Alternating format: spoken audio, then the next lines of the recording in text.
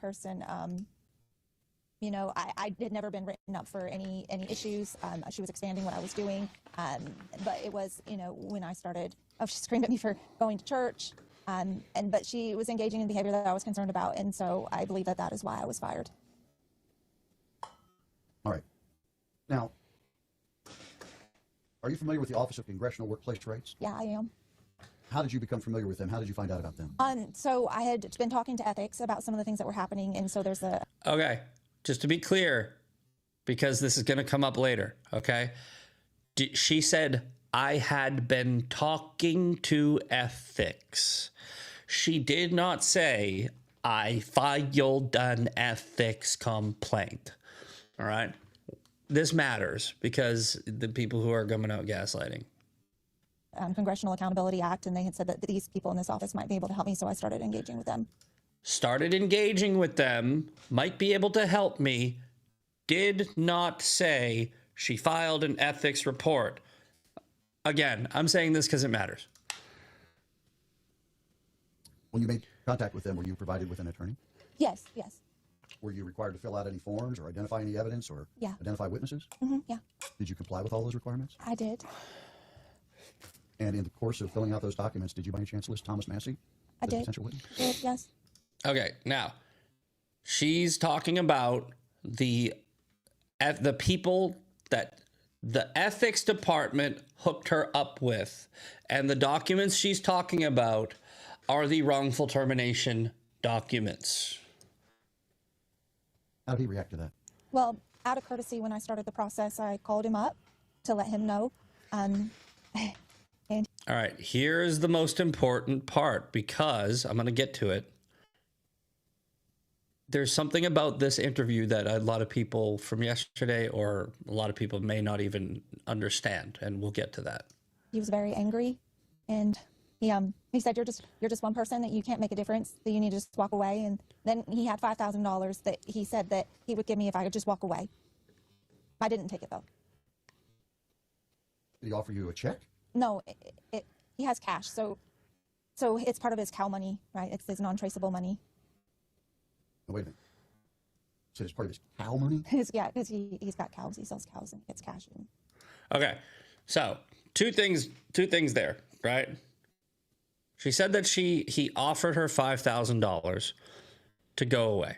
Okay, right? If that's true, right, then Massie's entire argument about all these people that pay off these women because they're, you know, bad people, blah, blah, blah, blah, et cetera, right? That's bad. But the cow money, right? She said that he sells cows, has cash, it's untraceable, implying that maybe he doesn't report it. Okay. And by the way, the people in the chat, guys, I know you're saying, yes, she said she filed, and maybe I'm wrong, but I don't think I'm wrong. I think because I think it just sounded, I think that what people are taking from that interview is she said she filed an ethics report, and so far an ethics report hasn't been filed. The paperwork that has been filed is a wrongful termination suit. The people that she was talking to that hooked her up with a lawyer were related to the department, right? So there's a little bit of confusion that people are having, right? But I think that when you actually read the video in context, that's what she's saying, even if it kind of sounded like she said she filed an ethics report. He keeps it kind of. He doesn't report it? No. All right. So he said he keeps that money. The interviewer says he doesn't report it. She says no. Okay. So how did he react when you wouldn't take the money and walk away? Well, he was very angry at that conversation. All right. Have you pursued both the ethics complaint and the claim under the Employee Act despite his efforts? I did. Yes, I did. Are either or both of them still pending? Yes. Okay, so one's pending, right? And then if she has a pending ethics report that she started the process of, then I'm not sure why public records aren't saying that it's filed yet. So this is part that I didn't actually hear. So I guess my apologies in the chat. They're saying she said she filed. You guys must have seen this. I only watched it one time yesterday. So my bad. Okay. All right. Even still, this is good information, because now what we'll do is we'll find out whether or not there actually was an ethics report filed. I was confused because I've seen people say, I just looked it up and there's no ethics report filed. So if there's a pending ethics report, maybe that's not public information. Maybe that's why. Either way, we'll find out. I also want to be very clear, right? If this woman's lying about anything, fuck her, right? Like, I'm not saying that I'm like blindly believing her. I am saying that this is a testimony and it should be taken seriously. All right. So again, I want to apologize because I was like in the chat. I go, no, you guys are wrong. And I'm telling people that are online, they're wrong. And now I realize I'm wrong. I have no problem admitting I'm wrong. I love admitting I'm wrong. I love it because it keeps me sharp. I make sure I don't do that again. Are the things you've told me about your complaints to both the Ethics Committee and for the retaliatory firing contained in those documents that you filed with the government? Yes. Okay, so yeah, looks like she said she did file an ethics report. We're going to find out if that's true. Is it fair to say that when Thomas Massie handed you or offered you $5,000 in cash that you were the main witness in a federal legal proceeding seeking a remedy for what you believe was an injustice? Yes. Has there been any resolution of either one of those proceedings to date? No. Have they made any efforts to resolve this with you? Yes. So I have an offer. It's at the House for approval, but Settlement. You have an offer of what? Settlement for $60,000 to settle the case for the retaliatory discharge in the Congressional Accountability Act violation with the Office of Victoria Sparks. But if I do that, then I have to sign an NDA, and so I can't do that. All right. That's good. That's what I was trying. See, I was just too focused on that. Okay. So the ethics report that is allegedly filed, right? The people are saying that she didn't file it. Okay. I don't know if they just don't have access to that information. I don't know if she's completely lying and it never was, but that's just one of the things that people are really focusing on. I say wait on that and see. I'm sure that if she filed one, we're going to be able to find out. Now, the other thing, here's the deal. And like I said, there's a reason why this is important, and there's a reason why we're spending so much time talking about this as opposed to just jumping on to what we normally do, which is just get into the news. All right. All right. So, let's see here.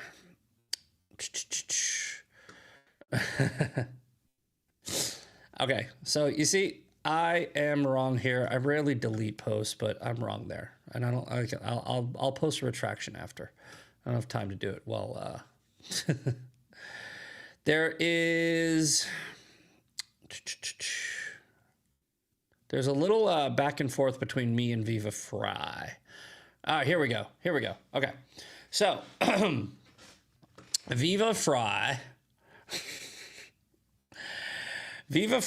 has come out, and he did exactly not exactly, he did something kind of worse than what I just did, but unlike me, he's not able to admit that he's wrong ever about anything. So Viva Fry said that he doesn't believe this woman, right out the gate. He's like, I think it's bullshit, right? Look, so he doesn't, nope, it's just cow money. These are fundamentally unserious accusations. How does she know what Thomas Massie reports on his filings? I don't know, maybe because they were banging. I don't know. Like, they probably had a conversation. And Viva Fry said that the nothing that she posted or nothing that she said is considered evidence. Will Chamberlain came out and said, yeah, there's a 20-minute video right here. That's evidence, right? And Viva Fry asked to provide the receipt for the statement. That's not a receipt. That's an assertion.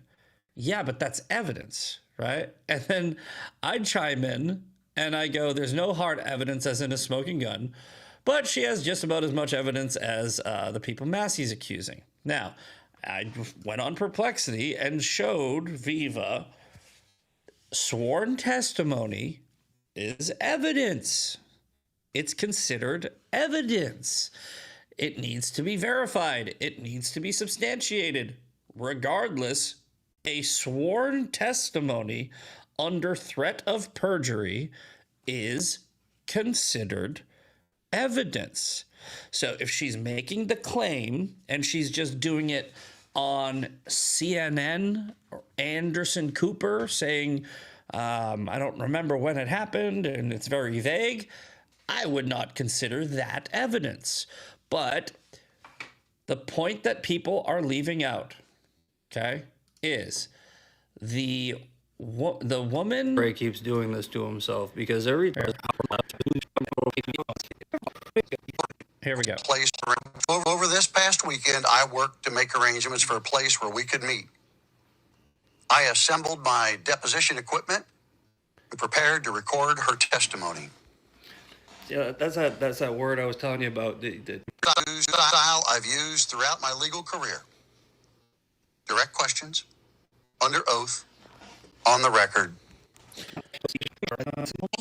Scared me if I could just walk away. Oh, hold on. acknowledging that. And you're aware that this is both being audio and video recorded. Yes. You also acknowledge that you've Okay. been sworn to tell the truth. Yes.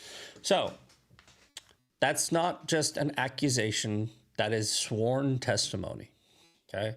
And Viva Fry, he comes out and he's like, you're a dimwit, that's stupid, that's not, it's a deposition style, etc., etc., etc.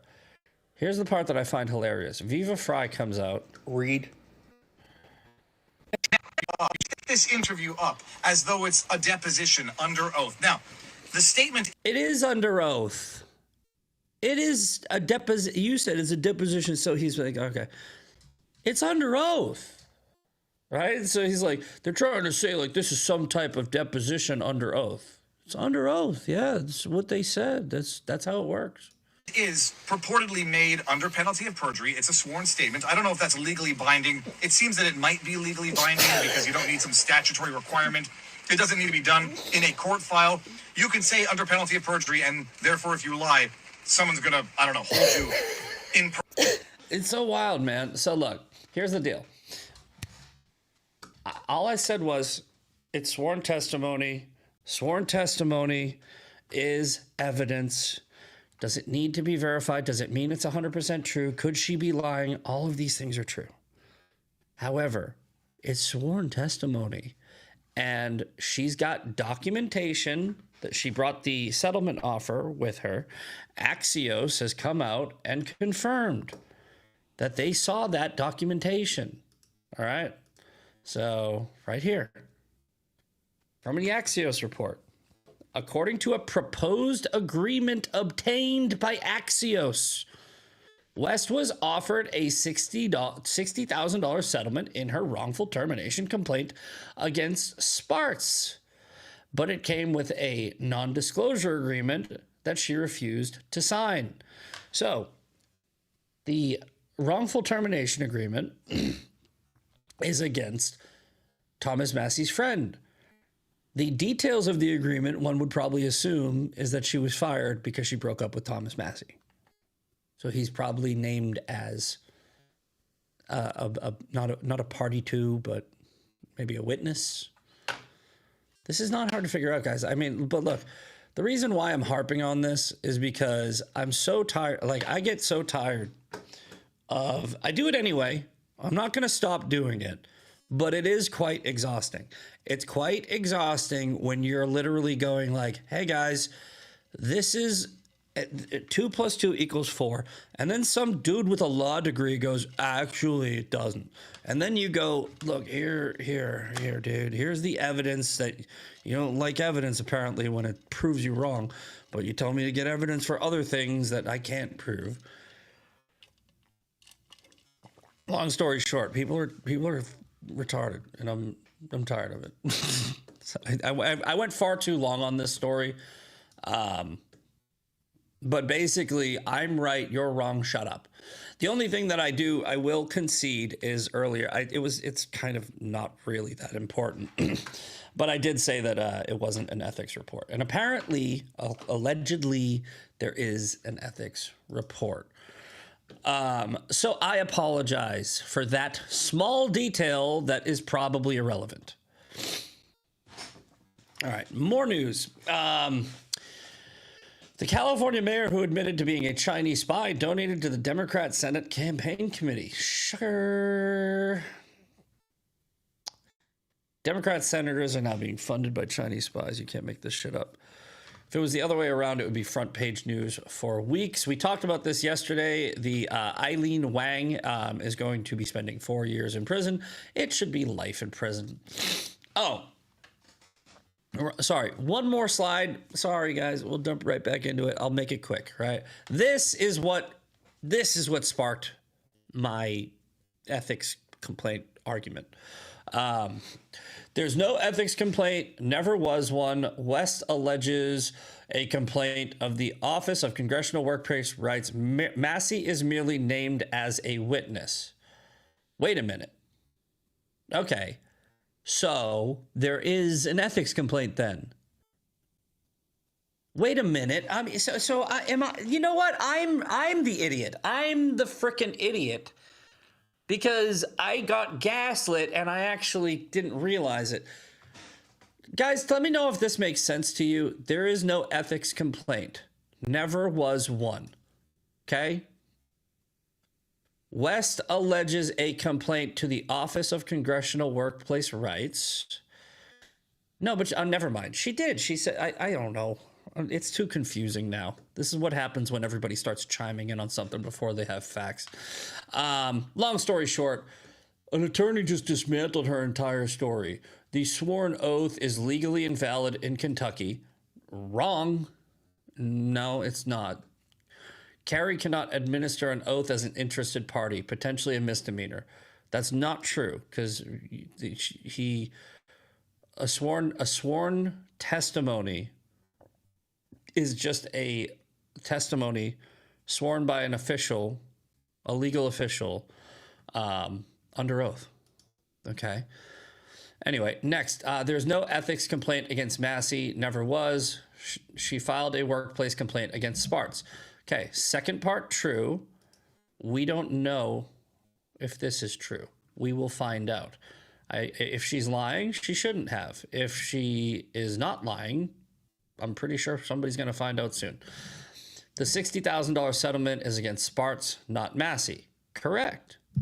The $5,000 offer is from Massie. The bombshell has no valid oath, no ethics complaint, and isn't even about Massie. Wrong. It's about Massie. It's clearly about Massie. I didn't realize this, but there is an ethics complaint, allegedly. And we'll find out. Essentially, libertarians are retarded. Okay. That's all. All right, now I'm done. All right, I'm sorry. Now I'm done. Real quick, it is kind of interesting how Thomas Massie is on the NIAC action scorecard with an A+ rating. You know how everybody says that Thomas Massie has an A liberty score or his freedom score is so high? Thomas Massie's freedom score is so high. Yeah, his scorecard on the National Iranian American Council is so high too. And look, I don't see a problem with having a National Iranian American Council. Just like I don't really see a huge problem with Americans donating to congressmen with AIPAC, because the A in AIPAC stands for American. I think all PACs should be illegal still. I don't like PACs. I'm not defending PACs. I'm just saying it's not a foreign PAC. It's an American PAC, just like this isn't a foreign council. This is an American council, Iranian American. So Thomas Massie, if he has a problem with AIPAC, what the fuck is he doing on this list? Just saying. Okay. Here's Viva being retarded. And I think we're finally done. We're done. I think we're finally done. Let's put that baby to bed, and we'll wait for the rest of the details, because anything moving forward, I'm just going to end up, and many people are going to end up making mistakes like I did with the smaller details, and then you lose credibility on your argument because you're just trying to debunk one fact, and there's so many facts. There's variables in this whole thing. Bottom line is, it's a very verifiable story, and a very, very verifiable sworn testimony against Thomas Massie. Sworn testimony is evidence. Okay? You have to also put it with other evidence in order to verify it. All right. I think we're all ready to move on. And if we're not, I am. So, Woke Wednesday. This is the actual Woke Wednesday story of the day. This, and I think there was one more. There was one more. I think it's in my inbox. We'll get it in a minute. Nick Fuentes and Hassan Piker. Oh, yeah, that's right. I remember. Nick Fuentes and Hassan Piker side by side, both white, and then suddenly either Mexican, Muslim, or brown when it benefits them. So,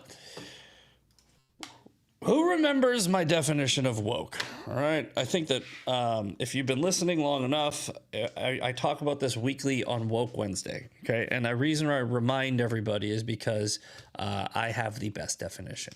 Okay. The definition of woke is simple. Okay. It means you have a victim mentality with a hyperfixation on identity politics, right? Where it's basically everything is about identity. Everything's about race, immutable characteristics, creed, color, religion, etc. It's woke shit.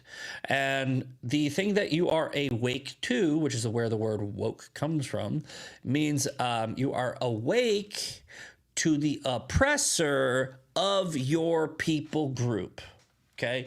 So you're all about your people group or a people group, and somebody else is oppressing said group. That's what woke means. It's not a universally leftist ideology, right? As we've learned, because Nick Fuentes is woke as shit. Misfit, your audio is always quiet compared to others. I can barely hear you while I work. I'm sitting pretty in I'm sitting pretty in the yellow on my end. So I don't know, guys. Here, I'll turn it up a little. How's that? Better? Check, check, check, check. That sounds better. Yeah, but I'm jumping into the red now. All right, let me know if you guys... Oh, no, wow, that was bad. Yeah, no, see, that's too loud. How's that? Damn it. See, this is what you guys in the chat, you always ADD me. You always ADD me. All right. I think that's good. I hear you fine. Perfect. Nick Fuentes has proved that woke can definitely be adopted by right-wingers, okay? So, let's watch this video from Nathan Livingstone, and this is basically a visual representation of woke ideology on both sides. You have a far leftist, and I would consider Nick a far right. Okay, here we go. I am a tall, white, heterosexual male, which puts me in a no marginalized category. I'd like the Republican Party to win me back. Should be easy enough, shouldn't it? I'm a white man. Sometimes you can't be talking like that, white baby. See, this is what I mean. First of all, suck my fucking cock, okay? I'm a goddamn Muslim American who gets fucking called a terrorist every fucking day. You're saying you're a white supremacist? I'm not a white supremacist. I'm Mexican. I'm not saying Fuentes. Realize at a certain point that it's because I'm brown. You're a white, privileged little piece of shit, and you have taken this road. I am a tall, white... Okay, so... this is where the where identity politics always backfires, because when you make everything about identity, you don't have a valid argument, right? You have an argument based on an immutable characteristic. I'm Mexican, I'm Muslim, I'm white, I'm black, I'm brown, I'm this, I'm that. Who cares, right? Steven Crowder and Nick Fuentes just had a debate part 2. I'm gonna watch the rest of it. I checked out some of it. And Steven Crowder did what I thought he was going to do. He did a great job. And I remember there was people who were giving me shit for praising Steven Crowder's first debate with Nick, because Steven Crowder was being respectful to him. Right. And I was like, yeah, do you guys realize that that's how you have a real debate? And I think that Steven Crowder is just too smart for Nick, and understood that if you come at Nick Fuentes like you would, let's say, on a Piers Morgan show, right? Nick is not going to debate you. He's going to troll you, and he's going to make a clippable moment. But if you show him respect and you lower his defenses and lower his guard, you get him to just talk. And when Nick talks, Nick loses. Right? The more Nick sincerely delivers his opinions, the more he loses. Steven Crowder understands this. He uses the Socratic method. I think it's very commendable. And I think that I would wager money that behind the scenes, I would bet that Steven Crowder says something along the lines of, "That guy's a fucking idiot." Right? That's just my opinion. I don't know why you got to do it in front of the kid with the effing. All you gotta do is say earmuffs to him. Earmuffs. But let's watch, okay? I want to show you guys how you take down Nick Fuentes. And this is the difference between woke and, I don't know, intelligent, I guess. I don't think there's going to be a course correction. I have no faith in this administration. I think Trump is old. The people around him are very bad. And so I think the real question is, and this is a huge question, who will be Trump's successor? Because that person is going to define the direction of the party. And I really believe there should be a very competitive primary for the presidential race in 28. And what they're trying to do is consolidate support around either Vance or Rubio. As I'm sure you know, behind the scenes, there's a very big fight going on between donors and between party personnel. Are they going to get behind Rubio, which he seems to have the backing of the neocons and Mark Levin and AIPAC and Miriam Adelson? Or are they going to get behind Vance, who has the support of Little Tech, Palantir, Tucker, you know, and he's going to clearly run in the more America First lane. At least nominally, he's going to claim that. And I think that we should not have consolidation where it's 80% behind one candidate. I think it should be wide open. I also don't like either Rubio or Vance, because I think you get a neocon or a Palantir guy. And so to me, the only way to have an open field is if everyone associated with the administration is sufficiently weakened. So I'm actually rooting for Democrats to degrade and Kittenhead, I understand. It's insufferable sometimes listening to Nick Fuentes or all the time. But I want to address a comment right now in the chat before we continue to play this, okay? If you aren't willing to listen to Nick Fuentes, then you have a problem, right? Because you need to listen to the other side no matter how ridiculous it is. You don't have to agree with it. You don't have to like it. You do need to listen to it, right? Because there are people who listen to him. And if you don't understand what they're listening to, then you can't argue with their points. You can't debunk their argument because you don't know where their argument comes from. Just really, and I'm not coming at you or anything like that. It's a perfectly valid comment, and you probably didn't mean it in any deep way. It was probably just a throwaway. But for anybody, there are people who think that way. There are people who are like, I refuse to listen to Nick Fuentes. And to those people, not you, to those people, start. You have to listen to these people, or else you're not going to be able to beat them. All right, continue. And I got it on 1.25 speed, so it's almost over. Sabotage this administration and the people in it so that they're less politically viable. And maybe that clears the way for a dark horse or an outsider, someone from outside the MAGA, Mar-a-Lago, Trump administration to maybe clinch the nomination in 28. And to me, that... I think I know who he's talking about. I think I know it's either Tucker Carlson or Thomas Massie. This is who he's talking about. But Steven Crowder's going to ask him, who are you talking about? That's really the big picture. Okay, so here's my primary problem, what you just said. And it's a keyword maybe. So my first question is the roster. You say, yeah, competitive primary. I agree. I hear who you don't want. The roster, the funds, the ground game. Maybe, right? Because you've tried this before. It's failed. The losses are real, the Democrats that we faced. I would argue, I think it'd be tough to argue against. Worst 3 years in modern American history. The wins, the potential wins that you're describing are imaginary with no concretes. And I know that you talked about this with Dan Bilzerian, so I'm not trying to sandbag you here, but if I'm going, okay, there's a risk. It's a political play. Well, I won't be able to take part, along with many conservatives, Republicans, because I cannot vote Democrat. Doesn't mean I'll vote for Republicans all across the board. Can't vote Democrat. But the roster, the funds, the ground game. You know, the things that you need to win. Oh. Is just Son of a like, bitch. Sorry.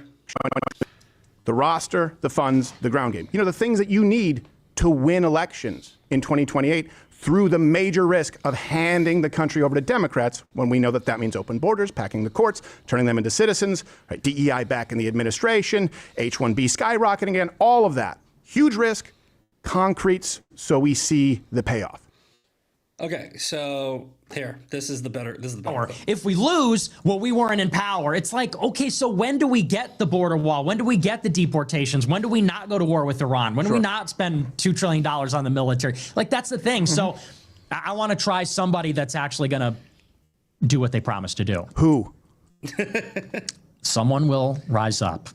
And you will see. And you'll be very happy. That's the pitch. It didn't happen in the other ones. But it'll happen this time. It didn't happen in 2020, didn't happen in 22, didn't happen in 2024, but it'll happen now. 22's an off year. It happened in 2016. It's about the primaries, but yeah, because you've advocated this or sitting out, and that's a problem. If we win, well, we don't have... All right. Don't worry. We're done.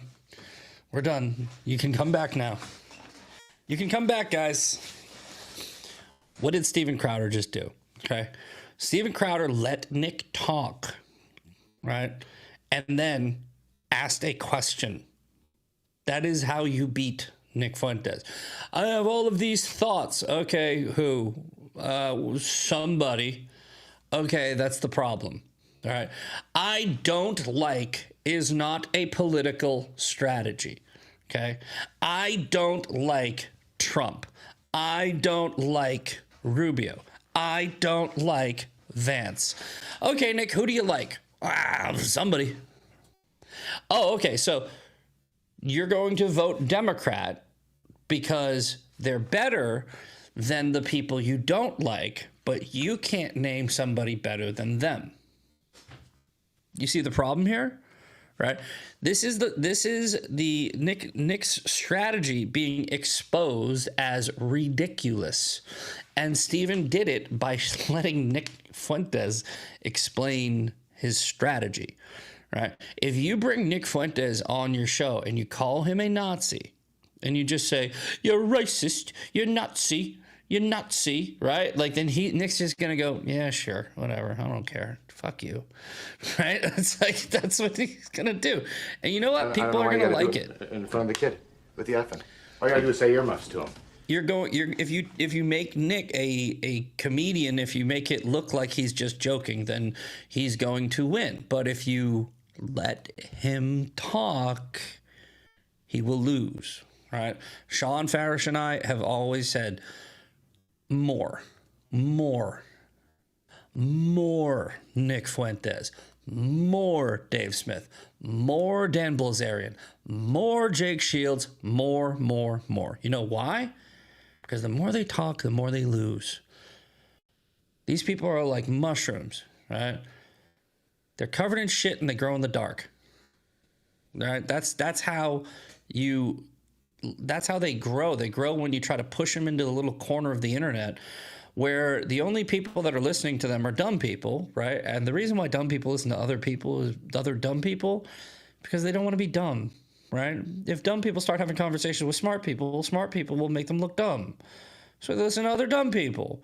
But then there's a whole bunch of dumb people. And then they think they can just beat you with numbers. More. Good job, Steven. I'm going to watch the rest of that interview later or debate later. And I'm sure the whole thing is going to go like that, just like the whole thing went like that last time. But the problem is there were too many people that with this tribalistic cancel mob mentality started attacking Steven Crowder for, quote, platforming him. He should have. He did. It's insane that you guys, not you guys, it's insane that there are a lot of people out there who are have a counterintuitive way to deal with this problem. Okay. Little bit of news. I'm going to be in Miami on Monday of next week, and I'm going to be speaking at the Combat Anti-Semitism Summit, and I'm going to be explaining this, right? That's going to be part of my speech. It's going to be like, how do you fight this problem by trying to convince other people that they shouldn't, that they should stop what they're doing. If you're not, if your argument is we shouldn't fight them, right? We shouldn't fight them. They just shouldn't fight us, right? They should lay down their swords because they're unreasonable. No. Pick up yours. That's how you fight them. You fight them by actually fighting them. It's with your voice. Your voice is your sword. Your voice is your weapon. Pick it up. Use it. All right. Let's see here. What do we got? We got 3 minutes left. I think we covered everything except for the news. But let's just do a quick headline recap. I knew I wasn't going to be talking about the news today. I really wanted to cover this Thomas Massie thing.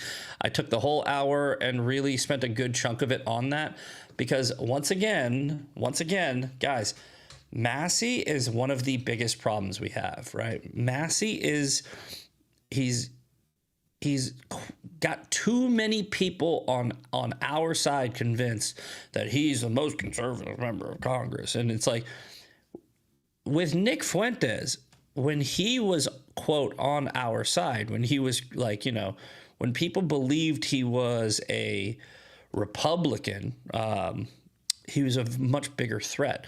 Now, Nick Fuentes is basically saying, I'm a Democrat. And it's like, we just won. We won that battle. And we just need to convince other people. Well, no, we don't. We just need to get Thomas Massie out of Congress. Doesn't matter if he's a Democrat or Republican or libertarian or rhino or whatever title you want to give him. He just needs to be out of Congress. And I think Ed Galbraith should capitalize on this. I think, dude, screw your ethics. Get this buy an ad today. All right. But yeah, the headlines for today: Donald Trump lands in China for high stakes meeting with Xi Jinping. We'll see how that goes. South Carolina Republicans block plan to eliminate Clyburn's seat. You fucking cowards! You cowards! We should do. No. We shouldn't we shouldn't stoop to their level. No, stoop to their level. See how that goes. I don't care, NPR. I don't care. FBI Director Kash Patel denies drinking allegation. So as you can see, the news wasn't that exciting anyway. All right, shout outs, and then we're going to send you on over to Sean Farish, and then I got to go to work. Got a lot to do today. Got to smash up a shower floor. That's always fun. And it's a mud pack, too. Those things are heavy as shit. All right. Kit Kat Mar, Kittenhead, Jay Tyler, Roadrunner 513. What's up, Roadrunner?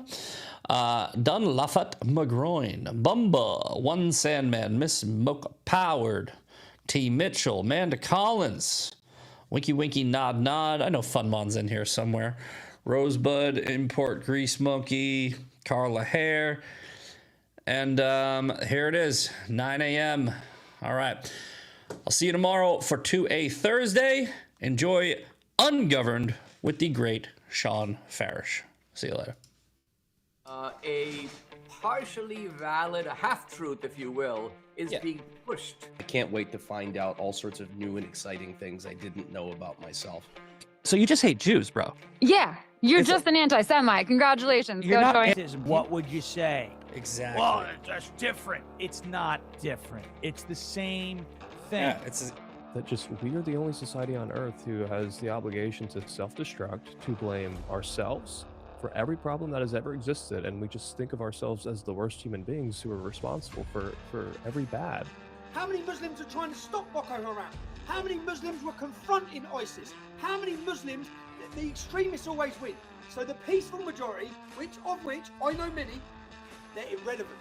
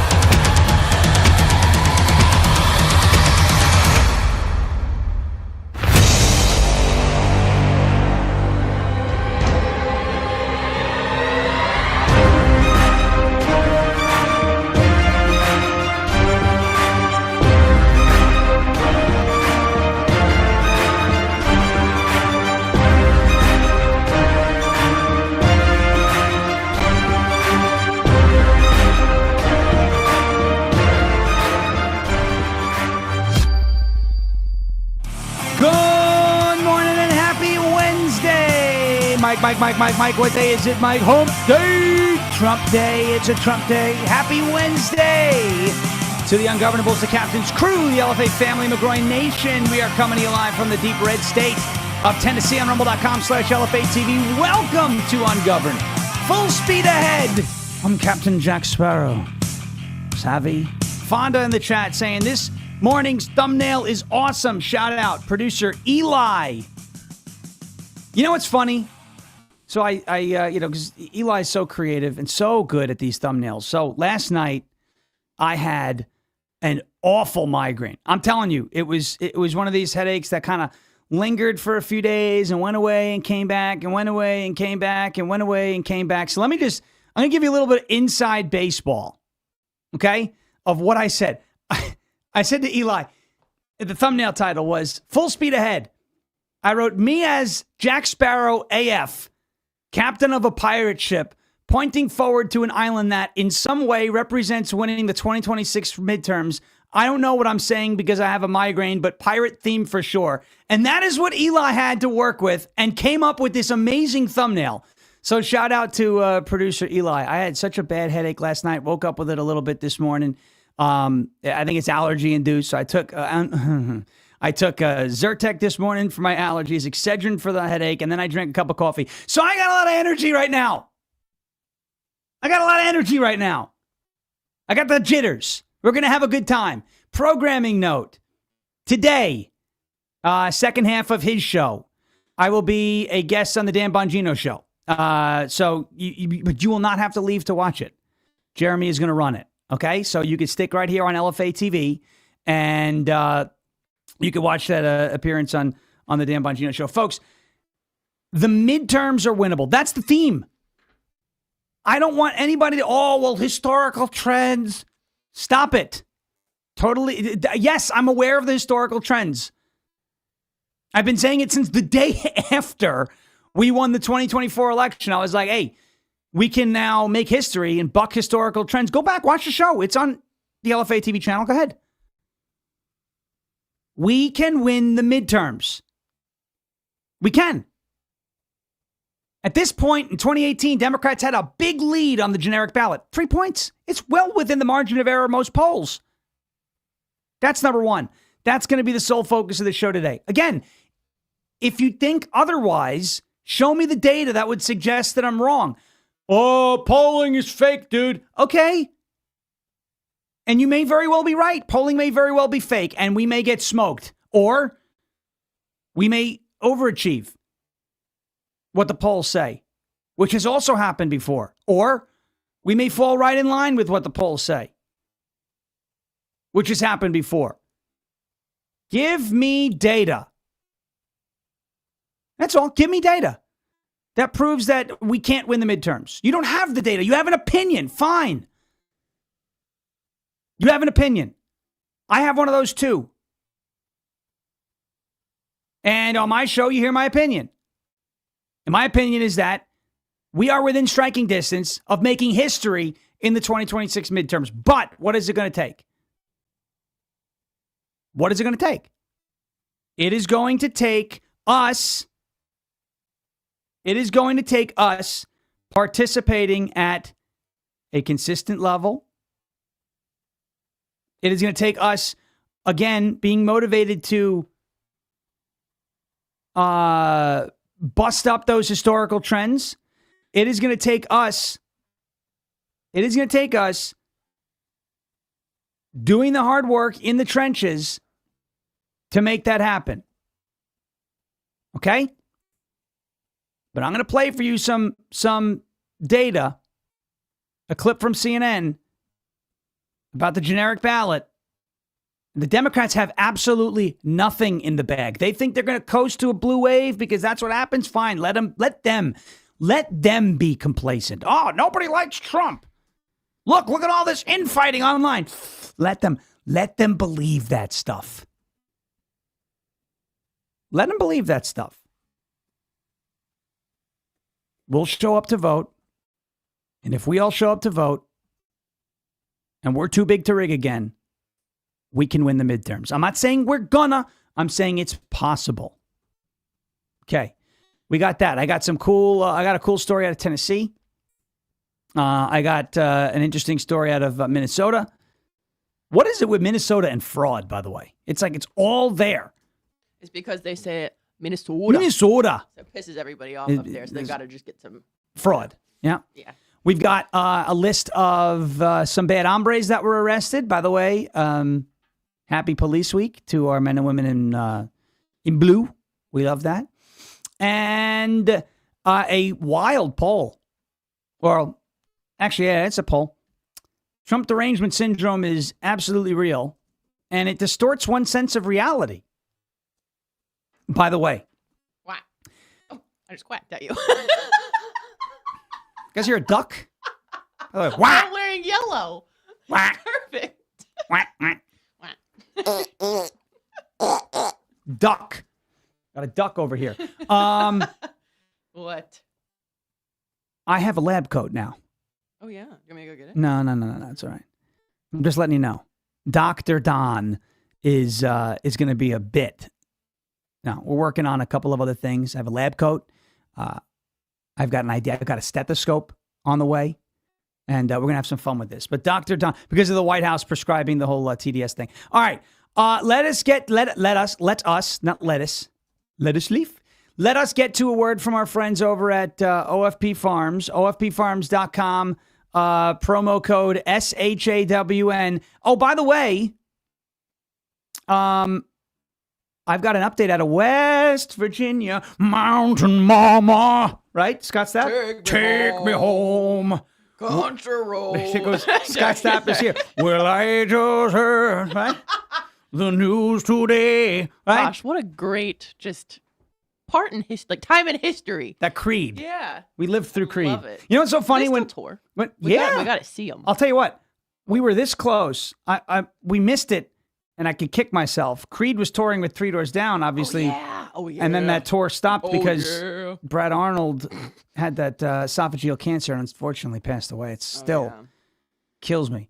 But yeah, Creed's touring. We can go see Creed. It's fine. I'm cool with that. I saw them once back, in their heyday. That's when everyone used to make fun of them, and then they realized how good Creed actually was. Yeah, well, that was, their heyday. And then Scott Stapp got a little, full of himself and went off, did solo, and they're back. They're back. Well, I told her, right? Yeah. That's it. You know what? You could do I could do a Scott Stapp impersonation. You're good. I could do it. You can. I got to see it's when if someone has a raspy voice, I can do it. I don't have a raspy voice. Because I have it. They say nobody does a better job. Would you look at it? We could do Trump singing Creed. Well, I just heard the news today with arms wide open. We're going to do it with arms wide open. We're not doing arms wide open for illegal aliens. We're going to send them back. We're getting out. All right, let's get to a word from our friends at OFP Farms. I already said that, and then we got kind of a little distracted. OFPFarms.com, promo code Sean. OFPFarms.com, promo code SHAWN. Folks, we are very excited. Summer on the way. America 250 on the way. Now is the perfect time for you to stock up on your favorite OFP Farms tallow and goat milk skincare products and save money. While you do it, 10% off your entire order with the exclusive code Sean, SHAWN, for you. Don't throw away an amazing gift, 10% off of OFP Farms products. Products are farm crafted in small batches, simple ingredients that your skin understands. That's the best part. Your skin gets it. Your skin understands it, okay? Nourishing skincare from the farm into your home. Thousands of 5-star reviews and customer service that truly cares about you. OFPFarms.com. Use the promo code Sean. I love OFP Farms. We love their products. We also love the people. They're great people. And we love the goats. They're great people. And great goats. We love the goats. OFPFarms.com, promo code Sean. OFPFarms.com, promo code SHAWN. 10% off of your entire order. Make it happen. Get in while the getting's good. OFPFarms.com, promo code SHAWN. OFPFarms.com, promo code Sean. Get yourself some Goat Kisses lip balm. The best balm in the business. It's the bomb. We love it. OFPFarms.com, promo code SHAWN. Next, folks, I cannot tell you how big an impact colostrum has had for me. My gut apparently was a mess for a long time. Stomach aches and all sorts of things. I start taking colostrum. Those issues largely are like totally gone. You know, I love life hacks. I love listening to Bongino's new, he's got the life hack segments they does all the time, exercise snacks, etc. This is one of the best life hacks that you can do. Colostrum, try it. You know I'm always on the lookout for different ways to strengthen my immunity and gut health, improve my fitness and metabolism, and enhance my skin and hair radiance. That is what colostrum can do for you, and then some. Colostrum is the first nutrition we receive in life. Contains all the essential nutrients that our bodies need in order to thrive. It can help reactivate your hair growth. It can help your skin glow. I have noticed my skin has behaved a little better after taking colostrum. This is the big one. It fortifies your gut health and ignites your metabolism. All good health starts in the gut. I used to think that was propaganda. It's not. It is the truth. It also helps fuel your fitness, performance, and recovery. Check it out at tryarmor.com/LFATV. And you can get up to 30% off. Tryarmor.com/LFATV. TRYARMRA.com/LFATV. That's tryarmor.com/LFATV for up to 30% off of your entire order. Tryarmor.com. Tryarmor.com/LFATV. All right. One quick note. Actually, I haven't broke these out in a while. I'm going to break these out. Bring them out. The pearls.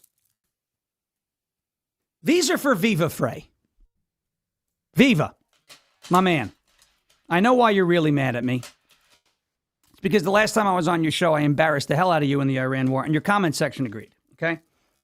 These are for you. You see these right here? Clutch them. Apparently, I am the worst person to walk the face of the earth now, right? According to Viva, not the worst person. He didn't call me that. Apparently, we're not supposed to talk about. Viva said we are not supposed to talk about the Massie scandal. Not supposed to do it because it's unproven allegations. Okay, fine. So an opinion host. We have an opinion show. We do news, but there's a lot of opinions here. I talk about the news on social media all the time. There was news yesterday. I talked about it. Never once, not ever did I say Thomas Massie committed a crime. But apparently Viva's got a problem with that. So, okay, here, clutch him. Who do you think you are? Tell your fat slob friend Robert Barnes that he can go F himself. He went on Greta on me. How dare... Oh, and then it wasn't about what I said. It was about what somebody else said that I hit the repost button on. That was clearly trolling Thomas Massie over the fact that the guy... over and over and over and over and over again blames Israel for all of his problems. But I was getting the Tucker Carlson Viva Frey treatment yesterday. Who do you think you are? He was wagging the finger, said I lost my humanity. Okay, fine. Here. Yeah, let me know. Can I send these to Canada to you?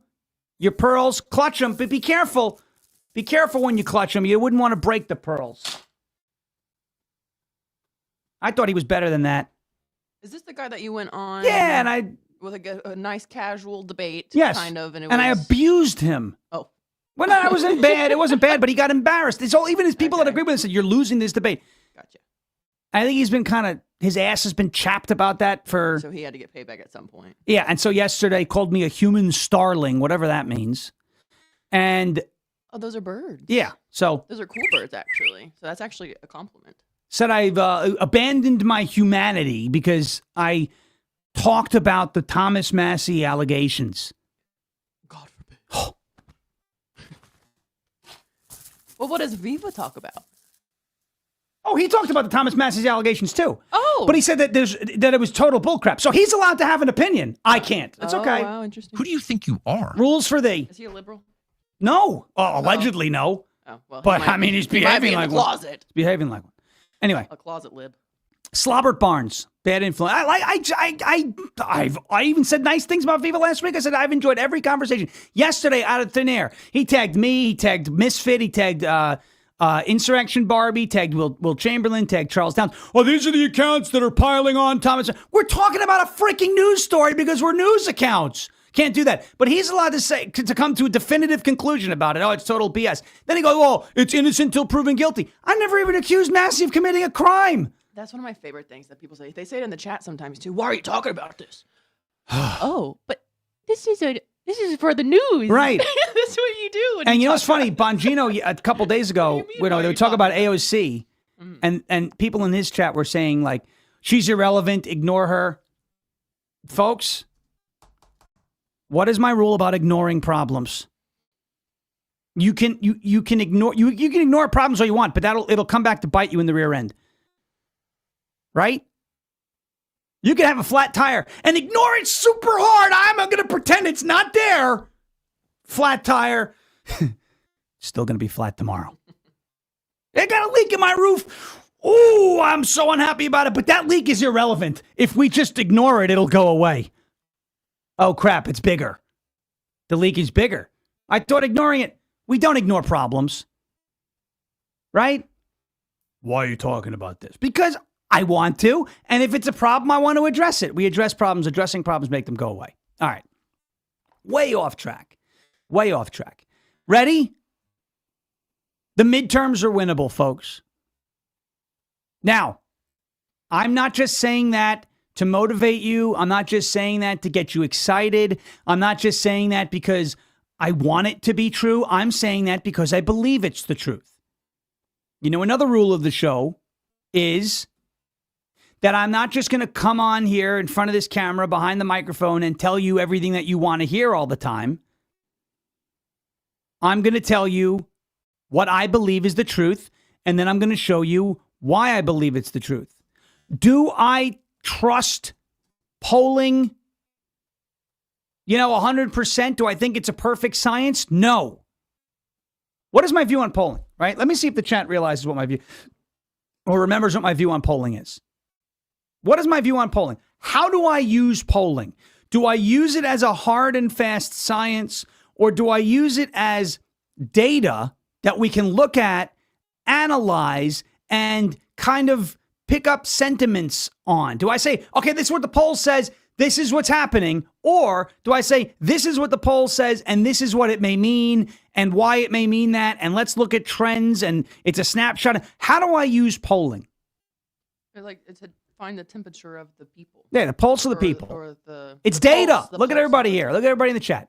Polling is data. Data. We use polls as a tool, as Sagan says. Leia Hunt says it's data for the left. Well, no, it's data for everybody. An indicator, AV 1965. Raptor, it's data. Polls are analytical data. Data. We love it. Shout it from the rooftops. Data. I can do reverb. I can't, but it's going to take too long to do it. It's data. So I have an opinion about the midterms, that they're still very much within striking distance for Republicans, despite the doomerism. Oh, nothing is happening. Donald Trump broke his promises.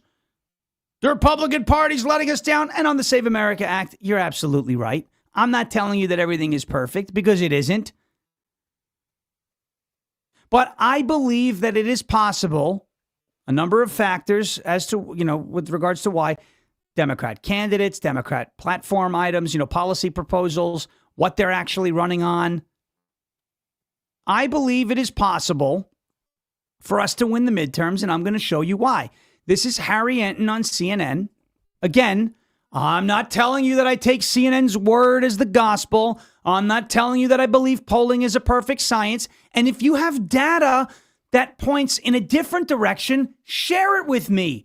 I'll include it in our snapshot of what the polls show and say, these polls say good things, these polls say bad things. Let's look at the splits. Let's look at why one poll found one thing and one poll found another.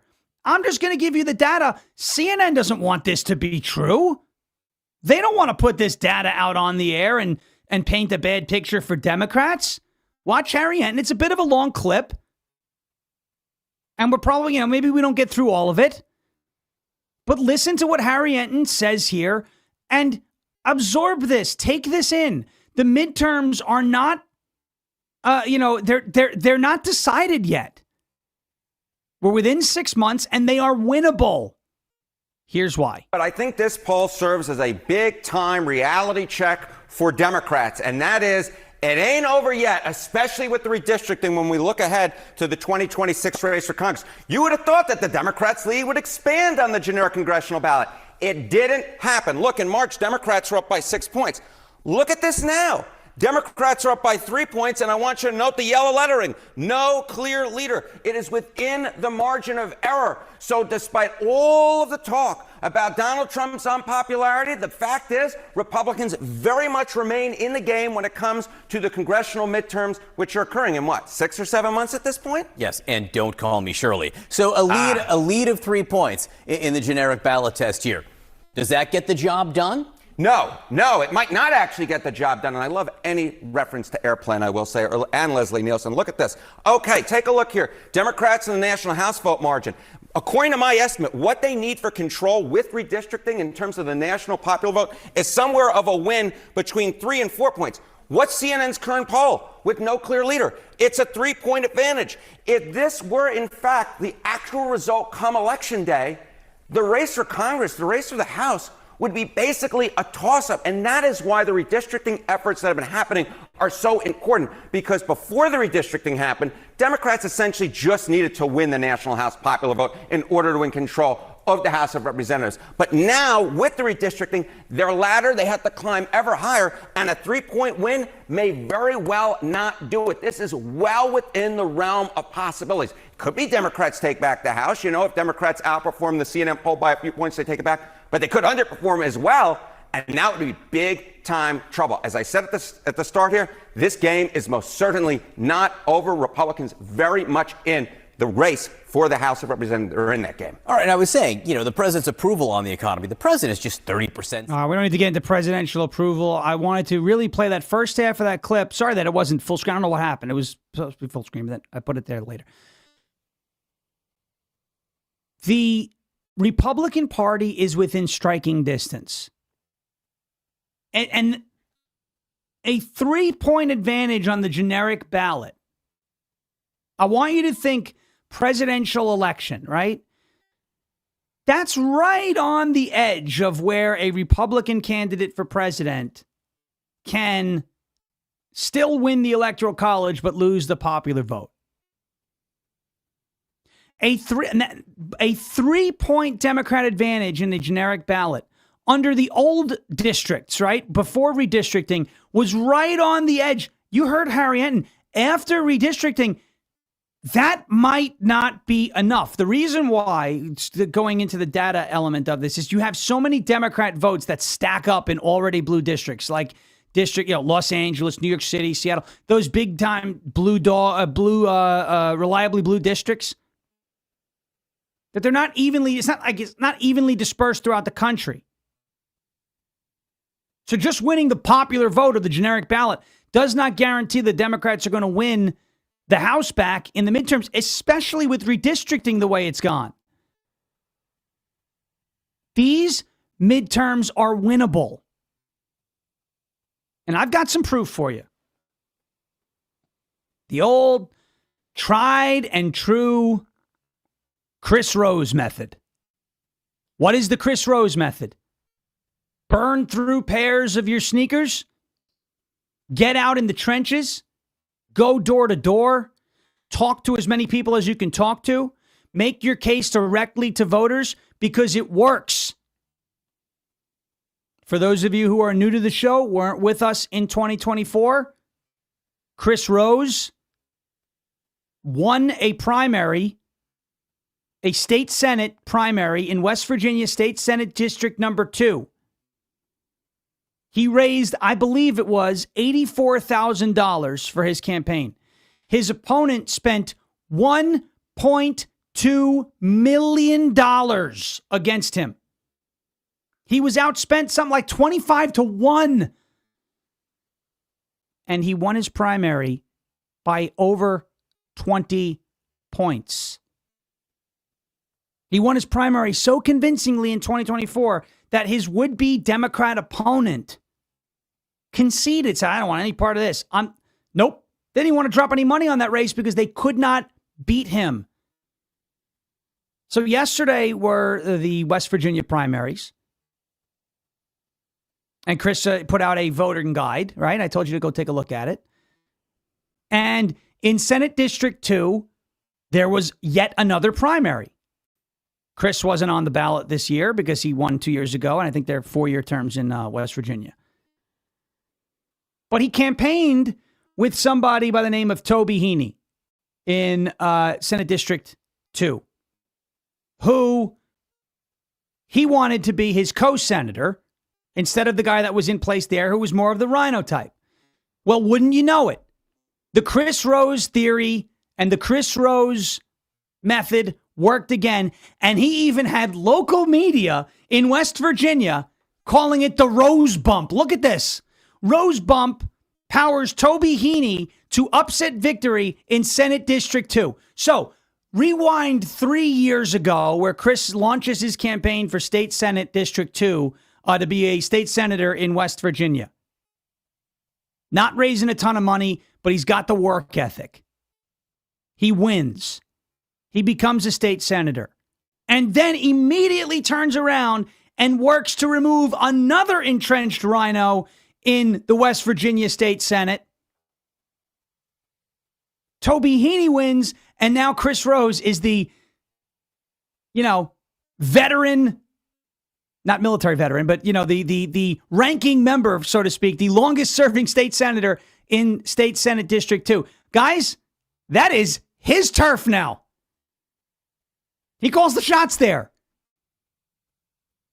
What a freaking story. It's not about power. But what a freaking story that shows you what hard work can do. We brought that mindset into Rutherford County, us and hundreds of other volunteers with Kenneth Barrett for sheriff, and saw the same results. If you employ the Chris Rose method, you can win. If we employ the Chris Rose method ahead of the 2026 midterms, we can win. Look at the local media calling it the Rose Bump. Come on now. In West Virginia. How freaking cool is that? You know, I know that guy. I know him. Did we meet him at CPAC? We did. We did meet him at CPAC, and we had him on the show in 2023, and then again, I think, in 2024. What a story. Proof that if you just work your butt off, you can get results. The 2026 midterms are winnable, but it's not going to be easy. Nobody ever said it's going to be easy. We're going to have to work hard. We're going to have to get in the trenches. We're going to have to get out there and door knock. We're going to have to send those texts, preferably from not your phone number so you don't get your number blocked. He's in the chat. Did we know? I didn't know he was going to be in the chat, but I did say that we were going to talk about this today. I was talking to him yesterday. Exciting. He sent that. Chris Rose. So there's the legend. The legend himself is in our chat. Chris Rose of the Rose Bump is in our chat right now. State Senator Chris Rose. He's here. Guys and gals. There he is. Right there, saying it's good to see you to Deb. We love it. Deb. We love Deb. I just couldn't believe it. He was telling me, I was like, you know, the local media referred to it as a Rose Bump. I said, I need that. Look at this. I just can't get over it. It sounds like a rash. It does sound like a rash. It's a rash for the rhinos. The rhinos don't want rose bumps. Because that means the rhinos are getting, you know, politically eliminated. We don't want a rash, but we do like Chris Rose. Guys and gals and gals. If we just employ, I'm telling you, he should write a book on how to win elections. Toby Heaney in State Senate District 2 was outspent 3-1. 3-1. Now, it's not the 25-1. Chris was outspent, but the thing is, he told me, he said he was going to some of these people whose doors he knocked on during his campaign. They remembered him. That is what this freaking country's all about, baby. That's the connection that our representatives should have with constituents. Hey, didn't you knock on my door a couple years ago? Yes, I did. How are things? How am I doing? Come on, man. This guy's kicking ass in West Virginia. Walked out of a coal mine and is now a bull in a china shop in the state Senate. You can do it too. I love it. I brought this up. I brought up Chris's story on Bongino today too. We'll be talking about that a little bit too. Come on. It's amazing. Bad Moon. Come on. I know what you want me to do. Hitting the streets with your knockers. Get a Bad Moon. Nancy, did somebody say knockers? Shut up. All right. She's always got more to Nancy, say. shut your mouth. All right. Let's take a quick break and get to a word from our friends at Silent, slnt.com/Sean. Then we're going to get into this bizarre poll, a bizarre study. You may have seen it about Trump derangement syndrome. And it is a real disease that is diluting people's sense of reality. slnt.com/Sean, slnt.com/Sean. Let's face it, folks, your phone is a tracking device. Between government agencies, big tech, corporate data brokers, even those pesky cyber criminals, they're all fighting for a piece of your digital footprint, and they don't ask. They just take it. That is why Silent exists. Silent makes Faraday gear that blocks all wireless signals, including cellular, Wi-Fi, Bluetooth, GPS, RFID, and near-field communications. No signal means no tracking, no remote access, and no breadcrumbs. You don't need breadcrumbs. The same technology trusted by special operations teams around the world used to block signals, avoid surveillance, and secure communications wherever the mission leads. And right now, it is available to you so you can protect your family, you can protect your freedom, and you can secure your digital footprint. Just drop your phone in a silent Faraday sleeve, and there it goes, off the grid, completely silent, invisible to the outside world. From their backpacks to their sleeves to their crossbodies, Silent's patented technology gives you total control of your privacy. Visit slnt.com/Sean to save 15% and get free shipping on qualifying orders. That is slnt.com/SHAWN. Protect your rights, secure your data, and stay one step ahead Everybody say it with me. Wind up for it. It is silence. The chaos goes silent today. slnt.com/SHAWN. Okay. One quick note, by the way. In 6 days, there is a very important primary in Kentucky. Kentucky's 4th Congressional District. Held by somebody who I don't like, Thomas Massie. I'm very clear about the fact that I don't like him. And I never really had a huge problem with him until he started grandstanding about the big, beautiful bill, until he started grandstanding about Epstein. Then he doxed 4 people, right? With regards to, it's these 4 names are being redacted, reads the names in the House floor. They're innocent people who showed up in the police lineup. I was never someone who said I don't like him. I used to agree with a lot of what he said. And he went down this ridiculous rabbit hole with Israel and all that, which is quite silly. Then he, like I said, he grandstanded about the, government spending. Oh, no, Thomas Massie has always been somebody who opposed big spending. Really? Because he was the deciding vote in the House Rules Committee to suspend the debt ceiling under Joe Biden. Well, he was promised spending cuts. Did he get them? No. Okay, so then he sucks at his job and he got played? Or he lied to you? Which would you rather have? So in 6 days in Kentucky's 4th Congressional District, there is a primary. I am on record. I said on this show recently that from what I've heard, Galrain doesn't have a very strong ground game, but he's very strong with ads. He's very strong with the TV ads, radio ads, mailers, etc., but not much of a ground game. Massie has a ground game. I happen to believe, I just got done telling you, that ground games win elections, but the candidate also matters. You can have a strong ground game, but be a candidate that a lot of people don't like, and it can kind of not backfire on you, but it might not help you. Massie has a low approval rating in his district. Galrain is somebody that folks aren't necessarily aware of who he is, which benefits him because he doesn't have a track record. So, well, you grandstand about Epstein, and you voted against Trump on this, and you voted against funding the wall, and you voted against ICE, and you voted, to raise the debt ceiling under Biden, but then when Trump wanted it, he didn't do it. Galrain doesn't have that negative track record, and so he's basically going to come out and say, well, what do you have to lose? So there was polling done in April from Qantas Insights. Massie was leading by 9 about a month ago. Then the big data poll, which is Rich Barris, who is biased. I don't have anything against Rich, but Rich tends to lean in the, biased direction of Thomas Massie, right? That's his bias. He wouldn't like the fact that I'm saying that, but that's okay. Both 430 likely voters, 438 for Qantas Insights in April, 433 from the big data Barris poll, same time frame in April. Qantas found Massie up 9. Barris found Massie up 4. New polling has just been released again by Qantas Insights. So now we have the same pollster twice. April's numbers to May's numbers. And Galrain now leads Thomas Massie in the polling by 8 points. And I say, please let this happen.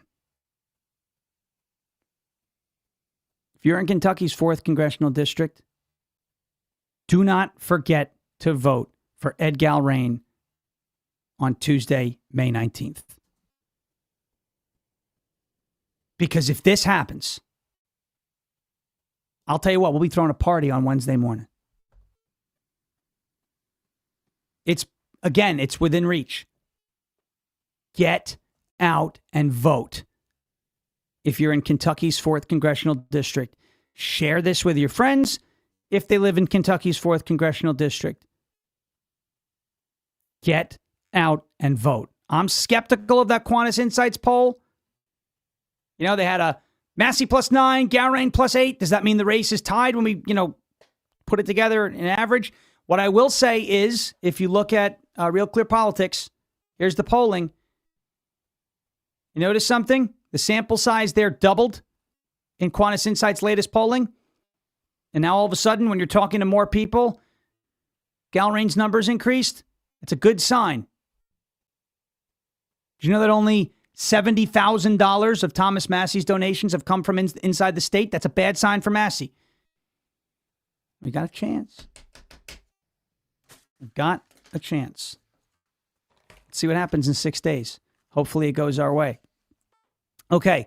Let's get to this Trump derangement syndrome stuff. TDS is real. A new survey shows how many Americans believe that the Trump assassination attempt, and multiple, by the way, Trump assassination attempts, were staged. This is something that I understand the idea, question everything. Question everything is not the same thing as trust nothing. Okay?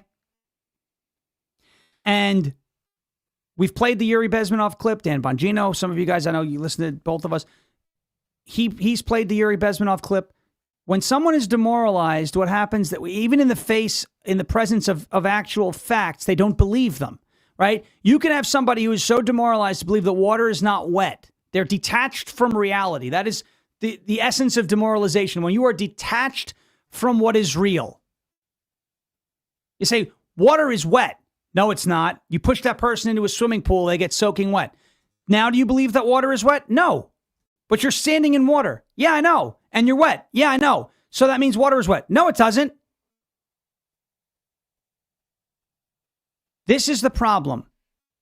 And I see this happen. It's happened on a number of occasions and in a number of ways. Again, here comes I'm going to say something you may not want to hear, but I'm saying it because I believe it's the truth. For example, you guys know I don't like Lin Wood, the attorney. Why don't you like Lin Wood? He's a patriot. No. Because Lin Wood told people not to vote ahead of a Georgia Senate runoff in 2021, which is the reason why Raphael Warnock and John Ossoff are currently in the Senate in Georgia. Yes, there was election fraud. I understand that. But the idea of being too big to rig means you know that cheating is baked into the Democrat equation, so outvote the cheat. He told people not to vote on machines from China. He demoralized voters, they stayed home, and Republicans lost. What's the point voting on a Dominion machine? My vote's only going to change at the end of the day anyway. Don't do that. Now you can't win. That's like, you're fed up with the umpire, so you just say, I'm not even stepping in the batter's box. Good, he's going to lob 3 strikes and you're out. You have to try. So I say this, every election has election fraud. However, not every election is decided by election fraud. Folks, Virginia's gubernatorial election was not decided by election fraud. That was a 15-point race. There's no way you're telling me 15 points worth of election fraud occurred. No. Now, the redistricting referendum, which was decided by 2.5 points or so, that could have been decided by election fraud. Smaller margin, the fraud plays a larger role. There was not 15 points of election fraud in Virginia's gubernatorial election. There just wasn't. And if you believe that they're cheating to the tune of 15 points, then you're demoralized. Then you believe your vote doesn't matter. And we can't have that. We also can't have that just because certain people lied during COVID, just because you were sold a bill of goods that wasn't true during COVID, that we now believe nothing. That's what the left wants. The left wants you to be disillusioned and not believe the evidence of your eyes and ears. It's straight out of the 1984 book by George Orwell. Reject the evidence of your eyes and ears. It was the party's final, most essential command. I.e., you see something, you hear something, you smell something, you taste something. But even though you're experiencing these things firsthand, you're still like, nope, it's not real, it's fake. You're demoralized. In the presence of facts, you don't accept reality. You're demoralized. People are falling for this largely on the left, but I know people, on the right. Oh, is Trump staging that Trisha Hope character on X, that moron Karen, who, I don't know if it was actually shot in Butler. A quarter of Americans, according to Mediaite, 34% of Democrats believe the White House Correspondents' Dinner shooting was staged. This is a problem. This is why I took such a dug-in stance against the Q lunatics. You're watching a movie. No. Because that would mean we play no role in this process and that everything is predetermined by some sort of script from the White House. We do play a role in this process. We do. I know that if I go and vote, I fill out a ballot, I cast my vote, that is +1 for the candidates who I am voting for. And if I don't go to vote and don't fill out a ballot and don't cast that vote for the candidates who I'm voting for, it's +0. I play a role. You play a role. It is not all staged. It is not all scripted. Don't live like that.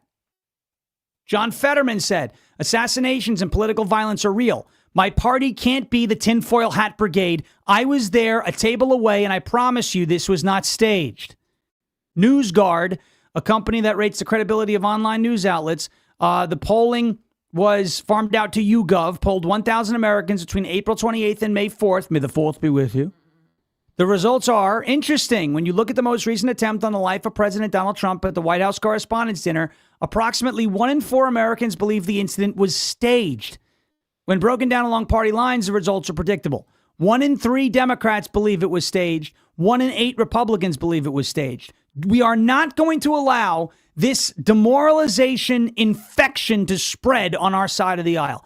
I have no problem with you asking questions. I have no problem with the term question everything. I have an issue with trusting nothing. Trust what you see. Trust but verify. Fine. Because sometimes what you see is like AI and all that. You could be like, oh, wow, that's weird. It's like that dog has 5 legs in that video. That's clearly not real. Oh, wow, true. Okay, that's AI. By all means, question things. By all means, trust but verify.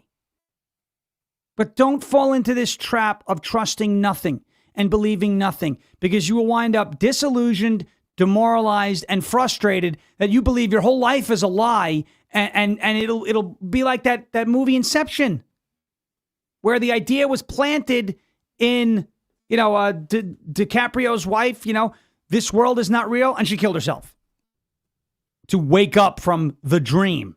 I'm not saying that's what it's going to lead to, but the point is you can't allow these demoralization campaigns to detach you from reality to the extent that you believe nothing is real. You can't do that. You cannot attribute a motive to everything. You cannot assume everything is staged. You cannot assume everything was happening, but every time there's a natural disaster, I got people, HARP. How is it possible that we're creating every single tornado and hurricane? There's no way, guys. Are there things that are more complex than what we're being told? Yes. Does that mean everything is a lie and a scheme? No. This poll, this is very scary, but it proves that the real conspiracy theorists are not on the right, they're on the left.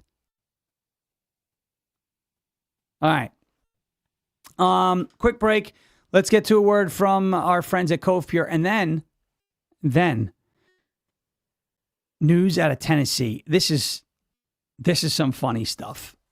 This is how you treat Democrats who get crazy. CovePure.com/SHAWN. CovePure.com/SHAWN. We love our Cove Pure. You may have seen this before. Researchers have been documenting male fish developing female characteristics in rivers all across the United States. It comes from birth control pills that wastewater treatment plants can't fully filter out.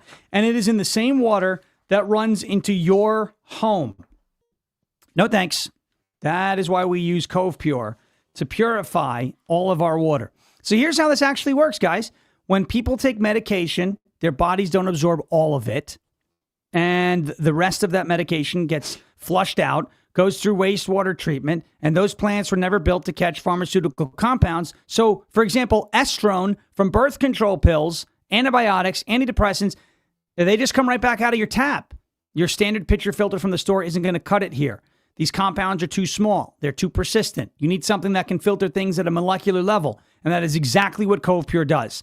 Their Clearwave reverse osmosis technology is certified to remove up to 99.9% of contaminants, estrone, fluoride, PFAs, lead, arsenic, basically anything that isn't water gets filtered out. I love this unit. The water tastes great. I also love that it puts minerals back in. Some reverse osmosis doesn't do that. So you're basically drinking like empty water. This puts calcium and magnesium back in. Brennan loves the hot water feature on there. She drinks tea like multiple times a day. You could press the hot water button on the Cove Pure and boom, boiling water comes straight out of the unit instantly. These fish in those rivers, they didn't have a choice about what was in their water, but you do. So go to covepure.com/Sean and make that choice. Right now, you get $250 off. That is covepure.com/Sean. Choose better, safer, healthier water for you and your entire family, your entire household. Covepure.com/SHAWN for $250 off. Covepure.com/SHAWN. Tennessee. Remember this tool bag, Justin Pearson? Minutes. These maps are racist tools of white supremacy at the behest of the most powerful white supremacist in the United States of America, Donald J. Trump. Memphis is the most beautiful place on the planet. It's the place that raised me, my brothers, my parents, my grandmothers, and where my ancestors' bones rest.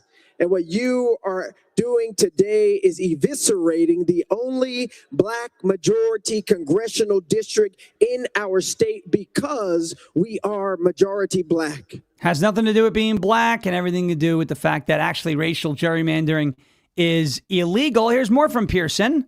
We are still here. This nation, this state has legislated and legalized the worst things in humanity, including our enslavement, and we are still here. Right in this country where, as one black woman said, your ancestors enslaved us, denied us of our rights, called us 3/5 of a person, and yet we are still here. You put us on cotton plantations and tobacco plantations. You denied our human rights and our right to exist as children of God, and we are still here. Your right to exist as children of God. You want to maybe take that one up with Margaret Sanger, who said that the entire goal of Planned Parenthood was to exterminate her words, exterminate the Negro population? Want to take it up with her? Well, Tennessee's not standing for this crap. House Speaker Cameron Sexton, good on some issues, not great on others. I think this is a phenomenal move that he made here. Is removing any Democrats that participated in this nonsense. Justin Pearson screaming on the House floor. The insurrection that they had at the Capitol. Oh, it's insurrection. Listen, I don't love the word, but again, playing by the Democrats' rules. Cameron Sexton just removed elected Democrats from all of their committee assignments due to their disruptive, disrespectful behavior during the session to redraw Tennessee's congressional maps. They're not entitled to be on these committees. You're going to mess around, you're going to find out. Cameron Sexton's letter cited several incidents, including interlocking arms in the well of the House, blocking aisles on the House floor, encouraging disruptions with protesters and attendees in the gallery, the use of prohibited props and noisemakers, and flagrant disregard for House rules. You break the rules, F around, find out. Now these Democrats that participated in all that garbage, like Justin Pearson and Justin Jones and some of these others, no longer on their committee. F around, find out. See ya. See ya. Wouldn't wanna be ya. There you go. There you go. All right. Let me play for you a word from our sponsors, goldencrestmetals.com/LFA. That is goldencrestmetals.com/LFA. I'm sure by now you've heard that silver went up 160% last year, 2025. I bought this silver for $22 an ounce. It's now worth almost $100. And we and experts think that silver is going to get up to about $200 an ounce. Palladium and platinum were stuck at $900 an ounce for like over a year. or in that area. Now they're up over $2,000. Gold is approaching $5,000 an ounce. If you have ever thought about putting some or all of your retirement or nest egg or savings or just buying bullion in precious metals, now's the time to do it. goldencrestmetals.com/LFA. That's goldencrestmetals.com/LFA. Go leave your name, your email, and your phone number. Schedule a time to talk to the folks over at Golden Crest Metals. Get your free gold guide today, and make sure you tune in on Saturdays at 1 p.m. for the Crest Report, where we dive deep into precious metals, why they're doing what they're doing, and where we expect them to go. It is like insider trading. Nancy Pelosi knows about that. We don't. It's just inside information. It's not even really that. It's called knowledge. Get yours today and get a part of gold, silver, palladium, and platinum and diversify your portfolio today. goldencrestmetals.com/LFA. That's goldencrestmetals.com/LFA. Thank you, Jeremy, who is up next in a few minutes. And I know his plan is to play Bongino, the Bongino show when I'm on there. So you don't have to leave. He's going to play it, and you guys can all watch together. I want to show you something. This, from Kash Patel, is how you answer a ridiculous question. Remember Senator Chris Van Hollen wasting away down in Margaritaville, right? He was with Abrego Garcia, sipping margaritas. And it was that BS nonsense that came out a couple weeks ago. Kash Patel has a drinking problem. People say I got a drinking problem, but I ain't got no problem drinking at all. Kash Patel's not drinking on the job. Remember that? But he was in the hockey locker room chugging a beer. So they came out and said, oh, Kash Patel's got a drinking problem. So Senator Van Hollen, ironically, asked Kash Patel about this yesterday, and Kash just buried him. This is how you respond to BS allegations if they're BS. Thomas Massie should take notes. Occasions when your security detail had difficulty waking or locating you. Is that right? Nope, it's a total farce. I don't even know where you get this stuff, but it doesn't make it credible because you say so. I'm not saying it, Director Patel.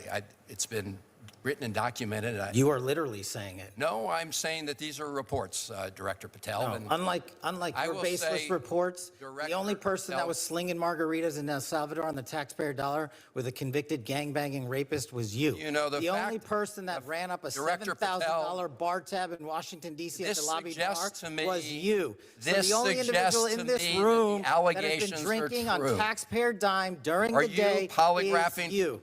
Director Patel, come on. These are serious allegations that were made against you. They're allegations in a lawsuit are that false. you filed. You drinking margaritas with a gangbanger is true and on video. It just goes to show you running a $7,000 bar tab at the lobby bar has been filed by your own office. This goes to show drink during the day. That's you. This is the ultimate example of hypocrisy. Mr. Chairman, I will not be tarnished by baseless allegations or fraudulent statements from the media. The fact that you mentioned that indicates you don't know what you are talking about. Now, here, Director The only thing I know is you're the one drinking margaritas with felons. Boom! You're the one drinking margaritas with felons. That's how you do it. Someone makes an allegation. That's a ridiculous allegation. Here's why it's false. Oh, and by the way, ironic coming from you, Van Hollen, who was wasting away down in Margaritaville. Finally, another great moment. Here's Donald Trump just abusing a member of the media about the ballroom. This one made me giggle yesterday. Watch. So what happened is we have a ballroom that's under budget. It's going up right here. I've doubled the size of it because we obviously need that. And we're right now on budget, under budget, and ahead of schedule. You doubled. I doubled the size of it, you dumb person. It's double the size. You are not a smart person. You are not a smart person. I doubled the size of it, you dumb person. You are not a smart person. I may have to get that part of him saying you are not a smart person and put that on the board. You are not a smart person. There it is. That's how you deal with ridiculous questions from ridiculous people. Don't give it any light of day. Refute it. And then mock them for asking stupid questions. There you go. All right, Jeremy Herrell coming up next here on rumble.com/LFA TV. I'll be joining the great Dan Bongino as a guest on the Dan Bongino Show today. Jeremy will be playing it, so you don't need to bounce away. Stick right here. LFA TV on Rumble, rumble.com/LFA TV, of course. Subscribe to us anywhere you get your podcast. Search Ungoverned. We will greatly appreciate that. We're here every morning, Monday through Friday, 10 a.m. Eastern Time, rumble.com/LFA TV. As President Trump says, we will never give up, we will never give in, and we will never, ever surrender. If all else fails, we'll just become ungovernable. Thank you. God bless you. God bless this one nation under God, indivisible, with liberty and justice for all. We'll be back here tomorrow morning, same time, same place, rumble.com/LFA TV. Jeremy Herrell up next. I'll also be joining the great Michael Patrick Leahy on the Michael Patrick Leahy Show from 11 to 12 Eastern Time. So you can check that out on X at Michael P. Leahy. Jeremy up next. We're back tomorrow. Also on the Bongino Show today. Thank you for your attention to this matter.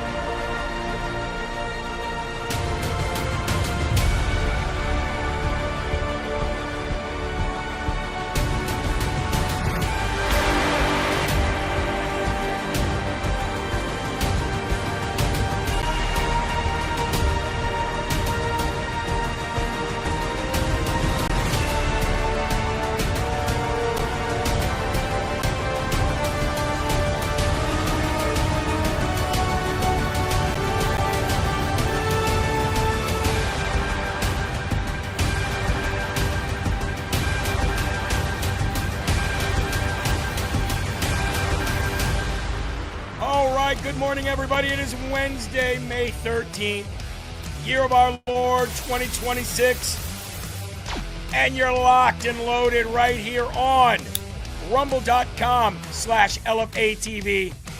This is live from America, and I am your ever so humble, God-fearing, and God-loving host of this show, Jeremy Herrell, the hip-hop patriot, broadcasting from the Hawkeye Midwest red state of Iowa. It is an honor to be here with you guys today. I want to give a big shout out to Sean, Misfit Patriot, and of course, the great White Hope, Will Johnson, for holding it down here this morning, and save the best for last, all of you. Let me introduce to you the man, the myth, the legend. It's producer Eli. Give him some love, baby. What's going on, LFA TV family and Patriots? It's time to hit the Rumble button. It's time to hit the share button. We always got a lot of news to get to. We got some exceptional news today, so let's get to it. Yeah, let's get to it, baby. Let's get to it, right? Scotty is here. How you doing? Nick is in the building. GR Messick, Liz Ellis, Andrea, Denise, Diane, Marie, C. Michaels, Bailson, Baislin, Willie Rumble is here, the likes of which no one to clues is here. Miguel Ortiz, we've got Armspear from the great state of Iowa. J.A. Fish, Big Mama Campbell, 47, Michelle. Joe Bo is in the building. Spartan Cave, not a bat in the cave, right? Spartan Cave in the building. Jay Deeds is here. Claire is here. Dana from New Hampshire, my former state. Dolly Diva is in the live chat. How you doing today? Team Monday, good to see you.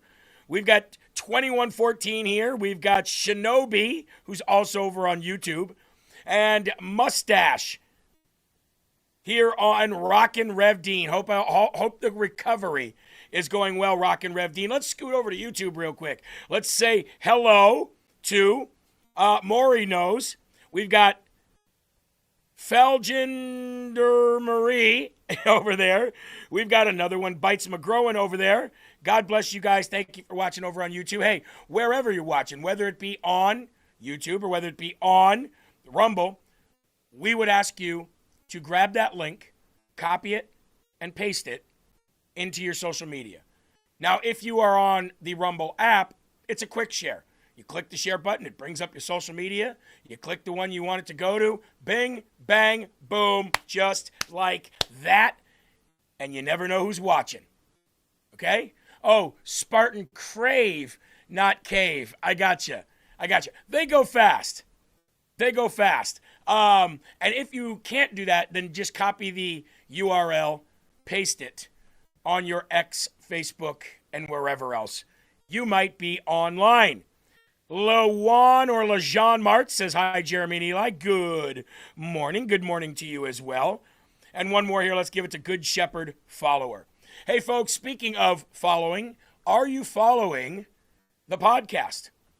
And I'm not talking about where you're watching right now.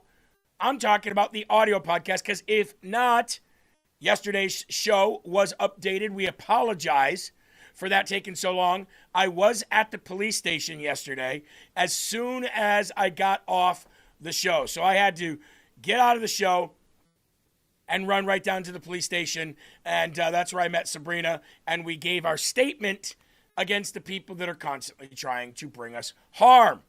That's the podcast right there. Live from America with Jeremy Herrell. You get both my Rise Up and my Live from America show every single day. Actually getting ready to publish right now yesterday's show. So let's go back to it here. And let's see if we see that popping up.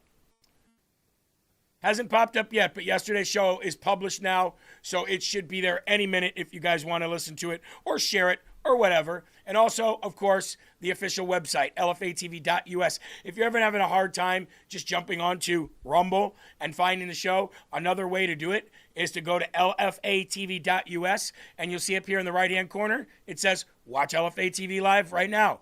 Right here, it pops up, watch LFA TV Live. You click that, it'll bring you right to our show. You can also become a one-time or a monthly donor, watch past shows, watch short clips, and also shop at our store. Every little bit helps, whether it's 50 cents or $1, it all helps. Remember, $1 a day from everybody watching would make sure that we would never have to have another sponsor. That's the way it used to be here. Maybe we'll get back to that someday. And there's multiple ways you can do it. All right. I want to start off this morning. And by the way, here's the YouTube channel as well. If you guys want to follow the YouTube channel, we're live right there right now. Trying to gain traction over there. Scotty says, like your shirt, Jeremy. Semper Fi. Thank you very much. I'm sure when MDUS gets in here, he'll say the same thing. I want to start off the show today by playing a video about yesterday.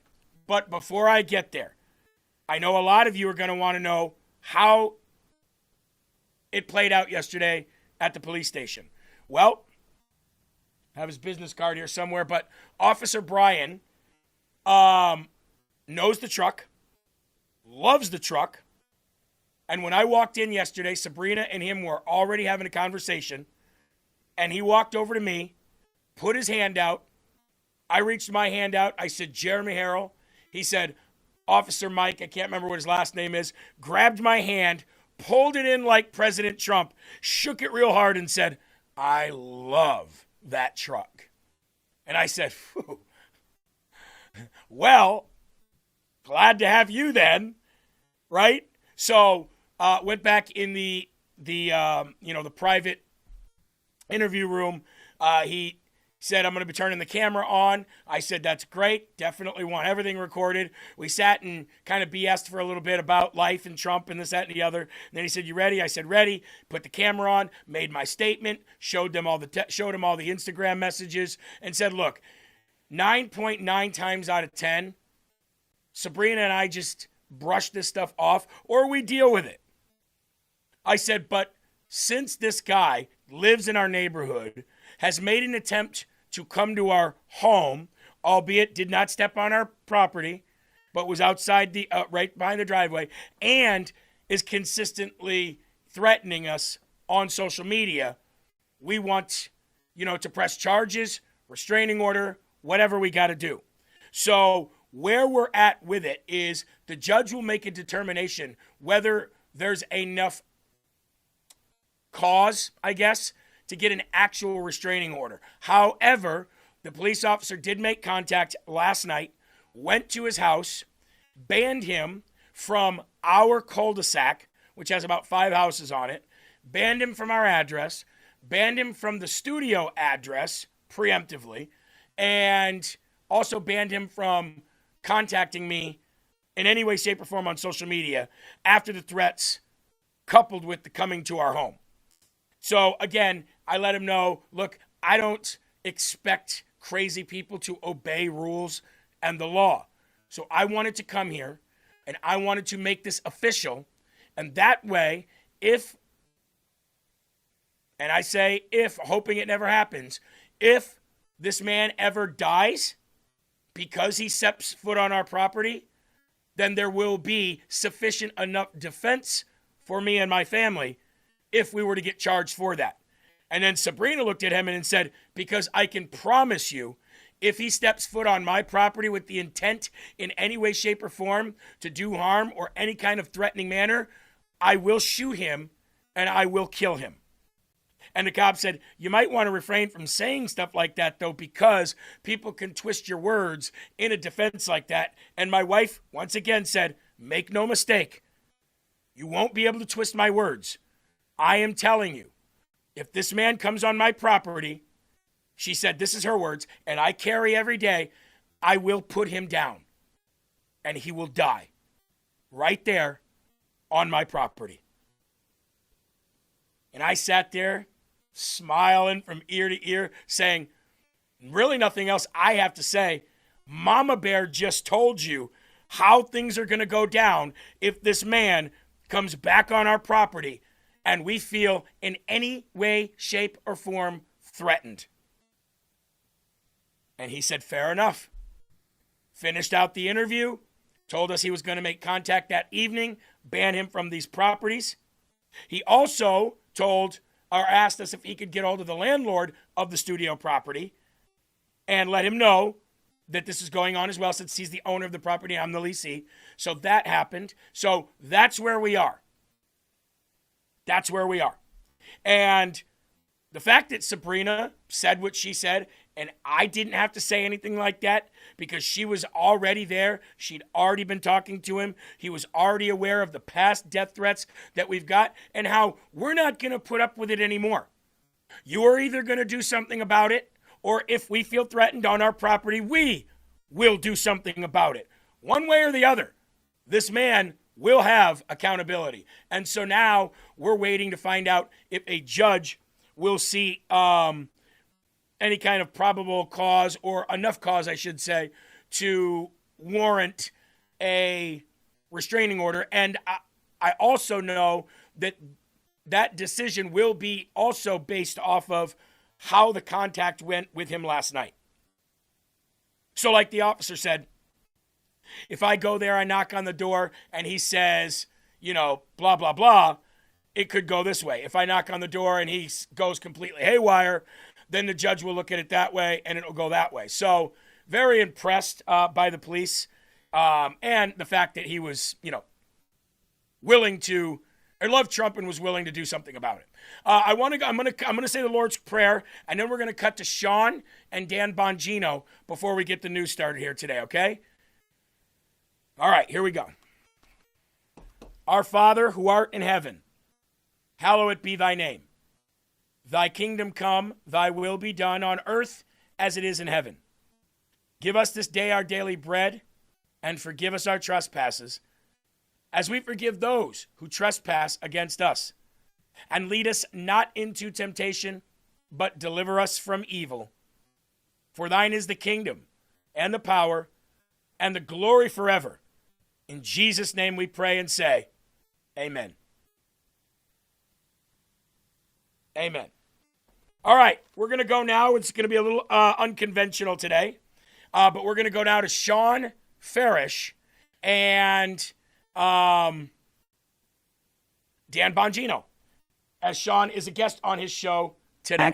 To your political life. First of every month, something we do on my show on LFA TV is we say, all right, everybody, today's the first show of the month. Let's sit down, Go on your, search engine, your favorite search engine, and say, is there an election that I can vote in my zip code this month? Never miss elections. Always do your research about the candidates that are running.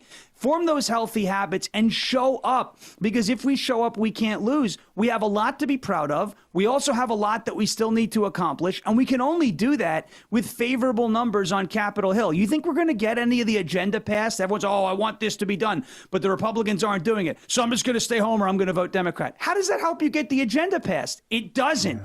So instead of checking out, J.D. Vance said this recently too, engage more, participate more, voice your opinions more, call your representatives more, run for office more, knock on more doors, make more phone calls, send more texts, get that agenda passed instead of checking out and saying, what's the point? I'm not going to do this. It's like a baseball player who's not unhappy with the umpire, just doesn't show up in the batter's box. Well, you're never going to wind up on base at that point. That's a great analogy. Like that, I'm a big Auburn basketball fan, and I've always felt like the refs have a bias against Auburn. But ultimately, don't leave the game up to like a 2-point margin where you got to rely on the ref to give you like a foul call and hit 2 free throws. Like if you win by 6, it's not. You still got to play the damn game, and eventually you got to just take what you can control under your wing and run with it. That's a great idea, by the way. I like that. It's once a month, that like election life hacks. Like you do a segment about That's little things how we do it on LFA TV. Day. I like that. Like election snacks. That's a great idea, man. That's fantastic. I want to ask you about something else. LFA TV rules. You and I have been in the space for a while. We've seen a lot of candidates come and go. Listen, we're in the social media era. I know a lot of people don't like it. They're like, viral ads. Let's just tell us about the white papers and the issues. That's great. I love that stuff too. We just produced a bunch of results that are fantastic. But we are in an era where, eyeballs and earlobes are at a premium. And to get people's attention in the TikTok era, amongst the millions of dance videos and all this other get ready with me stuff, you've got to find a way to stand out.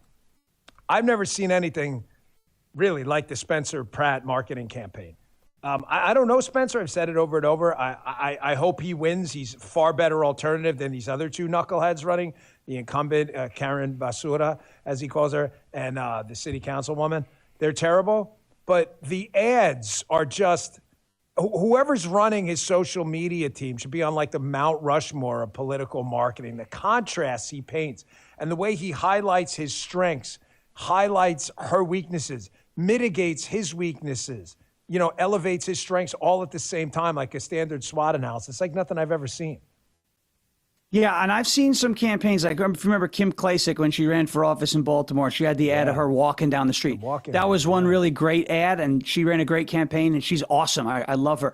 There was another congressional candidate. His name was Jerome Davis, and he ran an ad, a pro-gun ad, where he's a black man, and his ad was basically defending himself against Democrats who were dressed in like Klan. It was really powerful, but that was one ad. The Spencer Pratt situation here has been multiple ads in a row and a great showing on the debate stage. Now, look, I'm not going to lie and sell hopium and say he's going to win, but I'm going to tell you what. He's got as good a chance as anybody. It's running as a Republican in that Los Angeles mayor's race, I think, that we've seen in decades. That's number one. And if his greatest utility is just painting that contrast between insane Democrats and sane Republicans. I don't know Spencer Pratt either. I to be completely honest with you, I don't pay attention to reality TV. I didn't know who he was until these ads, to be completely honest. And my wife was like, "Oh, Laguna Beach." I said, I never watched Laguna Beach. I watch hockey. I mean, it's like that's what it is. But like, I'm happy to see him in the race because it takes people who have that type of name recognition, especially, in the reality TV industry, especially in California, where that's a big industry. It takes people like that who have the ability to paint that contrast, right? To put that diamond on the black background, as you like to say. And if that's the only thing that comes out of this race, where he is showing you, he's out there saying, if so-and-so comes walking down the street, at Skid Row, she's going to get stabbed in the neck. I mean, that is a statement that the Democrats can't say, no, he's lying, because that's what's happening. That's what's actually going on. Oh, okay, you don't think you're going to get stabbed in the neck? Come for a walk with me. Come see what your policies have led to. I love it. I love what he's doing. Yeah, and they'll never do it. How old are you, by the way? 35. Okay, that's why you're Old enough to be president, I'm 51, so I'm. If you're in 50s or 45 or later, you definitely know. It was started with The Hills. It was when MTV was still doing reality, before it went super woke with the reality TV. But I knew who he was. I mean, I grew up with Rachel Campos, now Rachel Campos Duffy on The Real World, and Spencer was like in my living room. I mean, you had Spencer, and I mean, everybody watched these shows on MTV. But I think you kind of hit on the real value of the Pratt campaign. You're correct. Like, hopium is just useless and stupid. Like, let's just go out and vote and get it done. Like, let's not hope to vote. Just go out and vote and bring 10 people with you. He's got a decent shot. It's not a great shot, but a decent shot. I think the real value, though, is this, though. You and I know New York politics well, and I know you know about the Giuliani transformation. The benefit to Rudy Giuliani as the mayor of deep, deep blue New York City was not just 2 terms of excellence. That wasn't it. That was a big part. The big part was a bunch of Democrats, by pure math and independents, for the first time, not only considered a Republican, like many are now for Pratt, if you look at the poll numbers, but actually voted for Giuliani. And then, I know because me and you are examples of this, many of them left. So you're saying, well, how does that benefit New York? It may not benefit New York, but it certainly benefited the country because you're voting red in Tennessee. I'm voting red in Florida. And I can tell you right now, the transplants in Florida, in my county, Sean, I'll bet the transplants in Tennessee, probably 70 to 80% of them are not liberals from New York. They're conservatives, firefighters, military members who are just tired of the blue bullshit. So Rudy Giuliani probably changed the entire country from New Yorkers who voted for him for the first time, who then spread out and spread the Republican liberty message around the country. It's exactly what happened. So, I mean, I was in New York for 9/11. I was in 5th grade at the time. And, I didn't understand Republican, Democrat, and that the whole landscape has changed since then. But again, it's the contrast. What was the city before Giuliani and what was the city after Giuliani? If you remember, by the way, Giuliani wins his 2 consecutive terms. And then Bloomberg runs for mayor in New York City as a Republican with Giuliani's endorsement. So Republican wins again. That's 3 terms in a row. Now, you could say Bloomberg, is he really a Republican? I don't know, but he ran as 1 and 1. That's 3 in a row in New York City, and you look at what the city was before Giuliani. You look at what it was during Giuliani, during Bloomberg, right? It was a nice place to go. And then you go back, then you go to de Blasio, and it went right back off the cliff again as soon as a Republican was out of office, or as soon as, Bloomberg at that point was an independent. But the point of the matter is, again, the contrast. Here's what it looked like during the Democrats. Here's what it looked like during the Republicans. And you're right. When I speak in front of these, I go to these dinners and whatnot, we speak, and I always ask, is there anybody from New York in the room? And, a few hands go up, and I say, how happy are you to be here in Tennessee? And people are like, oh, I'm so happy. And I say, how many of you were in New York during 2020, during COVID, when the virus came out at 11 o'clock, but not 10:59 p.m.? Thank you, Andrew Cuomo, right? When you had these ridiculous lockdowns, when, in order to order alcohol at a bar, you had to have food, but Andrew Cuomo arbitrarily decided that buffalo wings didn't count. This is all real stuff that I lived through in 2020 under Andrew Cuomo. By the way, guys, if you're wondering why we're showing Sean on Dan, it's because I want to hear the conversation the 2 of them have too, but mostly because we support our hosts when they go on other podcasts, and we like to show it.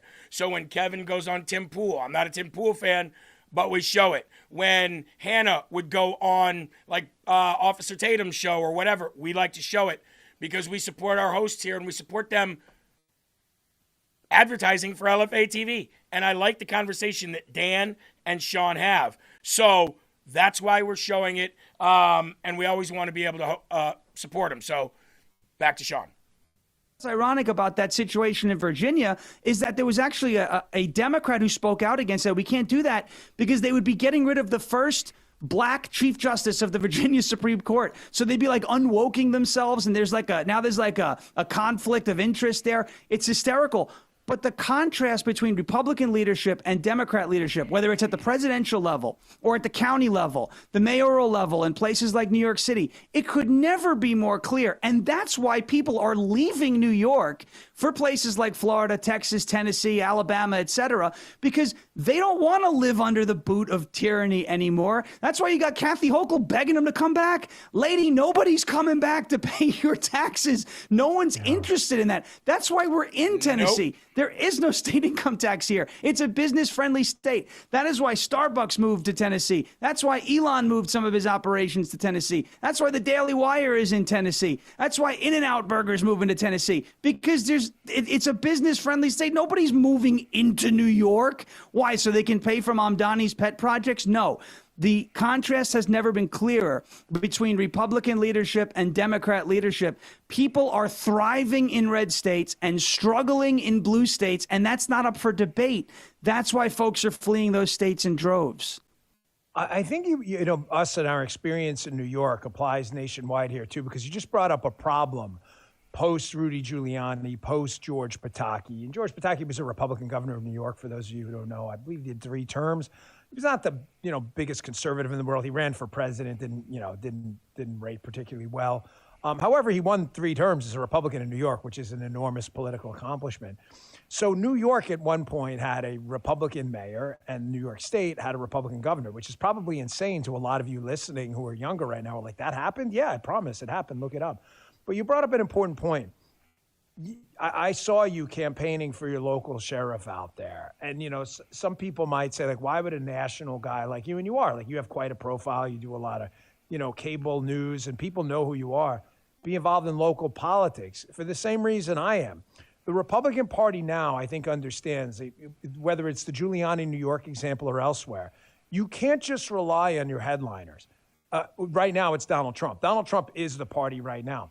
But what I like about the Trump movement is we're always talking, even now in year 1 of the Trump presidency, or 1+, we're always talking about the next thing. Not because we're jumping ahead, but because the bench matters. You don't, like, let your AAA team in baseball lie fallow because your team just won the World Series. That's not the way politics works. You've got Rubio, you've got Vance, you've got Bessent, who I don't think has any interest in politics, but, you know, Miller and others who are developing, you know, profile, who, even if they don't run, can go out and be activists and fundraisers later. And then at the local level, you have the sheriff, you have all of these other folks like the Spencer Pratts out there. The Republican bench is strong. We've got to think long-term, midterm, and short-term at the same time. You can't let that go. Yeah, so short-term is long-term, in my opinion. You want to know why we got involved in this sheriff's race? Obviously, March of 2025, we were swatted, okay? And there was nothing wrong with how the sheriff's office handled the situation. Matter of fact, they handled it amazing. Happy Police Week, by the way. We love our men and women of law enforcement. Hat tip to you all out there. Good call. We do not let the left win when they behave like that. That's not what we do, okay? I grew up in New York during 9/11. It was like, oh, you're going to come attack us? American flag out on the porch. These colors don't run, okay? So the whole point of sending that SWAT team to our house was to shut us up. And we said immediately, that's not what's going to happen. Same thing they're doing to me. So guess what we did? We said, okay, I'm an activist from New York. They've done this before. We petitioned to get rock star New York City Councilwoman Vicky Palladino on the ballot. That's, you know, I told the story. That's where I was first convinced to go on TikTok to do the greatest. You know, nobody does a better job. We understand that. You know, it's not up for debate. We understand that. The greatest in the world. But this is why we did it, okay? You're going to send a SWAT team to our house? Fine. We're just going to elect a new sheriff. I'm going to rub it in your face, okay? Because we're not going to let these people win. We're not going to let them intimidate us into silence. And what we're going to do is we're going to turn that into a positive. You know what we've done? We've met so many people on this campaign, you know, who are out there campaigning, you know, Kenneth Barrett for sheriff. We have met so many amazing patriots in this county. Then now we have a network. It's the same thing that happened in New York. People came out to protest Cuomo, to support Donald Trump, and there were networks of people that were built. Contractors who met their subcontractors at rallies that we were throwing, you know, to reopen New York and to support Donald Trump in 2020. It's what I'm and it's starting these to do here networks in that Iowa. form that really make us strong. It's the political exercise snack again. Short term, hey, let's go win this primary for sheriff. But what does it do for us in the long term? It teaches us those healthy habits to make sure that our candidates do win in these elections, to make sure that we are participating in primaries. I know a lot of people are, I'm so frustrated with the GOP, they do nothing. The time for taking out your frustration on the Republican Party if they're not representing you adequately, in your opinion, it's not in the general election. It's in the primary. That's where candidate selection happens. That's where your iron sharpens the iron. So, the reason why we get involved in that in local politics, again, is because a group of people who don't like what I say online don't want us to be involved. They want to take our voice out of the equation. They want to take our impact and our if you want to call it influence, out of the equation. And they get violent. And we're not going to let them win. So you're going to send a SWAT team to our house? Fine. Now you've pushed us to get involved in local politics, and now we have a constitutional sheriff, a guy who is one of the best people I've met in this state. He's a great guy who is going to be the next sheriff of Rutherford County, not just because we jumped in, because a bunch of people realized, hey, it is time for us to go out there, make a difference, and put the man who we want in office, the top law enforcement official of the county. And this, by the way, happens all across the country. Look at West Virginia. There's a gentleman there, a state senator by the name of Chris Rose. Do you know in 2024, Chris Rose ran for state senate in Senate District 2. He was outspent $1.2 million to an $84,000. He raised $84,000. This guy knocked on tens of thousands of doors with 2 volunteers, won his primary by over 20 points. And last night in West Virginia was primary night again. He campaigned for his co-senator, Toby Heaney. He's now in there. Chris Rose went from somebody who was working in the coal mines to somebody who now calls the shots in District 2 of West Virginia, State Senate District 2 of West Virginia, because he put in the work and he did those healthy political exercise snacks that we're talking about. It is possible to take control of your government and make sure they're representing you adequately if we really want to. Is it easy? No. Are your legs going to hurt? Yes. Are you going to be wiped out? Sure. Are you going to burn through pairs of shoes? Absolutely. But is it worth it?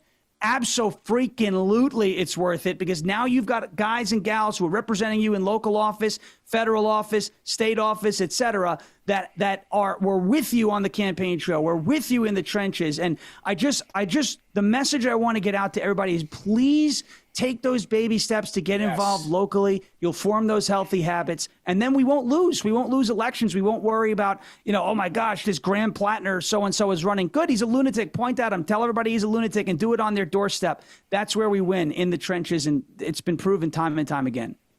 And I just want to add in conclusion, having run myself and knocked on a lot of doors, this is the importance, like you said, short term is long term. That's brilliant, because it's true. It's not just a throwaway line. If you can get someone to vote in a local sheriff's race or a city council race, like, Vicky Palladino, I can almost guarantee you that person's going to vote in the gubernatorial and the presidential. But it doesn't always work the other way. A lot of Trump voters just don't show up for midterms, and that's what we're going to have to change. Sean, got to run. Listen, I really appreciate your time. You can check out Sean on LFA TV. He hosts Ungoverned. It's on Rumble. It's there for you. You can follow him as well on X. He's got a great account, calls out all the bad actors, and this guy does not screw around, man. I'm telling you, Sean is like ready to go every time, sharpen knuckles, the kind of politics I love. Sean, thanks a lot. Really appreciate it. We'll have you back really soon. Thanks for everything. Thank you, Dan. Appreciate it. And big shout out to Sean. Guy, I love when the people that have worked so hard to put this network together go out and represent the network. Now, obviously, Sean is representing himself, and he's representing the work that he's done in Tennessee, and he's representing the work that's to be done in midterms and beyond. But you heard it at the end. LFA TV, Ungoverned.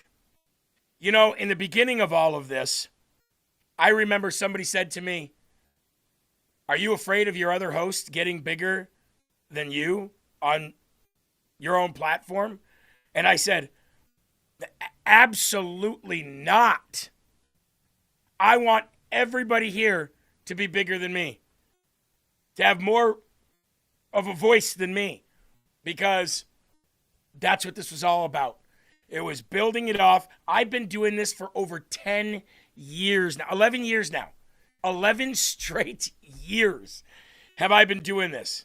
And was in the trenches, getting my head busted and busting heads, physically, knocking on doors, campaigning, singing Build the Wall, 10 feet, 20 feet, 100 feet tall, all over the country, till it became like a national Trump anthem in 2016 before the election.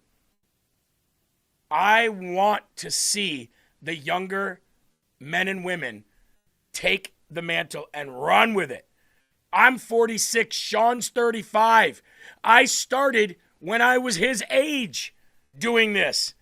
Yes, I want them to grow bigger than I ever thought of. Abso-freaking-lutely, to paraphrase what Sean was talking about. Now, after the police station yesterday,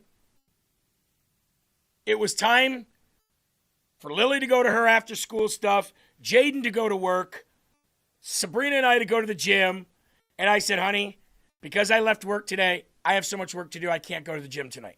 She said, that's okay. I won't go either. I got some other errands to run. I'll drop Lily off. I'll go. I said, great, perfect.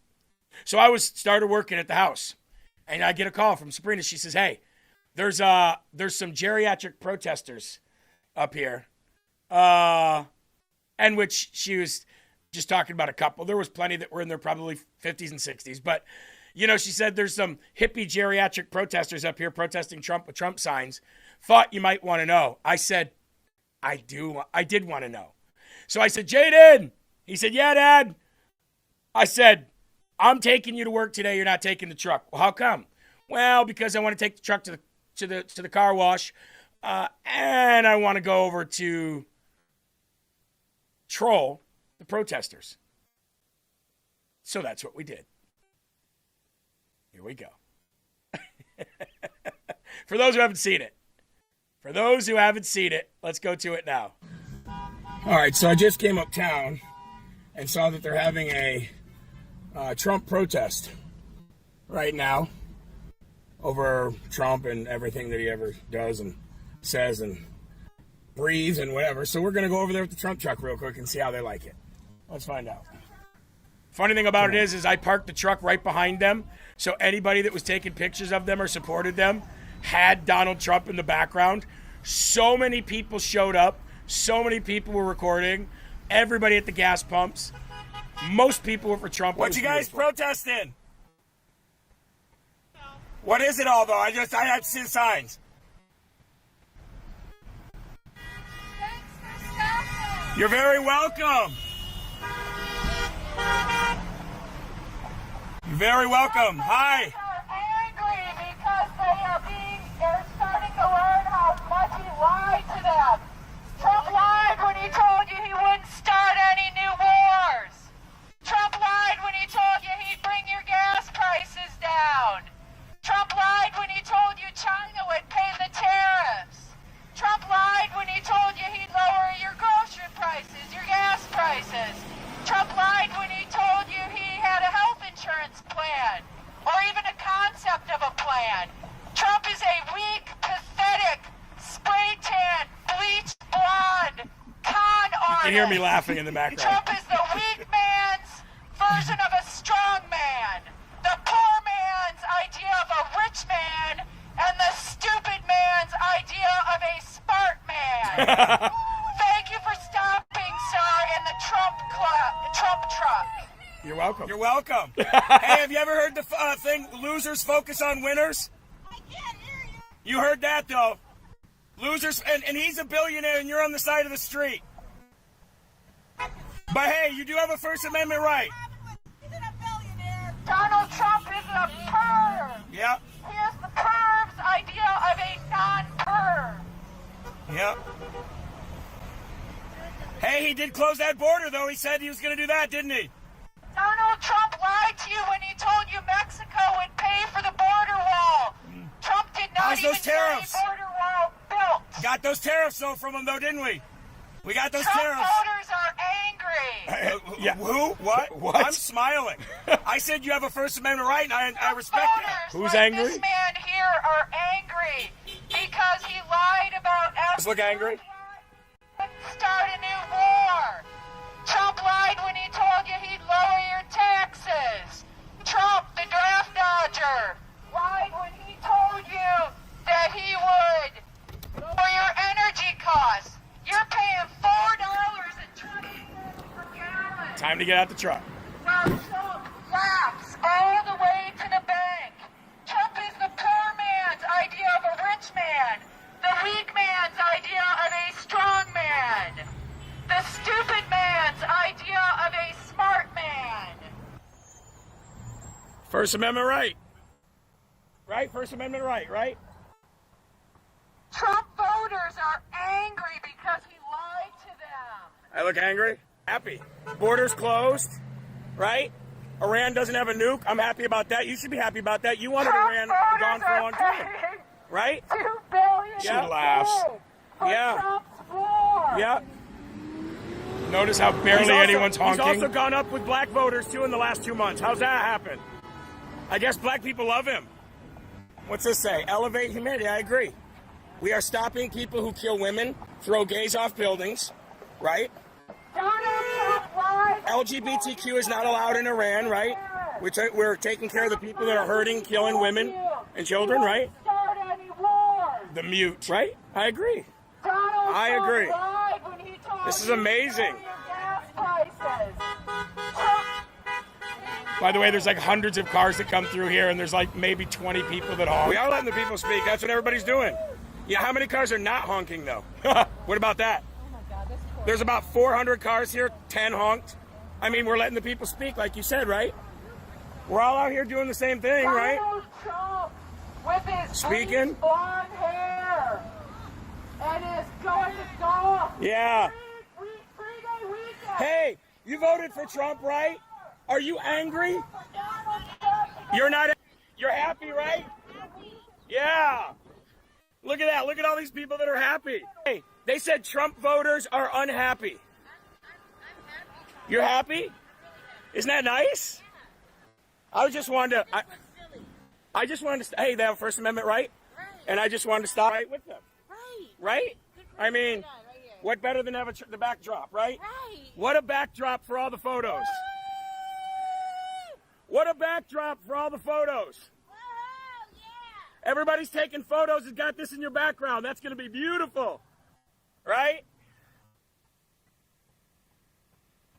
God bless you, ma'am. May the Lord bless all of you. May Jesus Christ bless every one of you. Right. May Jesus Christ bless every one of you. Yeah. Everybody's saying he's my president. And there you go, folks. And there you go. So, you know, the truck is a social experiment, but it's also the ultimate silent troll. Like, I don't have to get, you know, super angry as I've done in the past. I don't have to scream at them. I don't have to tell them how stupid they are. I've just got to, like the guy's sign said, elevate humanity.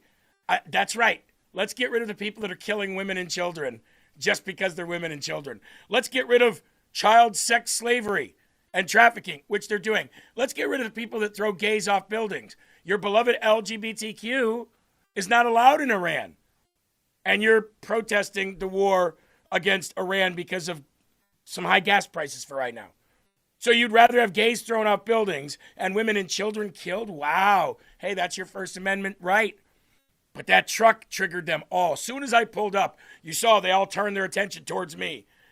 Trump voters are angry. You're angry. Look at you.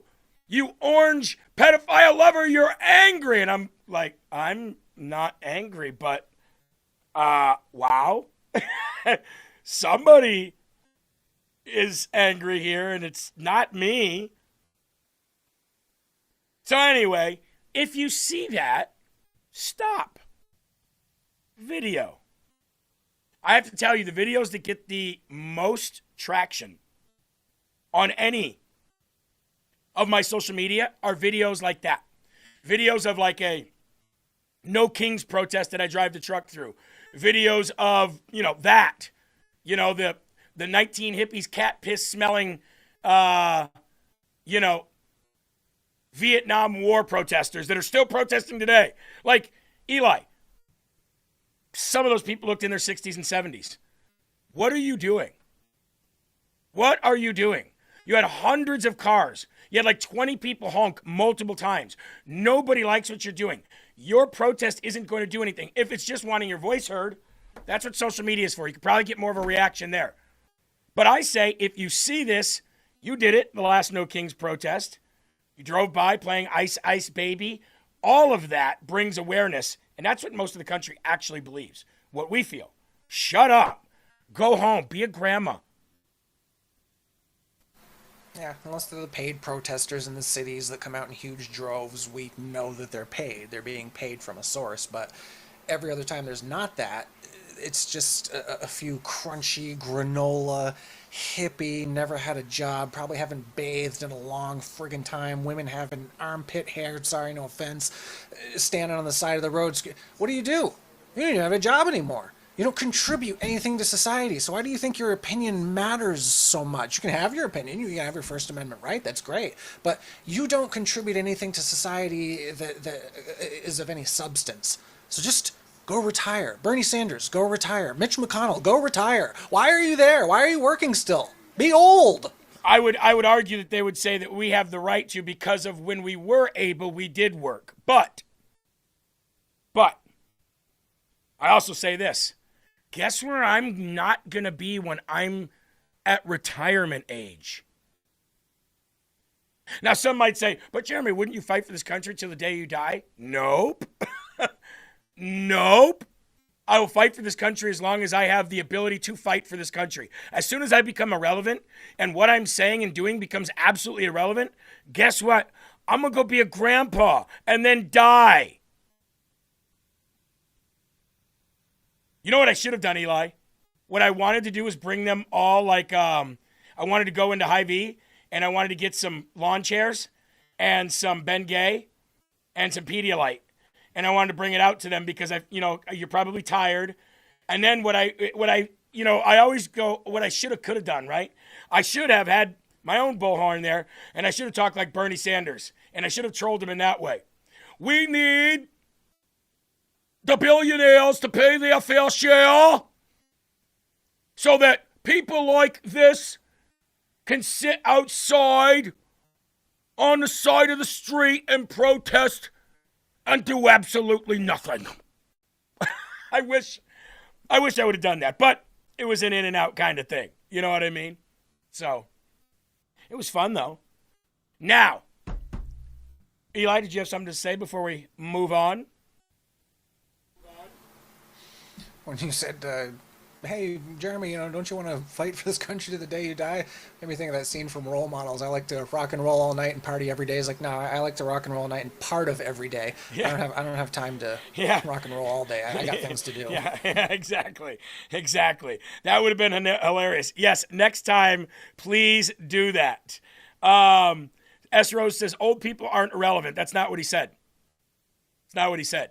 He said them being on the side of the street with that message is irrelevant. You can have your opinion, but you're irrelevant in what you're doing. Not old people are irrelevant. Those older people are irrelevant. Absolutely. Nothing they did is going to move the needle.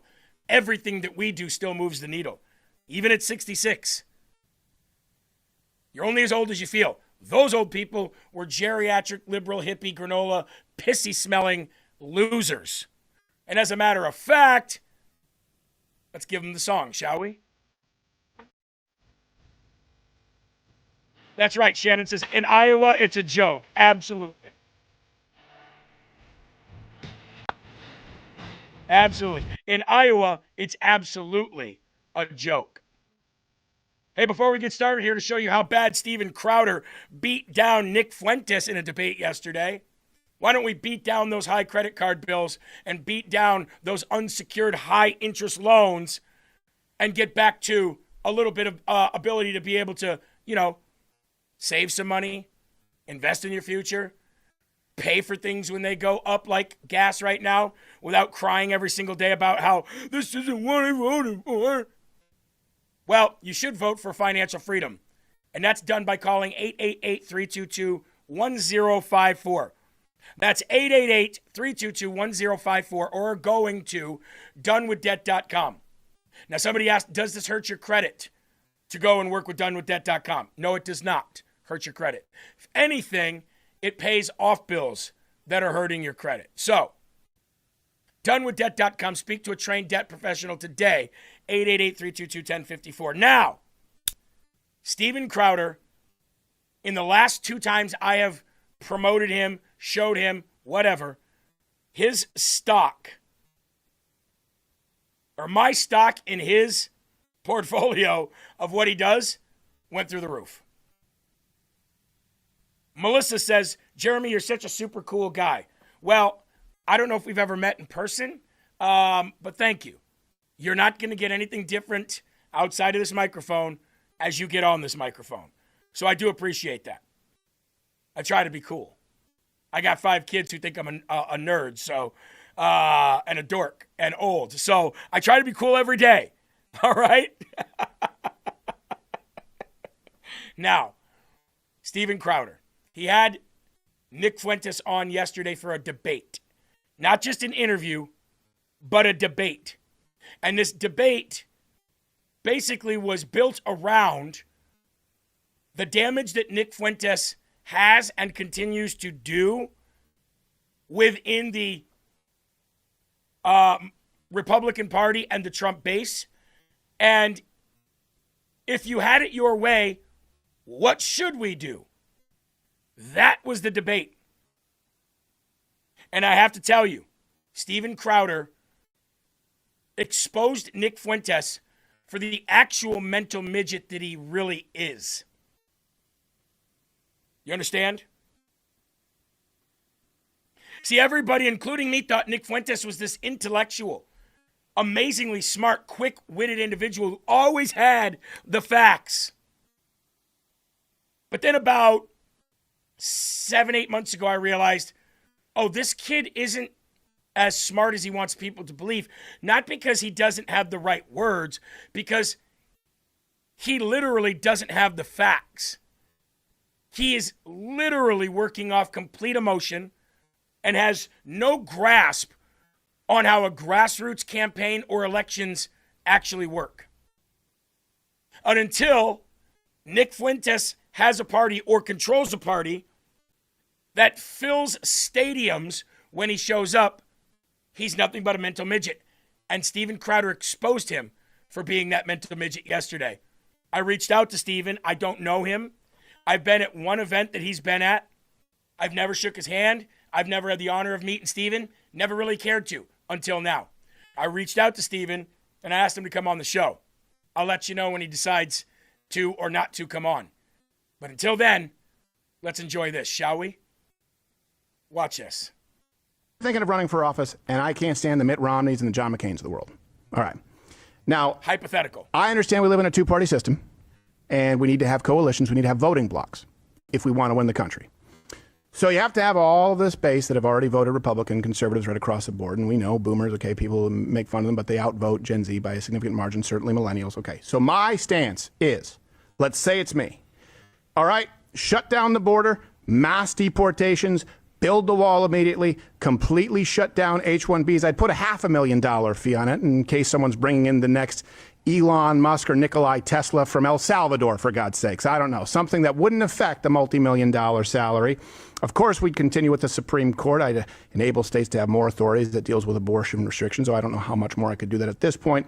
Tariffs on certainly industries that are taking advantage of us so that they are reciprocal. I would do my best to onshore jobs by basically going the opposite of directions like NAFTA. I'd punish companies that offshore them, incentivize them to onshore them. I'd have tax cuts across the board, but certainly middle-class families. No more foreign lobbying organizations and no more blank check to Israel. And, of course, no more money to Ukraine. I would pull us from NATO until everyone meets their payments. But maybe I think that Iran is a threat. Could you vote for me? Well, again, it's like, do you think Iran is a threat? That's a very realistic candidate. Could you vote for me? Okay, Could you be a but part of my coalition? Here's the problem. You go to war with Iran. What does that mean? You know, you say, well, we'll give them 3 months. It's like, how are we going to win this one? Gas prices are $5, $6 a gallon. Strait of Hormuz is closed. Israel is chomping at the bit for us to reignite the war and expand it. It's like, are we getting into another Iraq? Are we invading Iran? Are we nuking No, I'm Iran? asking you all those other things. In other words, no candidate is perfect. You've bitched about the purity test a lot lately. Let's reduce it. Is that purity to say I don't want to war with Iran? I supported the military intervention in Iran. So all those other things. There's a Democrat who was to the left on all those other things, but was vehemently against Iran. Could you vote for me? Could you be a part of my coalition if I want to take back the White House? See, So pause it real quick. So what Stephen is asking him is, look, you're going hard on Donald Trump and this administration over Israel and Iran. Your purity test for a candidate to take over and be this rising messiah, if you will, in the party is literally predicated on those two countries and the issues behind those two countries. But yet I closed the border, I took care of this, I took care of that, mass deportation, stock market record highs, working on draining the swamp, getting rid of half the federal government as far as employment, doing everything that I said I would do. But you disagree with me on Iran-Israel. And that's the only thing we disagree on. However, a Democrat that has a very real chance of winning because of people like your scumbag ass and what you're doing is to the left of every one of those things except for the Iran-Israel thing. You still wouldn't vote for me in a hypothetical? That's the question. Listen to how Nick answers it. I don't know what the value of the thought experiment is. A war with Iran is not a purity spiral. I'm trying to figure out what matters most, because candidates who may magically appear need to know what the purity test is for 2028, because we still don't have a name or description. Well, I'm saying someone like me, I should meet the purity test, except for, you know what? I'll give it 3 months in Iran. But everything else. Okay. Would you vote for me? Then that's assuming, again, that you can bomb Iran and then walk away. We're going to bomb Iran a little bit, but not like, is that what's happening? No, we're stuck. Could you vote for me? No, I can't. Okay. I need America first. Okay. And America first means we're not at war with Iran and we're not importing 1 million illegals every year. I'm thinking of running for office. Well, hey, dipshit. If a Democrat wins because you want to think America first, and that does not mean going to war with and importing millions of illegals every year, what do you think is going to happen with the illegal portion and the importing illegals when a Democrat takes office? What would you possibly think could happen, Nick? You retarded little kid. You dumbass individual. You might be good with pretending to know what you're talking about, but all these questions are questions I've been asking for almost a year now. And that is, how do you have such a big following and you don't know a damn thing about what you're talking about? And the answer is because America is inherently ignorant. Not low IQ, ignorant. So you and I, Stephen says, can be on the same page with all of this stuff that screams America first. But if we're at war with Iran, that's it? That's the end all be all for you? Apparently it is. Okay. Let's watch more. I really believe that this administration is just cooked. Like, I don't think there's going to be a course correction. I have no faith in this administration. I think Trump is old. The people around him are very bad. And so I think the real question is, and this is a huge question, who will be Trump's successor? Because that person is going to define the direction of the party. And I really believe there should be a very competitive primary for the presidential race in 28. And what they're trying to do is consolidate support around either Vance or Rubio. As I'm sure you know, behind the scenes, there's a very big fight going on between donors and between party personnel. Are they going to get behind Rubio, which he seems to have the backing of the neocons and Mark Levin and AIPAC and Miriam Adelson? Or are they going to get behind Vance, who has the support of Little Tech, Palantir Tucker, and he's going to clearly run in the more America First lane. At least nominally, he's going to claim that. And I think that we should not have consolidation where it's 80% behind one candidate. I think it should be wide open. I also don't like either Rubio or Vance because I think you get a neocon or a Palantir guy. And so to me, the only way to have an open field is if everyone associated with the administration is sufficiently weakened. So I'm actually rooting for Democrats to degrade and sabotage this administration and the people in it so that they're less politically viable. And maybe that clears the way for a dark horse or an outsider, someone from outside the MAGA, Mar-a-Lago, Trump administration to maybe clinch the nomination in 28. And to me, that's really the big picture. Okay. So here's my primary problem, what you just said. And it's that keyword maybe. So my first question is the roster. You say, yeah, competitive primary. I agree. I hear who you don't want. The roster, the funds, the ground game. Maybe, right? Because you've tried this before. It's failed. The losses are real with the Democrats that we faced.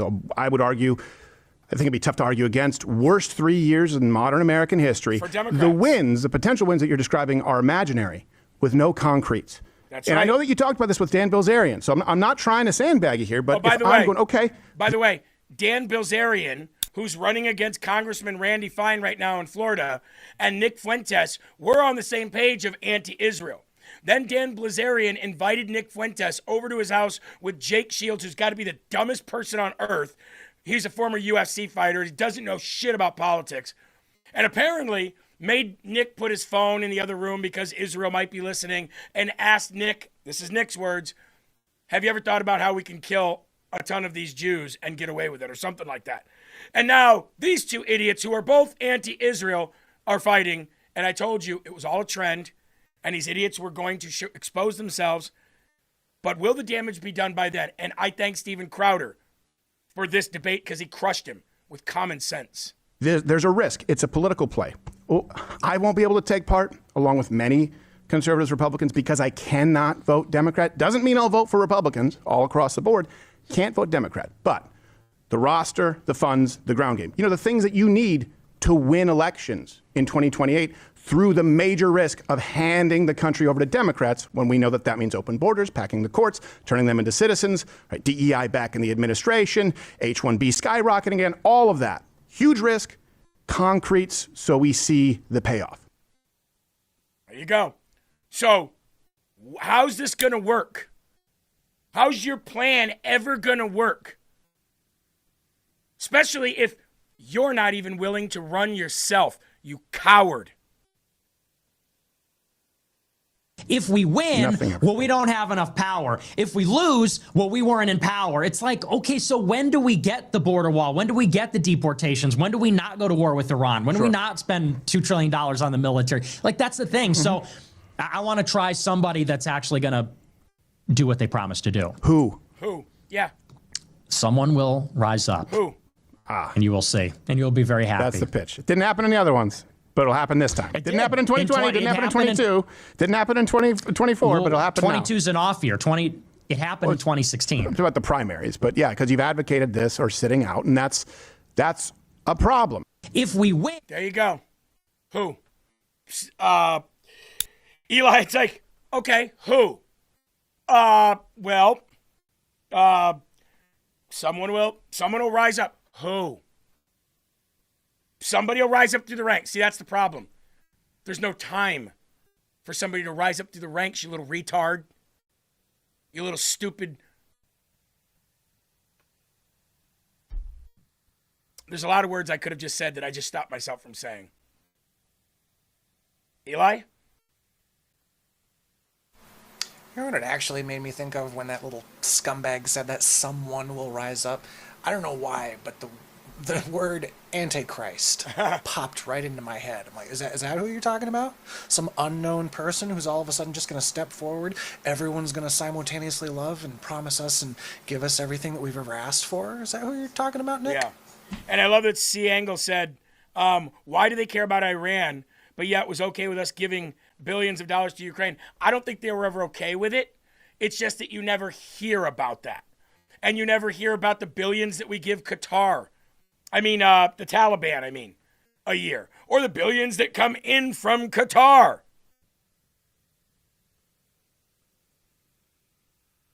Last one. And self-deportations. Okay.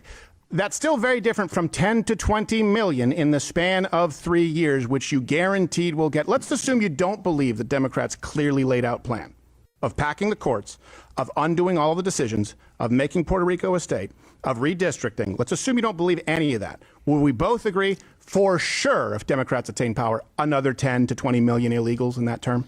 They've said I'm not sure. I really have no idea. I How? think If you're a betting man, Nick. Hold on, idiot. How? What do you mean you don't know? What do you mean you don't know? Idiot, idiot, idiot. They've said it multiple times. They've talked about packing the courts. They said they're going to do it. They said they're going to make Puerto Rico and D.C. a state. They said they'd do it.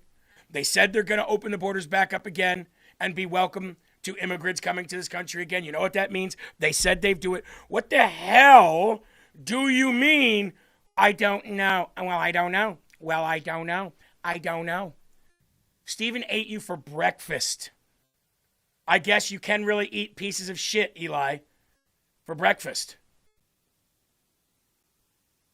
Unlike Happy Gilmore thought. Honestly, no. No, because you know what? So they did it under Biden, but learned their lesson? No, and I'll tell you why. Oh, yes, please. If you look at Davos this year, there was agreement, actually. I think Clinton said this in an interview sometime after this. I believe Hillary Clinton, that is. I believe Bill Gates said something to this effect. They said because of AI, we don't actually want the irregular migration anymore. Like, why did they need the illegal? Stop, dipshit. They needed it for votes, not for work. They imported them for votes and for the census and to stay in power, not for jobs. Jobs is a secondary reason now. They still can't use AI for votes, dipshit. Well, maybe currently they can, but you know what I mean. Legal immigration in 21, 22, 23, because there was a labor shortage after the pandemic ended. And so, yeah, I do think actually the tides have shifted. What's more, I don't the agree with Democrats. Okay, well, I mean, that's Well, what they say. here's the thing. I think, no, I understand. I don't agree with their framing. Oh, okay. Meaning there wasn't a labor shortage. And that's what's so distressing about the left, and this is why I can't vote for them. This is how sinister they are. They specifically hired and replaced, and you've talked about this, replaced Americans with third world labor. Native-born American jobs went down after the pandemic. Foreign-born jobs went up. Absolutely. I don't believe in that. Absolutely. Crowder destroyed Fuentes in that debate. No rational thinking voter can come out of that and say, you know what, Nick's got a point. He had no points. He had no points. He had no facts. He had no receipts. He's called himself a moderate Democrat. And this guy's got, 5 million followers on Rumble? One of the most viewed people here. I'll give him that. But so is Satan. Crowder just exposed Nick Fuentes for being a mental midget. Hats off to you, sir. I'm glad somebody finally did it. And no, it wasn't Tucker. But did you hear the news? Just in, Tucker Carlson and Nick Fuentes have both been named as possible domestic terrorists. According to Trump administration's top counterterrorism official, whom I do not personally like, by the way, Sebastian Gorka. When asked about the right-wing terror threats to this world, arguing, quote, they're not conservatives. Now, this comes as the administration rolls out its new national counterterrorism strategy. And Tucker Carlson and Nick Fuentes are both on it. Now, you might say to yourself, hey, I wasn't a fan of the Democrat Party putting American citizens on a domestic violent extremist list like moms and dads who went to school boards. And in that case, to say, I don't support this, you would be correct. But here's the difference. Those moms and dads that were put on those violent extremists domestic lists by Chris Wray's FBI and by that Justice Department? Those people like Eli and myself who had a specific marshal attached to them when we flew on airplanes? We didn't take money from Qatar, and we didn't take money laundered to us by a fraudulent nonprofit NGO who got federal money and funneled it to people like you to cause division on purpose. That's the difference. And now Tucker Carlson and Nick Fuentes, apparently, according to Sebastian Gorka, are both on domestic violent terrorist groups, watches, lists, whatever you want to call it. And they did it to themselves. They did it to themselves. That's what you get. And that also proves that if they are, they have to be financially backed by either terrorist organizations or foreign countries and not registered as a foreign agent in order for them to be put on such a government terrorist watch list. Do you see what I'm getting at here? It has nothing to do with your opinion or my opinion, whether you believe Tucker and Nick are or are not. In order to be put on these lists, it can't just be because Trump says, I don't like them, put them on the list. There's got to be actual evidence and proof behind that in order for them legally to put American citizens on those lists. Now you'll say the Biden administration didn't have actual reason to do it. No, they didn't. That's my point.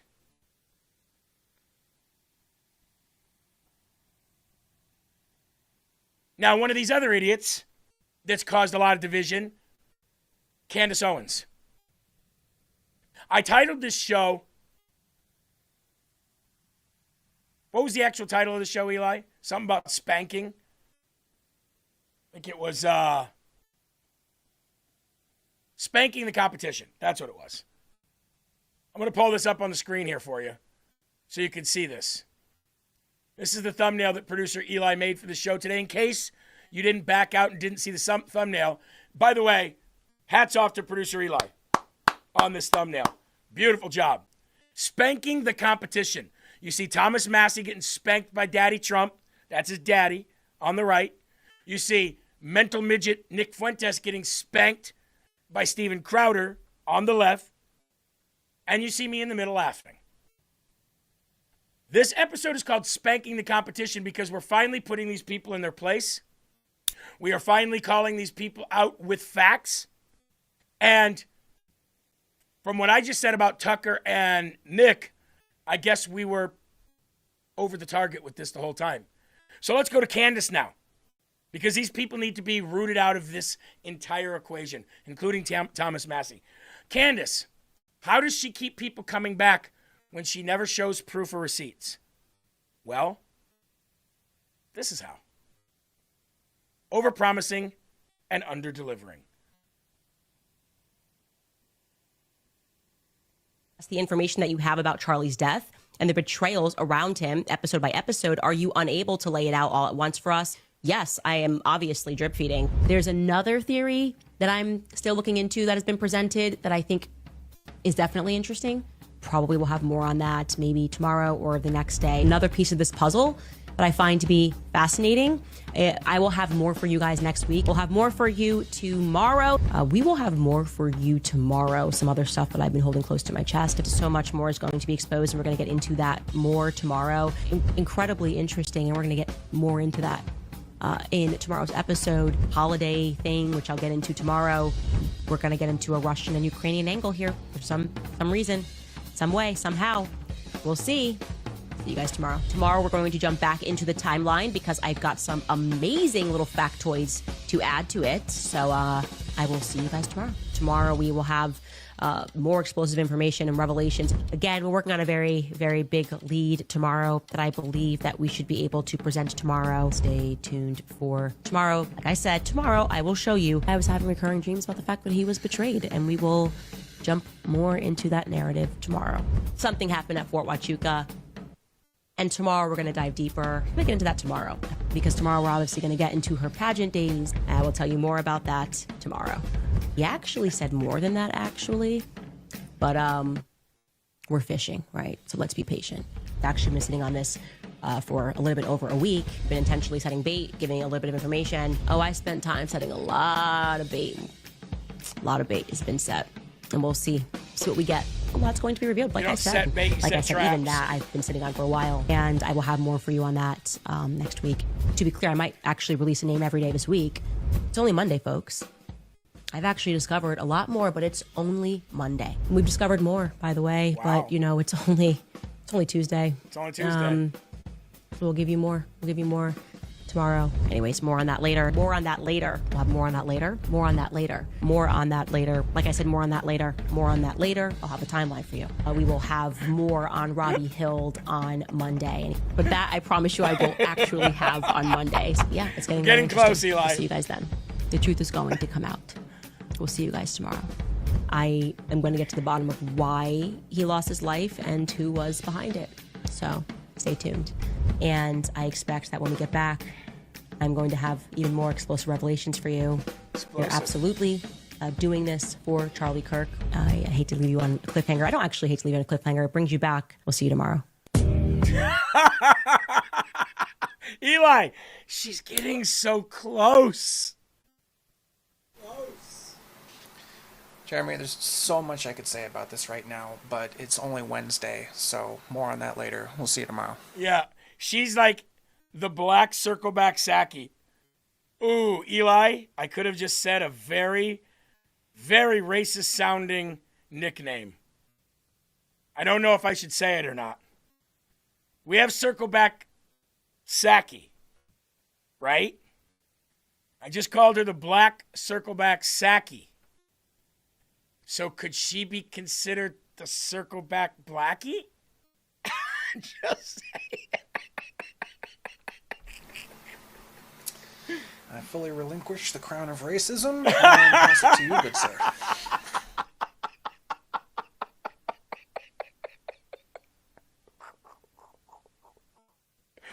Eli has handed me the crown of racism. Jay gives me said, don't. Somebody said circle black.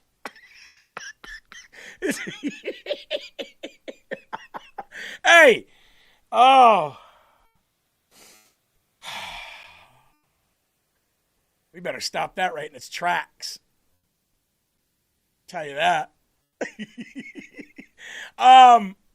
Wow. Didn't expect to do that. Keith says, what a honky and a cracker. Absolutely. Absolutely. What a honky and a cracker. Hey, ladies and gentlemen, before we move on, there's a hearing going on right now for a whistleblower coming out that might bring the charges that we were talking about, those potential charges, on Tony Fauci, regardless of the auto pen. But first, Rumble Wallet. Quick question. How much control do you actually have over your own money? $1? Bitcoin, crypto, Tether USD, Tether Gold on the blockchain. All of these are digital currency. If you have any of those, or multiple of those, and you want to consolidate it all in one place that is easy to get to, very secure, and keeps all of your digital currency in one spot where you can use that digital wallet to buy, sell, trade, donate, and more, then go to wallet.rumble.com. Or if you've got an Android, go to your Play Store. If you've got an Apple, go to your App Store and download Rumble Wallet. You can also click the QR code on your screen right now. And the good thing about Rumble Wallet is just like with the disruptive technology that Rumble brought for free speech, they're doing it now with big banks centralized digital currency people that want to control everything and putting it back in the power of your hands in one convenient and easy spot. That's Rumble Wallet. Download today or click that QR code and have a little bit more financial freedom for your portfolio and diversify just a little bit more. Rumble Wallet, folks, at wallet.rumble.com. All right. There is a hearing going on right now. It is live. This hearing is about a COVID-19 whistleblower that apparently can blow the lid off everything Tony Fauci cover-up and Francis Collins cover-up about what they did, what they didn't do, what they should have done, and more. Okay? I think that committee hearing is over right now. We will go to some of it, but let me get to the actual story here, all right? And that is this. An active CIA whistleblower testified today. By the way, the headline was out prior to the testimony. Senator Rand Paul reveals Intel community new lab leak. New, not new, N-E-W, new, K-N-E-W, knew that the lab leak origins and where it came from for years while American taxpayers funded the Wuhan research. And not only that, this Senate whistleblower, I'm not sure if it's the same whistleblower, if there's another one, also has information on how Tony Fauci and Francis Collins actively worked with the CIA and with the government to hide not only the gain-of-function research because it's illegal, but also hide the fact that they knew and had proof that it came from the Wuhan lab. I'm waiting to see whether they can get to the point whether it was purposeful or not. If it was purposeful, that's going to be very hard to prove. Okay? That's going to be very hard to prove. Intent to try to stop Donald Trump and his election, his upcoming election, that's going to be very hard to prove. But either way, ignorance is not innocence, and the fact that you were doing gain-of-function research illegally, intent shouldn't matter. All those people that died because of it, all of the economies that you ruined because of it, the duly elected president being basically pushed out of office as part of it, that should be intent enough. Flo says, now you should follow up with all the additional information she actually gave tomorrow. She never did. She gave information, but she never gave receipts of proof or facts of what she was talking about. If we're going back to Candace Owens, she always gave things that alluded to the fact that something could have been. You know, like the flight logs and the planes coming in and out. There was never proof of what she's talked about. There's only evidence of what she's saying that leads to speculation. Where there's smoke, there's fire. Absolutely. But you gotta have proof of the smoke. You can't just say, I think I smell smoke. You have to see the smoke so that you can say there's definitely a fire. Candace says she thinks there's smoke. And here could be why. No real proof of anything ever. If so, I would be on her side. I'd be like, this girl is killing it. But she never is. She's killing it with views and following. I'll give her that. In order for us to find the fire, we need to see the smoke. I don't see any smoke. I see a lot of blowing smoke of people's asses. And she's going to lose all of her lawsuits, too. And then she's going to be financially destroyed. She's already saying, if anything happens to me or my husband physically or financially and we get destroyed by this cabal, then you know that everything we said was true. No, you're going to get sued out of existence because of your lies and your culpability of destroying people's character without proof. And then, after all that's said and done, your husband might have some legal problems as it concerns his immigration. So, call spades spades here. Balls and strikes, ladies and gentlemen. So Tony Fauci, the whole, concept of statute of limitations running out on being able to charge him for lying to Congress, like I said yesterday, they're never interested in getting him for lying to Congress. They want to get him for some serious stuff. The joy of the Lord says she shows the smoke every day. Well, good for you. Good for you if that's what you believe. Everybody has an opinion. Everybody has an opinion. And yours is valid. Let's go to some of... Eli, what's up? I saw that comment. I'm not 100% sure. I'm not trying to speak for Joy, but I feel like maybe she meant to say she blows the smoke every day. I don't know. I don't think so. I think she's under the belief that Candace Owens is spot on. Spot on. Which, I guess the question would be, if that's the case, either Candace is an outright liar or I am. Both can't be true at the same time, that we are both given facts. Right? Of course, I don't talk about the death of Charlie Kirk every second of every day either.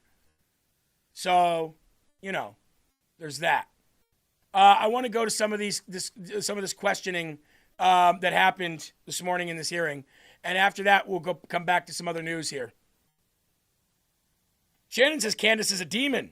I don't really disagree. Something up with her. She went from being one way to completely different. I do know that. So, all right.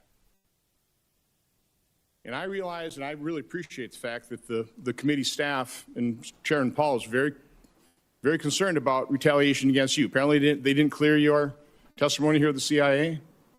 Is that true? No. So you're appearing as a true whistleblower, publicly right off the bat.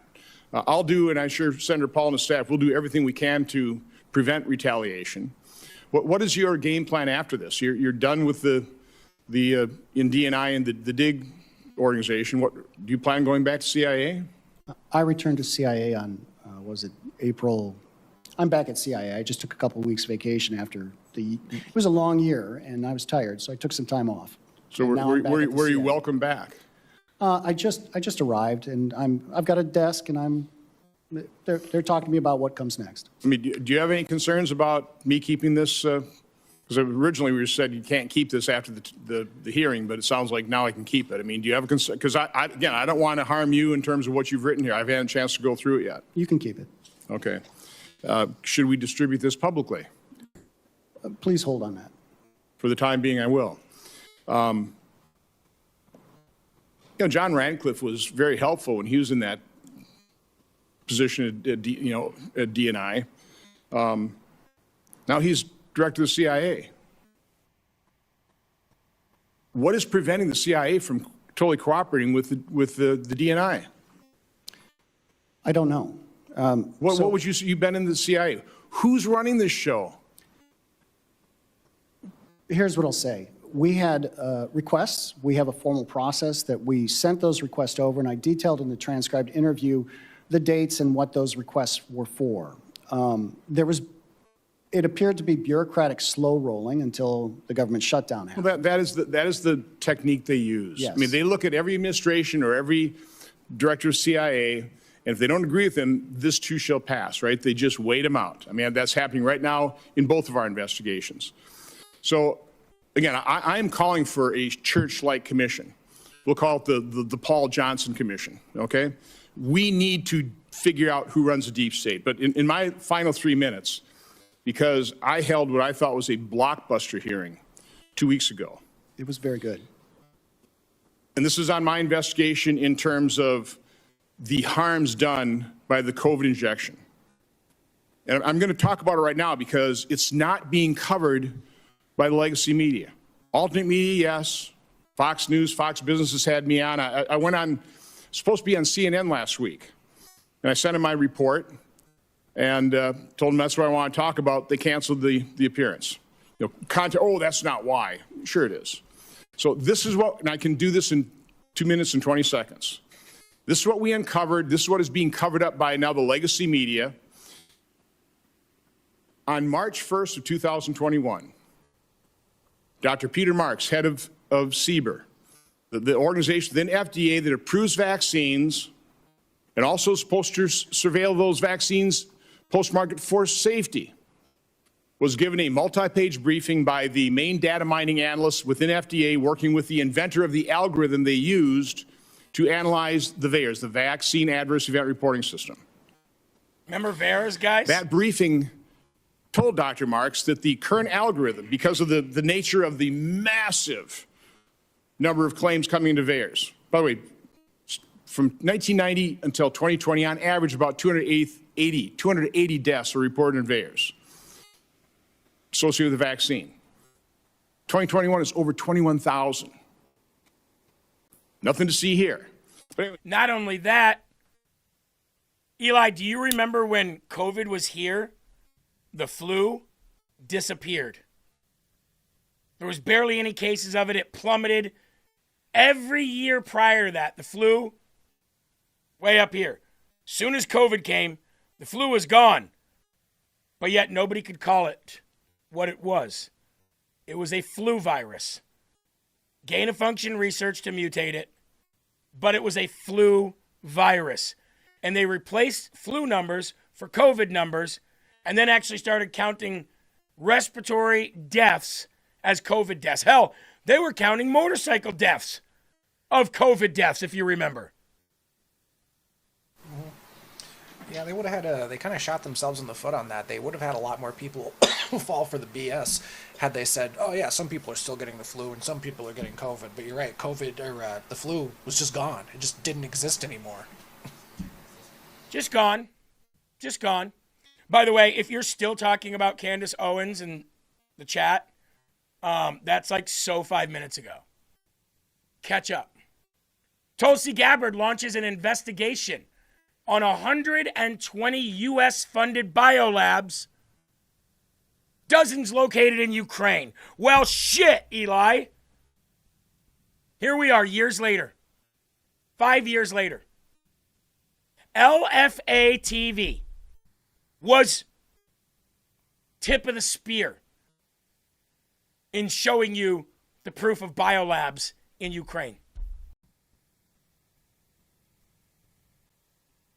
I literally got suspended from social media outlets every time I said that. Got it taken down, suspended for a month, 90 days. This is before they completely wiped me out after January 6th.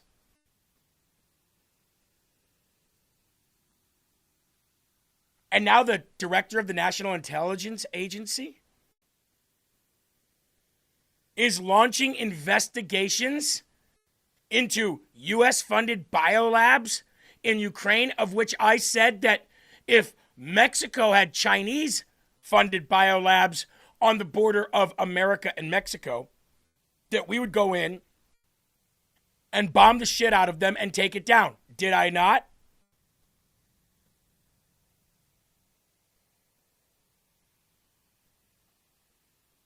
I'm wondering if YouTube is even going to allow me talking about it right now, even though we have the proof. Vladimir Putin was absolutely 100% warranted to push on Ukraine.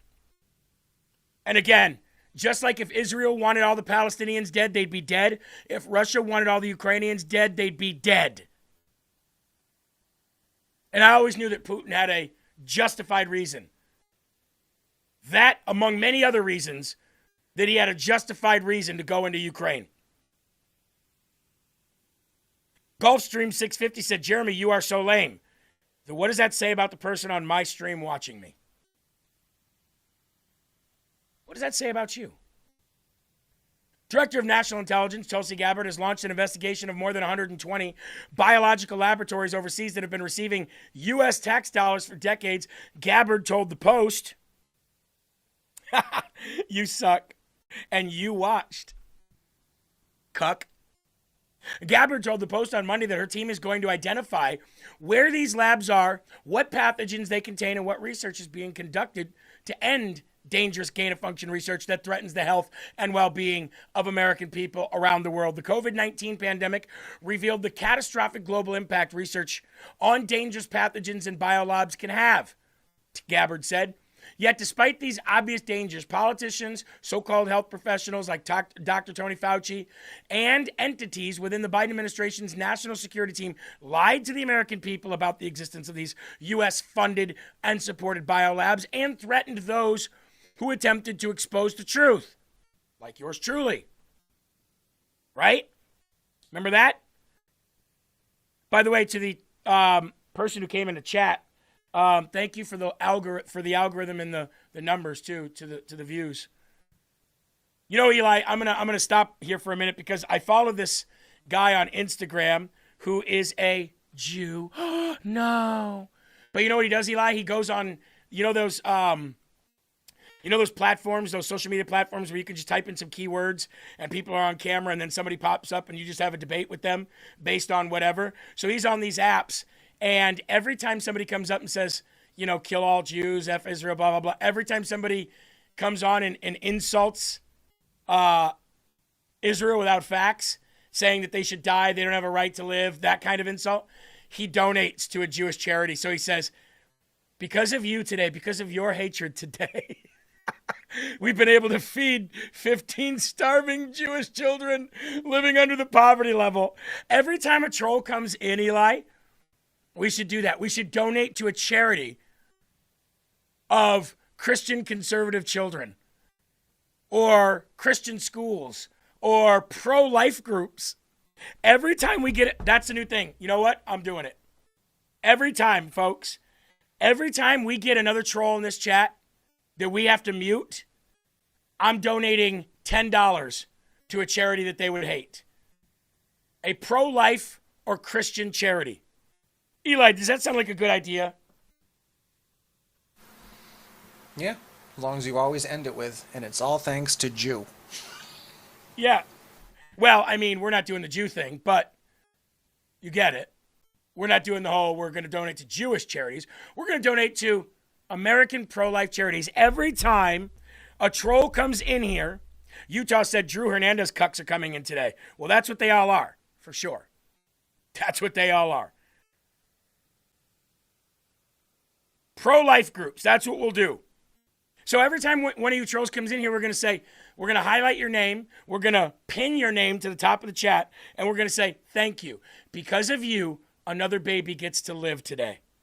Because of you, another mother doesn't have the option to kill her baby. Thank you. You are a wonderful pro-life individual.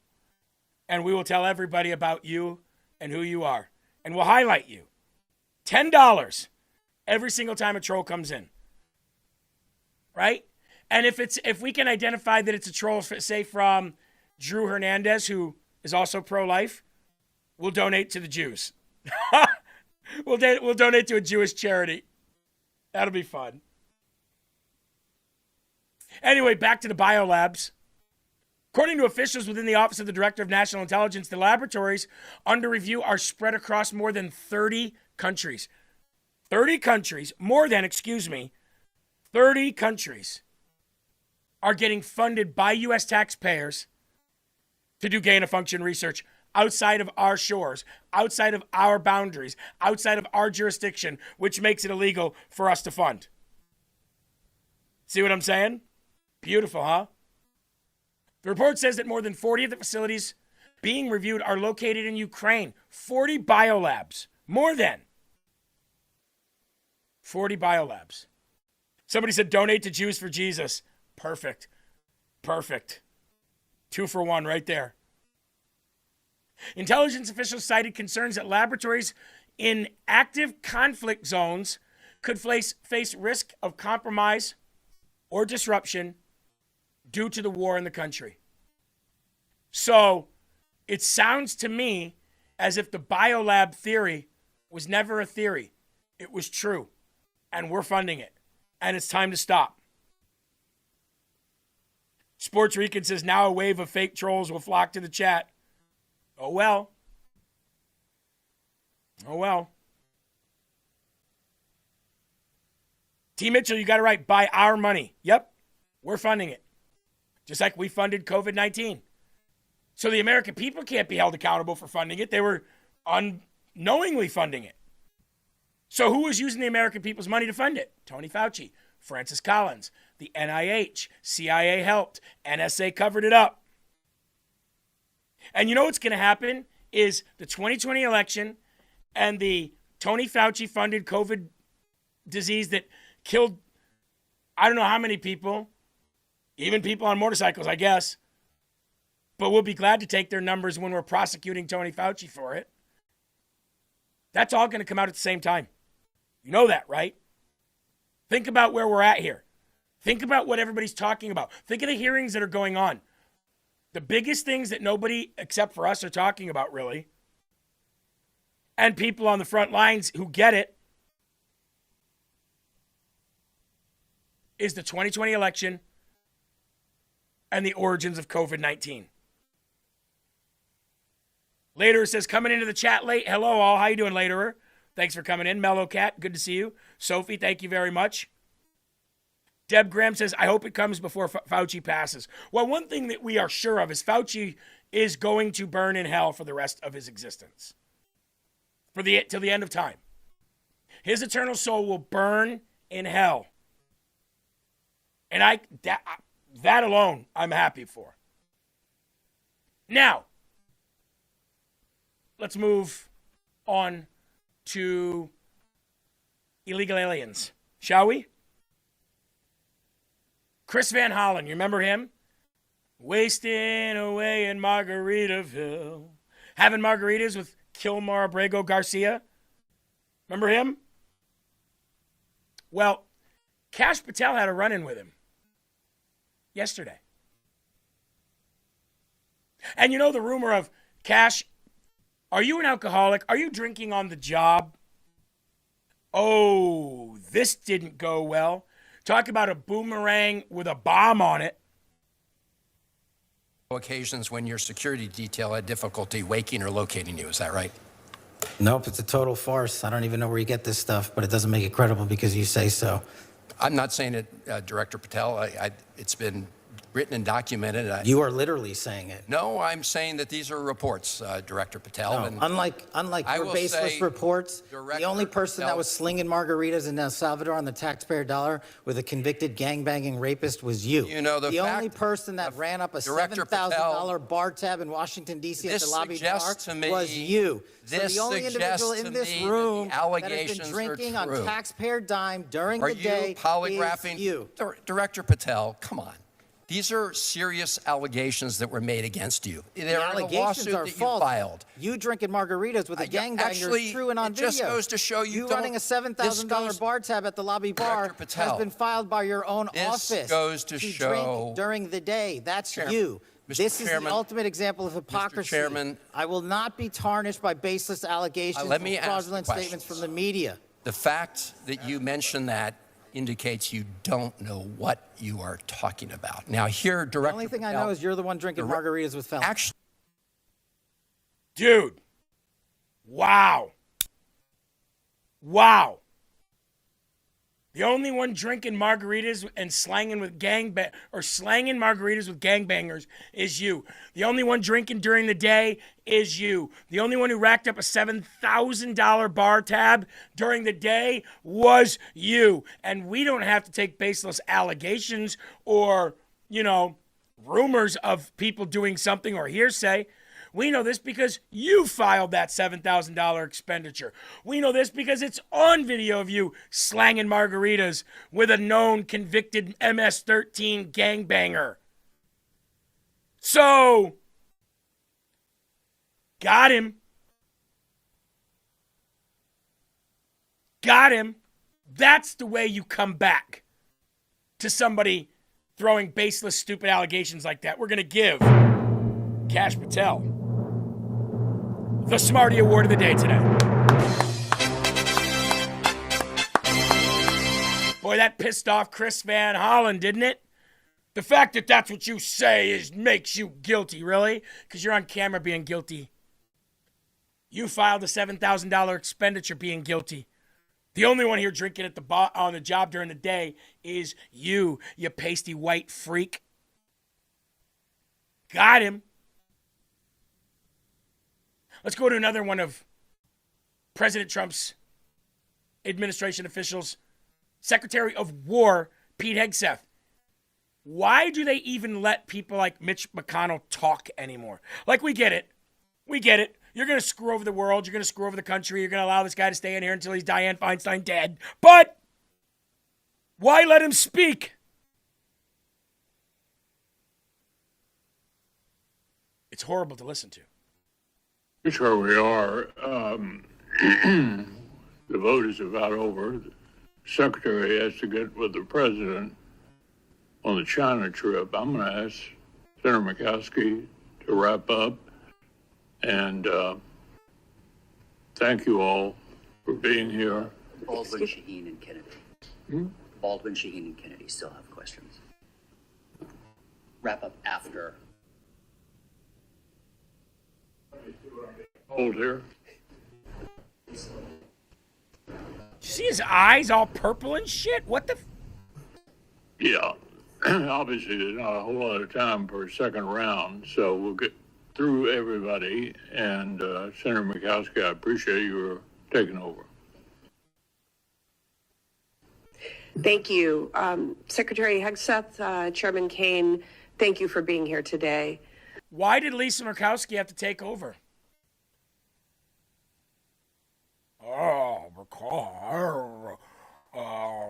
Secretary gotta go on a plane to China. We're gonna just wrap up. Sir, Representative Shaheen and Murkowski and blah, blah, blah, they're next. What? We'll wrap up after the other senators ask their questions. Hold on. Hold on. I just gotta see what I'm being told. Huh? Okay. Well, thank you, Mrs. Murkowski, for taking over. Die already!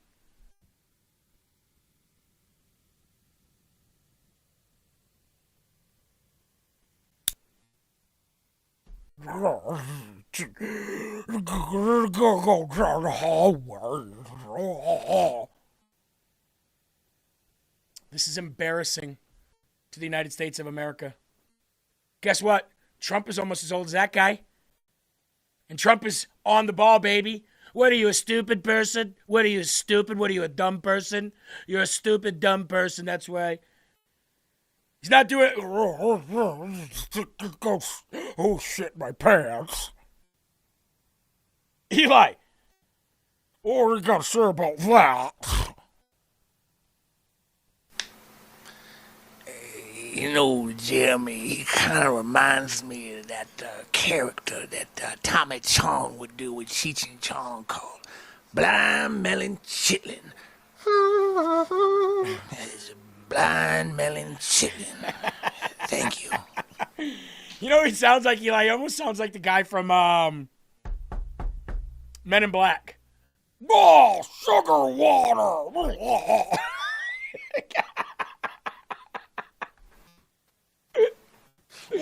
Term limits.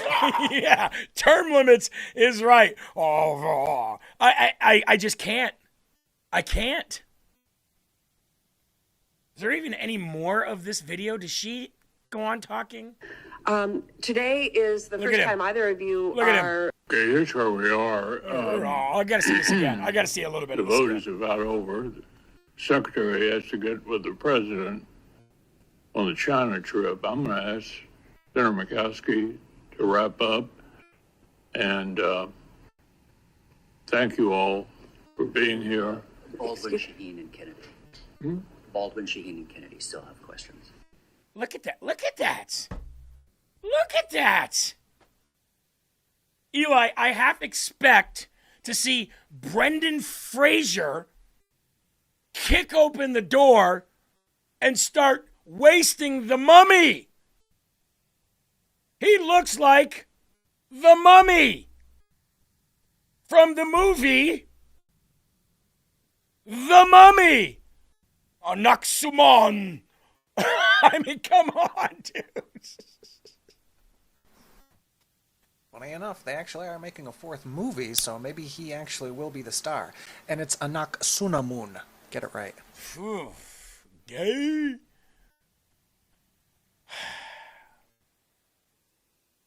Is this the same clip? I think this might be the same clip, or definitely the same hearing. Might be a different clip. Hold on a second. The vote is about over. The secretary has to get with the president. Yeah, there it is. On the China trip. I'm going to ask Senator Murkowski to wrap up. Look at the way everybody's looking at it. And what the hell is happening here? Thank you all for being here. President Trump actually weighed in on this, believe it or not, and it's so funny. It's so funny watching this guy just fluster like that. I mean, it's not funny at all, actually. It's horrible.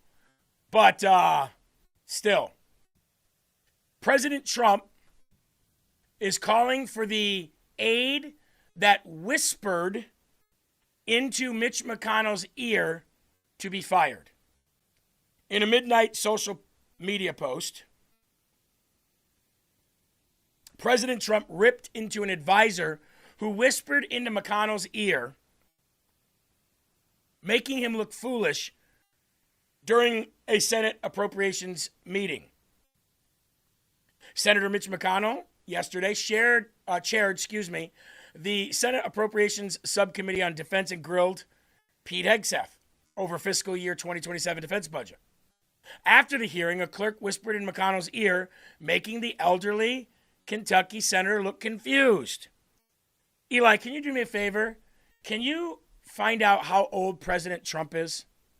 McConnell, 84 years old, has suffered a series of freezing episodes and falls lately. That's why we call him Glitch McConnell, right?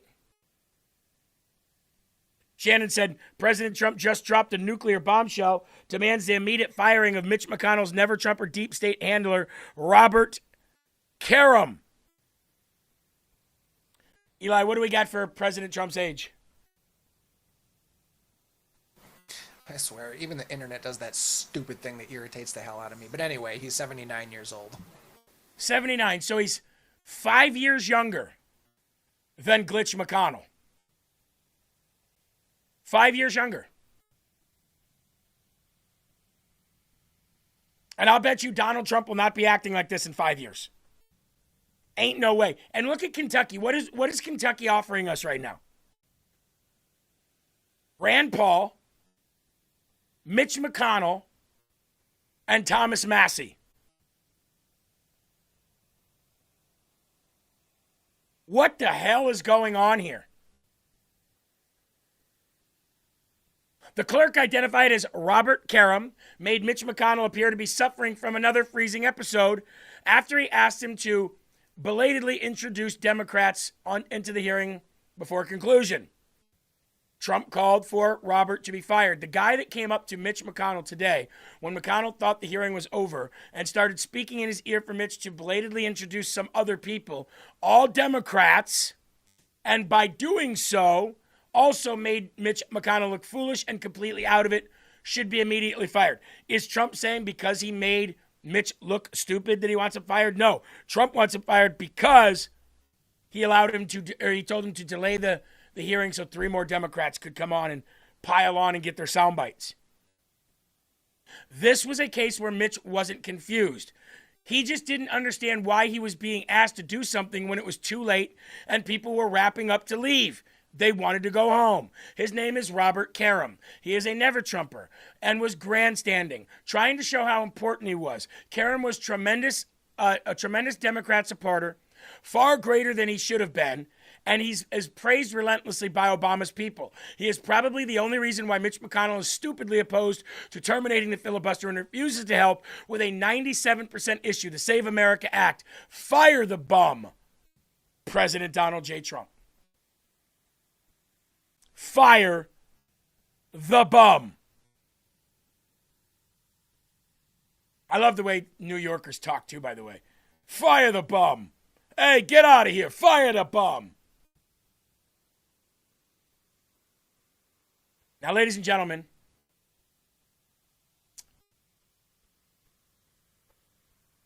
excuse me for a second.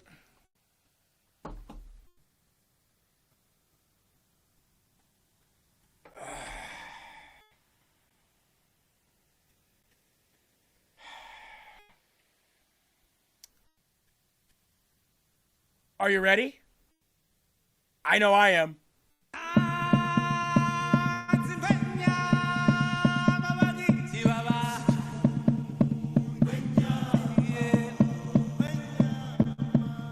I am figuratively locked and loaded, politically licensed to go rhino hunting. So, ladies and gentlemen, I'm going to need some help. Would you like to come with me on this rhino hunting expedition? Would you like to come with me on this journey to rid this party of the rhinos that they are, which means Republican in name only? All right, ladies and gentlemen, here we go. The number one rhino in the Republican Party today goes by the name of Lurch, a.k.a. John Thune. Roll it. On that currently, would you reconsider getting rid of the filibuster to get it across the finish line? We don't have the votes to get rid of the filibuster. We called it up on the floor March, I think, 17th. We were on it for several weeks and had a very spirited debate. In fact, I think with the exception of maybe a couple of Republican senators, made more speeches on the floor in support of the SAVE Act than almost any other senator. And we had some votes on it. And we voted on the narrow issue, which is the most popular one, of voter ID. And we put the Democrats on the record. Every single Democrat voted against it. We added, and one of the other elements, also popular, was whether or not biological boys ought to play in girls' sports. We had that vote, and every Democrat voted against that as well. So we've taken what I think are probably the two issues, in my view, that have the broadest public support and put the Democrats on record, and every single one of them voted against it. So we'll look for opportunities to get other votes. There was a vote on the budget resolution, an amendment that Senator Kennedy offered that didn't even get 50 votes on the floor. And so we're continuing to look for opportunities to advance that legislation. Obviously, it's something that I support. I think we all support, and we think it's something that the American people are broadly supportive as well. Yeah. All right. Well, thank you again for joining us on another journey of rhino hunting. It looks like we have located the biggest rhino, and it's time to take him down.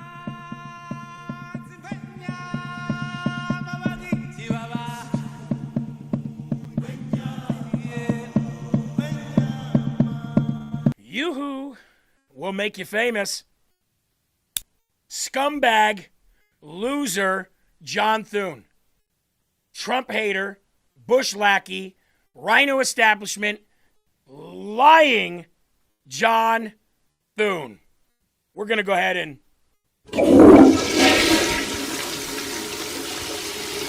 flush that loser down the toilet. I've already said what I would do. You already know what I would do. There's nothing else I can say at this point.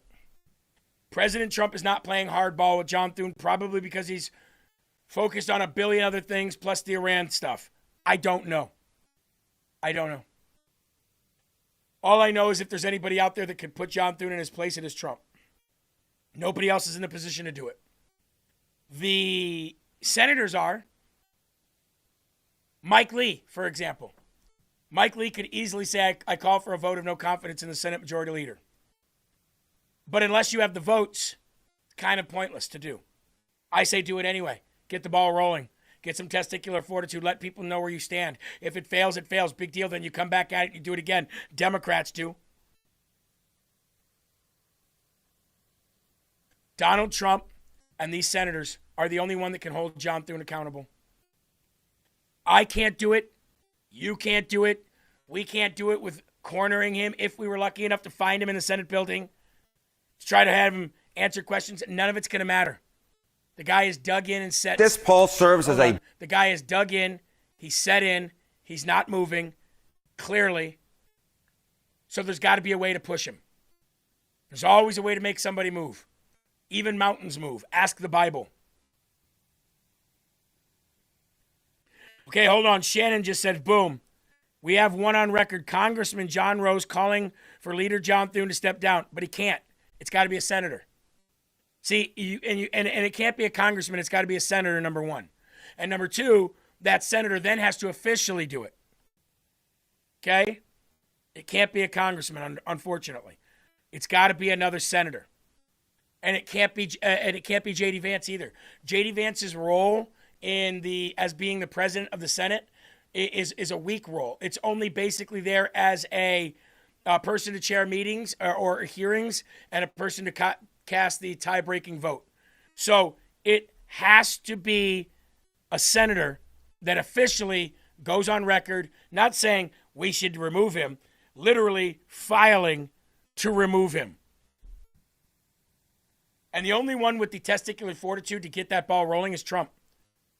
And Trump, Thune is wasting so much time, you're not going to have the legal framework for the Save America Act, regardless of your executive order that you say you're going to enforce. You won't have the legal framework behind it. I don't know what President Trump's plan is here. I'm sure he's got one. I don't presume to know that I have the right plan and he doesn't. Timing is everything. I'm not in his position.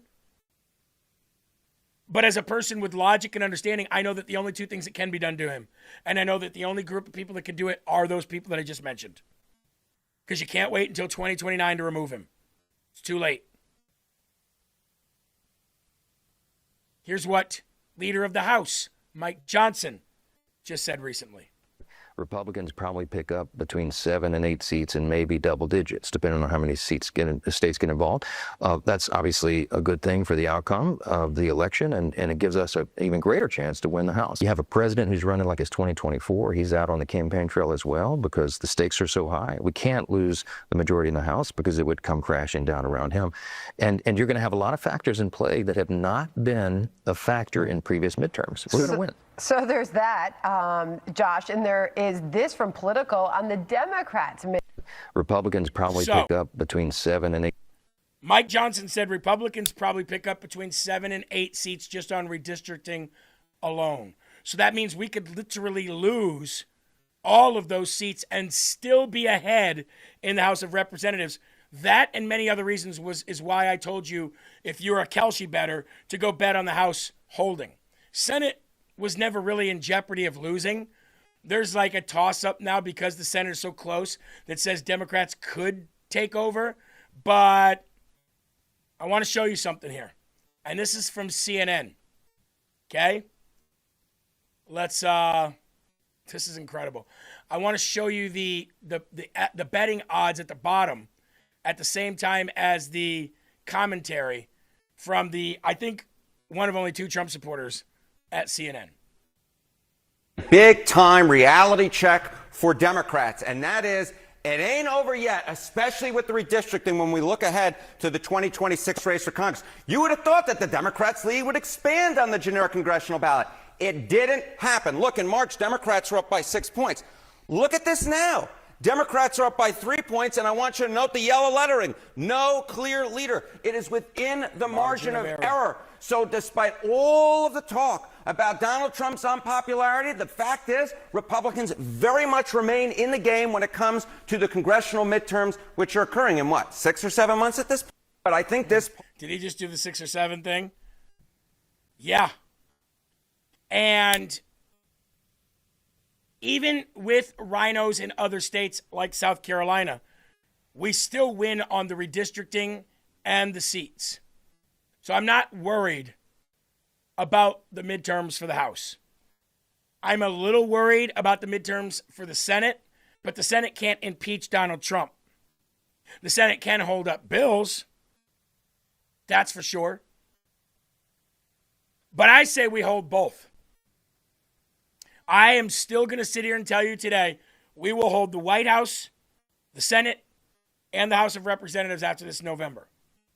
The reason why the Save America Freedom Act or Save America Act needs to go through is A, for future elections, definitely the future presidential election, but to set a precedent in this country that, and a framework, a legal framework, that if you violate, you're going to get seriously held accountable. That says only American citizens would vote or can vote. JDH Patriot says, why are you worried about the Senate? Because it being so close. Because it being split right down the middle. Now you might say, well, the House is close too. You're very right. I would be worried if all of those things weren't coming into play. I knew when I told everybody that we were going to hold the House, the gerrymander war had just begun. Obviously, the math did not pan out for the Democrats. All it took was a couple rulings in favor of states to redistrict. At that time, it was only about population growth and reduction. It really had nothing to do with black districts. That was just the icing on top.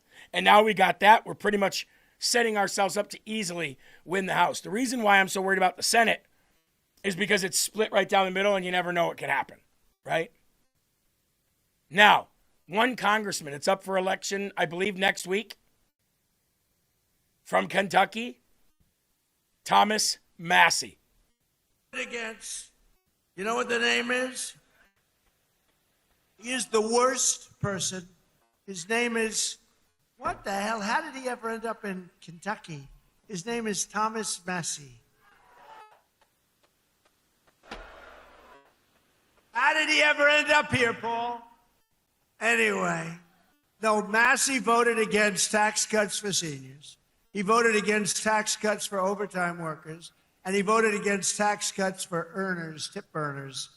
No, he wanted to increase the taxes. He voted with the Democrats. He voted against our historic funding for border security. He voted against border security, where we took the worst border in the history of our country and made it the best border in the history of our country in 2.5 months. He voted against it. And he voted against eligibility verification for welfare recipients. Nobody has to be eligible. Just pick up whatever you want. The people in this room don't like that. Thomas Massie also voted with the radical left Democrats in Congress to keep the federal government shut down during the open border crusade while our military went without pay. He voted for our military not to get that pay. Absolutely. And now Massie, he's the worst. And I don't say that. I never hit a guy like this. The guy's the most. We call him Rand Paul Jr. He votes against everything. Rand Paul Jr. But at least I like Rand a little bit. Can't love a guy that votes. I got him elected twice. If I didn't endorse him, he was not going to get elected. I got him elected twice. If I wasn't going to endorse him, he wouldn't have been elected. Now, Eli, I'm going to do something that I hardly ever do on this channel. And I'm going to go and show you a video of, come on, guys, let's just dive right in. Retard Ryan don't matter. Now, I say that, and then I'm about to play a video of his, so you can say, well, he must matter a little bit. I'm playing this to show you. A, he's on his way down to Kentucky. He's here back in the States, apparently. Back in his home in Michigan. I guess he's dual homes. El Salvador and Michigan. He's back here, ladies and gentlemen. He's heading down to Kentucky to help Thomas Massie over the edge. To help Thomas Massie over that finish line. Now, I want to show you something, because there's so much to this video that I just could not show you. First of all, he's in his very nice vehicle with some of the most expensive rims that you could have. Bitching about how Donald Trump has destroyed the economy and gas prices being too high. He then is filling up his beautiful vehicle that looks very expensive, with gas that he says he can't afford, says he might have to sell a kidney just to go to Kentucky and back. He's complaining now, Eli, about this conspiracy theory that they're putting far too much ethanol in our gas, which will cause us to explode while filling a mason jar full of gas to put in the front seat with him to do experiments with. I'm not kidding. It's real. It happened. Here you go. Getting ready to fill up the old tank here. We got ourselves a little mason jar with some measuring lines on it. So we're going to see how much ethanol is in this tank, this gas tank here. Okay. We're paying currently $4.99. It's called the... Hold on. I want you to read up here. We're filling up our tank, getting ready to head to Kentucky to support our boy, Thomas Massie. I might have to sell a kidney to make it home, but screw it. It's worth to send a big middle finger to AIPAC. Now, he's complaining about gas prices here on President Trump. I want you to notice when he bends down in a little bit here, the make and model of his rims. I know these rims. They're very expensive. Here, we got ourselves a little mason jar with some measuring lines on it. So we're going to see how much ethanol is in this tank, this gas tank here. We're paying currently $4.99. It's called the AIPAC tax. Thanks to thanks to the president of Israel, Donald Trump. He decided to send our children off to die in a war in the Middle East because of some fake nuclear weapons. Hey, has any children of yours fought and died? Ryan, they've upped the age of military enlistment. Why don't you go in? Why don't you go in and make the difference? I'm cut off. I'm 46. It was 42. I've also already signed on that dotted line. How many of our brothers and our sons and daughters have been killed in this amazing war? And he told us yesterday that he doesn't care.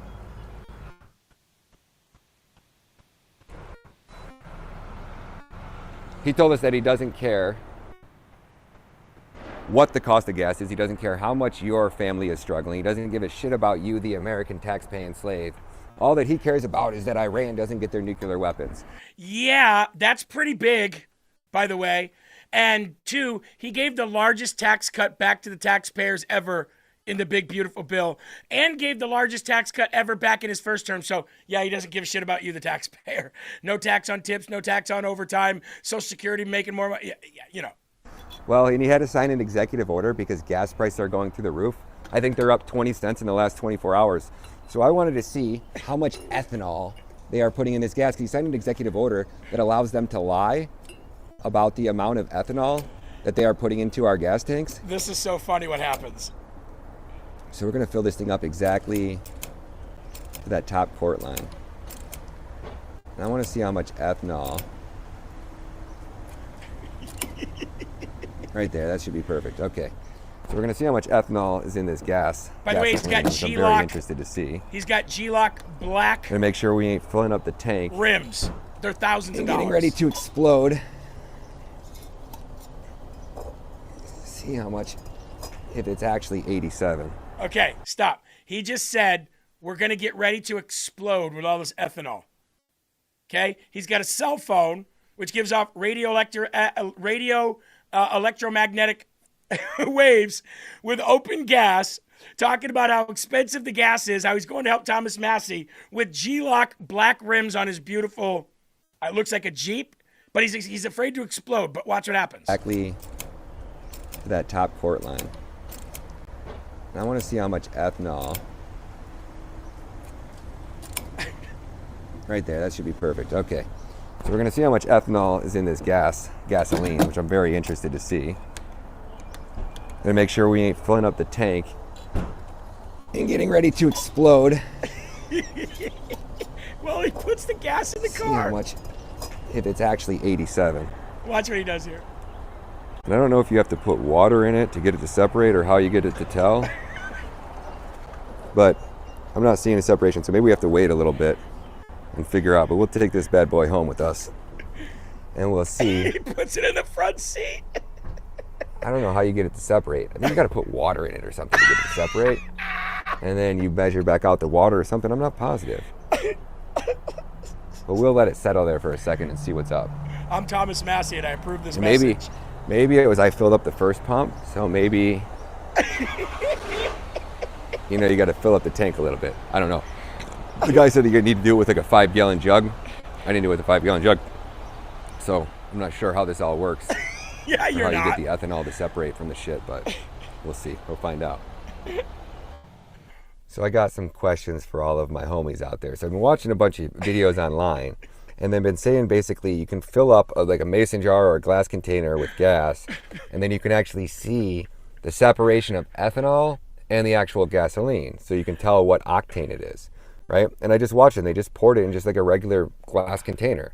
Well, I just did that. I just filled up this thing with 3 cups of gasoline, and I am not seeing any separation. So he's not it looks like his it's 100% gasoline. So I'm just curious on how do you tell? And this gas looks like greenish, does it not? Does it not look like it has antifreeze or some other fucking weird shit in this that I'm not? Am I reading this wrong? How the hell are these people doing all these testing, all these videos, and getting it to separate? Or do I need to add like 1 cup of water to this, and then it helps separate the ethanol, and then you pull back out the water? I don't know. How does that work? How do you actually tell how much ethanol, and how do you get it to separate? Do I need to add water to this? Question for all my homies out there. On that video where he said, question all my homies out there, here's what he wrote. I need help from my high IQ individuals. How do I separate ethanol from gas? Eli, instead of posting yourself looking like a straight up retard online, just Google it, bro. You just did not prove your whole point in that entire video in your very expensive vehicle that you're driving down to help Thomas Massie win his district. Eli, this is what happens when you get vaccinated and boosted to keep a girlfriend that dumped your broke, lame, retarded ass. I will never debate this guy. If he ever had the balls, what would I gain from debating this guy? But I thought it was funny.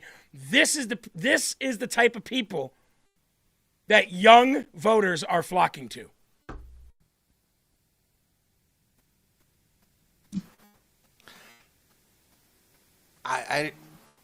Hold on.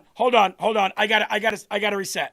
I got to reset here. I got to make sure that your voice and your face matches here, Eli, because I need I need my homies out there with the high IQs to elaborate on what we just watched. I thought it was an episode of Breaking Bad. I thought I was going to say that's messed up, bro. But everything in that whole video just... First of all, stop saying homies. You're not black. Second of all, you look like Hispanic. a Muslim. I'm surprised somebody didn't call the police on it. Yeah, we got some Muslim guy out here in the gas station filling up jars of gasoline. Yeah. Mason jars. Thirdly, excuse me, Jesse Pinkman from Breaking Bad is an idiot as he was in the show, knows more about the stuff than he does. And fourthly, why are you doing a video if you don't know what you're doing? Especially if you're screwing around with a flammable substance. Go back to El Salvador. Do us all a favor. Go back to El Salvador and take your gas with you. take your gas with you. I mean, look, if you're going to make the statement, oh, the stupid ethanol, so we just blow up, let me put this mason jar of gas in the driver's seat with me.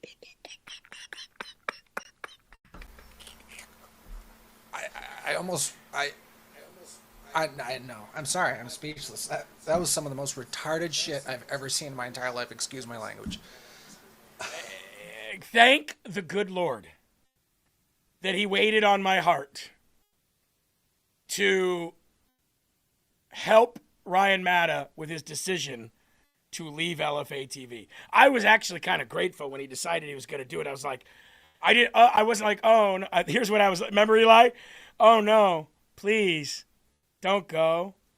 Don't leave. Oh, no, you're so valuable to the network. Said it before and I'll say it again. It's as if God is looking over LFA and he kind of like whispers to some of these hosts, just it's time for you to go. Just go. Chrissy just donated $10 and said, for everyone that just lost brain cells from watching that, how much you want to make a bet Thomas Massie is paying Ryan Matta? How much you want to make a bet? It's nothing but ass kissing for Thomas Massie on his page right now.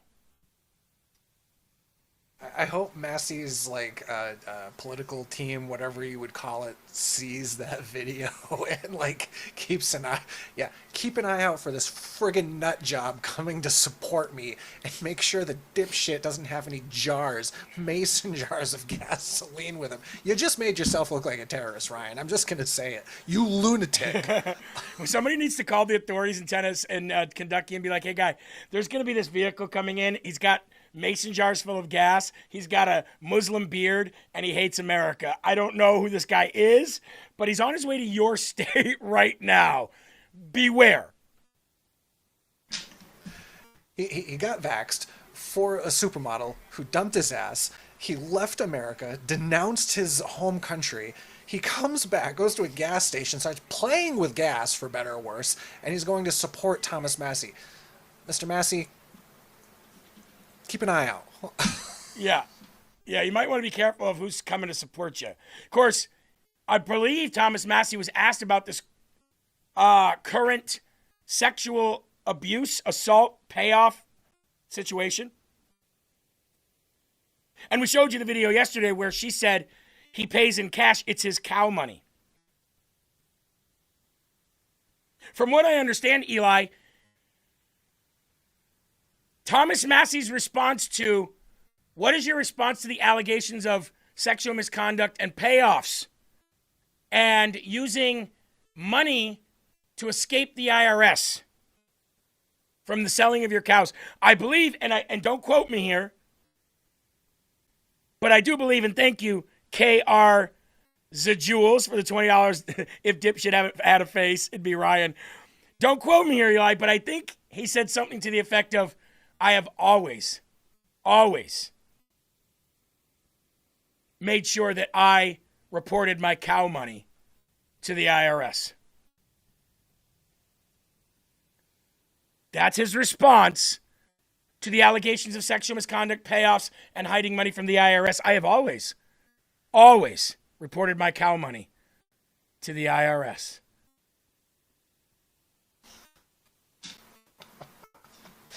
Maybe him and Ryan should go out and have lunch and both have a nice glass of gasoline with dinner. I bet they're going to go out I bet you the night before he loses, they're going to go out for wine. And as they get drunker and drunker through the evening and start playing footsies with each other under the table, you know what I mean? All of a sudden, Thomas Massie goes, plays it off, feels it again under the table, looks over at Ryan, and Ryan's going,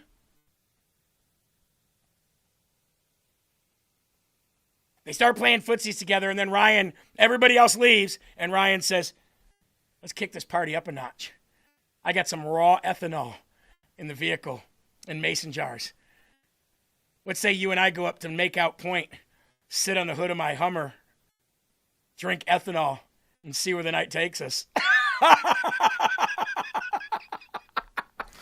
Just gonna say, I could see them sitting there, this alcohol's really great, but I really want to dive right into something else, Mr. Massie.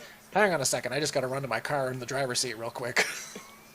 I can't wait till Ryan finds out I did like a 20-minute expose on him. Vaccinated, boosted, dumb as a rock, and helping Thomas Massie. You go, girl. You get it. See where the night takes you. Moving on to another dipshit, this one, right here. What do you think I'm going to talk about what do you think the topic of this conversation is going to be about right here? Tell Massie it's moonshine. Exactly. This is the best stuff from Michigan. Yep. Eli, the thought of them playing footsies under the table. What do you think that this headline is going to read here? Eli, from now on I should show pictures and say, to the audience, let's see who gets it. What do you think this headline is going to be here? DeClue says fraud. Okay. Muslims. Well, Yeah, that's fraud. Muslims, goat money. Leering. Some people did some things. Is that his new girlfriend, Jeremy? He brought her back, Eli. This lady's beautiful, unlike the stupid, ugly women here in America. She actually gets it. I'd call this one a study in low IQ. Yeah. Inbreeding, pirates, fraud. Well, not all of that is wrong. Democrat state assembly candidate may be kicked off primary ballot after 90% of her over 5,000 total signatures were invalidated by the City Board of Elections. Oops. Or in your language, Democrat state assembly candidate Marie Mervell Shahzada and her slate of Democrat district leaders in New York may be kicked off the ballot after the City Board of Elections invalidated 90% of her 5,258 total signatures. How about that? Mervell Shahzada is running for the New York State Assembly in District 46, which covers parts of Brooklyn, including Bay Ridge, Bath Beach, and Diker Heights. Wonder who lives there. Bensonhurst and Coney Island. Signatures were invalidated for a variety of reasons, including the inclusion of 2 dead Brooklyn voters. How'd you get that? Eli, hey, go ahead, knock on the tombstone. Hello? Hello? I'm here collecting signatures for my political campaign. Could you sign, please, sir? They're not answering me. I guess I'll just sign your name myself. It's very racist that you are not saying anything to me right now. He doesn't have a pulse. There's no excuse. Yeah. They probably sit there and argue at the tombstone, Eli. How dare you? How dare you not talk to me? You are racist. They're dead, lady. Perfect for signatures. They're dead.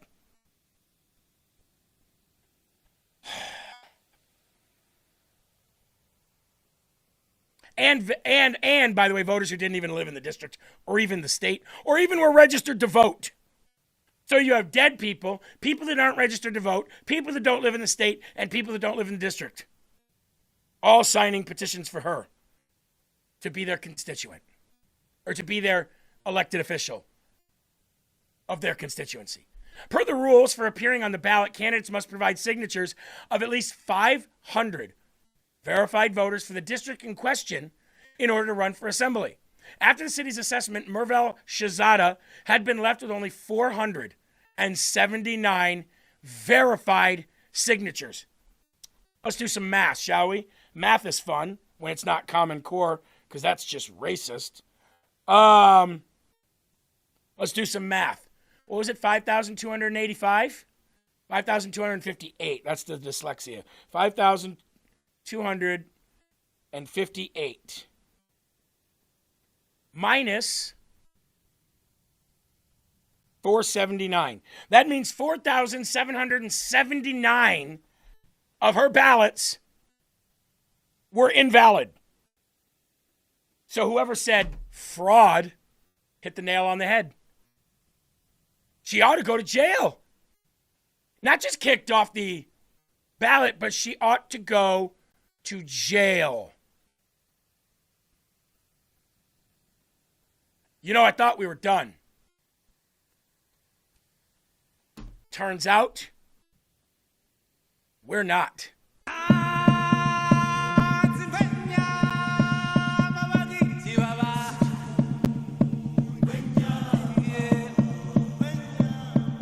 Hey, South Carolina. Remember what happened to those Indiana state elected officials who decided to go against Trump because they didn't want to redistrict? And then the primary happened, and now none of them represent anything anywhere in the state?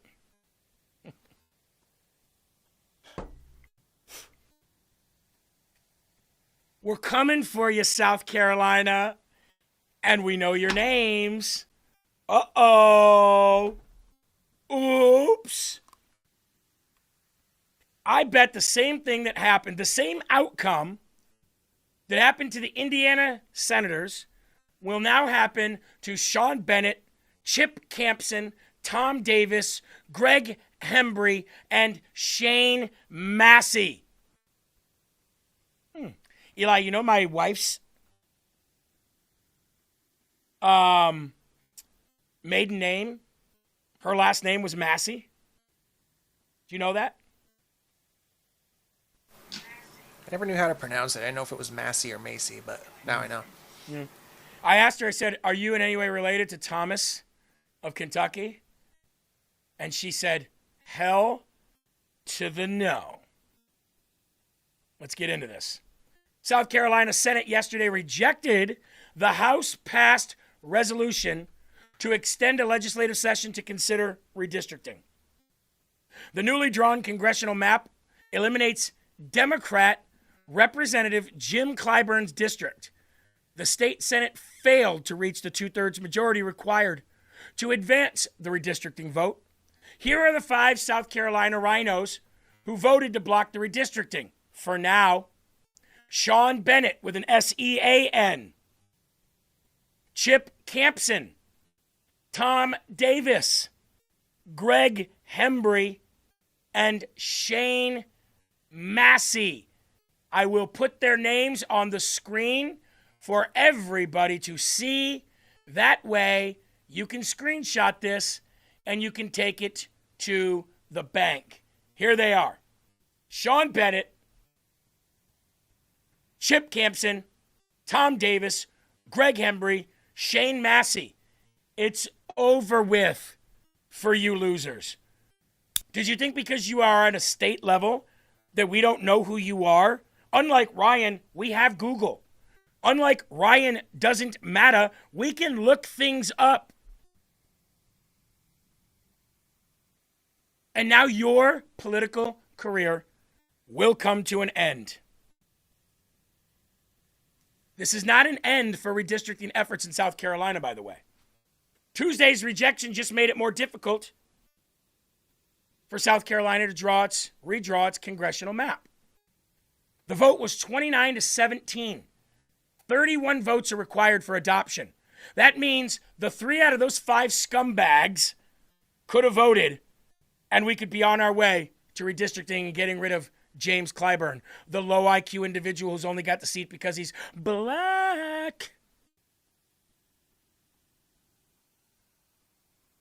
Lawmakers on Tuesday failed to reach the two-thirds majority needed to approve a measure that would have allowed them to take up a vote on redistricting even after the legislative session ends later this week. 5 Republicans joined all Democrats in voting against the proposal. Republican Governor Henry McMaster could still call a special session, though his office has so far dismissed that idea. The Tuesday vote doesn't mark a definitive end for redistricting efforts in the Palmetto State, but it does make it less likely that Trump will get his wish of eliminating the state's sole Democrat district represented by Jim Clyburn. But by this year's midterms elections. The state Senate in Carolina has a big vote tomorrow, which would be today, because this came out last night on redistricting. South Carolina Republicans, Trump says, be bold. Here's his actual statement. I'm watching closely, along with all Republicans across the country who are counting on their elected leaders to use every legal and constitutional authority they have to stop the radical left Democrats from destroying our country, including leveling the playing field against their decades of egregious gerrymandering and census rigging. South Carolina Republicans. In capital letters, he put, be bold and courageous, just like the Republicans of the great state of Tennessee were last week. Move the U.S. House primaries to August. Leave the rest of the on the same schedule. Everything will be fine. Get it done. President Donald J. Trump. Here we go. We just got some. You know what I love more than anything? I love when our audience breaks news here on LFA TV. So let's do it.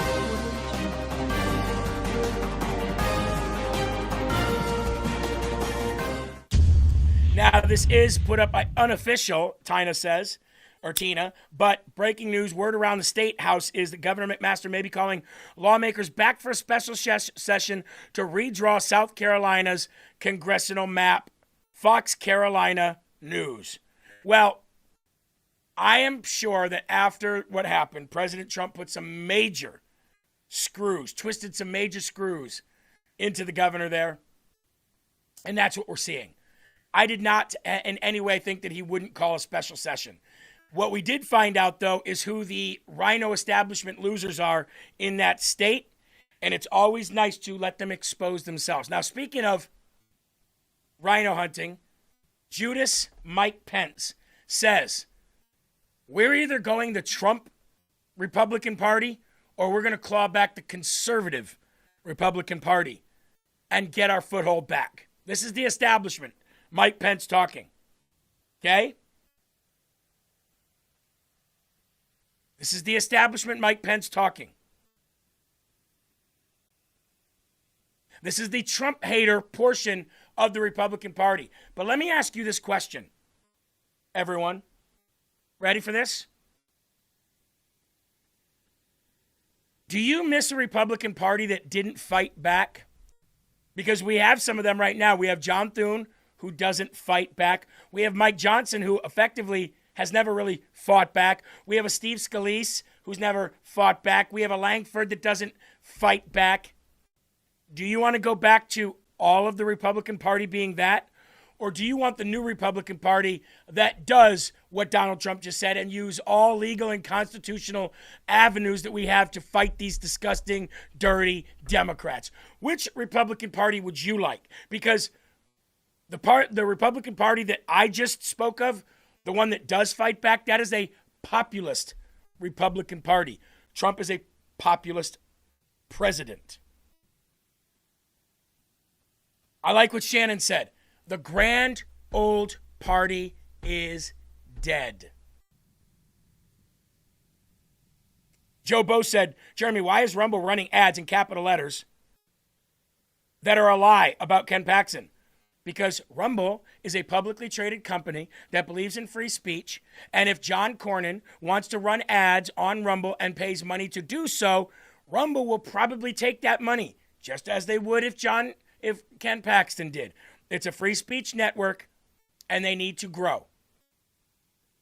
That would be my answer to that. I don't work for Rumble, so I don't know. I don't work in the upper echelon of their sales team for who gets to advertise on their $3 billion publicly traded company. I don't know. Question for Rumble, not me. I think Republicans face a new time of choosing whether we're going to stay on the path of the traditional conservative principles that have always defined our party for the last half century, or whether we're going to follow the siren song of populism unmoored to conservative principles. And there are loud voices in and out of government, some of which have been able to influence the new Trump administration. Like us. In ways that are taking our party and our movement far afield from those traditional conservative underpinnings. And, where we've always been the party of a strong defense. And we see America as leader of the free world, the arsenal. Stop what he just said. We've always seen ourselves as a party of strong defense. That's the disconnect, Mike Pence. Besides everything else under the sun, that's the main disconnect. We are not the party of defense anymore, of strong defense. We are the party of kick it into gear, kick some ass, and take some names offense. That's the difference between your grand old party and our grand new party. You would rather wait to be attacked. We would rather do the attacking before we get attacked. We would rather inflict the pain before the pain is inflicted on us. Does that make sense to you, dipshit? Democracy, there are a rising chorus of isolationist voices in the Republican Party. I write about that in my book, where we've always been a party committed to low taxes, including low tariffs and free trade. We've always been a party of low taxes and low tariffs and free trade. First of all, you might be right on the fact that Republican Party has always been a party of low taxes. But low tariffs and free trade, you think that's been what's happening over the last 5 decades, sir? You think that we have been free trading with these people who have been taking us to the cleaners? How about the tariffs that they've been imposing on us that we've not been imposing back on them? That's what you're a party of? These are the things that if I was to debate this loser, I would say. Unfortunately, nobody has a brain or balls to do it. And I don't get him on my show. We witnessed the president impose unilateral tariffs on friend and foe alike until the Supreme Court stepped in and used the Constitution to turn him back. No, he's still doing and it. Most poignantly to me is while we've been a pro-life party and the party of the sanctity of life throughout most of my adult lifetime, and now we have voices from the administration on down that are marginalizing the right to life in our party, suggesting it. Who? Who? I'd stop him right there. I'd say who? Who in the administration is marginalizing the right to life? Who's doing that? Who? Name one person who is in there marginalizing the right to life. Name one. Just one. Matter of fact, people like Marjorie Taylor Greene, who Mike Pence has praised, works with Code Pink. Name one, Pence. Just one. One person in the administration is marginalizing the right to life. Whatever the hell that means. It can't mean anything pertaining to anyone in this administration. Let's see what else this guy says Donald Trump is doing to ruin the party. It's only a state issue. So I felt inspired to simply There you go. Marginalizing the right to life and saying it's only a state issue. What is he talking about? Together a book that described, first and foremost, what those principles are. Oh, okay, let's hear them. And secondly, to juxtapose them against those cross currents on the left and on the populist right. And I'm looking forward to traveling the country and engaging in a great debate, because I do think as people look to the future, Kevin, I think it's going to be more important for us to figure out what we're for before we decide who we're for. First of all, the guy interviewing him looks like Rod Blagojevich. Remember him?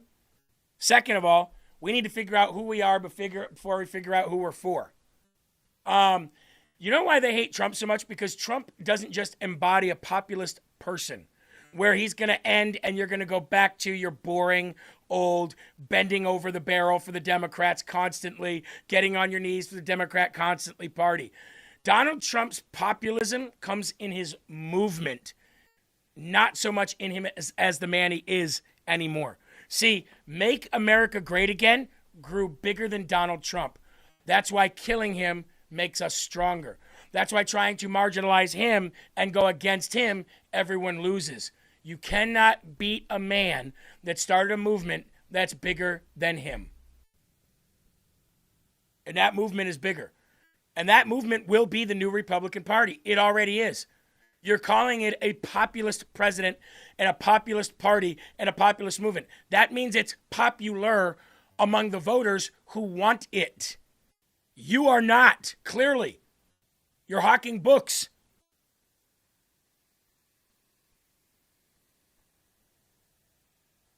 In the next presidential election, I think Republicans ought to do a lot of soul searching. Look, I make the point. I know Donald Trump. All right, that's enough for you. Do a lot of soul searching? Do a lot of soul searching? He goes on and says he knows Donald Trump better than we do. Listen to this. Know him. Okay. I know better than his supporters know him. He is not ideological. In fact, he often bristled when I would refer to policies as conservative. He would, with a wave of a hand, say to me, "That's just common sense." I know Donald Trump better than his supporters do.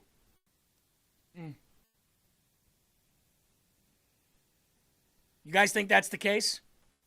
What do you guys think? You think that Mike Pence knows Donald Trump better than you do? Because he served under him?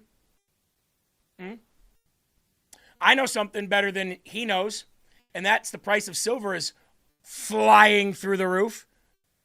Since we were talking about his silver hair and his Judas personality, $89.13 an ounce now. $89.13. Oops, excuse me, just went down to $89.08. That's where silver is right now. Back up in the $90 range, folks. Guess where gold is? Over $4,700 again.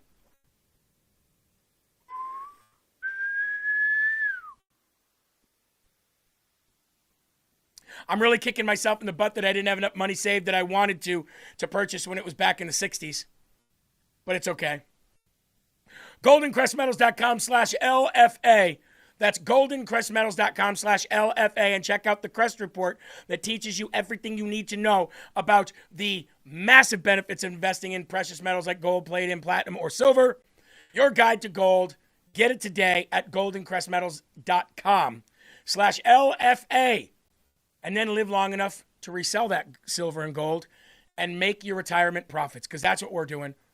And the way to do that is taking Fatty 15. C15 is an essential fatty acid that helps you live longer, helps you produce more energy in your life, more awareness in your life, clearer focus, and a longer lasting time with your kids and grandkids.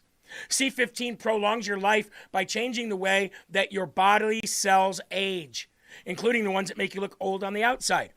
So, fatty15.com/LFA, promo code LFA, fatty15.com/LFA, promo code LFA. Get yours today and live longer.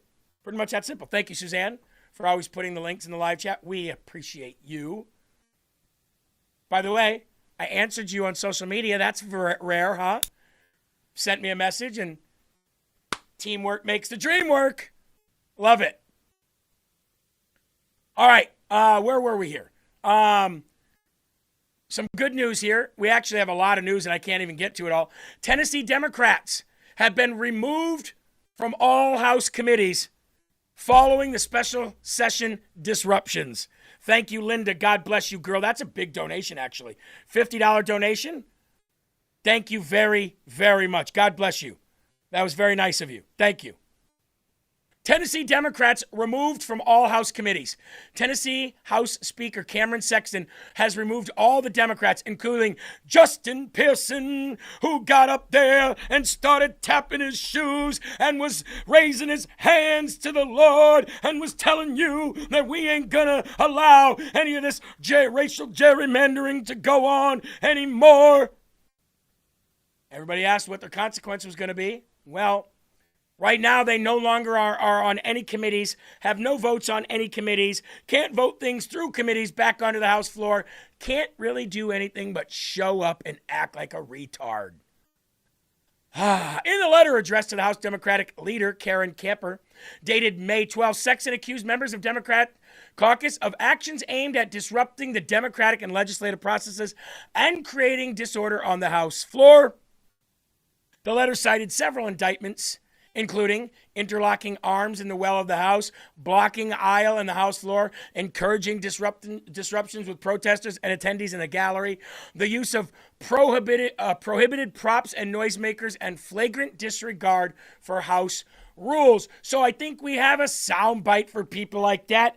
UFA and UFO, baby. So you no longer have a say-so in committees, which means nothing will get passed with your input. Oh, do I love it. And the hits keep coming for the Democratic Party, huh?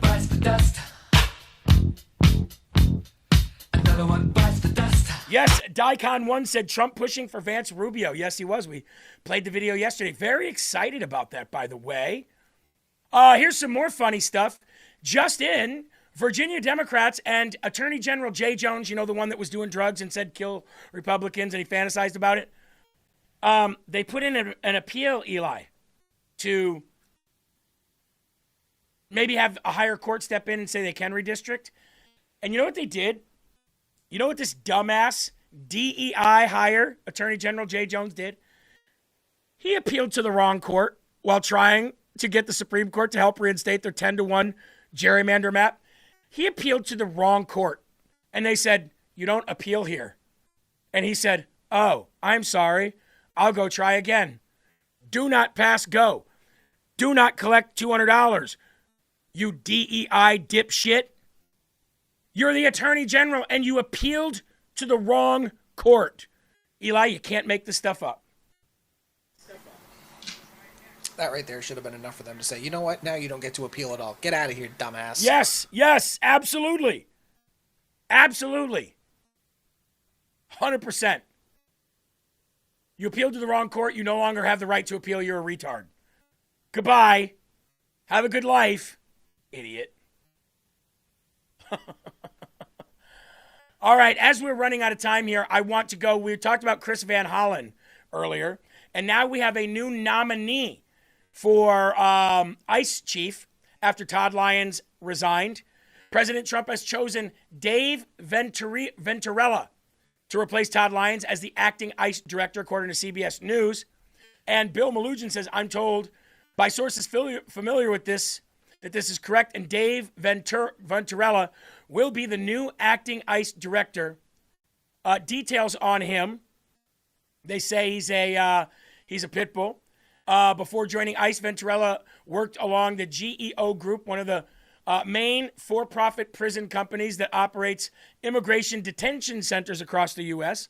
Also worked at the now defunct Immigration and Naturalization Service, or INS, is considered to be an ally of the White House border czar Tom Homan. His expected appointment was first reported by the New York Times earlier Tuesday. So our friend Ben Bergquam, because, you know, Chris Van Hollen hates ICE so much and loves illegal aliens so much,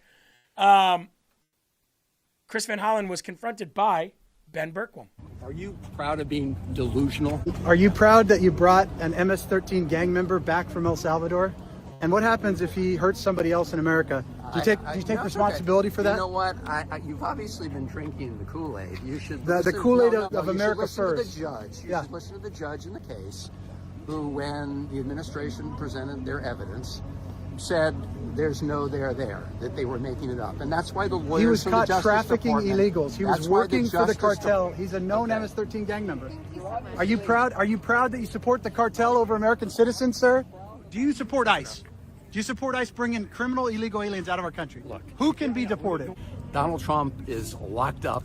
Lots of people who, by their own account, pose no risk to public safety. If he was going after the worst of the worst, you're okay that with would be rapists one being thing. deported? No, I just finished telling you. Deported. That's what I'm saying. I'm just trying to find common ground. Are you okay with them being deported, though? Protect their neighbors. Criminal illegals are not my neighbor. Protect your neighbors. Yeah, criminal illegals are not my neighbor. Let them rape you or your family. Yeah. Protect your neighbors. That's the lunacy of these guys. Protect your neighbors as they rape you and your family. God bless you, sir. Hey, at least you talk, though. At least he has the balls to talk, unlike Adam Schiff. Love Ben. Love Ben. More of this needs to happen. More citizens need to get out there and do this. Now, speaking of illegal alien, Eli, Ilhan Omar, she went on The Breakfast Club, you know, with Charlemagne and DJ Envy and all these other idiots. They pressed her over her winery. They pressed her over her money. Boy, was this bad for her. She blamed this on a language barrier. You know what's funny, Eli? I never, ever see that there's a language barrier accusation or complaint or piss-ass excuse ever when it comes from Ilhan Omar when she's calling people names. There's never a language barrier there. She seems to know everything that she is saying, right? But now there's a language barrier when pressed by other Democrats. Of course, it's because she's only fluent in dipshitiot. She speaks dipshitiot. That's exactly right. Here she is being one of those, and this is not looking good for her. Single investigation. That's what I was wanting to know. Yeah, so is there an investigation? If you know of some, let me know. I wouldn't call it an investigation. Yeah. There's just been a focus on the rapid increase in your household wealth tied to your husband's companies. Well, they have to make a choice to investigate, right? Like, do they choose to investigate or not? I mean, if you've done something illegal, you would investigate. But they're not investigating you. I have not been made aware of an investigation into me or my family. But when you look at the increase in your household wealth tied to your husband's companies, you understand why that raises questions for people watching from that. Outside. Yeah, but that's again one of the it's their saying, right? Like there is no wealth increase. If you look at my husband's income, it's almost non-existent. He's helped make sure our children are going to college, and our young one is taken care of. What? There is no wealth. There are ranges to businesses that he was invested in. I'm pretty sure. I don't even know what. Well, they say. Well, correct me if I'm wrong. Because they said you reported a net worth between $6 million and $30 million, and they said your 2023 disclosure was roughly $40,000. Between $40,000 and $250,000. Yeah, but they're not net worths. They're like the asset things for the companies, and so I don't know what percentage of it my husband actually has investment in. Like that's not, you know what I mean? It's not a full picture of. Guess what? If I had investments, which I don't, I have investments in precious metals and my home. That's it. But if I did have investments, guess who would know? My wife. My wife would know all my investments. And if she didn't know them to a specific dollar amount, she would have a ballpark and know who I was invested with and know whether we make money from those investments or not. She would know that. The numbers in the way that it is presented in the document, because in the documents, we have to do ranges and we have to report in a way that is not detailed. It's not like your tax return that you're submitting for the public record to see. But that is a big increase, though. So you could understand why people would. Yeah. But I'm pretty sure it'll get adjusted at some level when those ranges are looked at. And I think I saw that your husband was asked to turn over some documents but didn't comply. So, is that true? From who? From the I don't know, I guess Minnesota Republicans. The House Oversight Committee and the Government Reform Committee. Yep. That was what was reported. That I think it was early on in January, February, that he was asked to turn over emails and different things. Yeah, there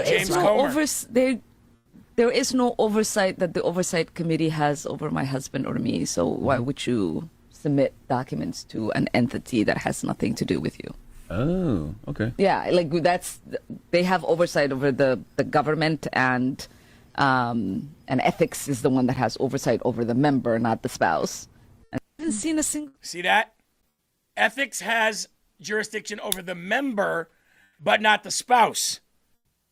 And nobody knows that better than Nancy Pelosi. Mitch McConnell, whose wife is the heiress of the largest shipping company in China owned by the CCP. Nothing to see here. You see, that isn't claims of smoke, people. That is smoke that we have proved here on LFA TV that I just said. See that? That's the difference between us and Candace Owens.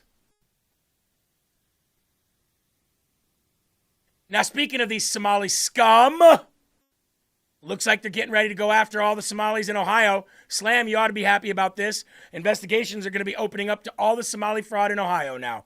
So let's get that stuff too. Is calling for stronger oversight of Medicaid after a recent audit found an error rate of nearly 16% in the state system. That means that millions or even billions of dollars could be at risk for waste or fraud. Our senior correspondent Mike Tobin shows us tonight. He's in our Midwest Bureau. Scrutiny over Medicaid fraud now turns to suspicious billing in Ohio, something the vice president has been talking about for months. We know that the fraud isn't just happening in Minneapolis, it's also happening in states like Ohio. A state audit found almost 40% of Medicaid's home health services dollars spent in Ohio went to just one county, Franklin County, of which Columbus is the seat. And more than 40% of that money went to just 2 zip codes. The addresses are all within 4 miles of each other. The overall tax dollars in question run into the billions. $800 million to $4 billion is real money.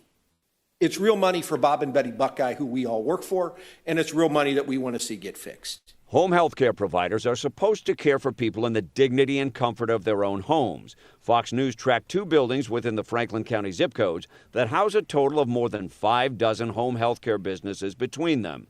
The suspicion, like other Medicaid fraud cases, is that services are billed but underdelivered or not delivered at all. we of course want to make sure that the payments are going to people that, let's say in an extreme case, is the person that's receiving home care still alive? Exactly. And we just got some breaking news from Shannon. Says Vice President J.D. Vance to deliver a fraud report live to the American people at 2 p.m. Eastern Standard Time today. Awesome. Awesome. Hey, by the way, Eli, I don't even know if you know this, but I'm going to announce it right now. Paul Herrell's show, the Paul Herrell program, starting tomorrow, will now be in the 3 to 5 hour Eastern Standard Time. Okay? So instead of 5 to 7, they will now be 3 to 5, or 2 hours earlier, I believe is the time. But it'll be earlier regardless, ladies and gentlemen. So we will, it might be 4 to 6. I don't remember for sure, but he's going to be earlier.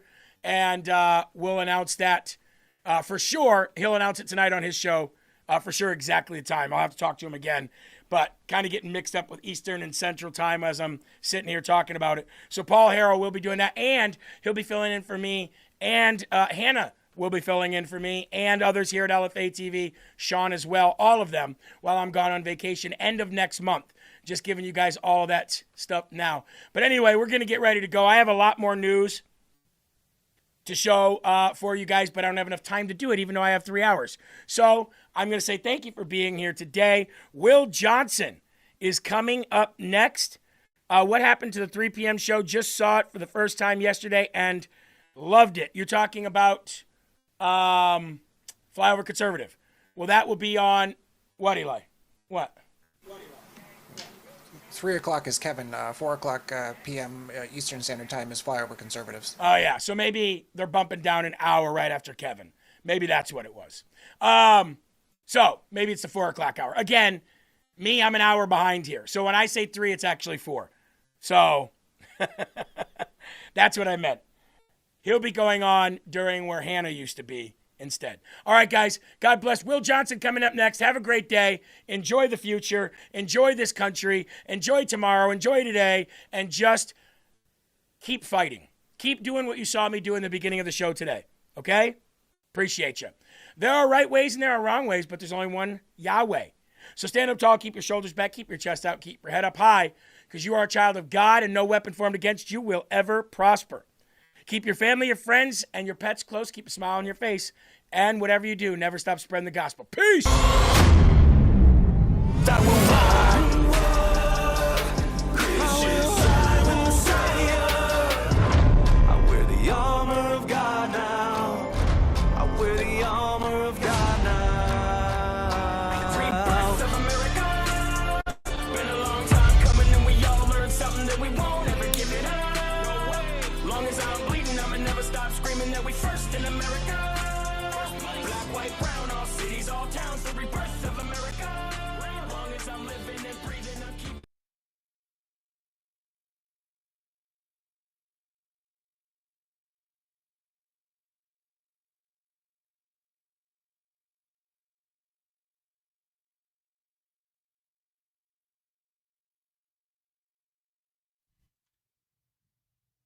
What's going on, everybody? Thank you so much for tuning in. We will be going to J.D. Vance as soon as he comes on, so don't worry. We will have it live for you right here on LFA TV.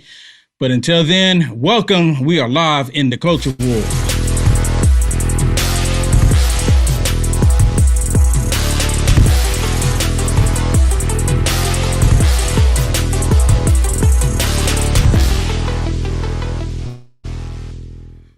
What's going on, everybody? So, Fauci, where's Fauci at? I mean, he might be hanging out with Waldo. Where's Fauci?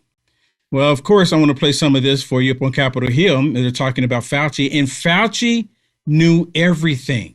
Fauci was in on it.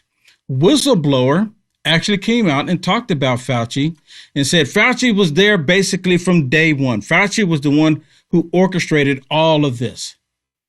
Millions of people lost their livelihoods, lost their lives because of Fauci.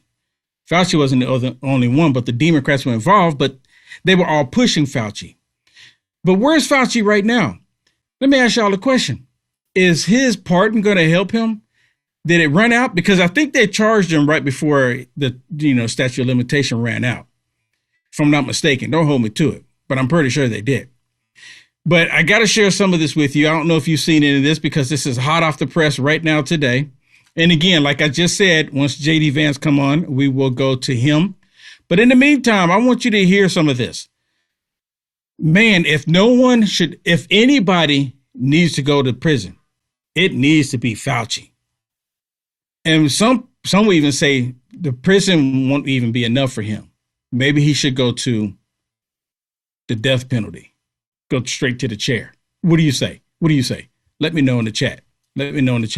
Were, in some cases, the very scientists who were complicit in the origins of the gain-of-function experiments that may well have created COVID. In essence, the intelligence community pays researchers to review work and write papers. NIH funds their grants. The CIA then consults them and gives them access to classified information. The national academies publish their work. Policymakers then cite the result as a consensus. But it's a circle. At the center of the government side of this circle was Dr. Anthony Fauci. For years, Dr. Fauci was not merely a public health official speaking from the NIH. He had a long-standing relationship with the national security and intelligence apparatus on biological threats, dangerous pathogens, classified life sciences researches, pandemic preparedness, and COVID origins. Again and again, documents show him being brought into national security discussions far beyond ordinary public health messaging. During COVID, intelligence officials arranged for Dr. Fauci to review highly classified intelligence assessments that could not even be sent outside the White House complex. But how can Anthony Fauci objectively comment on a discussion of COVID origins when he approved the very funding that may have caused the pandemic virus? From the outset of the pandemic, Dr. Fauci shaped the conclusions. Dozens of times, he referred to the idea that the pandemic originating in the lab was a conspiracy, that it was a conspiracy theory. Dr. Fauci convened the now infamous February 1st, 2020 call. Some scientists on that call privately raised serious concerns about a laboratory origin. Yet, ironically, those same scientists later co-authored the proximal origin paper, which publicly dismissed the lab leak hypothesis. One author received a $9 million grant from Dr. Fauci's own agency after he changed his opinion from lab leak on the private phone call to natural origin in public. At the same time, Dr. Fauci coordinated with the national academies on coronavirus origins and public-facing messaging. These were not independent experts reaching a consensus. They were part of the same machine, designed to reach the same conclusion. The question is not whether the government may consult experts. The question is whether those experts were independent, whether conflicts were disclosed, whether dissenting views were preserved, whether the lab leak possibility was fairly evaluated, and whether Congress and the American people received the truth or a curated result. When Congress asked these questions, government officials lied to our face. They classified the documents. They suppressed the information. They changed the definitions. They invoked sources and methods. They told Congress only what they wanted Congress to know. In 2023, John Ratcliffe, the former director of national intelligence, testified before Congress with a stark warning. He said a lab leak was the only explanation credibly supported by intelligence, science, and common sense. He warned that partisan politics and analyst disagreement with Trump administration policy, Trump derangement syndrome, had created illegitimate roadblocks to the truth. I agree. He said the COVID-19 Origin Act, which Congress passed unanimously, should finally make intelligence on COVID's origins public. I couldn't agree more. Despite a unanimously passed law, though, requiring the declassification of all information related to COVID origins, the deep state still resists this congressional mandate. Our witness today will explain what happened inside the CIA. According to his testimony, CIA scientific analysts concluded multiple times between 2021 and 2023 that a lab leak was the most likely origin of COVID-19. Yet those conclusions never shaped the official narrative, never made the intelligence report. Congress was never told. It was not until after the 2024 election that the outgoing Biden administration directed the CIA to issue an assessment, not because of new intelligence, but so officials could walk out of the door claiming there was nothing left to find.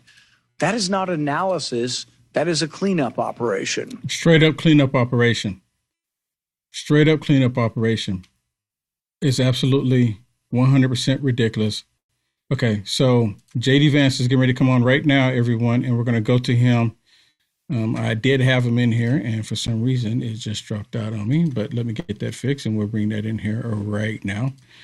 J.D. Vance is absolutely talking about this, what's going on. Where'd it go? He's talking about the fraud activity, of course.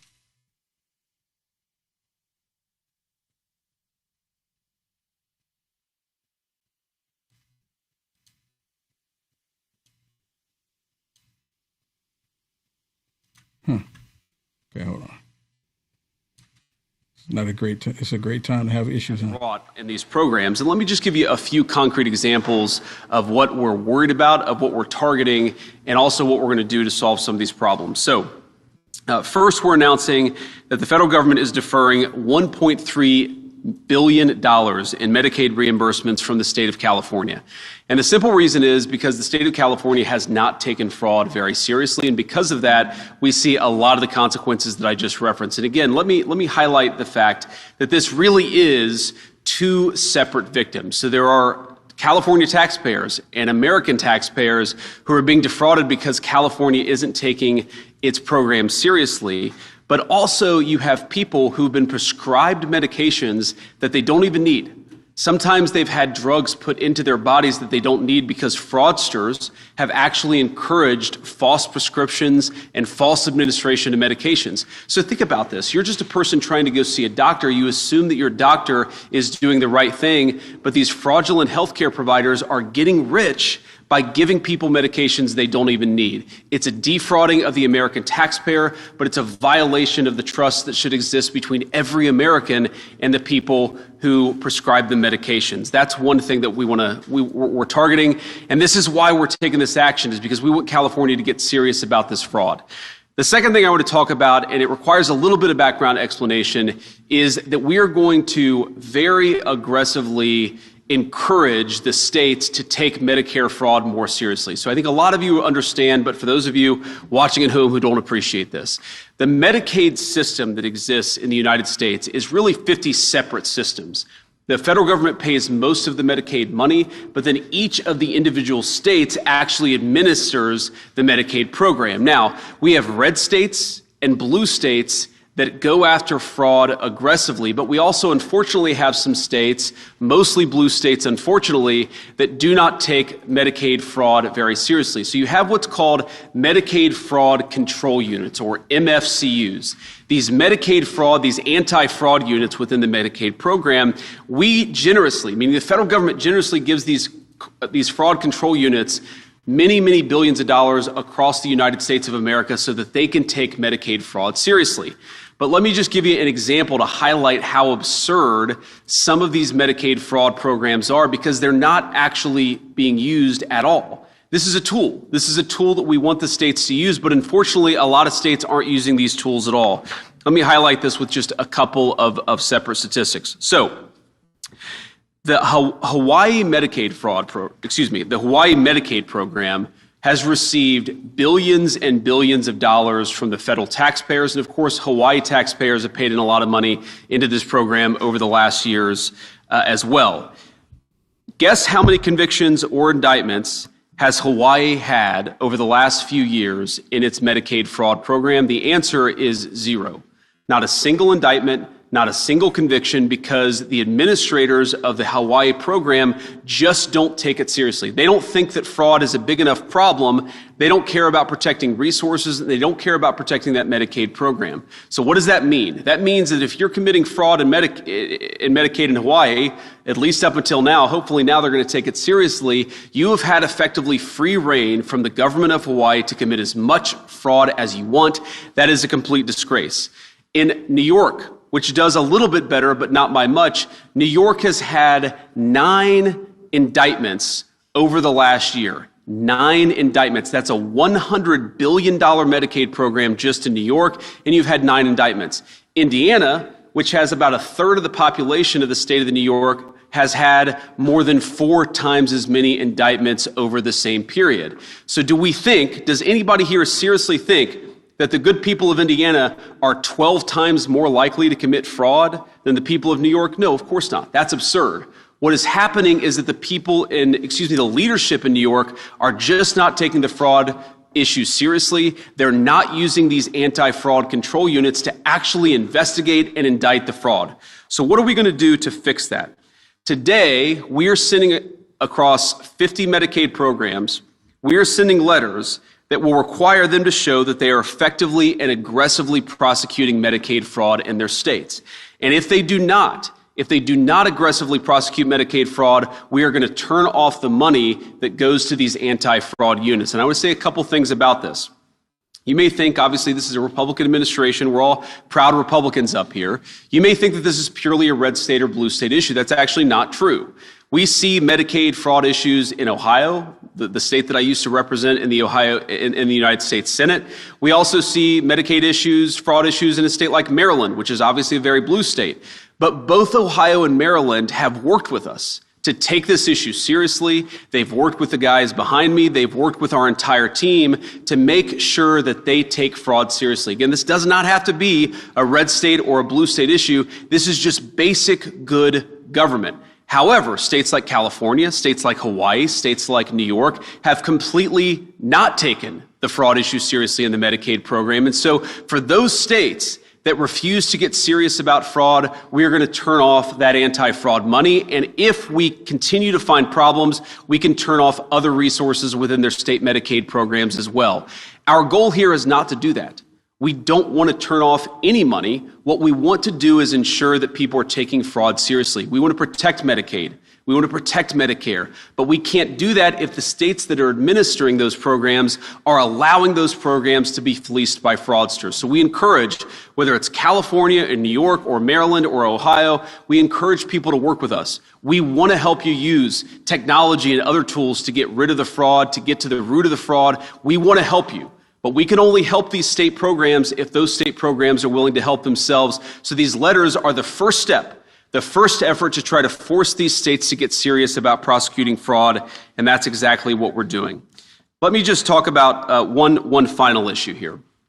We see a lot of fraud in the home health care and in the hospice care system. I think Dr. Oz will probably talk a little bit more about that. But again, you have to appreciate that this fraud issue is fundamentally theft from the taxpayer, but also theft from people who need these programs. Just last month, a California psychotherapist, a woman who had spent 40 years treating patients, helping people deal with problems, found out that her Medicare program had been turned off, that she did not have access to the resources that she had been paying into for her entire life. Why? Because a fraudster had stolen her identity and signed her up for healthcare services that she didn't need, and so she had been turned off of the healthcare services that she did need. This happens way too much in the United States of America, and it happens because until recently, we did not have a government or an administration that actually took the fraud program and took anti-fraud prevention seriously. So let me just close with one final observation here. First of all, why are we doing this now? Why weren't we doing this 2 years ago? And the simple answer is because we didn't have a president and we didn't have an administration who took fraud seriously. So I want to thank the President of the United States, though I know he's busy in China. All of these efforts, all of these things that we're finding are because we have a president who has told us, take the fraud issue seriously, get to the root of it, and turn off the money when we find out that money is going to fraudsters. So that's exactly what we're doing. But I just want to say that for me, and I think for a lot of people who are involved in this effort, this is very personal because I'm not just the Vice President of the United States. I come from a family, and I grew up in a family where we sometimes benefited from these programs. The generosity of the American people is one of the most amazing things about our country. I think all of us, of course, just passed tax day. None of us like paying our taxes, but we do it. And why do we do it? Because we know that it goes to give a bite to a low-income family that can't afford food. We know that it goes to pay the military who keep us safe. We know that it goes to some essential services.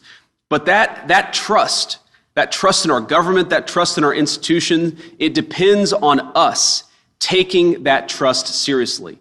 How long are people going to pay into programs if they know that money doesn't go to a low-income kid who needs health care, but that money goes into a fraudster getting rich? This doesn't work, and this doesn't make sense unless we take fraud seriously. So I'm proud to be part of an effort in our government. I'm proud to lead the effort in our government to finally take fraud seriously. We want to protect these programs for the kids and the families who need them. We want to ensure that the American taxpayer isn't getting fleeced. And I'd say just a few months into it, gentlemen, we have done a very, very good job. Let's keep it up. So let me turn it over now to Andrew Ferguson, who's the Executive Director of our Anti-Fraud Task Force.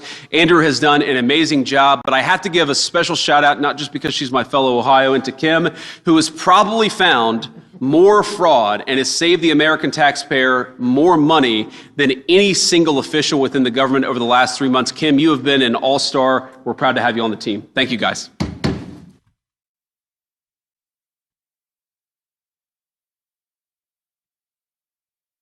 President did. The only reason that what happened today happened is because President Donald Trump took this issue seriously that has plagued this country for decades and is committed to an all-of-government approach. And so to him is to who the credit goes. But the vice president deserves tremendous credit here. It's hard to get the whole machinery of government moving. You need someone with the vice president's abilities, with his gravitas, and with his determination to drive at these issues. That's the other reason we're here today. And while I'm at it, I want to thank Dr. Oz and Kim Brandt. A lot of the fraud problems are at HHS, and these two have committed countless hours, night and day, their staffs, their resources to getting at these problems and fixing it. And where the states are unwilling to do their jobs and fix these problems, Dr. Oz and Kim have stepped up to take care of it. He's not up here today, but I want to thank March Bell as well. He's the Inspector General of HHS. A lot of the work we're going to have to do to get the states back in line and stopping fraud is going to go through March's office. That you'll see his signature on the letter that went to the state Medicaid control units today. There's going to be a lot of work happening in the IG's office, and we're really pleased to partner with him. It's a shame we have to be up here at all, and with all due respect to the press, with this room full of reporters. It should not have taken a brave kid with a cell phone camera to point the American people at this issue. This is the result of decades of corruption, particularly in blue states like Hawaii, like the vice president was just explaining, California, Minnesota, and New York, that have taken tens of billions of dollars to pay lawyers to go after Medicaid fraud that just simply have not done it at all. That's the whole point of these programs. If we have these cooperative federalism programs, we love federalism, we want to partner with states, we love subsidiarity, but if the states are going to participate in this, they have to protect their own citizens when they get access to these dollars. And not only are these dollars supposed to go to fight Medicaid fraud, I want to shine a light on the real human dimension of the complete negligence and malfeasance of some of these states here. One of the things they are obliged by law to do is stop elder abuse. That is one of the express commands that Medicaid fraud control units are given, is you are supposed to police Medicaid abuse and elder abuse in the Medicare system too, where so many of America's elderly citizens receive care. And so when the states just take this money and turn it into a jobs program for blue state lawyers, they are effectively participating in the elder abuse in those states because the American people turned over their money to these state programs to protect their parents and their grandparents from elder abuse. And if you aren't doing it, you are effectively participating in that process. The vice president highlighted this problem that we have in Medicaid, which is if a fraudster takes your identity, signs you up for benefits, when you go to try to get the actual benefits you need, you can be denied them. This is a problem we have found all over the federal government in benefits programs.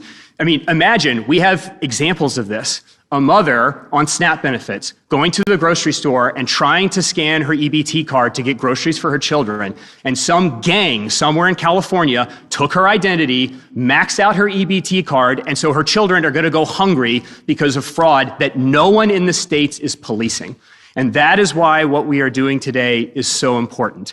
The states should be our partners with this. We want to partner with the states, but what we aren't going to do as stewards of the American taxpayer dollar is to send those dollars, billions of them, to the states to line the pockets of state attorneys general who don't want to participate in protecting our benefits programs so that the people who really need them, the people that the American people have agreed to part with their hard-earned dollars to help, to defend, to protect, and to get through hard times, actually get the money. And if the states don't want to cooperate, for the first time, HHS, the fraud task force, the vice president, and the rest of the federal government are going to tell you, cooperate or lose your funds, and we will do the job for you. Because at the end of the day, if the states won't protect American citizens, the president of the United States and the vice president will. And that is why I am so honored to be able to participate in this process, because this is ultimately about making sure not only that we aren't stolen from as taxpayers, but the American people who are entitled to this. For Medicaid and for Medicare, people who have paid into these programs their entire lives actually get the benefits that they are entitled to. And with that, I'm going to turn it over to Dr. Oz to talk about all of the efforts at HHS. Thank you, Andrew. Mr. Vice President, thank you for the leadership, the spirited desire to harness a group of stallions. They're back there, by the way, if you want to see the men and women who are leading the task force. They're at the back of the room, but they've done all the work that allowed us to come up here. In February, we had the largest anti-fraud announcement from CMS the day after the State of the Union address, in which the president created this task force and appointed the vice president to lead it. Today's effort is larger. It's much larger. And there's a reason for that. Half of the fraud, we believe, in the federal government could be coming out of healthcare services. We're a large rhino that can be stabbed effortlessly by foreign governments, like syndicated criminal entities, and smaller time operators who can take advantage of the system with, as Andrew pointed out, as little as a Medicare beneficiary number, which is basically a credit card, to defraud this system. Unfortunately, that results in about $100 billion of estimated theft just from Medicare and Medicaid. That, just to put it in the context of affordability, which is a very important subtext of this discussion, we would be able to double the life expectancy of the Medicare Trust Fund if we could deal with the fraud issues just in Medicare. So anyone who's out there working their tail off, hoping Medicare will be there with them and for them, and we know many young Americans don't think that's going to be the case. It will be the case. If we take the fraud out, it'll be there for you and your children as well. And stopping this as a means of extending the Medicare Trust Fund is a noble purpose, but as pointed out by the Vice President and Mr. Ferguson, it is about the human costs. Because if these fraudsters are willing to take your money, they will definitely steal your life and take your health along the way. So let's transition to the 5 major actions. I'm going to go through them in order. I'll share them with Kim, who her nickname is Killer Kim. Mr. Vice President, you'll learn why in a second. She is unstoppable, and you want federal employees like Kim out there like bulldogs going after this fraud. It's right there for us to find. If we have partnership with the states, it'll help a lot. First, we need a better nickname for her if she's going to work in healthcare. She's a Buckeye. She's a Buckeye, so I gave her a choice. Is that a typical name in Ohio? I don't. Not that Okay. California Medicaid deferral that the Vice President mentioned is $1.34 billion.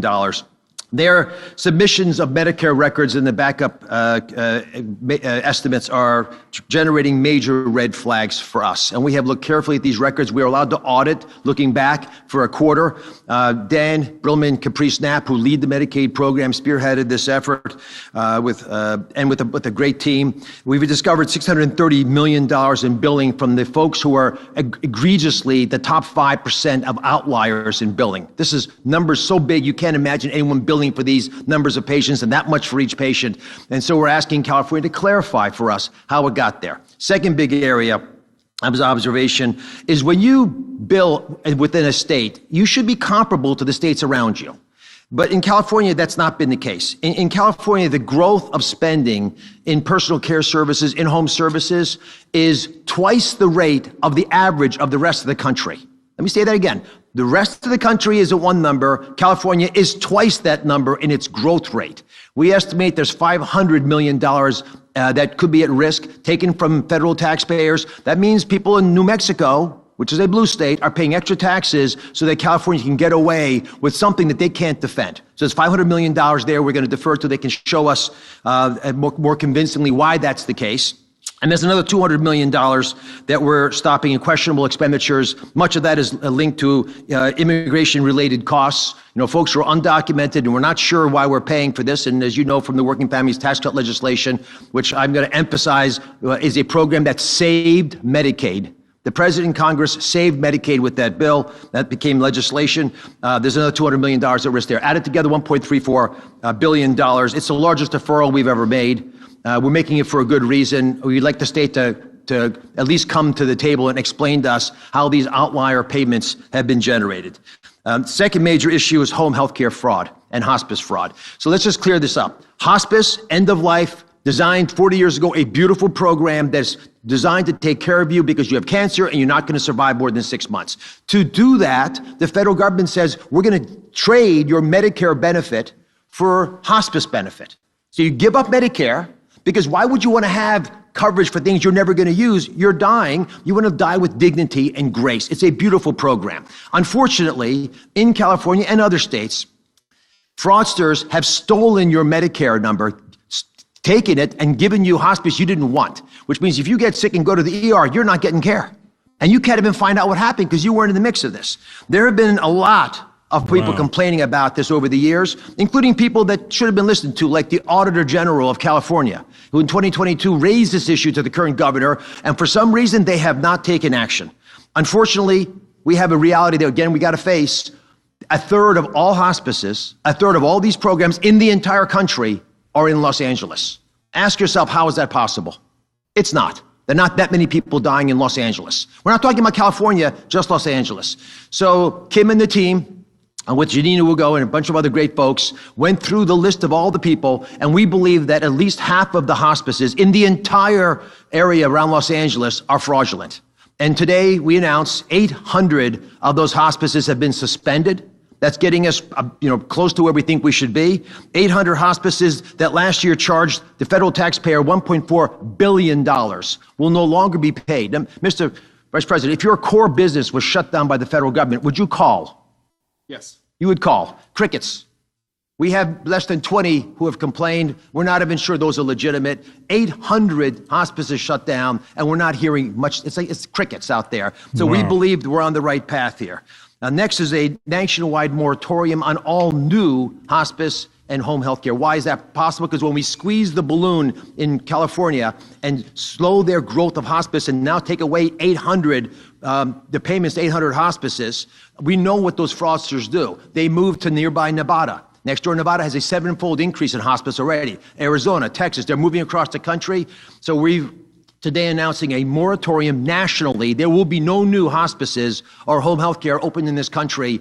If you have the program now, you can keep it. You can go to ones that already exist. We're not taking away any services, but there will be no new licenses granted until we can figure out a better way of working across government. Let me highlight this, because when Andrew, who's leading, and the Vice President are chairing this task force, it's very simple. You have CMS, you have OIG, March Bell sitting over there. You have the Department of Justice, you have the FBI, you have Treasury. You put those things together, you make a powerful fist. And that's the fist we're going to punch through bureaucracies and realities that are stopping our ability to protect the American people. I'm going to leave you one last thought, and then I want to ask Kim to cover some of the issues around the Mifukos and the Medicaid war room that she's creating. It is a reality that states are all over the place in their desire to partner with the Vice President in this task force. There was a letter sent out 2 weeks ago asking every single state to respond within 10 days to whether or not they would be willing to revalidate their providers. What that means is if you're providing home health care services, which are unlicensed people, providing services in undocumented areas that are unverifiable right now in many instances, basically you're having your kids carry the groceries upstairs for you. These are services your family used to provide for you. We asked all the states to work with us to validate if these are legitimate services from legitimate providers. Every single state responded. So contrary to the narrative around red and blue, every state wants to protect their citizens. Some are just more competent or brave enough to actually make those steps. And for some reasons, as you heard today, California has been lax in this endeavor. We hope this wake-up call will be heard loudly across the beautiful state of California, whose people we're trying to protect, sometimes from their own leaders. Kim? So when we took office a little over a year ago, we were looking at the fraud and abuse issue and saw that it was all pay and chase. We were going after the money after it was already out the door. And so we thought there surely has to be a better way. So we created the Medicare Fraud War Room, where we looked at claims in real time before they were paid so that we could determine, were they legitimate? Were there the outliers that we've heard examples of today? And how could we stop it? Over the past year, since the Medicare War Room started on March 31st of last year, we have stopped over $2 billion from going out the door just by targeting those high-risk providers. Recently, a couple of weeks ago, we've decided to take it a step further, and we're now doing a Medicaid war room. And what's unique about this is it's the first time that we've ever partnered across the board with our law enforcement partners, the HHS OIG, DOJ, the states, the MFUCAs, the Medicare Fraud Control Units, all working together for the first time to look at Medicaid claims in real time and be able to determine how we can stop those payments from going out the door, to stop the instances of an 89-year-old woman who had over 5,000 skin substitutes, or to stop the types of things that are just really aberrantly ridiculous. So what we've done is we have data analysts, we have forensic auditors, we have law enforcement people, all coming together in a virtual room. It's not an actual room like you think of like on TV, but they're all in a virtual room where they are looking at this in real time and then making determinations about how we can shut those bad guys down and how we can take action. And what has happened is we are now using our administrative authorities, payment suspensions, overpayments, civil monetary penalties, and the HHS OIG exclusion authority to really be able to take action against these people and make it so that we can hopefully bring that money back where it needs to and never let it go out the door. The key is we want to keep it so that it can provide the services for the people who most need it and who most benefit from it, and stop the bad actors from getting all the benefit. Thank you. Thank you, Kim. So, Dr. Oz, I want to make sure I understand this well. So you're saying that we kicked off 800 fraudulent healthcare providers off of the Medicare system, and not a single one of them called the government and said, hey, you made a mistake? We've had a handful of calls. We're not sure they're legitimate yet, but it's less than 20 out of 800, and we're auditing them. Unbelievable. So at least 780 are not even trying to claim that they're not fraudulent.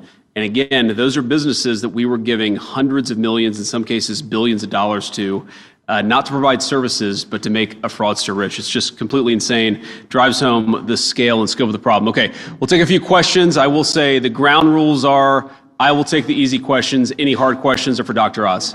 Yes.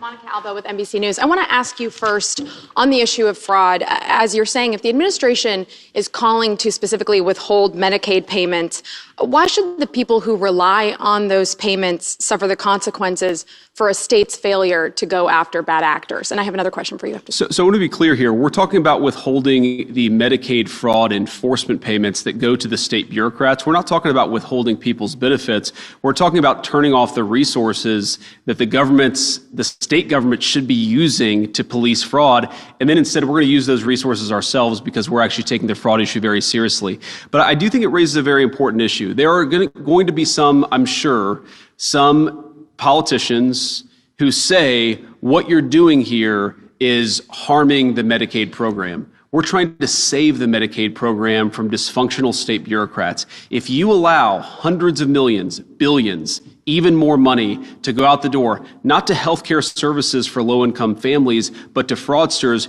you eventually are going to destroy the Medicaid program. So this is why we say red state, blue state. This does not need to be a political or a partisan issue. We want to work with you to eliminate fraud and make these programs last longer for the people who truly need them.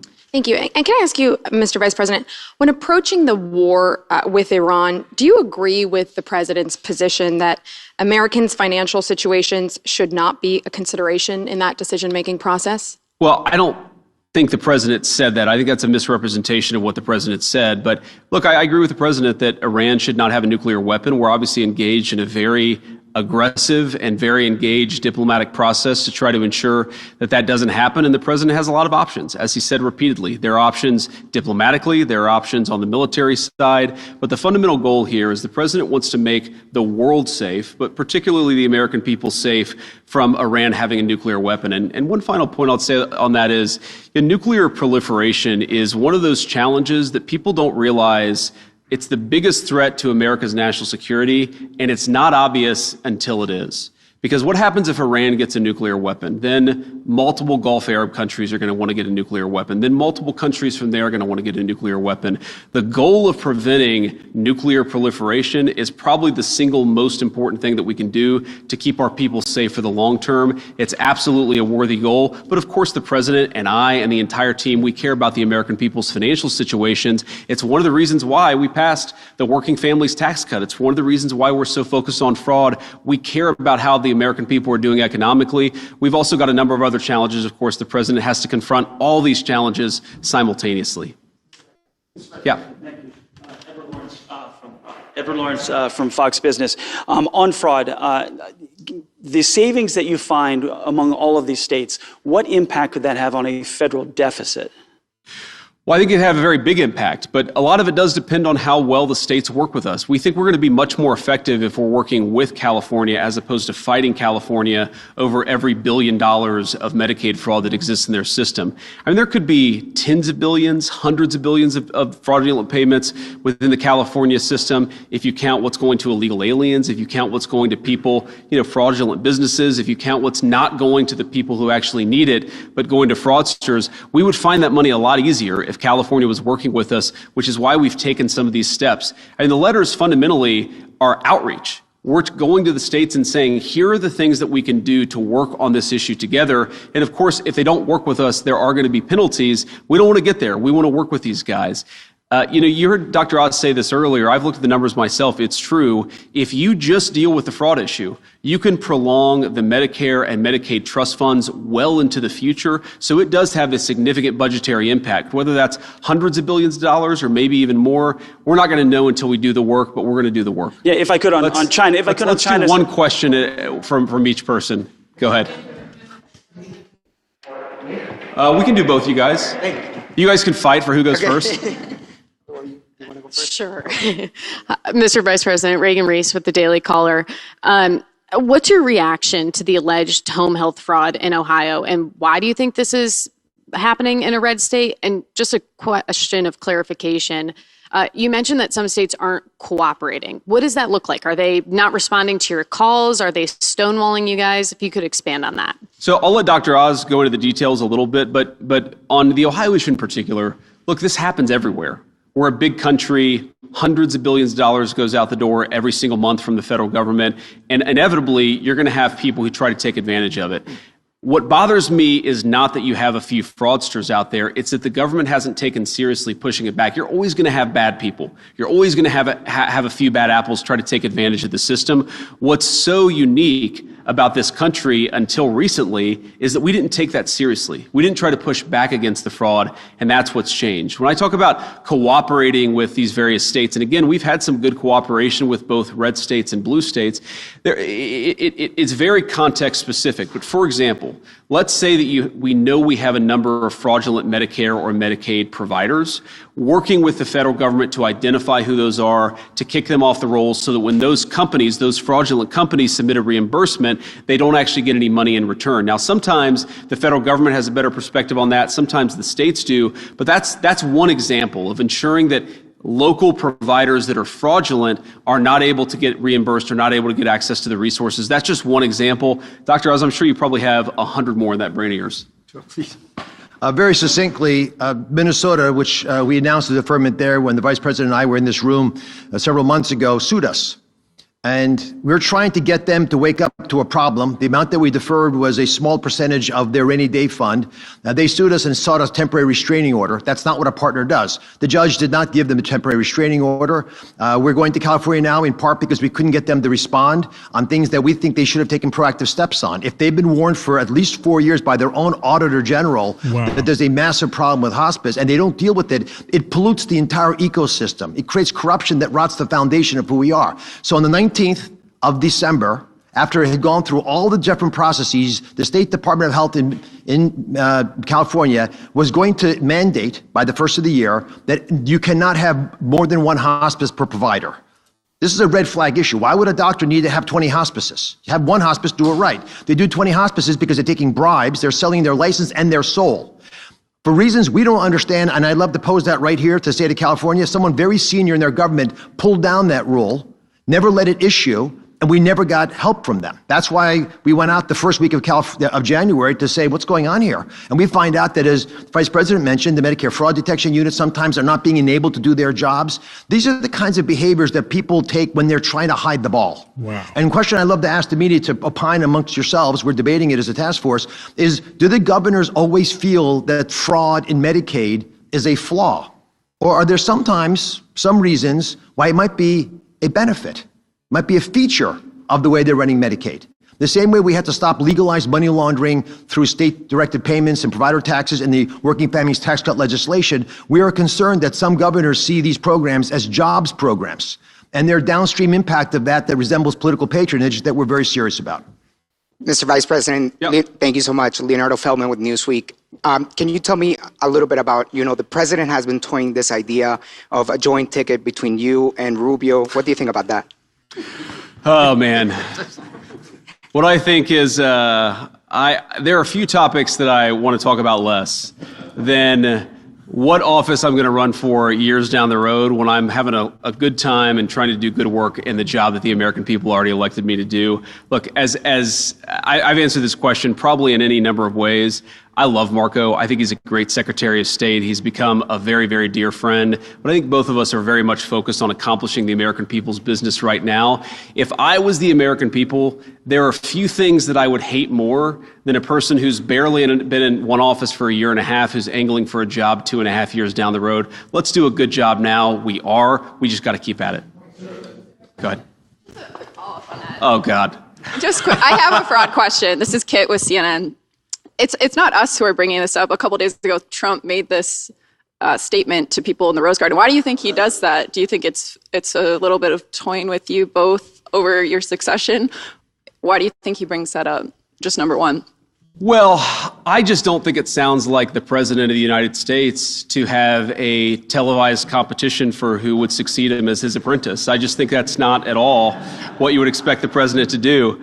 But no, I think the president, he's always been fascinated by politics. If you talk to him, he was fascinated by politics 30 years before he ever ran for office. So I think it's natural for him to, joke around with us a little bit, to play around with the idea. But I can tell you the president is as focused as any of us on making sure we do as good of a job now for the American people.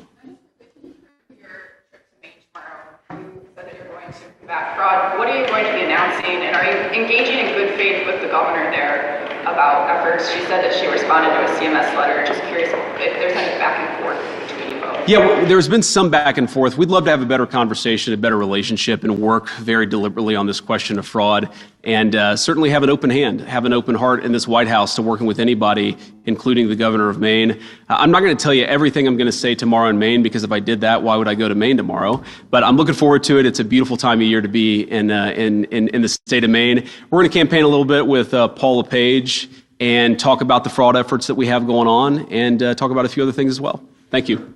Mr. Vice President, this is Elizabeth Mitchell with the Daily Signal. The Fraud Task Force and ICE identified more than 10,000 alleged cases of fraud in the optional practical training program. Some Republicans have been calling for this program to end. In light of this, is the Trump administration looking into changes to this program in light of the fraud?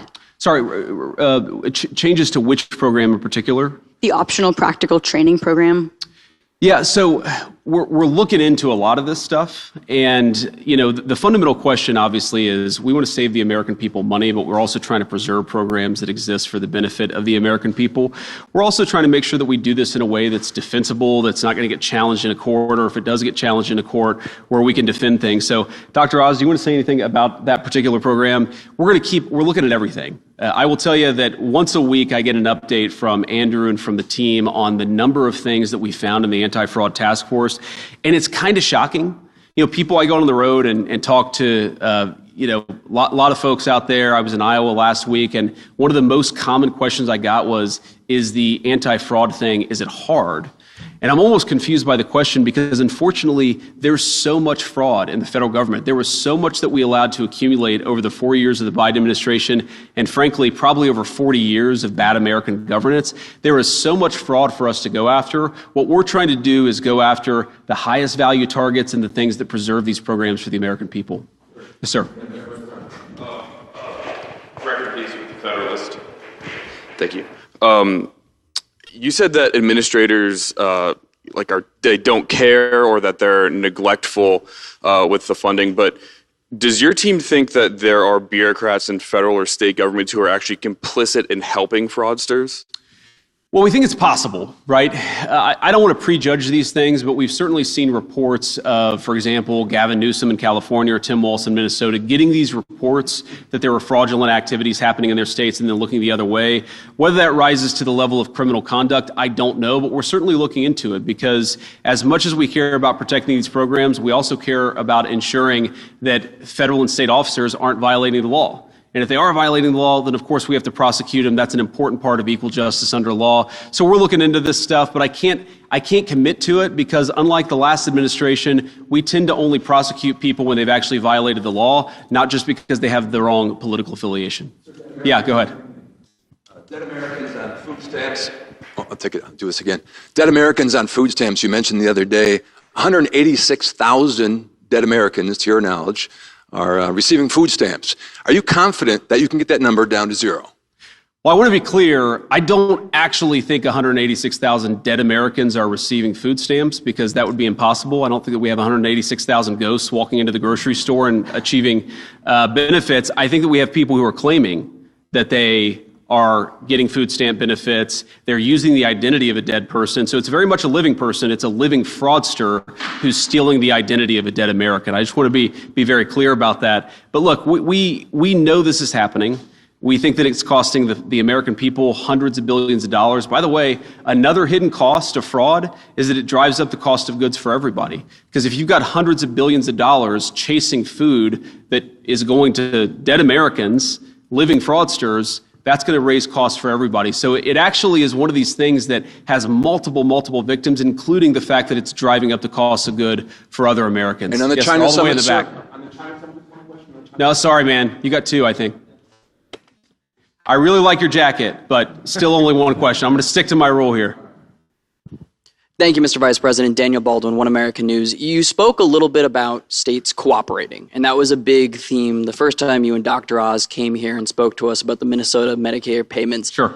You referenced Maryland as a blue state that's cooperating. You mentioned red states that were cooperating. Have you guys been successful in putting up any guardrails with states that have cooperated thus far, and what do those guardrails look like? Well, the biggest guardrail is the one that we announced today, which is that if you have all of this money that's going for Medicare fraud prevention or Medicaid fraud prevention and you're not actually using it, we're going to take that money back and use it with our prosecutors and our investigators to ensure that we're actually looking at fraud. And then what that would do eventually is it would allow us to actually engage in some other enforcement actions. If they're not taking the anti-fraud stuff seriously, then there are some additional steps that we can take beyond that. I think the approach that we've tried to take really has been collaborative. We've tried to identify with the states, here are some examples of some very bad fraud. Here are some things that you can do to fix it. Here are some ways that we're willing to use our resources to help you. And again, most states have been pretty good. There have been a few, unfortunately, very large states that collect a lot of money in federal revenue. And I think a lot of us know why that is. You have political leadership that doesn't like the idea of cooperating with a Republican administration, even though it's a very common sense, good government principle. I think you have some people who know that a lot of their constituencies, maybe some of their donors are getting rich from fraud. But regardless, red state or blue state, we're going to go after it. We have to. This is so important. We are not going to have a generous country if Americans think that they're paying their taxes not to needy people, but to fraudsters. That's fundamentally what we're trying to fix, is rebuilding America's trust. That when you pay your taxes, when you send money to a program, it's actually going to the people it's supposed to go to. It's a fundamental principle of good governance. It shouldn't be anything Republican or Democrat. It's just good government. Yep. Go ahead. Taylor with Spectrum, good to see you. Good to see you. You've emphasized a lot how you want this not to be partisan, and you're going to look at red and blue states. The president, when he posted about you becoming the fraud czar last month, he wrote, the focus will be everywhere, but primarily in those blue states where crooked Democrat politicians have had a free-for-all.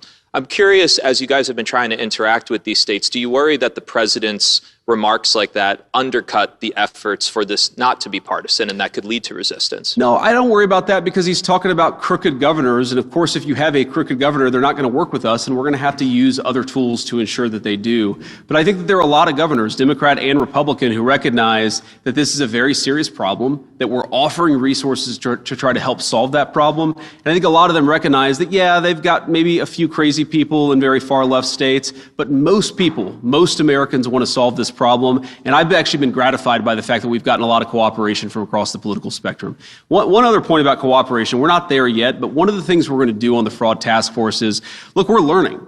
We're learning a lot about the way the government operates. I mean, Andrew I almost feel bad for him sometimes because he comes to me once a week and says, here's this bureaucratic hurdle, or here's a wall that I'm running into that I would have never known even existed until we started to take this fraud stuff very seriously. So we've learned a lot over the last 6 months. We are eventually going to realize that there are tools that we do not have, that there are things that we need to do that Congress is going to have to step in and cooperate on us. I think that's going to be a big question of bipartisanship and common sense is when we identify some tools that we need to more fully go after the fraud problem, is Congress willing to play ball or are they going to fight us every step of the way? I hope they play ball. Partisanship is crazy in this town, but again, this is such a common sense thing that I would hope that everybody would want to protect the American taxpayers' money.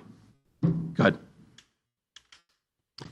Jennifer Jacobs, CBS News. On Iran, can you tell us where negotiations stand? The president, before he left for Beijing, called the latest proposal unacceptable. So is the U.S. even talking to the Iranians right now, or where are things at this point? Yeah, so look, obviously these negotiations are very sensitive. I'm not going to tell you everything because we're trying to have a productive conversation. I spent a good amount of time on the phone with both Jared Kushner and Steve Witkoff this morning, a number of our friends in the Arab world this morning. Look, I think that we are making progress. The fundamental question is, do we make enough progress that we satisfy the president's red line? And the red line is very simple. He needs to feel confident that we've put a number of protections in place such that Iran will never have a nuclear weapon, right? That is the question. Do we meet that threshold or not? I think that we've made a lot of progress since we left Pakistan. I thought we made some progress in Pakistan, but we've made more since then. But that is fundamentally what we're negotiating towards, is we want to be able to look the American people in the eye and say with confidence that you are not going to have to worry about this very, very dangerous regime having access to the most dangerous weapons in the world. That's the goal that we're focused on. Again, there's a lot of ways to accomplish that goal. The president has set us off on the diplomatic pathway for now, and that's what I'm focused on. Yep. Got it. Thanks. We'll do a couple more here. Thanks a lot. There was pushback from Senate Republicans yesterday in the conference meeting about the cost of the ballroom, which has ballooned to about $1 billion for the security aspect. Is there an IG, either for GSA or the Treasury, who would or should be eyeballing that project? And how do we make sure it doesn't balloon like some of these other government spending building projects? Well, I'm sure because of the nature of the project, you're going to have inspector generals who look at this, who look at the auditing, who look at the accounting, who make sure that this is done in a good way. I will say the President of the United States is a very good builder. And the reason why this is expensive is not because of the ballroom. The reason this is expensive is because of the security precautions necessary, things that have nothing to do with the ballroom itself, but have to do with the actual security infrastructure on the White House. We saw a couple of weeks ago what can happen when you gather the President of the United States and a number of people who are in the line of succession in the same room. We almost had something very terrible happen. And thanks to the Secret Service and their incredibly quick response, we didn't have a terrible thing happen. But one of the things it's taught us is that we've got to update. And there are things, frankly, I wouldn't even talk about in a public forum. There are parts of our national security, and there are parts of the international sort of world that are very, very dangerous, and the president needs to be protected. The senior officials in our government need to be protected, and that's fundamentally what this is all about, is ensuring that on the White House grounds, we have what's necessary to protect the president, whether he's engaged in a state dinner, which of course is an important part of the president's functions, or whether he's engaged in the day-to-day functions of being president of the United States. Go ahead. Thank you, Mr. Vice President. My question is, what's your message to Americans as the Iran war continues to impact the economy, especially after yesterday's inflation report? Well, I guess my message to Americans is we know that we have a lot of work to do in order to deliver on the prosperity that the American people deserve. The president is hyper aware of this. I'm hyper aware of this. We talk about it all the time. We know that the American people inherited a very bad inflation crisis. Yes, the inflation number last month was not great, but take it back to the May of 2023 in the Biden administration, or take it back to even further. We're not seeing anything like what we saw under the Biden administration, and that's a problem in and of itself. Because what it means is that a lot of Americans saw their wages eaten away under the Biden administration. They saw the values of their paycheck eaten away during the Biden administration. And one of the things we were elected to do, of course, was to fix that problem. And I promise you the president is laser focused every day on fixing that problem. Now, what I will also say is that whether it's the working families tax cuts, putting more money in the pockets of the American people, whether it's bringing a lot of investment into the United States so that we can build the factories and the jobs of the future, the president's laser focused. This stuff does take time. In the same way that the Biden administration's inflation crisis ate away at workers' paychecks for 4 years, it's going to take us a little bit of time before we get workers in a position where we feel like we can look them in the eye and say, you are much, much better off. But that's what we're trying to do. We're going to keep on working at it. I think we made a lot of progress. If you look at the average household wage increase since Donald Trump became president, it's gone up. But we came from a pretty deep hole. We're digging meaning a pretty deep hole, the Biden administration. We're digging ourselves out of it. And what I want is for us to completely dig out of that hole and then to build a brighter and better and more prosperous future for the American people. That's what they elected us to do, and that's very much what we're focused on. Sir. Thank you, Mr. Vice President. Can we quantify the amount of fraud that's related to illegal immigrants? And what are the asks of California and these other states? What can they do to claw back some of this money that's being deferred?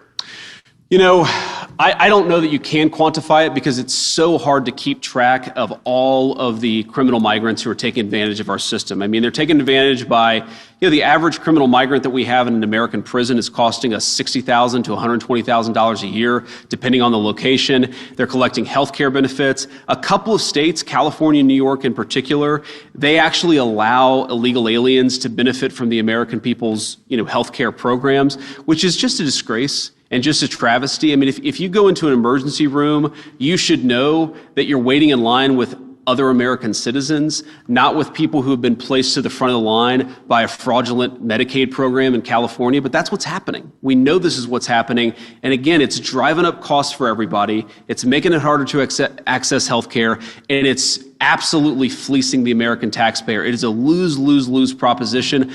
I've seen efforts to try to quantify this. I think the answer is hundreds of billions of dollars a year, whether it's 300 or 6. It is a lot of money between Medicare, Medicaid, food. That's what we're doing every single day, and we're going to keep at it. Thank you, guys.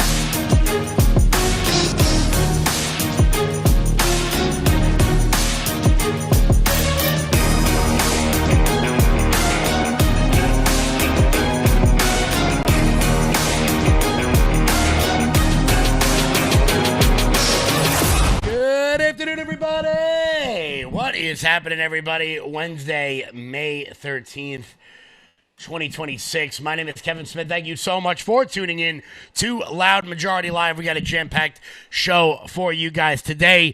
The UK may finally be waking up as Nigel Farage and his Reform Party pick up gigantic victories all over the United Kingdom. We're going to talk about why that matters for the American people. Obviously, international elections with all of our allies will always have a huge impact on Americans, but what that means more culturally than anything else. This comes as it seems as though that the UK Prime Minister will be facing a no-confidence vote very soon. Very soon. A big deal.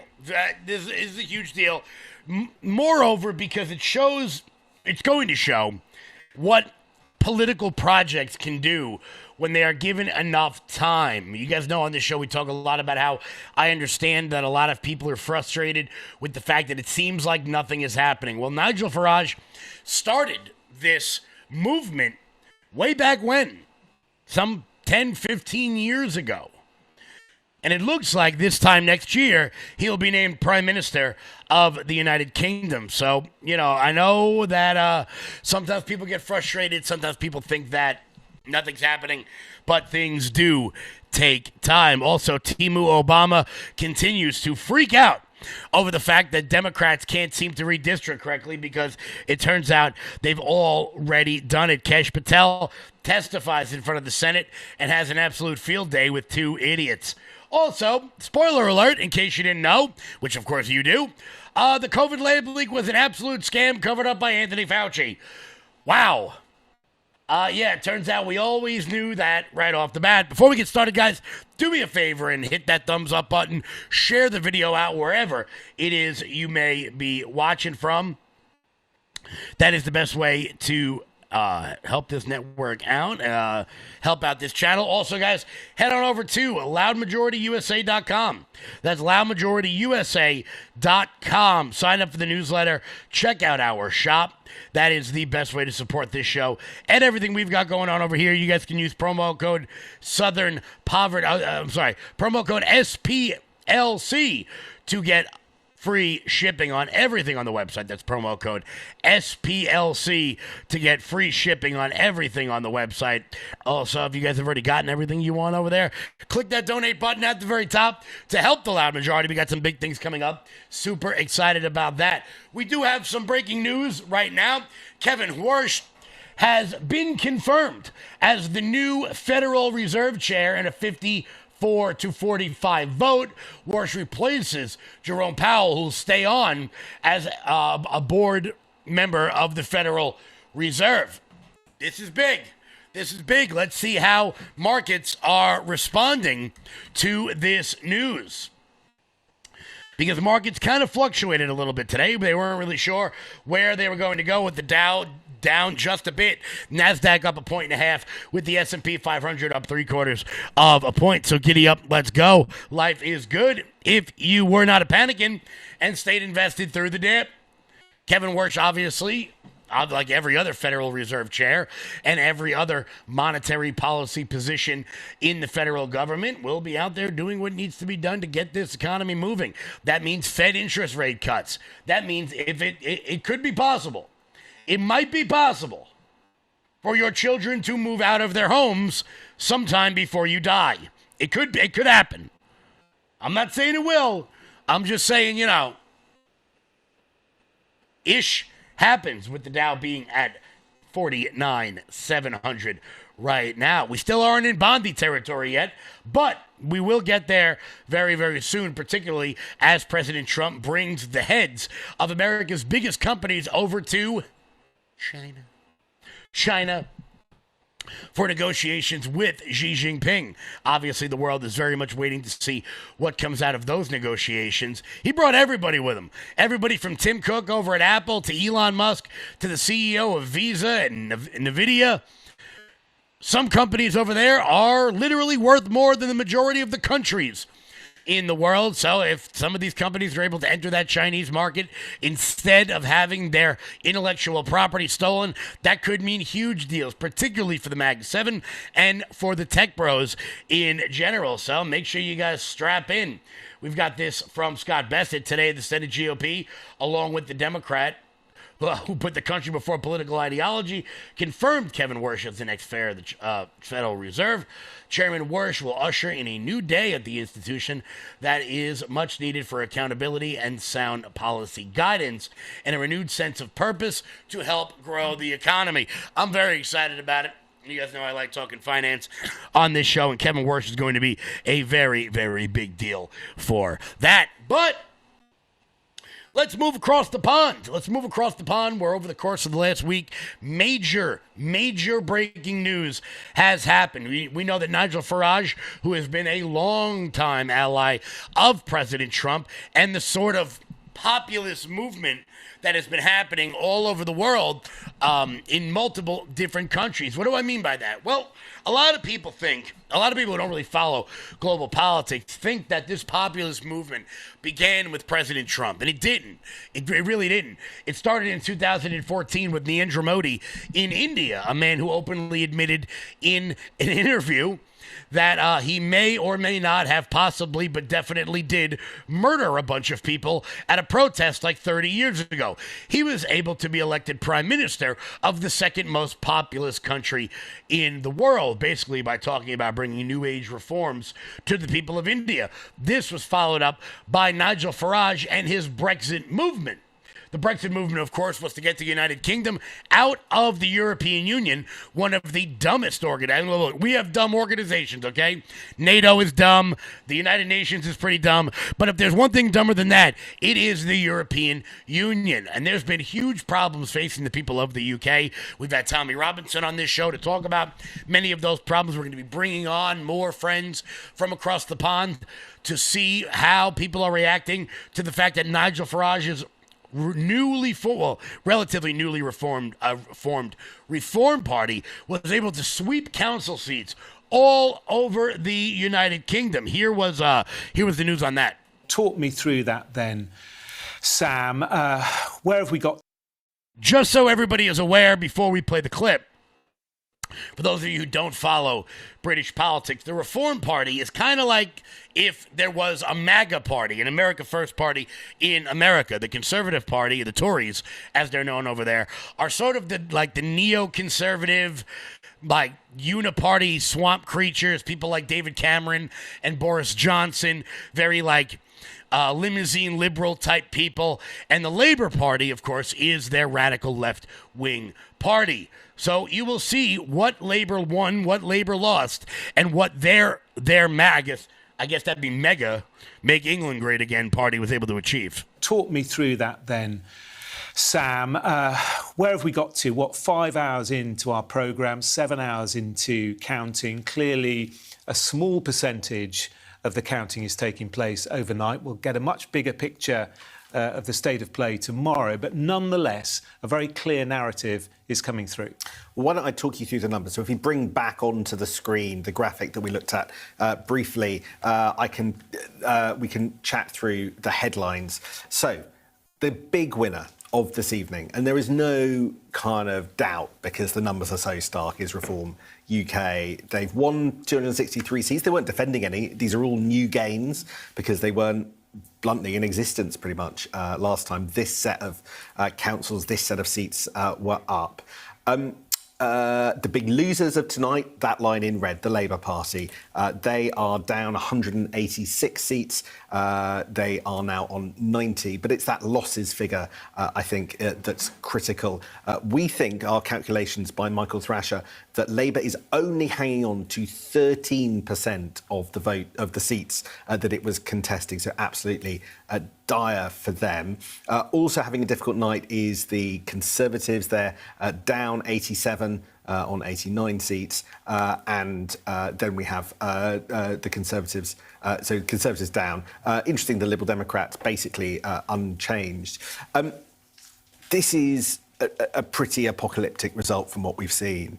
The maps show that Reform UK is wiping out entire councils, winning them ward by ward across all sorts of areas of the northeast, including parts where you would expect Labour to at least manage to keep a toehold. I'm thinking of places like Wigan, in Greater Manchester. We were just talking about Tameside in Greater Manchester, areas where even the great Labour white hope, Andy Burnham, might have thought to be able to improve the Labour brand. There is not much evidence of that. Instead, there is just challenge after challenge.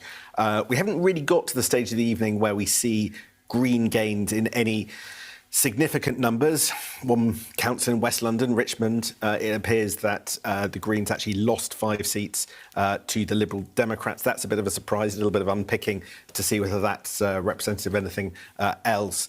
But I think that Nigel Farage has come out and declared this part of a revolution. And the real question is, where does this leave Keir Starmer as we're now into the early hours of Friday morning? Because from everything I can see, there is not a delegation about to knock on Number 10's door, but the kind of scale of defeats that Labour councillors... Now, look, why does that matter? Why does it matter? Well, look, as I said, some 10, 15 years ago, maybe 20 years ago, Nigel Farage began to propose a more UK-first policy. Now, to be clear, he will not be Prime Minister until next year. That is because these are council seats. Think about those as sort of like your midterms, your local elections, your local council seats, city council, your local elections, and the like. But this shows a major shift in the UK, and we've been seeing people all across the political spectrum, and I certainly use the UK as an example on this show all of the time, because as I say on this show, when Europe sneezes, America catches a cold. Every single thing, everything that's happening in the UK right now will happen in America in 5 years. Need any more proof of that? Look at Nigel Farage's rise with Brexit, leading to the populist movement with President Trump, with Javier Milei, with Bukele in El Salvador. It always happens over there first, and it's because their political system is far easier to change than ours. They do not have the sort of two-party system that we have here in America. So unfortunately, based on the way things are set up here, things tend to be a bit delayed when it comes to political shifts on the world stage. But what does this mean for Keir Starmer?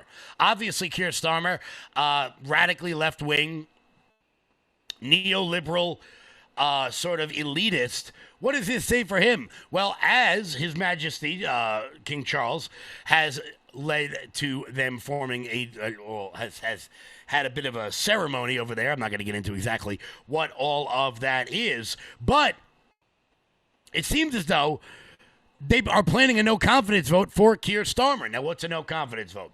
That means that the Labour Party, for the most part, will still remain in charge of the British Parliament, but they will remove the Prime Minister and appoint a new one. This could be happening any day now. We're also hearing from the SNP that they are going to force a vote on the Prime Minister's future in an amendment to the King's speech. There will be that debate this afternoon. Are you hearing any more from the Scots Nats?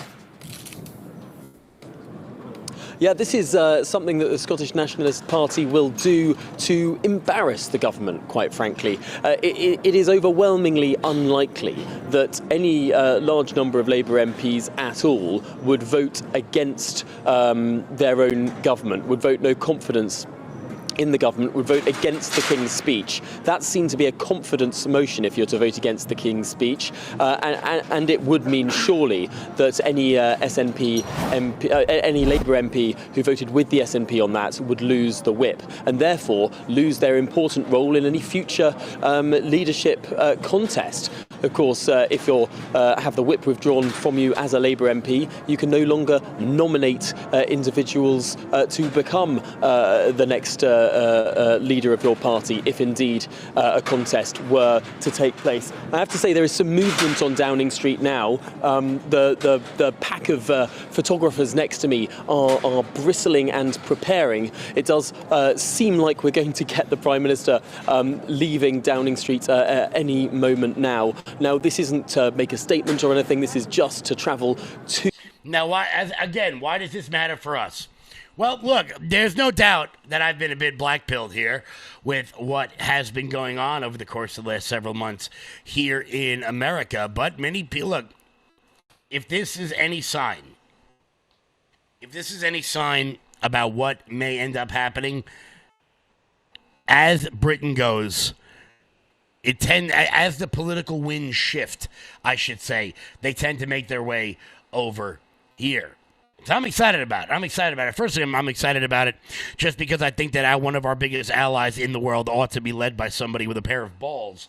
And Keir Starmer certainly does not come equipped with those. Perhaps he traded them to Brigitte Macron. Not really sure.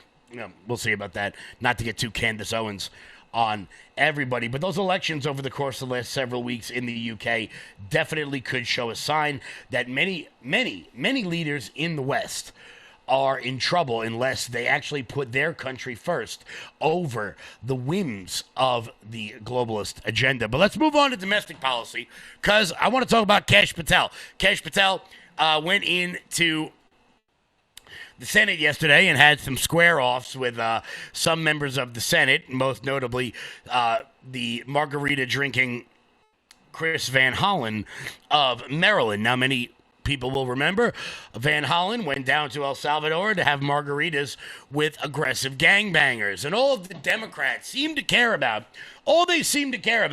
was the fact that Kash Patel may have a drink from time to time. Oh no. How will we ever get through the day? How will we survive? How will we survive if a guy goes to work all day long, comes home, and has a couple of beers? Like every person on planet Earth. If we're going to criticize millennials for their past partying, then no millennial will ever be elected to anything ever again. I say that as a former millennial. I guess a current millennial, but, some of you remember me in my 20s. That's all they wanted to talk about. The fact that Kash Patel, heavens no, was in the locker room with Team USA slamming a Mick Ultra after Team USA won the gold medal in the Olympics. I got to tell you guys, I don't really know how the FBI will survive. Sure, they've had corrupt leaders. They spent about 60 years having one guy who decided to dress up in his dead mother's clothing like Norman Bates. But hey, Kash Patel slammed a beer on camera once, so now we're all going to die. Here was Kash Patel against Chris Van Hollen. Multiple reports, including reporting by The Atlantic, have alleged episodes of excessive drinking, unexplained absences, and behavior that concern current and former FBI and DOJ officials.